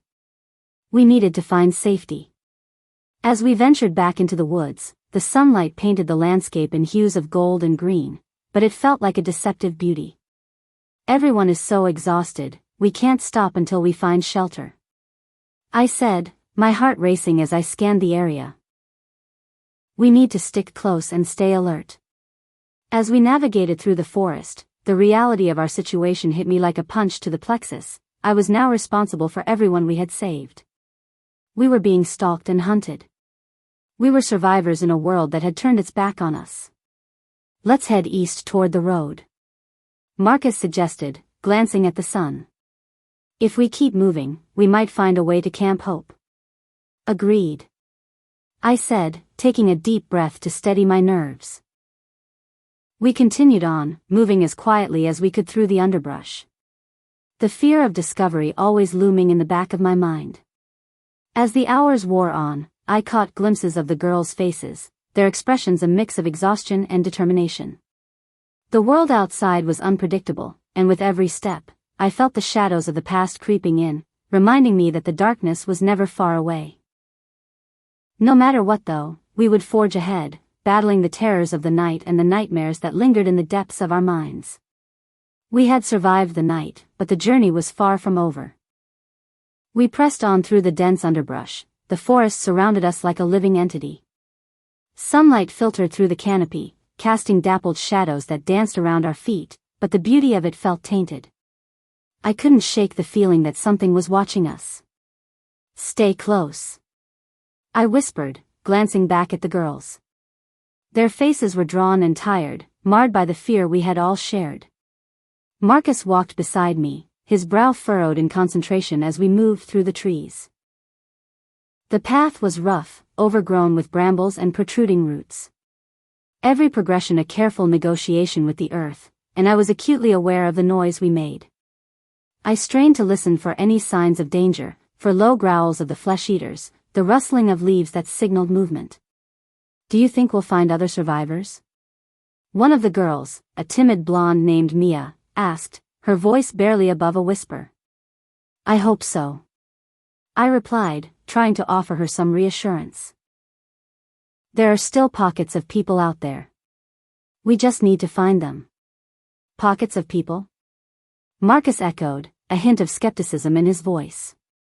What if they're not friendly? What if we run into more dangerous men? Marcus, we have been through this. There are good people, like us. There has to be. But if they are bad people, well then, we fight. I said. We have to be prepared for anything.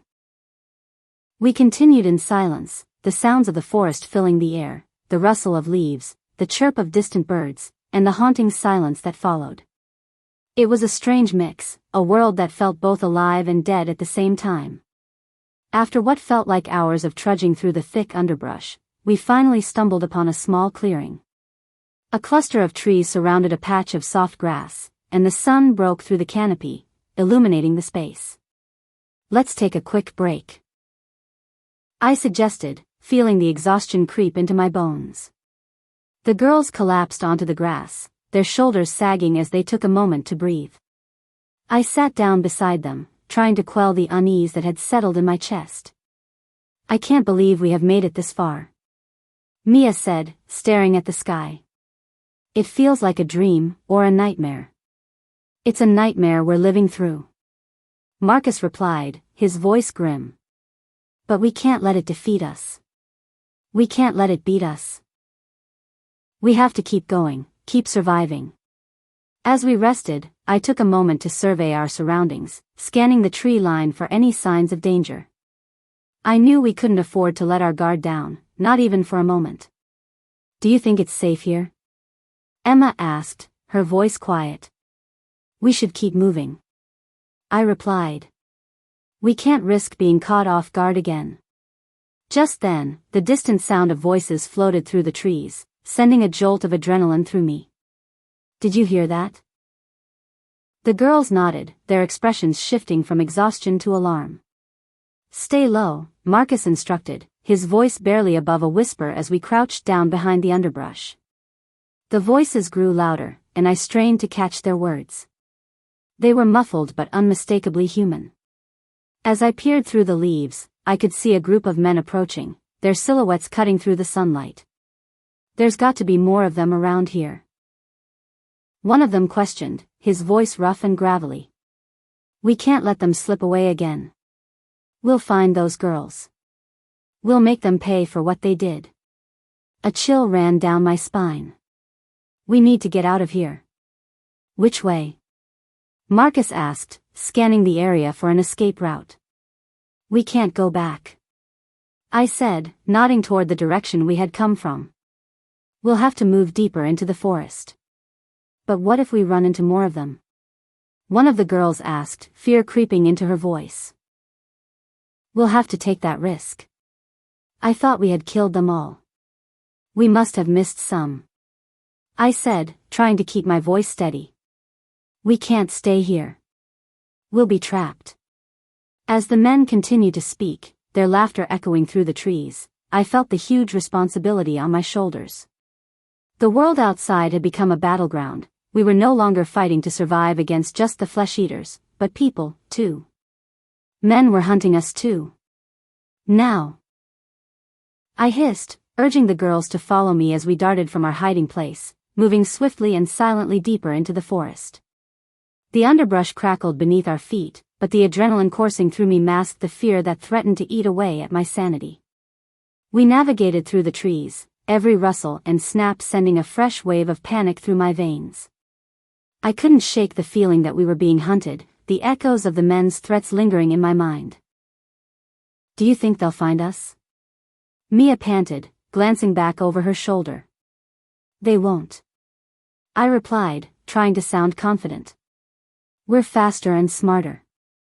Just keep moving. We ran until the sounds of the men faded into the distance. The only noise left was the rhythmic pounding of our hearts and the rush of our breath. Eventually, we found another small clearing, a small pond surrounded by thick trees.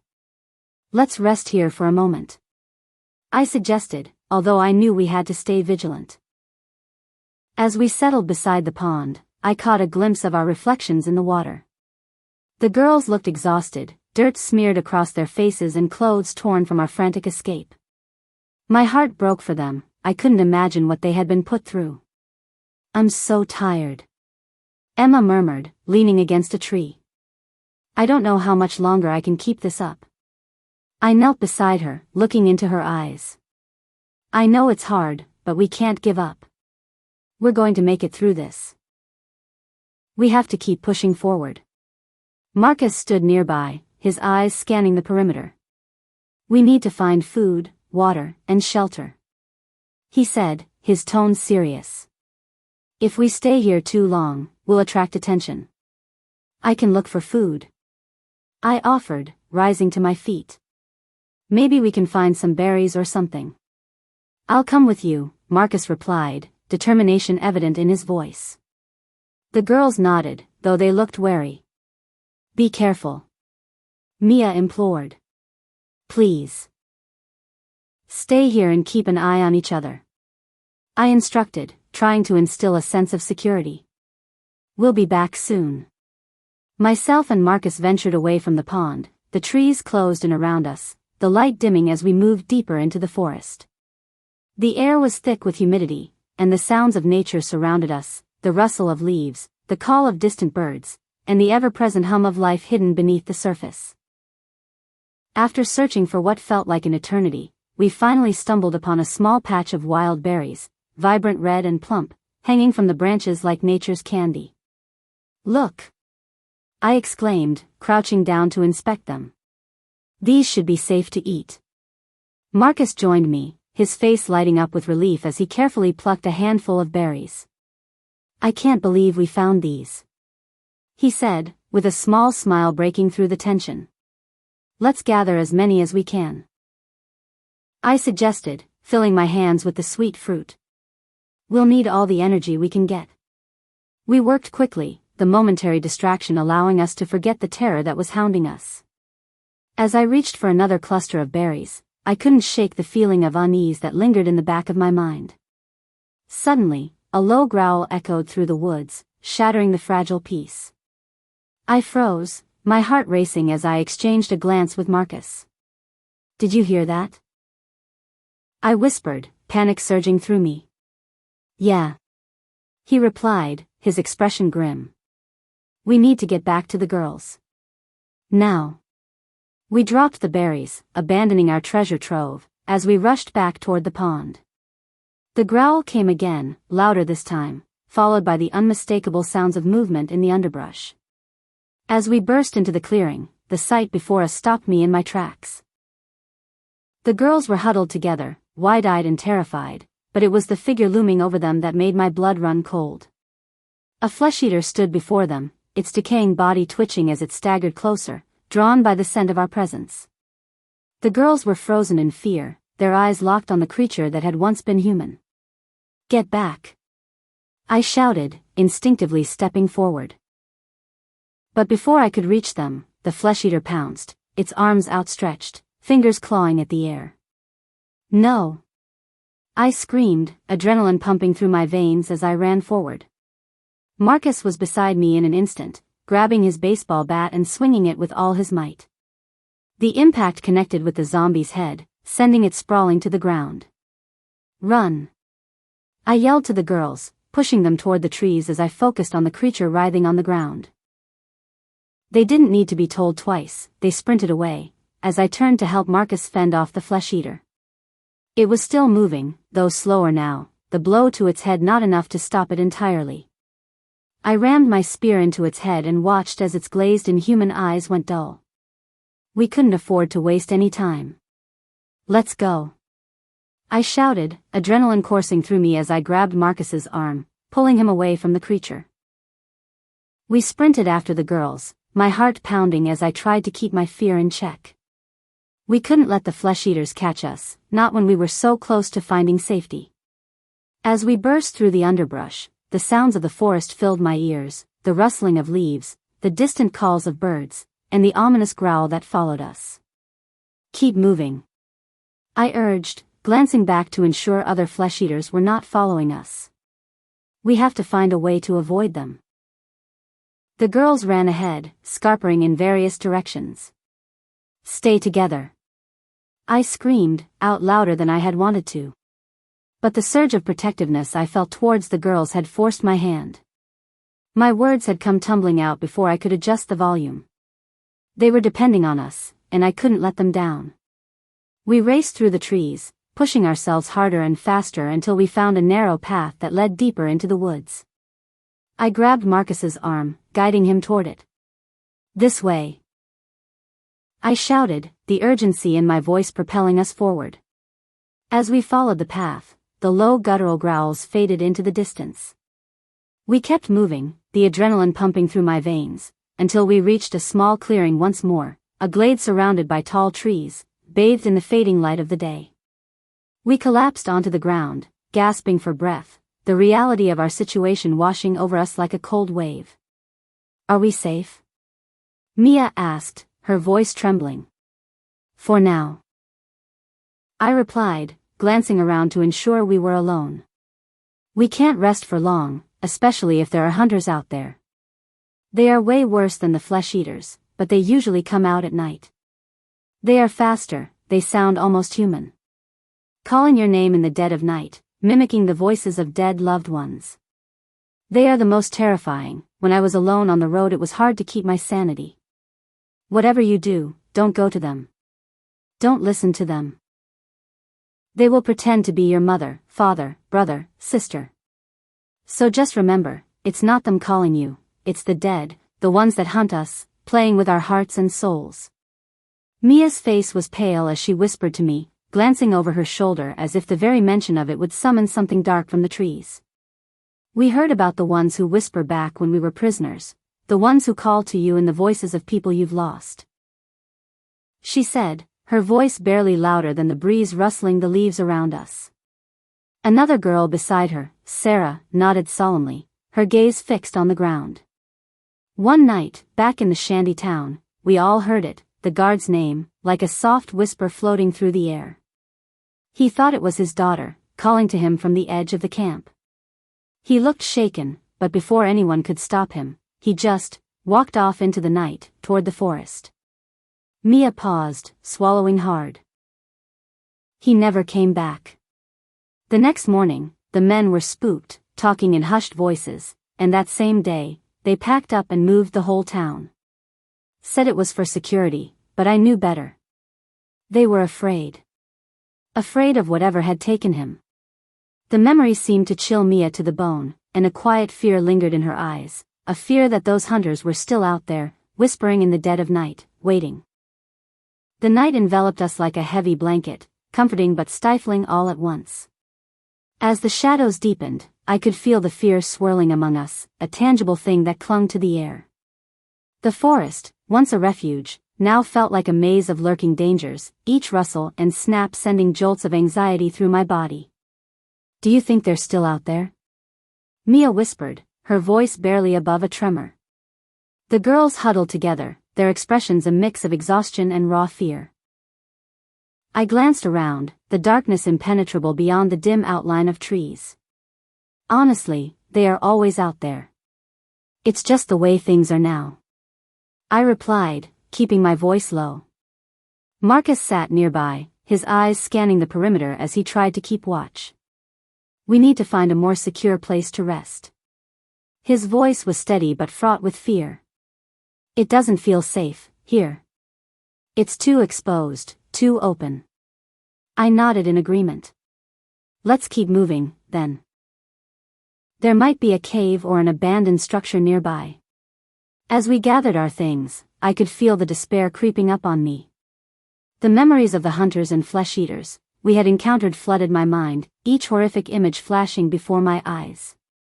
We moved cautiously through the trees, our footsteps muffled by the thick carpet of leaves. The moon hung high above, casting an eerie glow that illuminated the path ahead, but the shadows felt alive, warping and dancing like specters in the night. After a few minutes of careful navigation, we stumbled upon a small overhang, a rocky alcove that seemed to form a natural shelter. The entrance was partially concealed by bushes and vines, offering us a sense of security from the outside world. This will work. I was so sure of it, feeling a surge of relief as we entered the space. We can rest here for the night. Inside, the air was cool and damp, the smell of moss and earth filling our lungs. I arranged some leaves and debris on the ground to create makeshift bedding, hoping to provide the girls with some comfort after the long, harrowing day. As we settled in, I couldn't shake the feeling of unease. I had fought so hard to keep us safe, but the reality of our situation loomed over me like a storm cloud. How much longer do you think we will have to stay out here? On the road, I mean.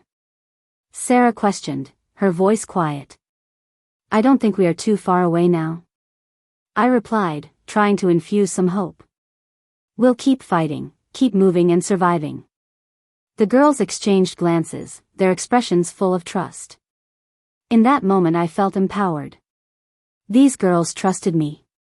And they were relying on me to lead them through this nightmare. As the night wore on, I listened intently to the sounds of the forest outside. The wind whispered through the trees, carrying distant sounds that gave me goosebumps, the faint echoes of the flesh-eaters, the low growls that reminded us of the monsters that still roamed the earth.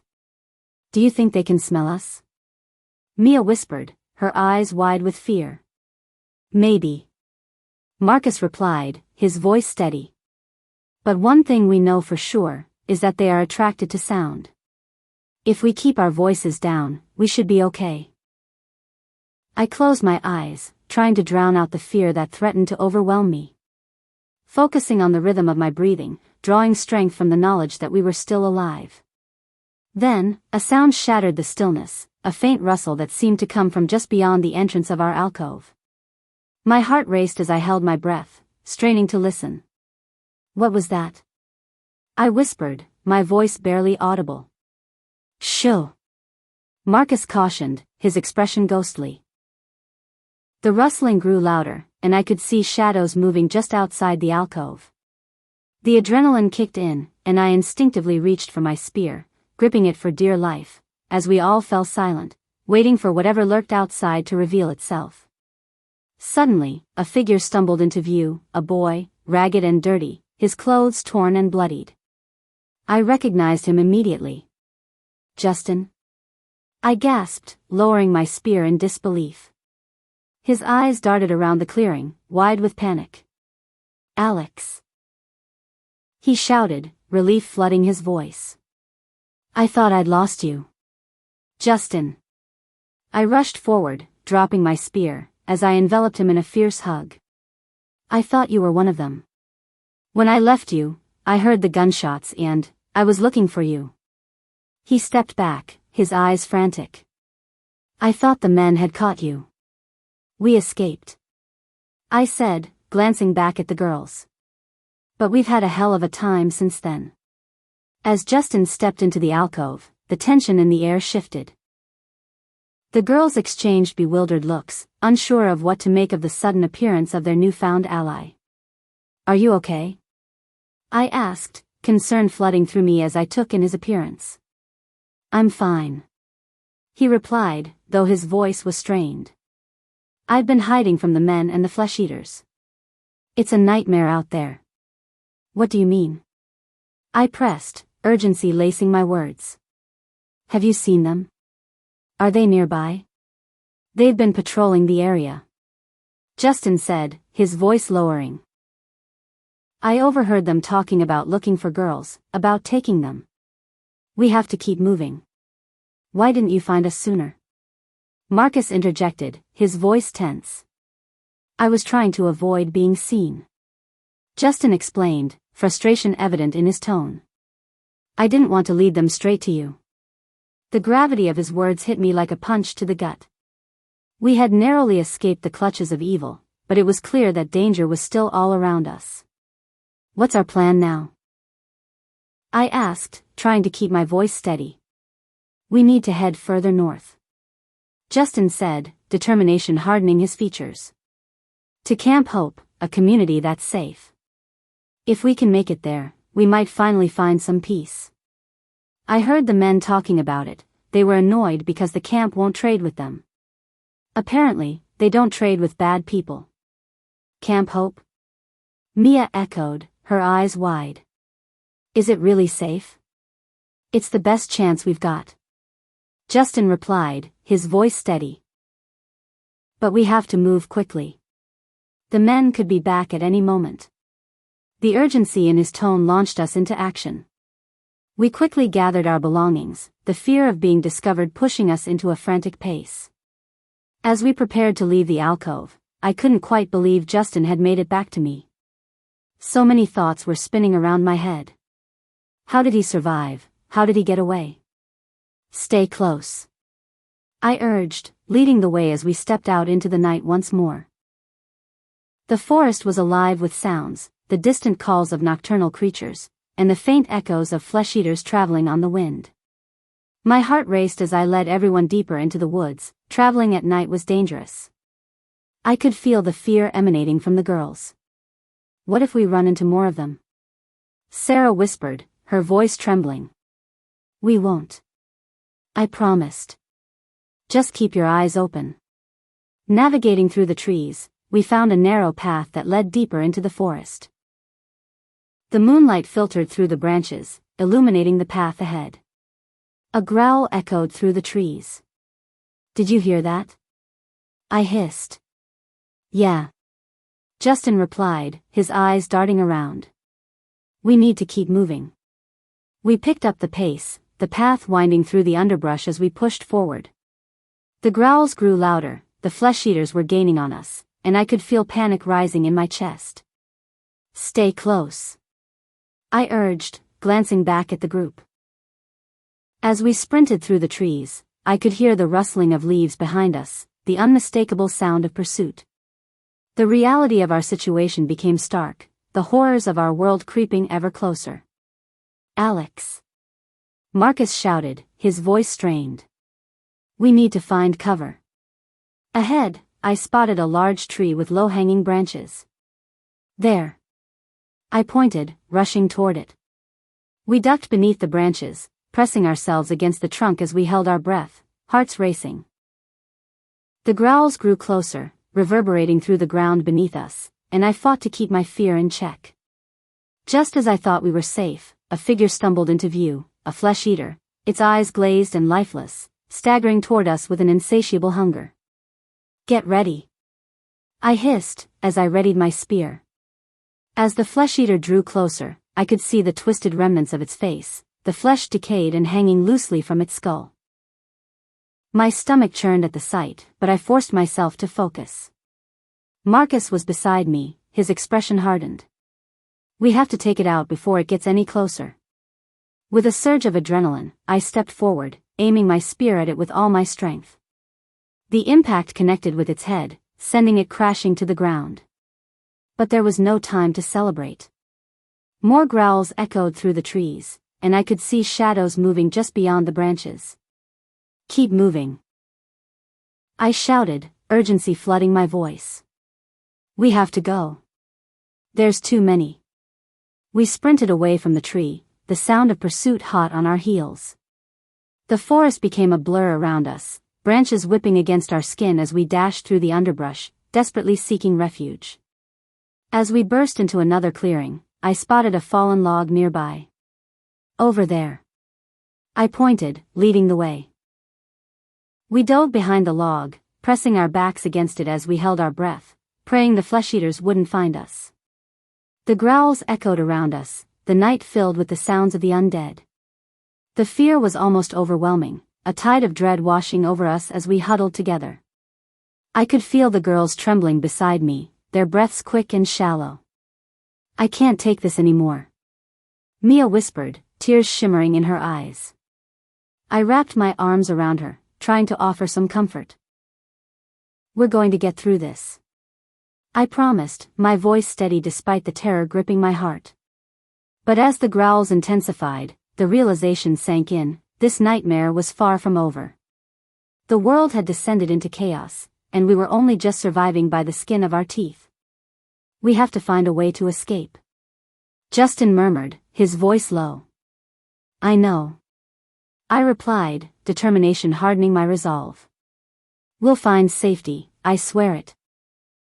Just as I finished speaking, a loud crash reverberated through the trees, sending a fresh wave of terror coursing through me. The flesh-eaters were closing in, and I could feel the pressure mounting. Time was running out. Move! I shouted, leading the way as we sprinted through the underbrush, pushing ourselves harder and faster. The sound of pursuit echoed behind us. An abandoned wood mill loomed ahead, swallowed by shadows, its jagged silhouette rising against the darkening sky. Its broken windows and splintered beams stood like sentries of a lost age, long since surrendered to rot and decay. The trees crowded around it, like sentinels, their branches stretching overhead, forming a blackened canopy that shrouded everything beneath it. The mill had been sealed tight, boards nailed up against every entrance, but there was enough debris stacked along the outside that we could climb up if we dared. This place is perfect, Marcus whispered. I forced myself to nod, scanning the ominous structure. It was perfect, in its own terrible way. The mill looked foreboding enough that no one would willingly approach it, and if we managed to climb up and get inside, we'd have the height advantage. It was our best bet for safety tonight, away from the open forest and the relentless, unseen eyes that watched us from all angles. Behind me, Mia shivered. Does anyone else feel off? Like someone's waiting for us?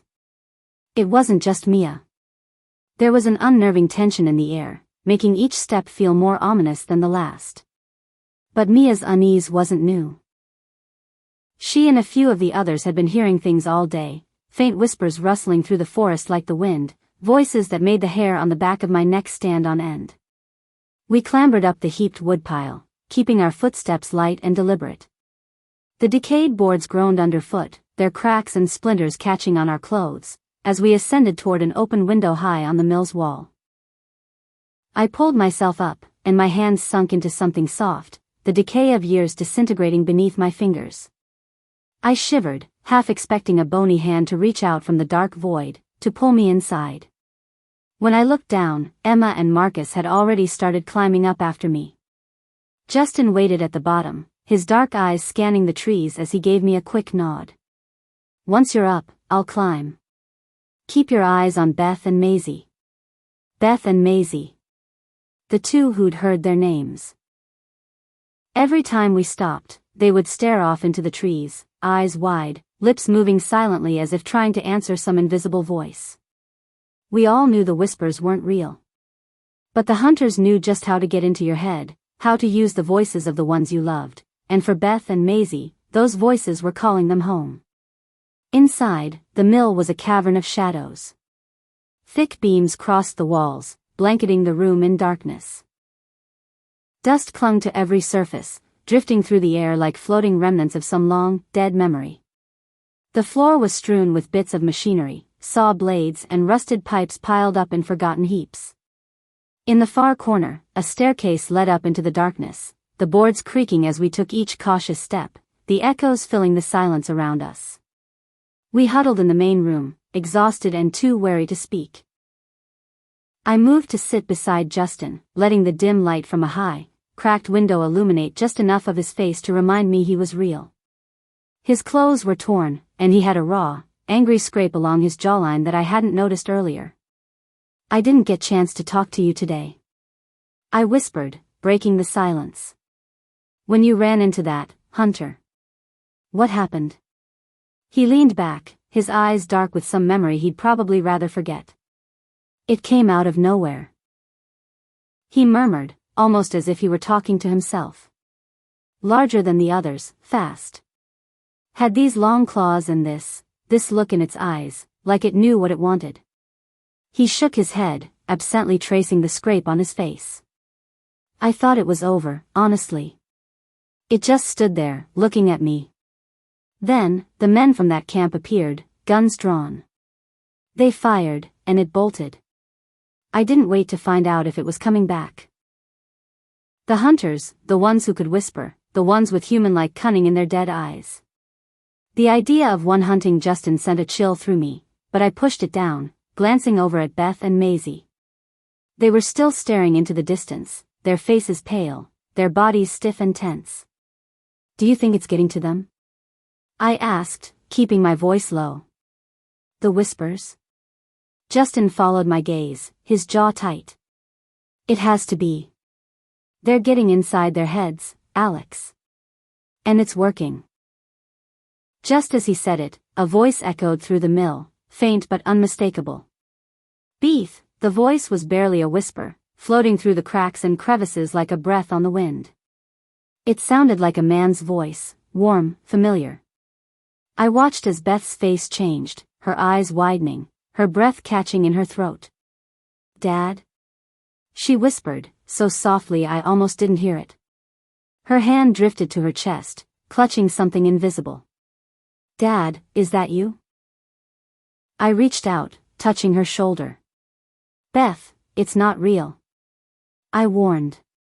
"You know that. They're trying to get inside your head. They're hunters, and they want you to come to them. Ignore it." But her eyes were glazed, fixated on some distant memory. She barely registered my touch, staring toward the broken window as if it were her only lifeline. Beside her, Maisie had gone still too, her lips trembling as she murmured something under her breath. She took a step toward the broken window, her movements slow and mechanical, like she was in a trance. "No, stop," I ordered, whilst grabbing her arm. "Maisie, stay with us." But her gaze was vacant, her body tense. She slipped out of my grip and walked toward the opening, Beth following close behind, both of them moving as if in a hypnotic state. "Alex, they're leaving," Justin hissed, his voice tight with panic. "We have to stop them." I bolted to the wall, watching as Beth and Maisie vanished into the tree line. They didn't run, they didn't look back. They simply walked, following that invisible thread that the hunters had woven for them. I tried to shout their names, but the words caught in my throat, strangled by fear and despair. "They're gone," I whispered, the cold realization sinking in. "They're really gone." We waited, our ears straining against the silence, waiting for something, anything. But then we heard their torturous screams. I had lost them to the hunters. The guilt I felt was immense. I should have protected them. I should have been quicker. I vowed there and then, rather than lose any more of us, would put them in a sleeper, rather than let them go out there and be torn to shreds. They were gone, they were really gone, and it was all my fault. The hours passed slowly, each one dragging on like an eternity. The voices returned, soft at first, almost too quiet to hear, but they grew louder as the night wore on. They whispered our names, one by one, in the voices of people we'd lost, people we thought we'd never hear again. I heard my mother, her gentle tone calling to me from the shadows, each syllable laced with warmth and love that made my chest ache. "Elise." Her voice murmured, soft and pleading. "Elise, come to me." I clenched my fists, forcing myself to remember that it wasn't her. It couldn't be her. It was a trap, a cruel manipulation of the dead meant to lure us out and leave us vulnerable. But it was so hard to ignore. Justin sat beside me, his face pale and tense, his gaze fixed on the wall as if he could block out the sounds by sheer force of will. I knew he was hearing them too, his brother's voice calling to him, asking him to come back. "They're relentless," he muttered, his voice strained. "It's like they know exactly who we need to hear." We huddled closer together, bracing ourselves against the onslaught of whispers, the ceaseless drone of dead voices that filled the mill like an endless, sorrowful chorus. The hunters knew our weaknesses, and they weren't going to let us forget it. Every hour felt like a new torment, the voices louder, clearer, each one piercing the quiet with an intensity that made my skin crawl. Finally, the first light of dawn crept through the broken windows, casting weak rays across the dust-covered floor. The voices faded, slipping away like phantoms, leaving us in an eerie, deathly silence. My whole body ached with exhaustion, my eyes heavy with sleep that I knew would never come. Beside me, Justin looked just as worn, his face pale and drawn as he rubbed his temples, his gaze hollow. "They'll never stop," he whispered, more to himself than to me. They'll just keep coming, keep calling, until there's not a living breathing human being left on this planet. I nodded, too drained to respond. Beth and Maisie were gone, lost to the whispers, and no amount of strength or will could have saved them from that. It was a stark reminder that we were playing a game we couldn't win, a game where the rules were evil and cruel, where the dead held sway over the living. As the sun rose higher, casting harsh light on the dust and decay that surrounded us, we steeled ourselves for another day.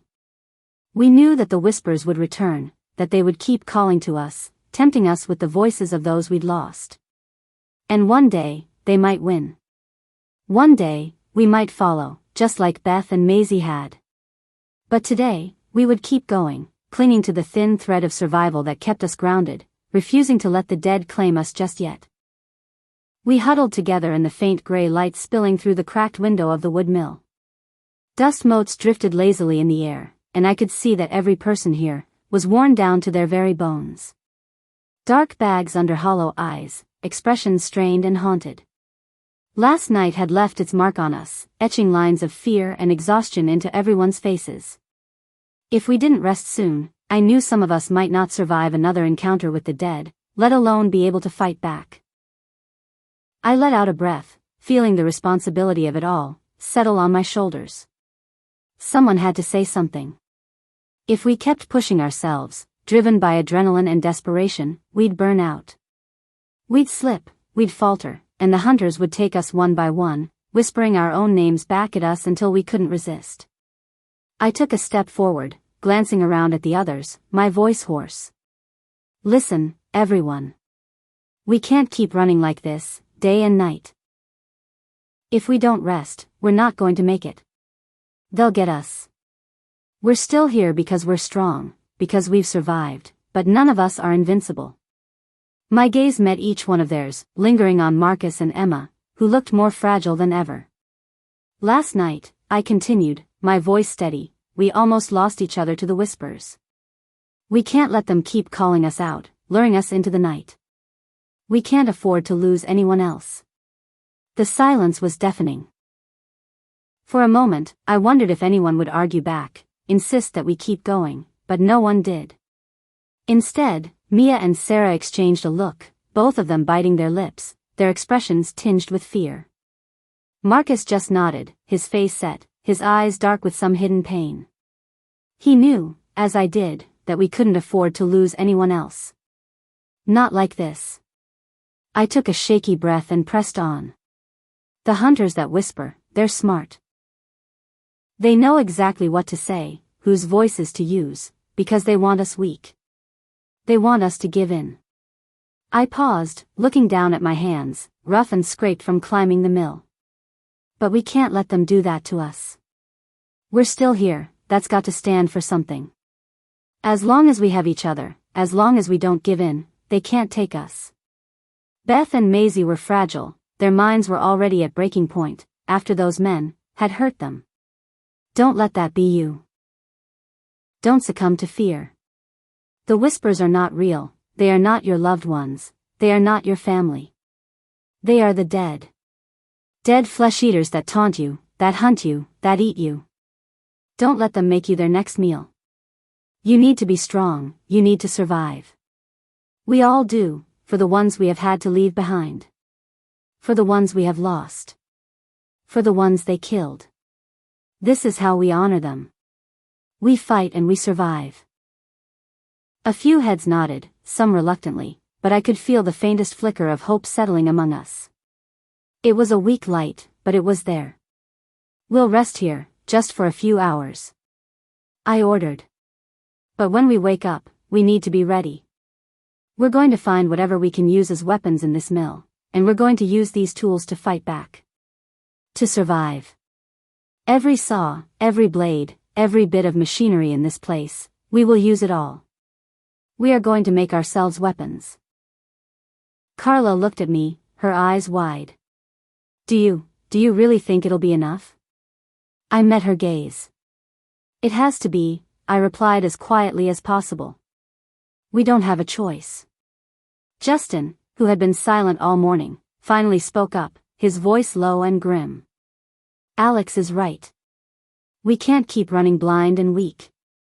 Last night was too close. We lost 2 of our own, because they were already broken. We are sitting ducks without a plan. We can't lose any more of us. We must fight, we must stay together. We need each other. I added, feeling my voice strengthen as I spoke. We're not just trying to survive now. We're going to fight back. We'll rest, but only so we're ready to fight whatever's out there. I turned to face them fully, my voice as steady as I could make it. We're going to survive. We'll do it together. When we're ready, we'll leave here stronger than before. Emma nodded slowly, her gaze a little more resolute now. She reached for her brother's hand, her small fingers clinging to him as if he were her last lifeline. Mia, Carla, Sarah, and Justin looked at me with a new resolve as well, a determination that hadn't been there before. Even Marcus's eyes seemed to glint with a touch of defiance. All right. Marcus murmured, his voice raw. Let's do it, Alex. Let's make today count. A swell of pride rose in me, not for myself, but for each of them. I could see it in their faces, the hint of strength that had been buried under layers of fear and exhaustion. Good, I said, my voice breaking the silence. Let's get some sleep. 2-hour shifts for the watchkeepers, just in case. We need all the strength we can get. Everyone found a spot on the splintered floor, close enough together that even in sleep, we'd know we weren't alone. I took first watch, my eyes scanning the shadowy corners of the mill, straining to hear every creak of the beams, every scuff of movement in the distance. This place, though battered and dark, had held fast against years of abandonment. When my shift ended, I settled down, feeling my eyes close almost immediately. The cold of the floor seeped into my bones, but exhaustion overcame discomfort, and I slipped into a restless, dream-riddled sleep. Hours later, we all woke groggy but slightly more human, our eyes a little less hollow. Justin, ever practical, got up first and began examining the room, searching for anything useful. This old mill, he muttered, more to himself than anyone else, had to have tools. Saws, chisels, maybe even some sturdy pipes. If we're lucky, we will find it all. Then we can use the tools to give us a fighting chance. One by one, we joined him, combing through the forgotten remains of the wood mill, sifting through the decayed piles of wood, rusted saw blades, and fragments of machinery. Each one of us handled the discarded tools with something like reverence. In our hands, they felt like salvation. I held up a long, rusted pipe, turning it in my hands. This could work. I murmured. It's heavy enough to do some damage. Marcus found an old chisel and tucked it into his belt, while Mia managed to uncover a small hacksaw, its blade still sharp enough to be of use. Every tool, every blade was treated as sacred now, they were our lifeline. When we'd finished, each of us had something, even Emma, who clutched an old metal wrench, its heft seeming to give her a touch more confidence. Once we'd gathered in a loose circle, I spoke up again, hoping to channel the resolve I'd found earlier. Everyone has something now. It's not much, but it's more than we had before. And that makes us stronger. Mia's eyes were brimming with a hesitant kind of hope. I never thought we could actually fight them. Do you really think we can do this, Alex? I do. I replied. I have killed several now. And if I can do it, so can you. We're not going to let them win. They might have their whispers, their tricks, but we have each other. Silence settled over us, but it wasn't the same silence that had choked us before. This one was different, lighter, like a spark in the darkness. Justin, leaning on his newly acquired weapon, an old hammer he'd found in one of the dusty corners, shot me a look, his eyes hard with determination. You're right, Alex. We don't have to be the hunted anymore. Not if we can help it. Sarah gave a small, determined nod. I'm done being afraid. She whispered. It's time to fight back. One by one, they all looked at me, their eyes brighter, more focused. And for the first time, I saw in them the strength that had been hiding, buried beneath layers of fear. As we stood there, tools and weapons clutched in our hands, the weight of our shared purpose binding us, I felt a warmth rising inside me. It was small, tentative, but it was there, a flicker of hope. We would fight, and learn to survive in this world, even though it was full of the dead. The hours passed slowly, and the weight of exhaustion hung heavily on my shoulders. I could feel my eyelids growing heavy, a battle waging within me as fatigue clawed at my senses. But I pushed through, forcing myself to stay awake, knowing my friends depended on me. Suddenly, a soft sound broke through the stillness, causing my heart to race. I strained to listen, focusing on the faint rustling outside. It was distant, but it sent a wave of dread through me. I crouched lower by the window, peering into the darkness. The moon hung high, illuminating the clearing outside, but the shadows remained thick and foreboding. "Alex," a voice whispered from behind me, making me jump. I turned to see Justin, his eyes wide with concern. "Are you okay?" "I heard something," I replied, my heart pounding. "I'm not sure what it was, but I don't like it." He nodded, moving closer. "Let's keep watch together. We can't afford to miss anything." We settled near the window, our eyes scanning the perimeter of the building, every sound amplified in the stillness of the night. The rustling grew louder, closer, and I could feel a chill creeping down my spine. Just as I thought I saw movement in the shadows, a low growl echoed through the clearing, sending adrenaline surging through my veins. "Did you hear that?" Justin asked, his voice tense. I nodded, my heart racing as I strained to see through the darkness. "They're coming." Panic surged within me as I realized a horde was nearby. I could see shapes moving just beyond the tree line, shadows creeping closer as their growls filled the air. "Everyone wake up!" Justin shouted, urgency lacing his voice. "We need to be ready." Emma and Marcus stirred, their eyes blinking open in confusion. "What's happening?" Emma asked, her voice shaky. "There's a horde approaching," I replied, my heart pounding in my chest. "We need to get ready."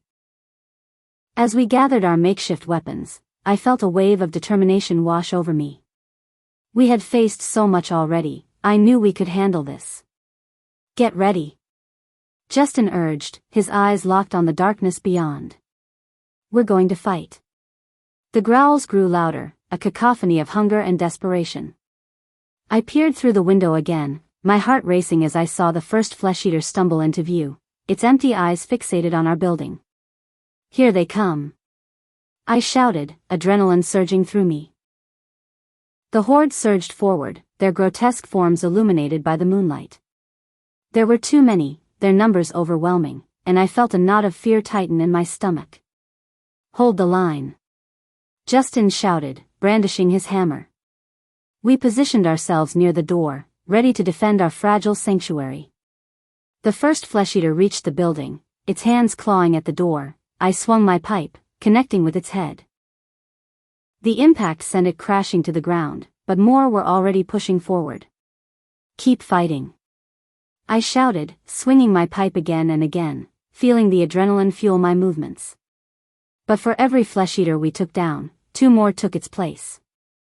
They pushed against the door, their growls echoing in the confined space, filling me with dread.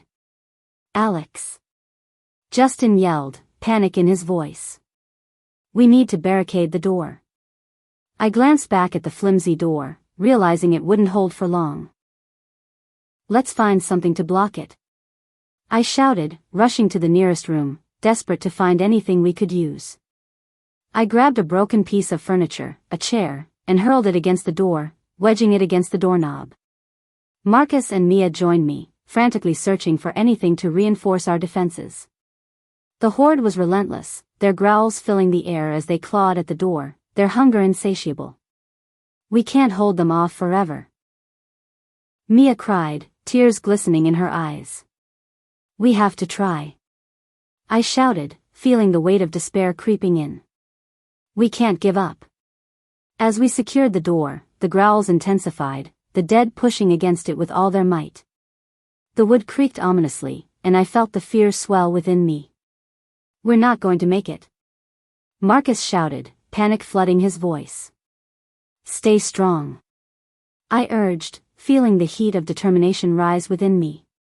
"We've come too far to give up now." Suddenly, the door burst open with a deafening crash, splintering the wood and sending us flying backward. "Run!" Justin shouted, his voice piercing through the chaos. We scrambled to our feet, our instincts taking over as we fled into the darkness of the building. The flesh-eaters surged forward, their claws outstretched, hunger etched in their decaying faces. "Split up!" I shouted, my heart racing as we darted in different directions. "We'll meet back outside." I sprinted down the hallway, my breath coming in ragged gasps as I searched for an exit. The guttural growls echoed around me, rising with intensity as they pursued me. I could feel the darkness closing in, the despair snuffing out any hope. But I refused to give in. We had survived this long, we would find a way to escape. As I reached a window, I took a deep breath, preparing to jump. The world outside was shrouded in shadows, but I could see the silhouettes of the dead closing in. I didn't have a choice. I leapt through the window, the glass shattering around me as I landed on the ground outside. Pain shot through my body, but I pushed it aside, scrambling to my feet and running into the night. The world was chaotic, filled with the growls of flesh-eaters and the distant sounds of my friends. I had to find them. Justin. Emma. Marcus. I shouted, my voice echoing in the darkness. But the only response was the chilling growls of the flesh-eaters. Panic surged within me as I turned, searching for any sign of my friends. I couldn't lose them, not now. I darted through the trees, adrenaline propelling me forward. Each rustle in the shadows freaked me out, I felt the fear rising inside of me. Please, please be safe," I whispered to myself, desperate for a glimmer of hope. Suddenly, a familiar figure emerged from the shadows, Justin. Relief flooded through me as I rushed toward him, but it was short-lived as I noticed the panic etched on his face. "Where are Emma and Marcus and the others?" I asked, breathless. "They were right behind me," he replied, panic seeping into his voice. "I don't know where they went." "Damn it," I cursed under my breath, glancing back at the building as the horde surged forward. "We didn't have much time. We need to find them," I urged. "We can't leave them behind." As we turned to search for Marcus and the others, the sound of chaos erupted around us. The night was alive with the growls of the flesh-eaters, the whispers of the hunters and the screams of the living. "We'll find them," Justin said, determination shining in his eyes. "We have to believe that." We plunged into the darkness, desperately searching for our friends as we pushed through the chaos. The weight of despair threatened to crush me, but I refused to let it take hold. As we searched in the shadows, it felt like all was lost. The screams hit me first. They weren't just screams of terror, they were something darker, something primal. Blood-curdling, spine-chilling screams that clawed their way up from deep inside someone's chest, like they were being ripped apart from the inside out.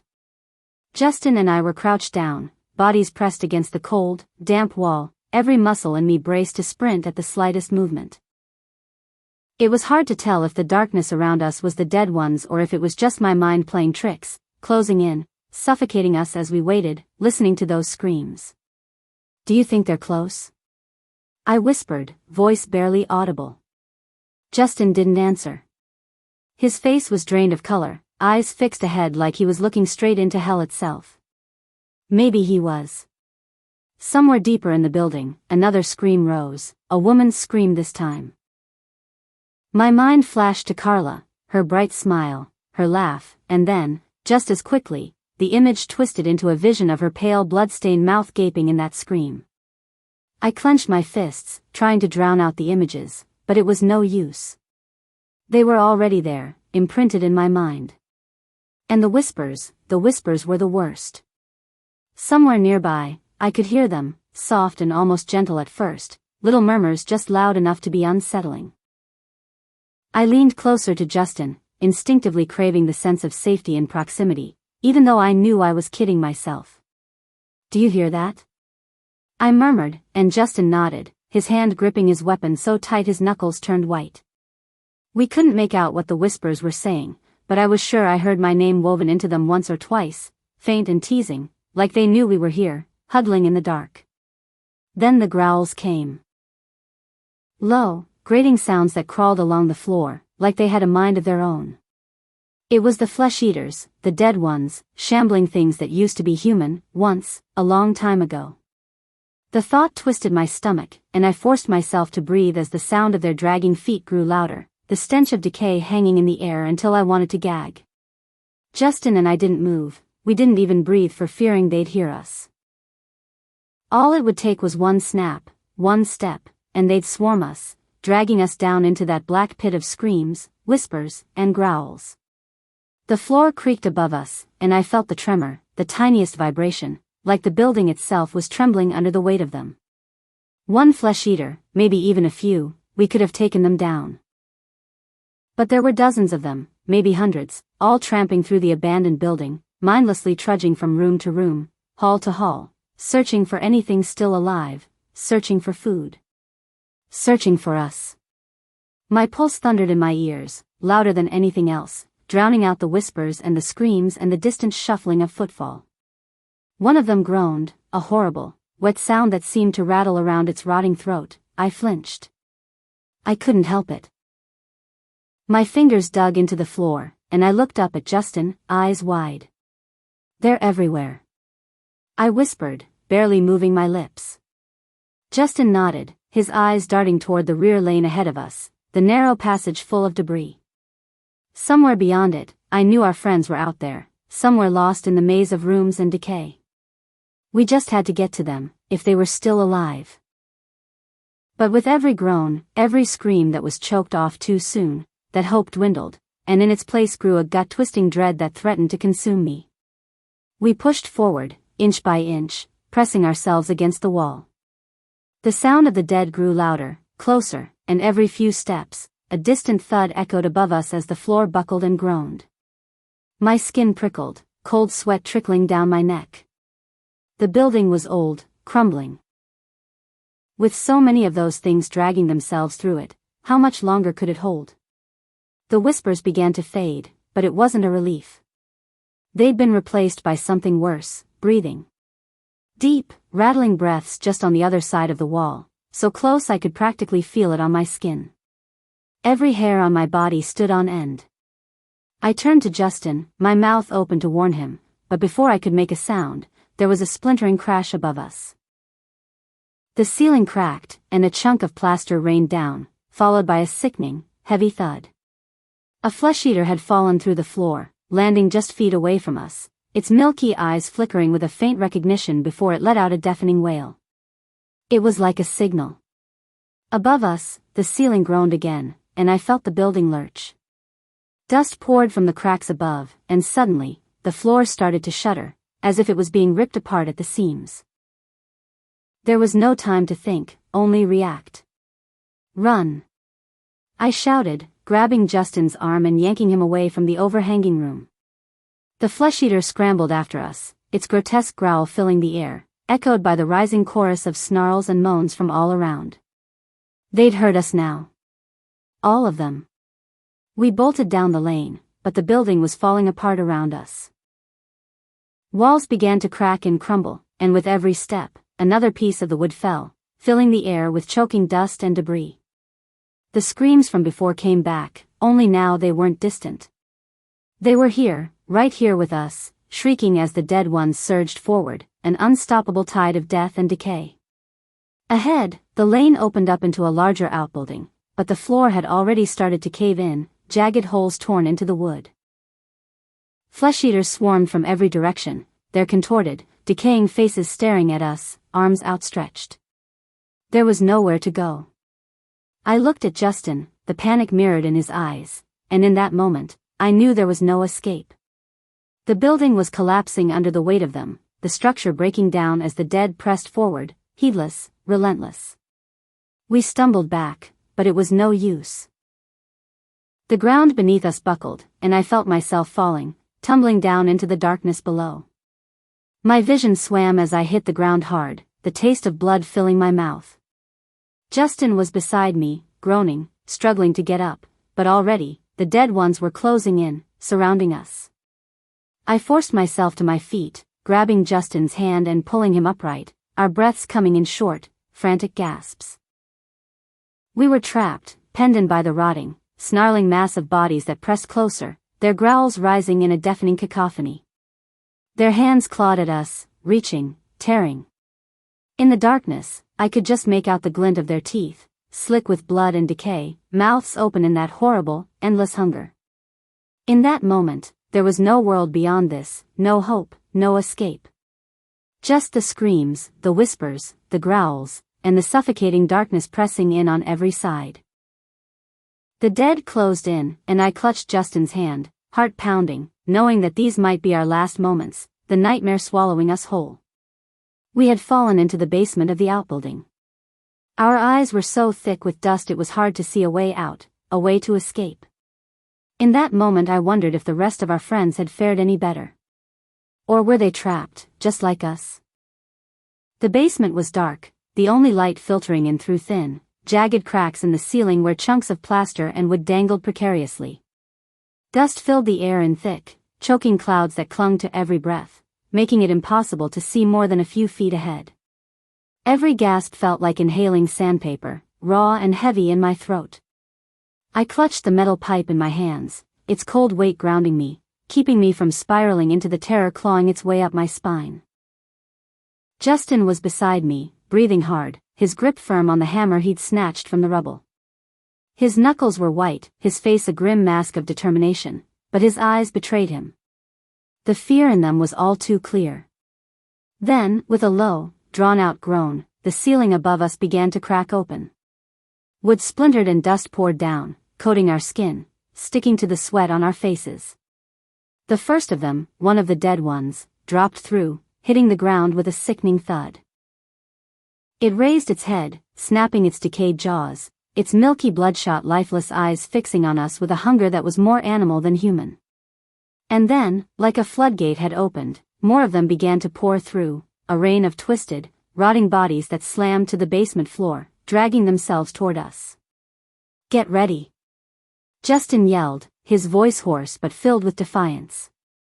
His hammer raised, he took a step forward, meeting the first flesh-eater head-on.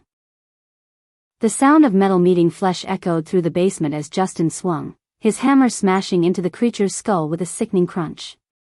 It crumpled to the ground, but before we could even catch a breath, another one lurched forward, its gray hands clawing at the air, reaching for us with broken, skeletal fingers. I swung my pipe, feeling the jolt up my arms as it connected with the side of its head. Blood and decaying flesh sprayed across my face, warm and sticky, clinging to my skin like oil. The flesh-eater stumbled back but didn't stop. I swung again, this time with all my strength, the impact finally knocking it down, where it twitched once, then lay still. They kept coming. It was like the room itself was bleeding with the dead, spilling out corpse after corpse, their grotesque forms piling on each other, clawing their way toward us. My heart pounded so hard it felt like it would explode. I forced myself to move, side by side with Justin, our backs pressed together, weapons raised. Another one came at me, its mouth hanging open in a grotesque sneer, strings of blackened, decayed muscle dangling from its broken jaw. I swung, and the pipe smashed into its face with a bone-jarring crack. Blood and bits of rotten teeth sprayed against the wall, painting it in splashes of red and black. The flesh-eater reeled back, but its bony hand grabbed at my jacket, pulling me off balance. For a split second, panic gripped me. Its fetid breath washed over me, close enough that I could feel the sticky heat of decay on my skin. I stumbled, my back hitting the wall, the cold stone pressing into my spine. It lunged, jaws snapping. I barely managed to get the pipe up in time, shoving it into its mouth to hold it at bay. Its teeth scraped against the metal, its jaws biting down with a strength that was unnatural, desperate. "Get off!" I shouted, gritting my teeth as I shoved with all my might, feeling the slick, decayed flesh give way under the pressure. Finally, the pipe pierced through its skull, and the flesh-eater went limp, sagging against me before I shoved it aside. But there was no time to recover. Another one was already upon me, and from the corner of my eye, I saw Justin fighting off two of them at once, his hammer swinging in wide, brutal arcs, each blow crushing bone and sending sprays of dark, congealed blood splattering across the walls. The basement reeked of decay, the sickly rancid smell filling every breath, mingling with the thick, metallic scent of blood. My stomach churned, but I swallowed hard, forcing myself to stay focused. I swung the pipe again, feeling the impact all the way down to my bones as I struck one flesh-eater in the neck, snapping its head back with a sickening crunch. It staggered, momentarily stunned, but then another one was on me, grabbing at my arm, its broken fingers trying to dig into my flesh. I twisted, slamming the pipe down on its hand, feeling the brittle bones shatter beneath the impact. It shrieked, a horrible, guttural sound, and lunged forward, its mouth open wide, teeth aiming for my throat. "Justin!" I yelled, panic seeping into my voice as I struggled against its grip.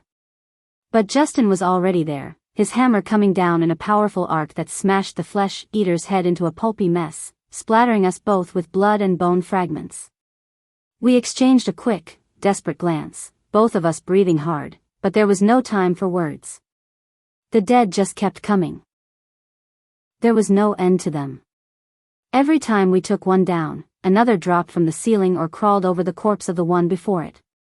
They were relentless, driven by a hunger that went beyond anything human.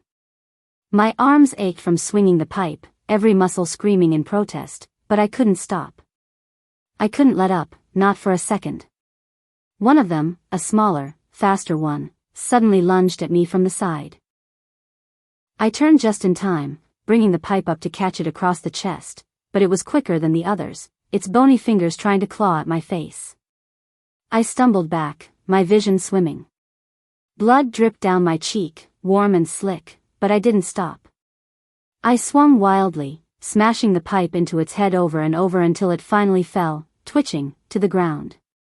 "Alex, we can't keep this up," Justin shouted, his voice barely audible over the cacophony of snarls and growls that filled the room. He was covered in blood, his face and clothes smeared with it, his hammer dripping with thick, dark gore. He looked like a man possessed, a warrior in a battle that couldn't be won. I wanted to respond, but my voice caught in my throat. I was exhausted, every ounce of strength drained from my body, but I couldn't stop. If I stopped, if either of us stopped, we'd be dead. More flesh-eaters pushed forward, their eyes empty, their mouths open in that horrible, endless hunger. One of them, a massive figure, its flesh bloated and decayed, stumbled toward us, its hands reaching out with a strength that belied its decomposing form. I raised the pipe, bracing myself, but before I could swing, its hand shot out, grabbing my arm in a vice-like grip. I cried out, pain shooting up my arm as it squeezed, pulling me toward its gaping mouth. "Get off her!" Justin yelled, his hammer coming down on the flesh-eater's arm, snapping it in two. The creature reeled, its grip loosening just enough for me to wrench myself free. I staggered back, gasping, my whole arm throbbing, but I didn't have a chance to recover. Another flesh-eater was already upon me, its teeth snapping inches from my face. In a last, desperate burst of energy, I swung the pipe with all my strength, feeling it connect with its skull in a blow that sent it crumpling to the ground. But I could barely keep my balance, my vision blurring, my muscles screaming in exhaustion. We were running on nothing but fear and desperation now, each swing slower, each step heavier. Just as I felt myself slipping, giving into the weight of it all, something caught my eye, a faint glimmer of light through the dust and debris, a small opening in the far corner of the basement. My heart leapt, hope sparking in the darkness. "Justin, look!" I gasped, pointing toward the opening. It was small, barely visible through the haze, but it was there, a way out, a chance to escape. Justin's eyes widened, and without a word, we fought our way toward it, shoving past the dead, swinging wildly at anything that moved. The dead ones were relentless, grabbing at us, clawing and biting, but we pushed forward, inch by agonizing inch, until we reached the edge of the basement. The opening was just big enough to squeeze through, and beyond it, I could see a sliver of sky, a glimpse of freedom. "Go!" Justin shouted, shoving me forward. I hesitated for a split second, but he pushed me again, his face fierce. "I'll cover you. Just go." With a final burst of energy, I scrambled through the opening, the rough edges of the wall scraping against my skin as I pulled myself up. The fresh air hit me like a wave, sharp and cold, filling my lungs and clearing my head. I looked back, reaching down to help Justin, who was fending off the dead with brutal, desperate swings of his hammer. "Come on, Justin," I shouted, extending my hand. He grabbed it, his face twisted in pain and determination, and I pulled with all my strength, dragging him up and out of the basement. As he scrambled through the narrow gap, I held my breath, feeling the rough concrete scrape against my hands as I pulled him up. The snarls echoed up from the basement, a sinister symphony of hunger and rage, but as I dragged Justin free, we finally collapsed together on the cold, cracked earth, outside. The dim light of the early morning barely touched the ground, casting a bleak, gray glow over everything, but out here, even in this desolate wasteland, it felt like hope.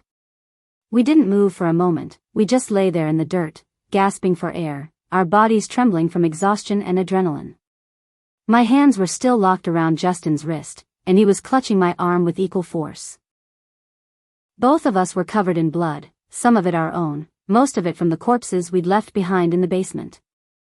The taste of it lingered in my mouth, metallic and thick, the scent of decay still heavy in the air. My arms felt like lead, and my legs wouldn't stop shaking, but we were alive. We made it," I whispered, almost disbelieving. Justin rolled onto his back, staring up at the dull sky with wide, glazed eyes. "Only just," he muttered, his voice ragged, but he looked over at me with a hint of a smile, weary and half-broken, but real. I thought we were done for back there." I sat up, forcing myself to look back at the broken building we'd crawled out of, the low structure half buried in the rubble, with its cracked walls and broken beams jutting up like the skeleton of some beast. The basement entrance was just a dark, open hole now, but every few seconds, I could still hear them. The flesh-eaters were below, stumbling, tripping over each other in their mindless search for us, their wails growing fainter as the walls finally caved in around them.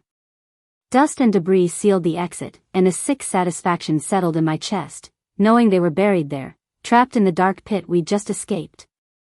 Justin struggled to sit up, wincing as he wiped the blood from his face, and the dazed look in his eyes shifted to something more serious as he stared at the collapsed building. "That cost us too much time," he said, shaking his head. "They know we're close. The longer we stay, the more of them there will be. We have to get out of here. Find the others." I nodded, swallowing the lump of dread that tightened in my throat. Carla, Marcus, the rest of our group, they were still out there somewhere, and every second we'd spent fighting in that basement had put more distance between us and them. It was by pure chance we had escaped, but I knew we couldn't rely on luck again. We had to move, and fast. We stood up, bracing ourselves against each other, and I took a steadying breath, trying to focus past the exhaustion clouding my mind. The landscape around us was barren, a wasteland of battered old metal and broken concrete. The horizon stretched endlessly, littered with the skeletal remains of the town that had once stood here. Silence settled over the ruins, but it was the kind of silence that felt wrong, thick with nightmares and the promise of more horrors waiting just out of sight. "Which way?" I asked, my voice barely above a whisper. Justin scanned the horizon, his brow furrowed. He wiped a hand over his face, smearing more dirt and blood across his skin, but he didn't seem to notice. Finally, he pointed to the east, toward a stretch of ground that was less cluttered, more open. It led toward the edge of the town limits, where the rubble thinned out and the landscape became empty fields. "East," he said. "The others might have headed that way. We need to get as far away as possible from here, see if we can pick up their trail." Without another word, we set off, keeping low, moving as quickly as we could despite the ache in our limbs. Every step was a reminder of the hell we'd just escaped, the screams and whispers of the dead still ringing in my ears. But out here, with the cold wind against my face, there was some reprieve. The open sky stretched above us, and even though the light was gray and washed out, it was freedom. For now. The rubble shifted beneath our feet, the ground treacherous with broken glass and twisted metal. I kept the pipe clenched in my hand, unwilling to let go of it even as my arms throbbed from the weight. Justin held on to his hammer, and we exchanged wary glances with every sound, every shift of wind or distant creak of metal. The flesh-eaters could be anywhere, crawling through the ruins, hidden in the shadows, waiting to pounce. As we moved, the weight of our narrow escape began to settle over me. I couldn't shake the thought of how close we'd come to dying down there, trapped in the dark with those relentless, unthinking monsters. They'd nearly torn us apart, and if it hadn't been for that narrow escape, we'd be lying down there now, just another pile of broken bodies in the dust. We didn't speak for a long while, each of us lost in our thoughts. The silence felt heavy, but it was a fragile kind of peace. I knew, even without saying it, that both of us were thinking the same thing, about what lay ahead, about the horrors we'd seen, and the friends we still had to find. The landscape slowly began to change as we walked, the broken ruins giving way to open fields, patches of brown, brittle grass as far as the eyes could see. I scanned the horizon, looking for any sign of movement, any hint that Marcus or the others might be out there, but the fields were empty, dead grass and scattered rubble under a pale sky. "We'll find them," Justin said, breaking the silence, as if he could read my mind. I nodded, not trusting myself to speak. All I could see was Carla's face. It still haunted me. Why was Carla's face stuck in my mind? Was she dead? My mother had always said I had a sixth sense about these things. Like when our dog was run over. Don't ask me how, but somehow, I knew. As we trudged forward, the silence around us was broken by a faint, distant sound, a low, groaning moan that sent icicles through my veins. Justin tensed, his grip tightening on the hammer, and I scanned the landscape, my heart pounding as I searched for the source of the noise. There, on the edge of the field, a small group of flesh-eaters staggered into view, their bodies distorted and broken, their movements slow and jerky. They hadn't seen us yet, but I knew it was only a matter of time. "We go around," I whispered, gesturing for Justin to follow me as I led us in a wide arc, keeping low as we skirted the edge of the field, putting as much distance as possible between us and the dead. They were a constant reminder of what we were up against, the endless marching horde of the dead, otherworldly and unstoppable. As we moved past them, my heartbeat started to slow down. I glanced at Justin, relief flickering in his eyes, and we quickened our pace, eager to leave the horrors of the town behind us. But as we crested a small rise, my heart sank. Ahead of us, spread across the open field, was another group of flesh-eaters, larger this time, their contorted forms filling the landscape as far as I could see. There had to be dozens of them, maybe even more, their bodies moving as one, a mass of decayed flesh stumbling forward, drawn by some primal, unrelenting instinct. Justin cursed under his breath, his face pale as he took in the sight. We couldn't go around them, this time. The field was too open, and there was no cover, nowhere to hide. If they saw us, we'd be trapped. "We have to go back," I said, my voice barely a whisper. But even as I said it, I knew it was hopeless. Behind us lay the derelict town, and beyond that, the basement we'd barely escaped, the rubble filled with flesh-eaters, just waiting to claw their way free. Justin clenched his jaw, his eyes dark and resolute. "No," he said, his voice hard. "We're not going back. We've come too far." I looked at him, fear and desperation twisting in my chest. "Then what?" "We can't fight them all." He didn't answer, his gaze fixed on the horde ahead of us. For a long moment, we stood there in silence, the reality of our situation settling over us. And then, slowly, he turned to me, a flicker of something fierce and defiant in his eyes. "We find a way through," he said, his voice low but filled with a strength I hadn't heard before. Whatever it takes, we keep moving. I took a deep breath, steeling myself, and nodded. We didn't have a choice.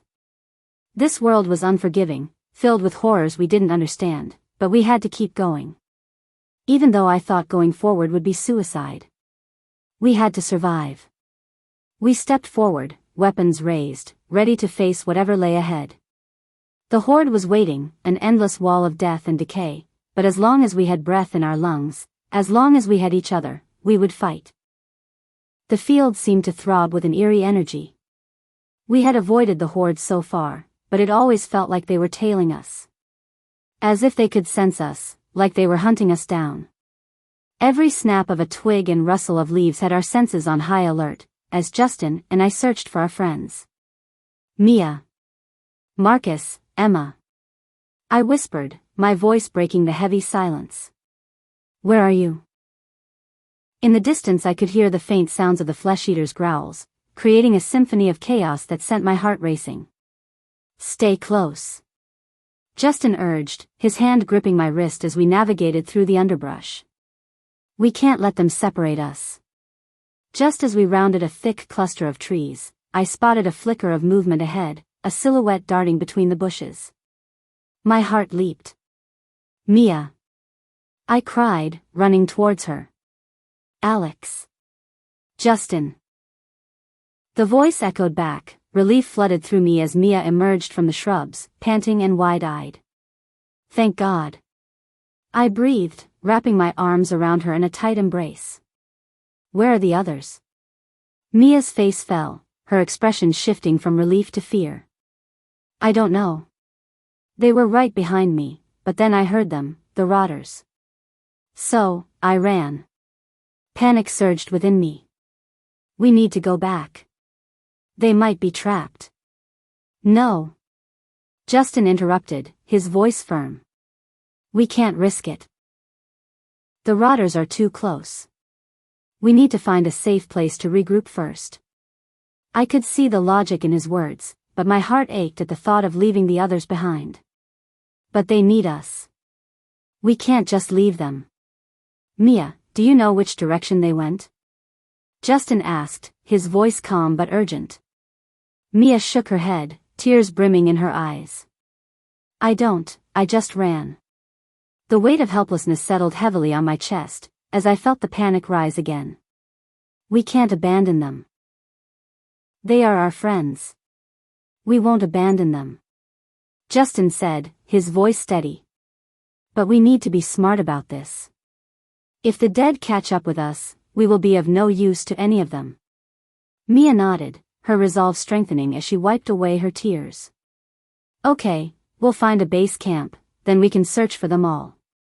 I took a deep breath, steeling myself. All right. Let's find shelter. We hurried deeper into the forest, keeping close together as we navigated through the thick underbrush. The shadows danced around us, a suffocating reminder of how easily we could become lost, or worse, end up as dinner. After what felt like an eternity, we stumbled upon a small clearing, the sunset spilling down to illuminate a dilapidated cabin nestled among the trees. My heart raced as I turned to Justin. What do you think? We should check it out. He said, glancing around. It looks abandoned, but it might offer us some cover. As we approached the cabin, I felt a mix of hope and dread. The door hung slightly ajar, creaking ominously as I pushed it open. The air inside was stale, thick with dust and the scent of decay, but it felt safer than the open woods. We stepped inside, our footsteps echoing against the wooden floor. The interior was dark, with only slivers of sunlight penetrating through the grimy windows. Old furniture lay scattered around the room, and the walls were lined with peeling wallpaper, revealing the raw wood beneath. Let's barricade the door, Justin suggested, moving to the heavy table in the corner. Together, we pushed it against the entrance, creating a barrier between us and the outside world. As we worked, I couldn't shake the feeling that we were being watched.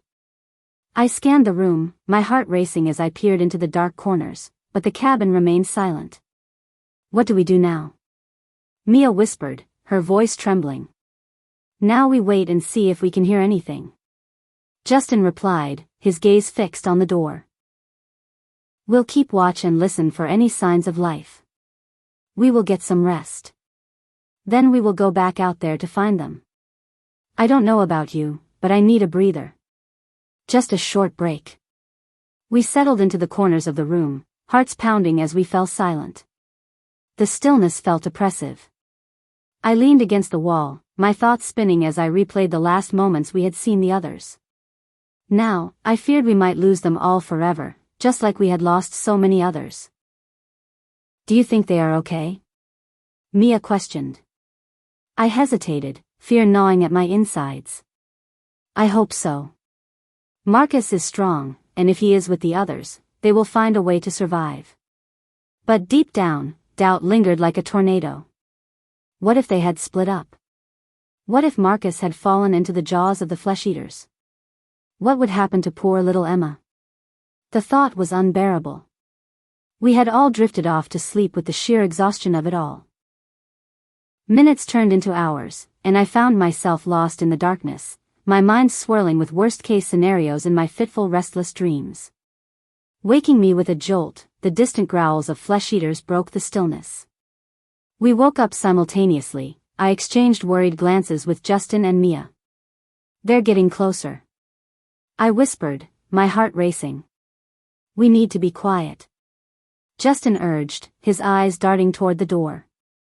They might not know we're here yet. We held our breath, the sounds outside growing louder. The growls echoed like a sinister lullaby, mixing with the rustling of leaves and the distant hoots of owls. But then, I heard something else, voices. Distant but unmistakable, they floated through the night air. Did you hear that? I whispered, eyes wide.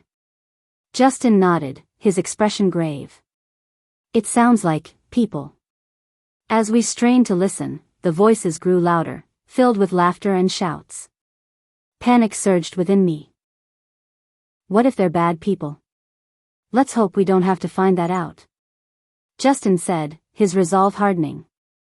I swallowed hard. But what if they're dangerous? We won't know until we check them out, but if they are, then I guess we will have to defend ourselves. It's nothing we haven't done before. This world is full of bad people. They are no different to the rotters. Justin insisted. As the voices grew closer, we shared a tense glance, our hearts pounding in unison. The flesh-eaters can't help who they are, what they have become. The bad people have a choice, they are far worse. I added, fear and determination coursing through me. Let's go see.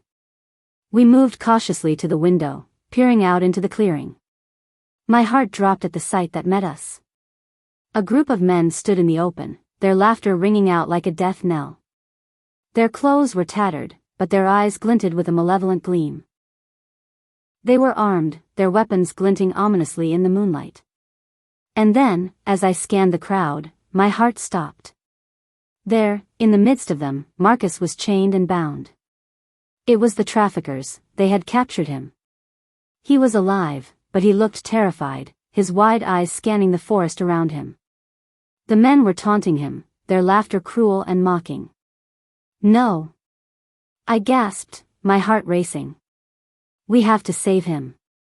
Justin grabbed my arm, his expression fierce. We need a plan. We can't just rush in. We can't let them hurt him. I insisted, my voice shaking with urgency. Look. Mia whispered, pointing to a group of bushes nearby. We can sneak around and get to him. Justin nodded, determination hardening his resolve. Okay, we'll move in quietly. We'll get Marcus and get out. Taking a deep breath, we crept out of the cabin and into the shadows, moving low to the ground as we made our way toward the group. The laughter of the men filled the air, but I couldn't focus on anything but Marcus. As we drew closer, I could hear their words, their cruel taunts. They were nothing but vile bullies. Look at the little rat. One of the men sneered, stepping closer to Marcus. Let's just hope the flesh-eaters want you. We need you as bait. Marcus trembled but held his ground. "Leave me alone," he shouted, his voice a mix of fear and defiance. My heart ached for him. He was brave, but I knew we had to act fast. "Now!" Justin hissed, and we lunged forward, darting from the cover of the bushes. I sprinted toward Marcus, my heart pounding in my chest. "Marcus!" I cried, desperation fueling my movements. He turned, his eyes widening in surprise as he saw me. "Alex!" But the men turned too, their laughter fading as they noticed our approach. "What do we have here?" One of them growled, pulling out a knife. "Get away from him!" I shouted, adrenaline surging through me as I charged toward them. Justin rushed in beside me, his makeshift weapon raised. "You picked the wrong fight." The men exchanged glances, their expressions shifting from amusement to anger. "Get them!" their leader yelled, lunging at me. I dodged to the side, feeling the rush of wind as he swung at me. Justin swung his weapon, catching one of the men in the side.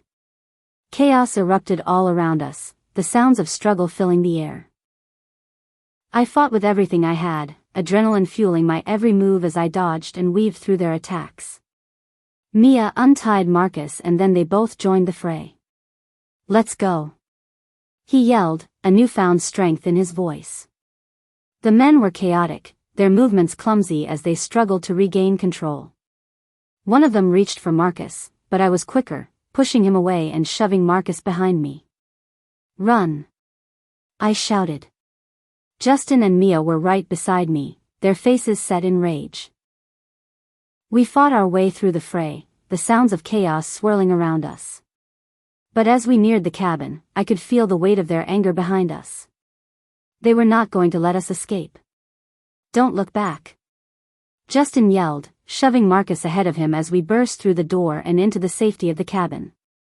We slammed the door shut behind us, breathing heavily as we leaned against it, our hearts racing. "What now?" Marcus gasped, his face pale. "We need to barricade the door," Mia said, glancing toward the windows as the sounds of the men grew closer. Justin nodded, grabbing the table again as we pushed it against the entrance. "They won't get in here," he promised, but I could hear the uncertainty in his voice. The growls and shouts of the men grew louder, the pounding of fists against the wood echoing in the silence. I felt my heart race, fear clawing at my insides. "Are they going to get in?" Marcus whispered, his voice trembling. "Yes, but it will hold for a little while longer," Justin replied, his gaze locked on the door. "We are going to have to fight our way out." We huddled together, breaths coming in ragged gasps as the reality of our situation sank in. We were trapped, hiding from the worst of humanity in a world that had already shown its darkest face. As the sounds of the men grew more frantic outside, I knew this was just the beginning. We had survived the dead, but now we were facing something even more sinister. The cabin door rattled against the weight of their bodies, and I found myself wondering if our luck had finally ran out. I could barely hear my own breath over the muffled shouts outside the cabin. Mia gripped my arm, her knuckles white, and Marcus crouched by the door, looking like he was debating whether to run or try to fight. Justin stayed close, looking through the cracks of the cabin walls. We were all on edge, all wondering if this was it, the end of us all. Neither option looked good, but we couldn't just sit here and wait for these men to barge in. My heart hammered as I scanned the dark cabin, hoping for anything we could use as a weapon. Just as I reached for a half-broken chair leg, I froze. Piercing the night air was a sharp whistle. The men outside went silent. "What was that?" Mia whispered, her voice barely audible. Before I could respond, the night air was sliced by a thwip, the unmistakable sound of something fast, deadly, and precise cutting through the darkness. A groan followed, then a thud. Outside, someone gasped. "What the hell?" As confusion spread, I crept to the crack in the cabin wall, my breath catching as I peeked outside. Two figures moved in the moonlight, emerging from the shadows with the kind of confidence that came from being completely in control. The first was a tall, lean woman with a dark braid falling over her shoulder. She held a crossbow, her movements calm and practiced as she aimed at a second man. Beside her, a massive black dog, some kind of mastiff or cane corso, or so I thought. The dog stood perfectly still, its eyes locked on the men with deadly focus. The second woman moved just as swiftly, though there was something playful in her grin as she reached over her shoulder and pulled a javelin from the quiver on her back. She tossed a quick smirk to her sister as if to say, "Watch this," then launched the javelin. It sailed through the air, striking another man in the leg. He screamed, collapsing, and the fawn dog at her side growled, poised and waiting for her signal. My stomach flipped. Who were these women?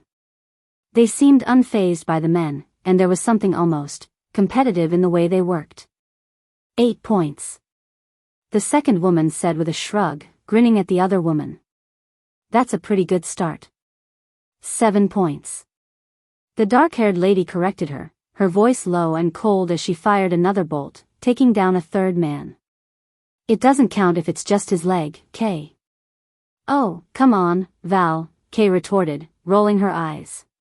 He's done 4. You just hate it, when I'm winning. We all watched in awe as the two strangers picked off the men one by one. The black dog attacked, pinning one man to the ground with a terrifying precision, its jaws locked just above his throat, waiting for a command. The fawn-colored cane corso stayed low, darting around its handler's side as if it knew every move before she even made it. One of the remaining men scrambled toward the cabin door. I tensed, but before he could get close, Val swung her mace, an old-fashioned weapon that glinted in the moonlight, heavy and brutal. It connected with the man's side, sending him sprawling with a sickening crunch. Think that's worth at least 8 points. Val murmured, a hint of a smirk tugging at her lips. Kay snorted, tugging another javelin free. Only because you can't get him with a clean shot. The last man standing looked from Val to Kay, horror etched on his face. He dropped his weapon, raising his hands. Please, he gasped. I don't even know them. Val didn't hesitate. With a flick of her wrist, her crossbow fired, and he fell silent.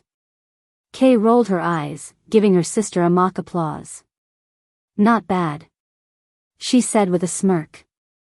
But that only puts you at 6 kills to my 5. Technically, it's 7 to 5. Val replied, glancing at Kay. Assuming you're done losing track. Myself, Mia, Justin, Marcus all exchanged wide-eyed glances. We had gone from terrified to bewildered in under a minute. The sisters turned toward the cabin. For the first time, I got a proper look at them. They were both smeared with grime, lean and tough from a life on the road, and despite their banter, their eyes were sharp and watchful. These were women who didn't flinch, who didn't hesitate. The fawn cane corso padded forward, sniffing the air as it came closer to the cabin. It looked right at me, its gaze unblinking and intense. I didn't dare move. The black dog soon joined it, standing guard as its handler approached. The taller woman, Val, raised her voice, her tone as cold as her gaze. Anyone alive in there? I swallowed hard and stepped forward, my heart pounding as I opened the cabin door. Yes. We're here. Kay's eyes swept over me, sizing me up in a single glance. Good, she said, smirking. Or we'd have made this trip for nothing. Mia, Justin and Marcus crept out, staying close to me. They didn't know what to make of these two strangers, or their dogs, which still hadn't taken their eyes off us all. Val finally lowered her crossbow, but there was no mistaking the tension in her stance, like she could spring into action at any second. We don't have time to stand around, Val said, her tone brisk. Zeds will be here soon with all this blood in the air. Emma and Sarah asked us to find you. Get you somewhere safe. Emma and Sarah? I inquired, my mind racing. I hadn't seen my friends in days, not since we had been separated in that ambush. They're alive? They're alive, Kay confirmed, glancing back toward the woods. They sent us. We are from Camp Hope. Val's expression softened ever so slightly. They wouldn't leave without you. She added, and for the first time, I thought I saw a flicker of warmth in her eyes. Kay nodded toward the trees, her hand resting casually on another javelin. Come on. We've got a camp set up about a mile west of here. Zeds don't usually get that far unless they've got a good scent trail. Marcus let out a low, shaky breath, looking at the men sprawled across the ground. We'd be dead without you too, he admitted. Kay grinned, glancing at Val. See? Told you we'd be heroes. Val rolled her eyes, muttering, heroes don't usually keep score. Heroes should keep score. Kay shot back, smirking as she adjusted her quiver. Keeps things interesting. The women exchanged a quick look, half irritation, half amusement, and I couldn't help but feel a strange sense of relief. Despite their ruthless efficiency, there was something reassuring about their presence. Are those dogs trained? Mia asked, eyeing the cane corsos with fascination. Val raised an eyebrow. The dogs aren't pets, she said, her tone flat. They're partners. They watch our backs, and we watch theirs. At her words, the black cane corso looked up at her, almost as if it understood.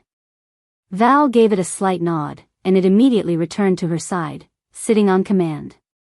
Kay's dog, the fawn one, was slightly less disciplined, nudging her leg until she gave it an affectionate pat. All right, big girl. You did good, she murmured, scratching its ears.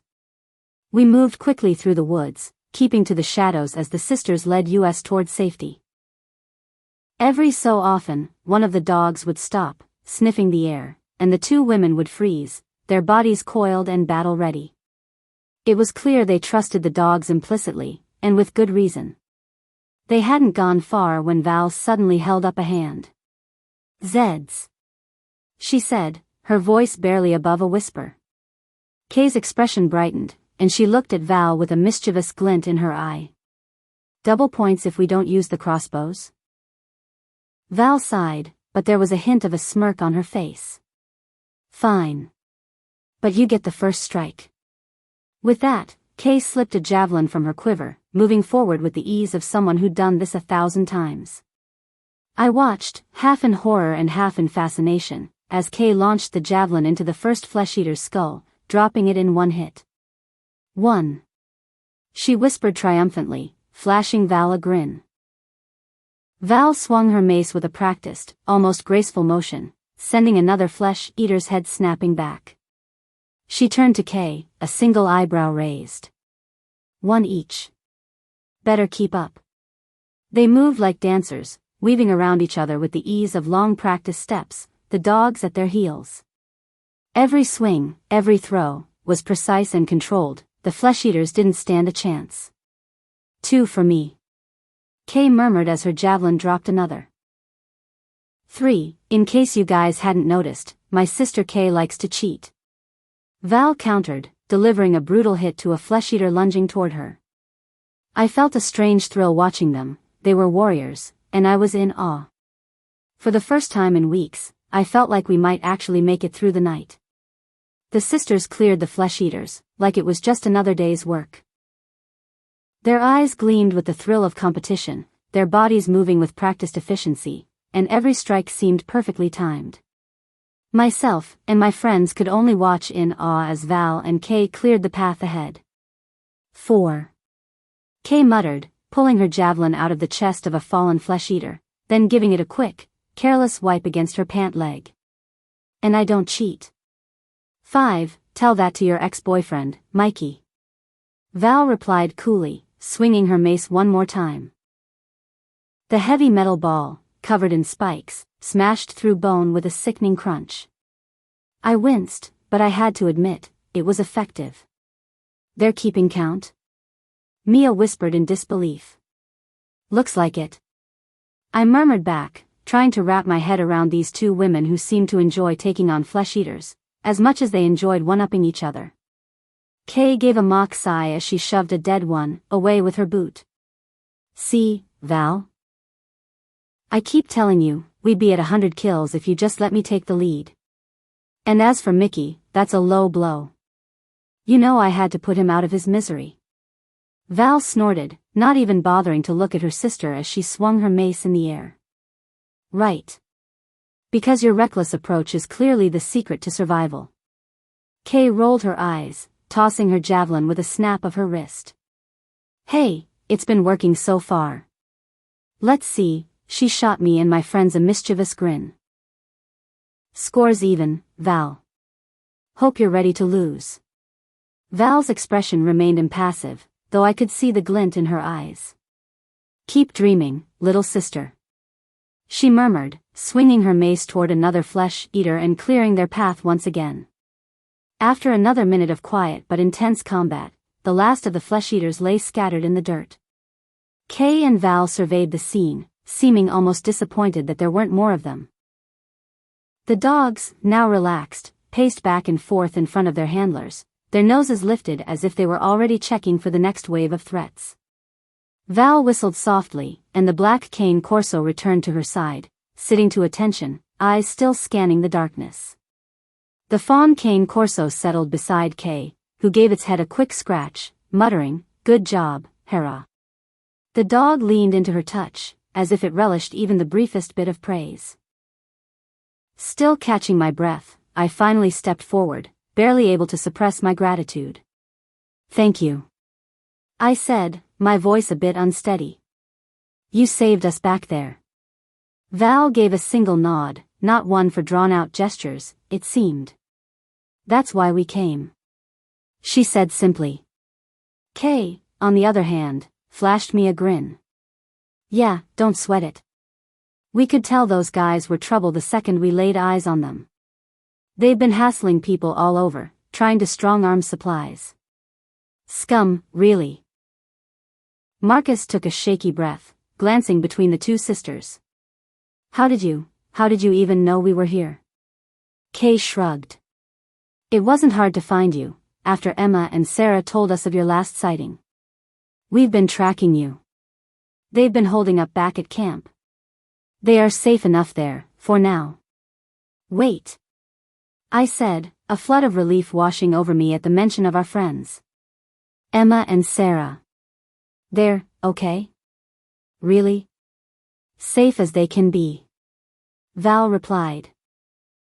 "They wouldn't leave until they knew you'd made it back. Which means we're not done yet." She turned, motioning for us to follow. "Let's go." As we moved deeper into the forest, Kay kept glancing back, giving me an almost appraising look. "So, you three," she started, clearly curious. "You got weapons? Or are you just hoping to look really intimidating?" I felt my cheeks redden, holding up my small knife. "Not much, I'm afraid. We lost most of our gear when those men jumped us a few days back." Kay raised an eyebrow, and I thought she saw a flicker of amusement.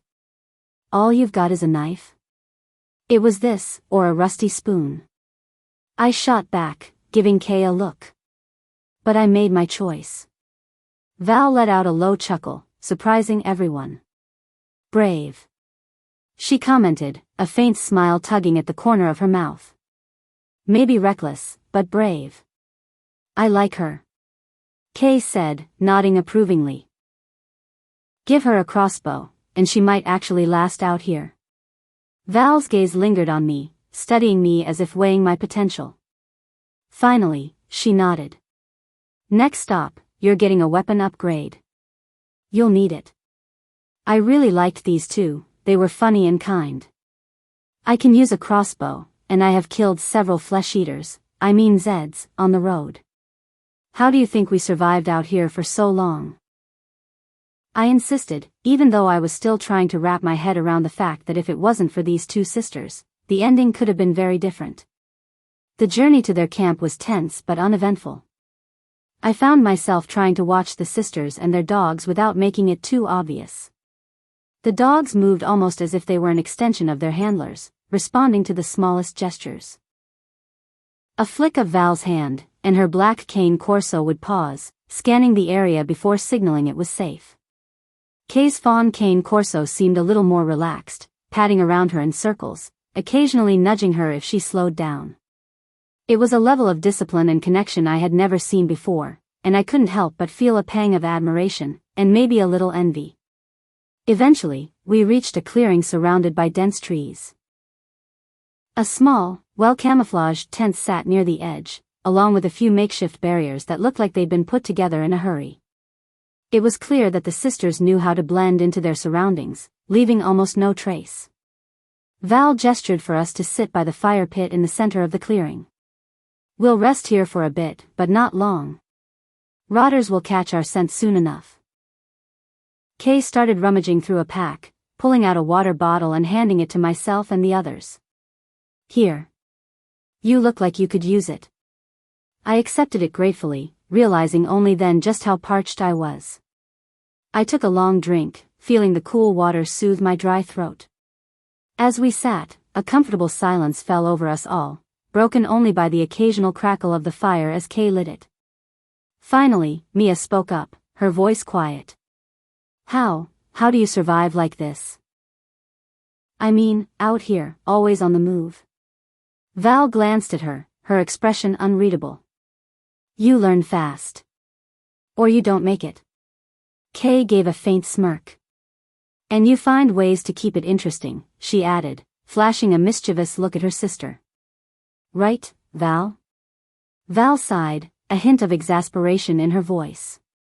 If keeping score helps you sleep at night, Kay, who am I to judge? Kay grinned, leaning back as she watched the flames. Hey, it keeps us sharp. Nothing wrong with that. I couldn't help but smile. Despite their rough exteriors, there was an easy, almost sisterly warmth between them, tempered with sarcasm and competition. It was clear they'd been through more than most, and that somehow, they'd come out the other side stronger. So, Camp Hope, I said after a pause. What's it like? Val considered the question for a moment, then shrugged. It's safe, for the most part. Well defended, decent supplies. But it's not paradise. Everyone pulls their weight. Kay nodded, her expression unusually serious. It's a good place, but it's not a place to hide. You stay sharp, or you end up like those guys back at the cabin. Everybody learns to fight. Nowhere is really safe anymore. From the Zeds, from the ones who whisper in the night, or from the bad men, which sadly seem plentiful. The words made me shiver, remembering the men sprawled on the ground, taken out with chilling efficiency. I glanced at Kay, feeling the weight of the words. Noted. We sat in silence for a while longer, the night around us heavy with the sounds of distant flesh-eaters. Exhaustion tugging at me, but there was something comforting about the quiet, about the presence of the sisters and their dogs standing watch. As dawn began to creep over the trees, Val stood, stretching. All right. Time to move. Camp Hope's not far, but it's best to keep moving while the Zeds are still scattered. Each of us stood up feeling a renewed sense of determination. The sisters had given us hope and, perhaps more importantly, a reminder that survival meant more than just staying alive. It meant fighting back, being a family, being part of something. We fell into line behind the sisters, moving through the forest in a tense, purposeful silence, the dogs leading the way.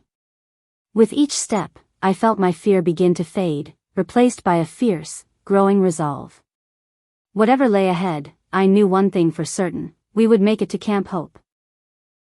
And with allies like Val and Kay by our side, I was beginning to believe we might actually have a chance.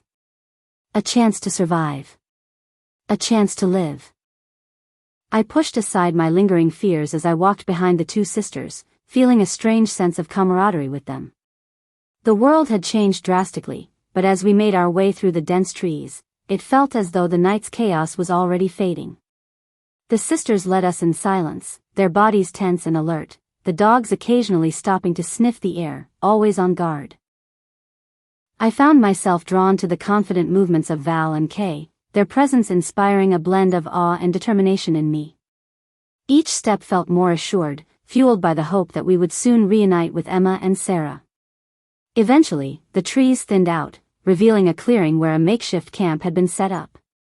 It was surprisingly organized for a group in hiding, tents nestled among the trees, a small fire pit in the center, and supplies piled against one wall. Everything was camouflaged with branches and leaves, blending seamlessly into the environment. "Home sweet home," Kay announced, a teasing lilt in her voice as she gestured to the camp. "Welcome to our humble abode." Marcus's heart raced as he spotted two familiar figures near the fire. Emma and Sarah were crouched down, chatting quietly, their expressions tense but animated. As the sisters approached, Emma looked up and her eyes widened in shock. "Marcus!" Emma exclaimed, springing to her feet. The relief on her face was evident, and before Marcus could take a step forward, Emma was sprinting toward him. He barely had time to respond before Emma enveloped him in a fierce hug. "Oh my God, I thought we'd lost you." Emma's voice trembled slightly as she pulled back to look at his face, searching for signs of anything amiss. "We're okay," he assured her, returning the hug with equal fervor. "Thanks to these two." He glanced over her shoulder at Val and Kay, who were now standing with their arms crossed, watching the reunion with a mixture of amusement and satisfaction. Sarah approached next, her eyes brightening as she spotted myself and Mia. "Thank goodness. We were worried sick. I can't believe you're all here." She wrapped her arms around Mia, her relief evident. "How did you manage to get away?" I opened my mouth to explain, but Val stepped forward, a smirk tugging at her lips. "Let's just say we arrived in the nick of time." "And Carla?" Mia asked, glancing between the sisters and her friends. "She didn't make it, back at the ambush. She pushed me out the way and the building fell in on her." "She saved my life," Sarah answered, tears starting at the corners of her eyes. Kay shrugged, her eyes sparkling with mischief. "We did try to look for her too, but there was no sign of her, only the stinking rotten corpses of the Zeds we left behind in our wake." Emma laughed softly, shaking her head. "You two have always had a flair for the dramatic. Who needs drama when you have kills to count?" Val interjected, her voice teasing. "Anyway, you're all here now, and that's what matters. But we need to keep moving before the Zeds catch our scent." "Wait, are you serious?" Emma's voice wavered slightly. "Aren't you tired after everything you've done? You honestly took all those bad men out?" "More like we took out some of them. There's always more bad rubbish to take out. But those guys were the worst kind, they eat boys and rape girls." Kay corrected, leaning against a tree. "Trust us, it's better than being their next meal." She gestured toward the fire, and I could see the remnants of a simple meal cooking over the flames, a pot filled with some kind of stew. "We can eat first. You'll need your strength for the journey to Camp Hope." "Camp Hope?" Justin repeated, a hopeful light in his eyes. "Is it a stronghold? I mean, is it well fortified?" "It's a walled-off old monastery, with solid defenses," Val said, her tone turning serious. "We've been fortifying it for months. It's safe, or at least, as safe as it gets these days. But it's still not perfect. It's got everything we need." Kay added, a hint of excitement in her voice. "You'll love it. It's like a fortress. And they have real food, not just whatever you can scavenge." "Real food sounds amazing," Emma said, her eyes sparkling at the thought. "When do we leave?" "Tomorrow morning," Val said decisively. "We'll break camp early and get moving before the Zeds can catch up to us. Tonight, we celebrate a bit, right?" Kay suggested, her voice brightening. "We can finally relax for a moment. Besides, I want to hear all about how you three survived. I'm betting Alex has a story or two to share." I felt my cheeks flush as everyone's gaze shifted toward me. "Oh, it's nothing special." "Oh, come on," Mia said, nudging me with a grin. You have to tell them how you saved Marcus and Emma from over a dozen flesh-eaters when they were trapped in the car. I'd like to hear that story. Val chimed in, her eyes sparkling with curiosity. Kay laughed, leaning back against a tree with a look of mock seriousness. I think you are all going to fit in quite well, at Camp Hope. We are all a little bit crazy, let's face it, in this world you have to be. Val shook her head, but a slight smile crept across her lips. Don't let her fool you. Every story Kay tells is exaggerated, at least by tenfold. Hey. A little embellishment makes things interesting, Kay shot back, crossing her arms. You just don't want anyone to know I'm the real hero of this operation. I'll take the real hero title, thank you.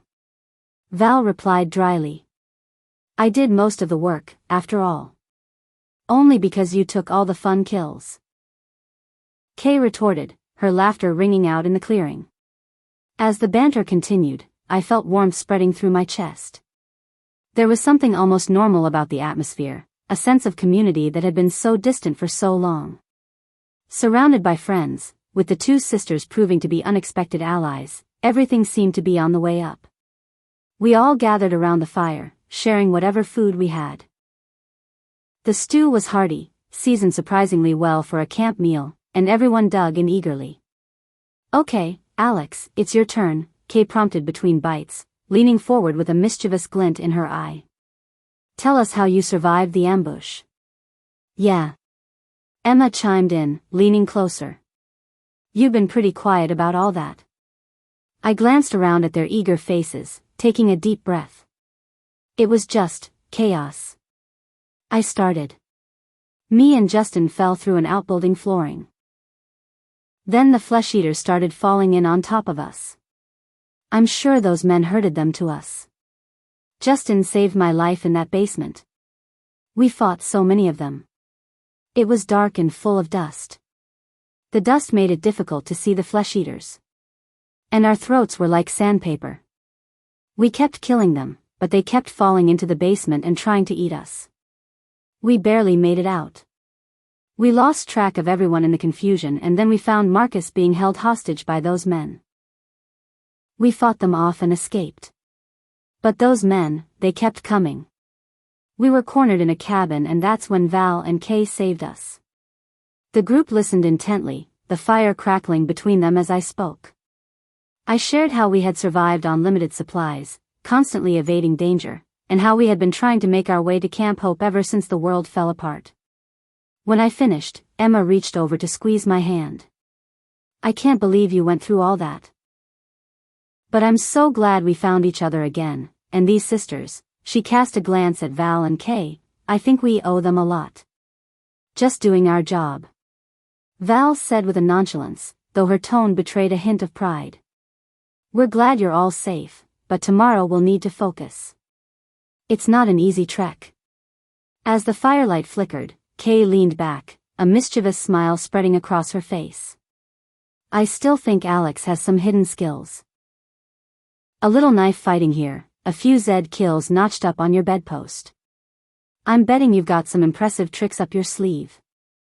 I think you're a fighter, a warrior, one of us. I couldn't help but laugh at Kay's antics, feeling a bit of my tension release. I'm not that impressive. I just got lucky. Luck has nothing to do with it. Val countered. It's about surviving. Each kill counts. Every choice you make matters. Exactly. Kay chimed in. And I'd like to think we're building quite the team at Camp Hope. Tomorrow, you will all get to see what a real camp looks like. I can't wait. Sarah said, her voice bright. As long as it's safe, I'll be happy to see anything that resembles normality. The night continued with laughter and stories as we all shared our experiences. I felt the bond between us all growing stronger, a united front against the challenges we had faced and those still to come. The sisters consistently lightened our moods. I don't think any of us have ever laughed so much. At least not since the world had fallen apart, and the dead walked the earth. The weight of our situation still loomed over us all, but the warmth of the campfire and the laughter of newfound friends gave us all a glimmer of hope. As the night wore on, we settled into a comfortable rhythm. The sisters, for all their toughness, were clearly protective of their new friends, guiding the conversations while slipping in little challenges to keep them sharp. It made me feel good. We were all younger than the sisters, but they still treated us like equals, bonded by the shared struggles of survival. Eventually, Kay announced, "All right, time to turn in. We need to be up with the sun to get moving. Who knows what else might be stalking us?" Everyone nodded in agreement, the weariness of the day catching up with us all. We all bid goodnight, heading to our separate corners of the camp. As I crawled into my makeshift bedroll, the weight of responsibility lifted off my shoulders. I no longer had to be the leader. I no longer had people's lives solely in my hands. The warmth of camaraderie filled the air, and for the first time in a long while, I felt safe. Tomorrow, we would journey to Camp Hope, an actual stronghold in a world where such places had become rare. I closed my eyes, a small smile creeping onto my lips, knowing that with allies like Val and Kay, we now had a chance at not just surviving, but living. The dawn would bring new challenges, but as I drifted off to sleep, I couldn't help but feel ready for whatever lay ahead. The sisters had shown me that strength came not just from skill and weapons, but from the bonds we forged and the hope we carried, no matter how dark the world around us had become. The journey through the dense woods felt like we were stepping out of one world and into another. I walked alongside Mia, my heart pounding with a mix of anticipation and fear. The whispers of the forest seemed to echo the chaos we'd survived, but here, amidst the trees, a flicker of hope ignited within me. We were nearing Camp Hope, the promised land. Mia kept glancing at Kay and Val, the two sisters leading us with confidence, their dogs trotting faithfully at their sides. They had become our guides, our protectors, and I felt a strange sense of comfort in their presence. I tightened my grip on the strap of my backpack, the familiar weight grounding me as we pressed forward. Behind us, Marcus and Justin followed closely, their expressions a mix of hope and uncertainty. "Are you sure we're going the right way?" Justin asked, scanning the trees as if expecting a flesh-eater to jump out at any moment. "Trust us." Kay called over her shoulder, a playful grin on her face. "We've got this. Just keep up." I wanted to believe her, wanted to believe that Camp Hope was real and that it would provide the refuge we so desperately needed. I remembered the stories I'd heard, a community fortified behind thick walls, crops growing in the fields, animals roaming freely. It felt surreal, almost too good to be true. But as we walked, I couldn't help but let a sliver of hope seep into my heart. Finally, the trees began to thin, revealing an expansive clearing bathed in soft, golden light. My breath caught in my throat as I stepped into the open, the sight before me stealing the words from my lips. The walls of Camp Hope loomed ahead, tall and imposing, crafted from stone and fortified with steel. Lookout towers punctuated the perimeter, guards standing vigilant, their silhouettes sharp against the setting sun. It felt like a fortress, a sanctuary carved from the chaos outside. "Welcome to Camp Hope," Kay announced, her voice filled with pride and relief. The sight of the camp was both awe-inspiring and terrifying. It was alive.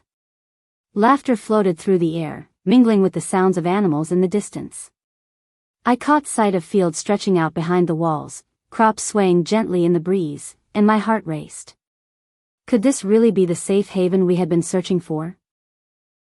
As we approached the gates, a guard stepped forward, his expression shifting from suspicion to recognition. "You made it back," he exclaimed, breaking into a smile as he recognized Kay and Val. "I thought we had got rid of you for good." He chuckled. "Not a chance," Val replied, her tone teasing. "We've got new friends with us." My stomach fluttered with nervous energy as we stepped through the gates. It felt like crossing a threshold into another world. As soon as we entered, the cacophony of voices enveloped us, laughter echoing off the walls. I felt a mix of relief and apprehension wash over me. This place was vibrant, alive with energy, but I still felt like an outsider. "Look!" Emma gasped, her eyes wide as she pointed toward a building in the distance. The word "school" hung above the entrance in bright letters. They have a school. Her excitement was infectious, and I felt my own heart lift. A school. A place for learning and growing, where we could reclaim the pieces of our lives that had been ripped away. It felt like a promise of normalcy amidst the chaos. Yep. Kay said, grinning at Emma's enthusiasm. We believe in rebuilding everything that was lost. Education is a part of that. Look over there. Justin exclaimed, pointing toward another area where I could see goats grazing peacefully, chickens clucking as they pecked at the ground. They have animals too. It's not just a camp, it's a community. Val explained. We're working to be self-sufficient. As we continued walking, I caught glimpses of the thriving life within the walls, families gathered around tables, sharing meals and stories, children running and playing without a care in the world. It felt surreal, a stark contrast to the fear and chaos we had lived through for so long. Suddenly, my breath hitched in my throat as I spotted a familiar sign. Hospital. My heart raced.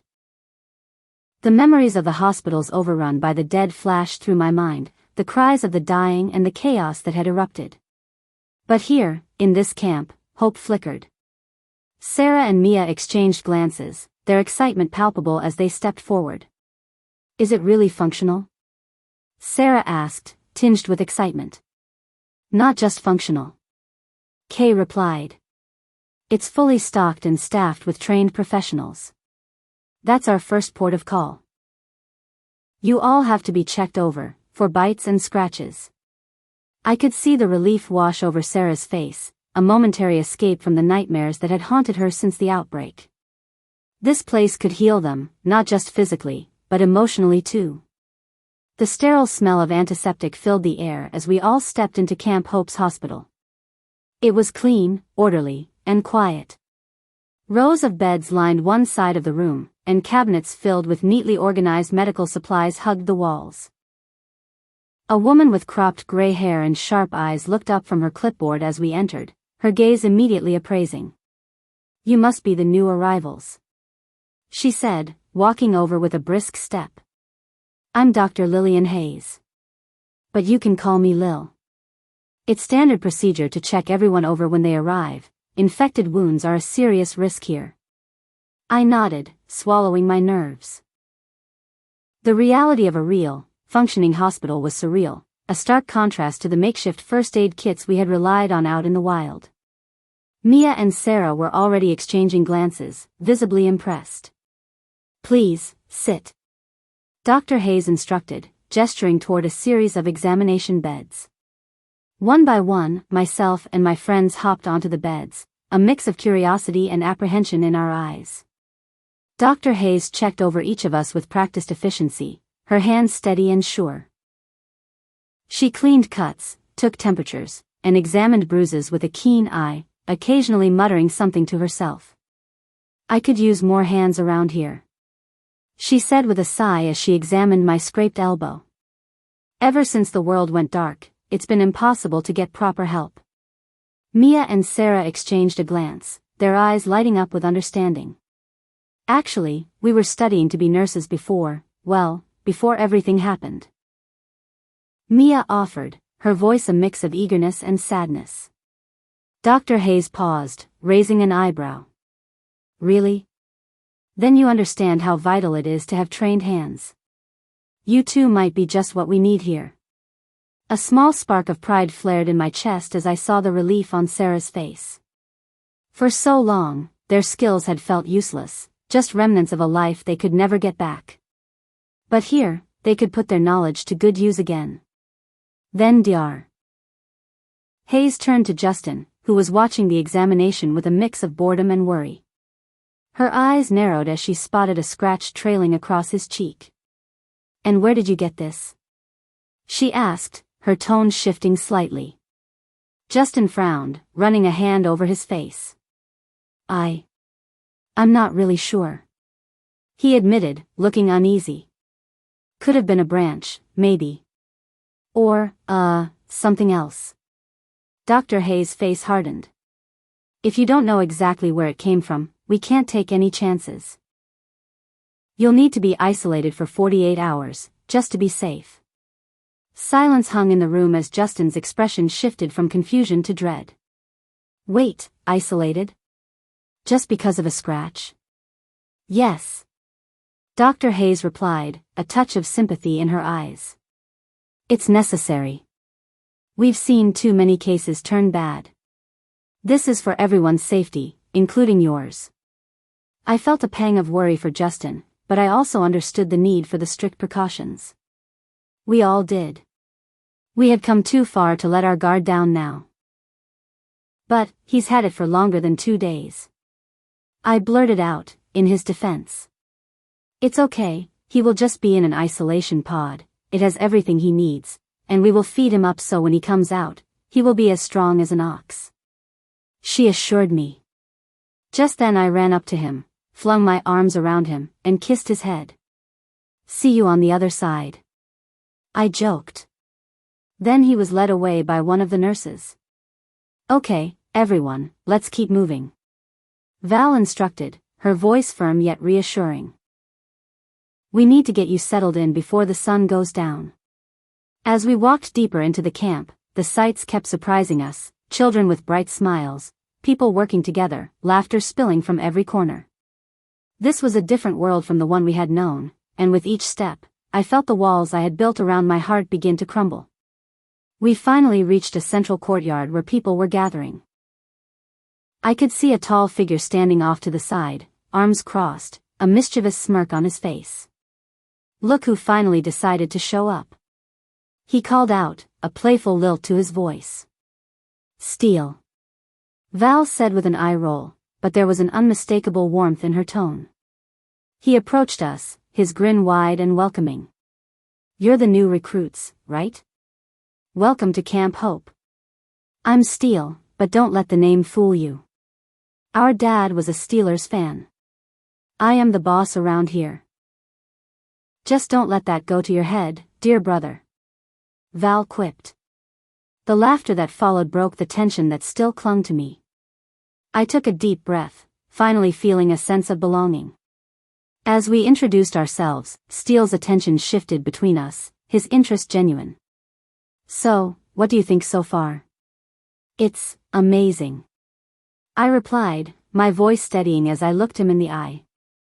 I didn't expect to find all of this. You'd be surprised at what we've managed to build here. He said, his pride evident. We're a family, and we're always looking to grow. You're welcome to join us. At that moment, I felt a swell of emotion, a mixture of hope and trepidation. I didn't want to just exist in this new world, I wanted to be a part of it. I wanted to prove myself. As the sun dipped below the horizon, casting long shadows across the courtyard, Steele gestured for us to follow him into the main hall. Inside, the atmosphere was warm and inviting, the smell of cooking food enveloping us like a comforting blanket. Long tables were filled with people, their voices rising and falling like the tide. Let's grab some food first. Steele suggested, leading us to a buffet laid out with an array of delicious options. My stomach growled in anticipation, and I felt a giddy sense of excitement as we filled our plates. Are we really going to eat like this every day? Emma asked incredulously, eyeing the food like it was a treasure. Absolutely. Kay replied with a laugh. As long as you help with the work around here, you'll eat well. I found a seat at one of the long tables, my heart racing as I took in the lively atmosphere. Laughter and chatter filled the air, the sound of forks clinking against plates mixing with the stories being shared. I felt a warmth blossom in my chest, a sense of community I had almost forgotten existed. After we finished eating, Steele stood up and clapped his hands to get everyone's attention. All right, everyone. Let's welcome our new friends to Camp Hope. I know you all have questions for them, but let's get them settled in first. We still have lockdown to contend with once it gets dark, so stick to your jobs. I'm sure all your questions will be answered in the next few days. Applause erupted around us, and I felt heat creep into my cheeks. The acceptance was overwhelming, and I could hardly process the reality of what was happening. This was no longer just a camp, it was a place where we could rebuild, where we could forge our identities in a world that had tried to strip them away. Now, Steele continued, let's get you oriented and figure out where you'll fit in. We've got a lot of work to do, and I could use some extra hands around here. Can I just ask, what's lockdown? I inquired, my voice unsteady. Kay chimed in. We lock down everything at night. It's to keep everyone safe from the dead ones that whisper to us all. All doors and windows are locked, and blankets are put up at all the windows. We keep the noise levels down at night too. The ones that whisper, they seem to have acute hearing. No one is allowed outside at night, unless they are on guard duty. The guards are used to the calls of the dead, they know they are not really their family calling to them. We rotate often, to make sure everyone can mentally deal with it. It's how we keep everyone safe. That's a good idea. What about work? What do you need help with? Everything. Steele replied, his tone serious yet light. We've got gardens to tend to, animals to care for, and there's always something to be fixed. But don't worry, we'll teach you what you need to know. As we followed Steele through the camp, we noticed a shift in the atmosphere as everyone scurried around preparing for lockdown. This was not just a sanctuary, it was a chance to reclaim our lives. To contribute, to be part of something bigger than ourselves. As night fell, the camp transformed. Lanterns illuminated the halls, casting a warm glow over the smiling faces around us. I watched as families gathered, children huddled together for bedtime stories. This place was full of life. Look at them. Mia hesitated, but her voice filled with awe. They're just happy. Yeah, I replied, feeling the warmth of her words seep into my heart. It's beautiful. As we walked, I caught sight of a small group sitting by a fire, in one of the large rooms, their faces illuminated by the flames. The warmth radiating from the fire seemed to draw me in, and I felt an overwhelming urge to join them. Can we go over there?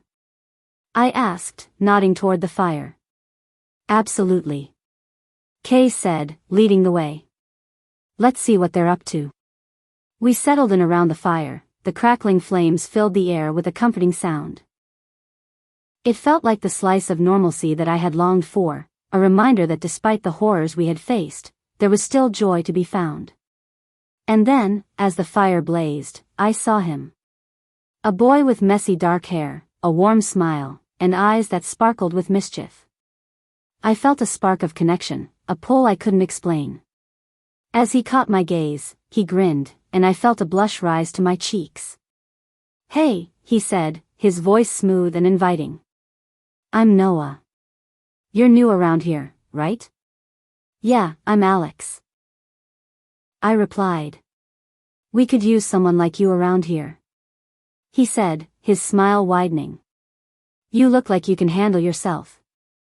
I felt my heart race at his words, a sense of pride swelling within me. I can. I've been through a lot. He nodded, a knowing look in his eyes. We all have. But here, we've got each other's backs. That's what makes us strong. As we talked, the warmth of the fire wrapped around me like a familiar embrace. The weight of the past began to lift, replaced by the promise of new beginnings. Here, amidst the laughter and camaraderie, I felt a sense of belonging I had almost forgotten existed. With each passing moment, I knew I was ready to face whatever came next.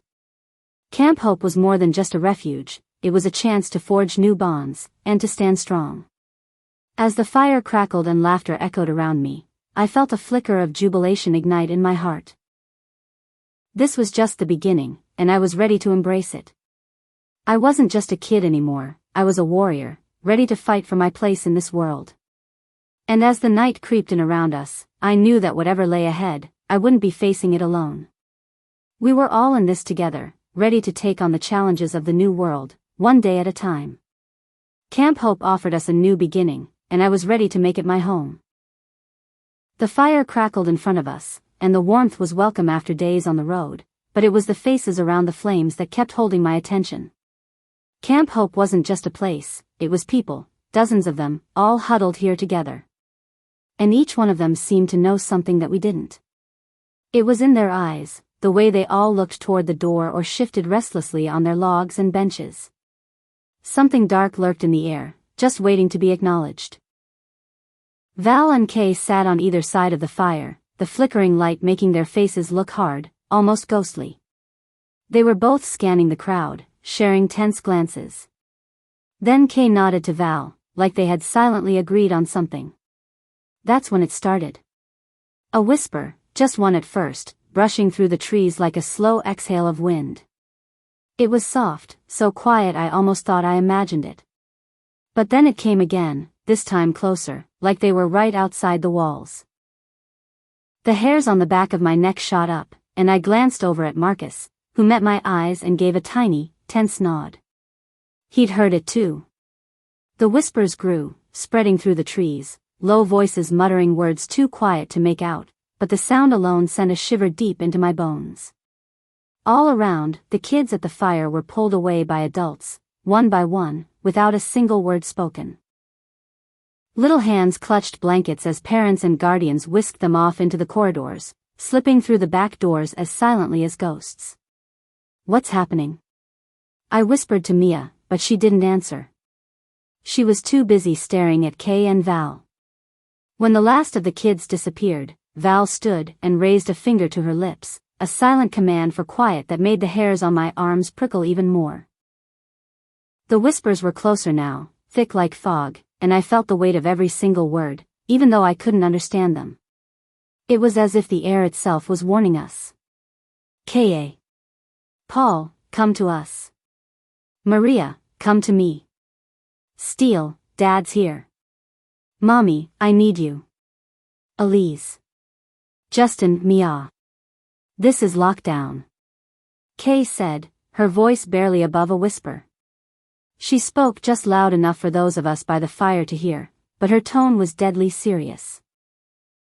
Every night, at sunset, the whole camp goes silent. We shut everything down, make no sound, and keep out of sight. The whispers are right on the other side of the walls. If they know we're here, well, let's just say we don't want them to know. I felt a chill slide down my spine. Behind the safety of the walls, I'd forgotten how close we were to the whispers, to the dead.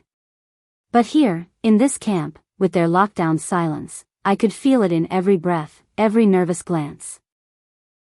There was no room for mistakes. We all exchanged a worried look, and I knew what my friends were all thinking. We'd been through a lot to get here, but this was something new.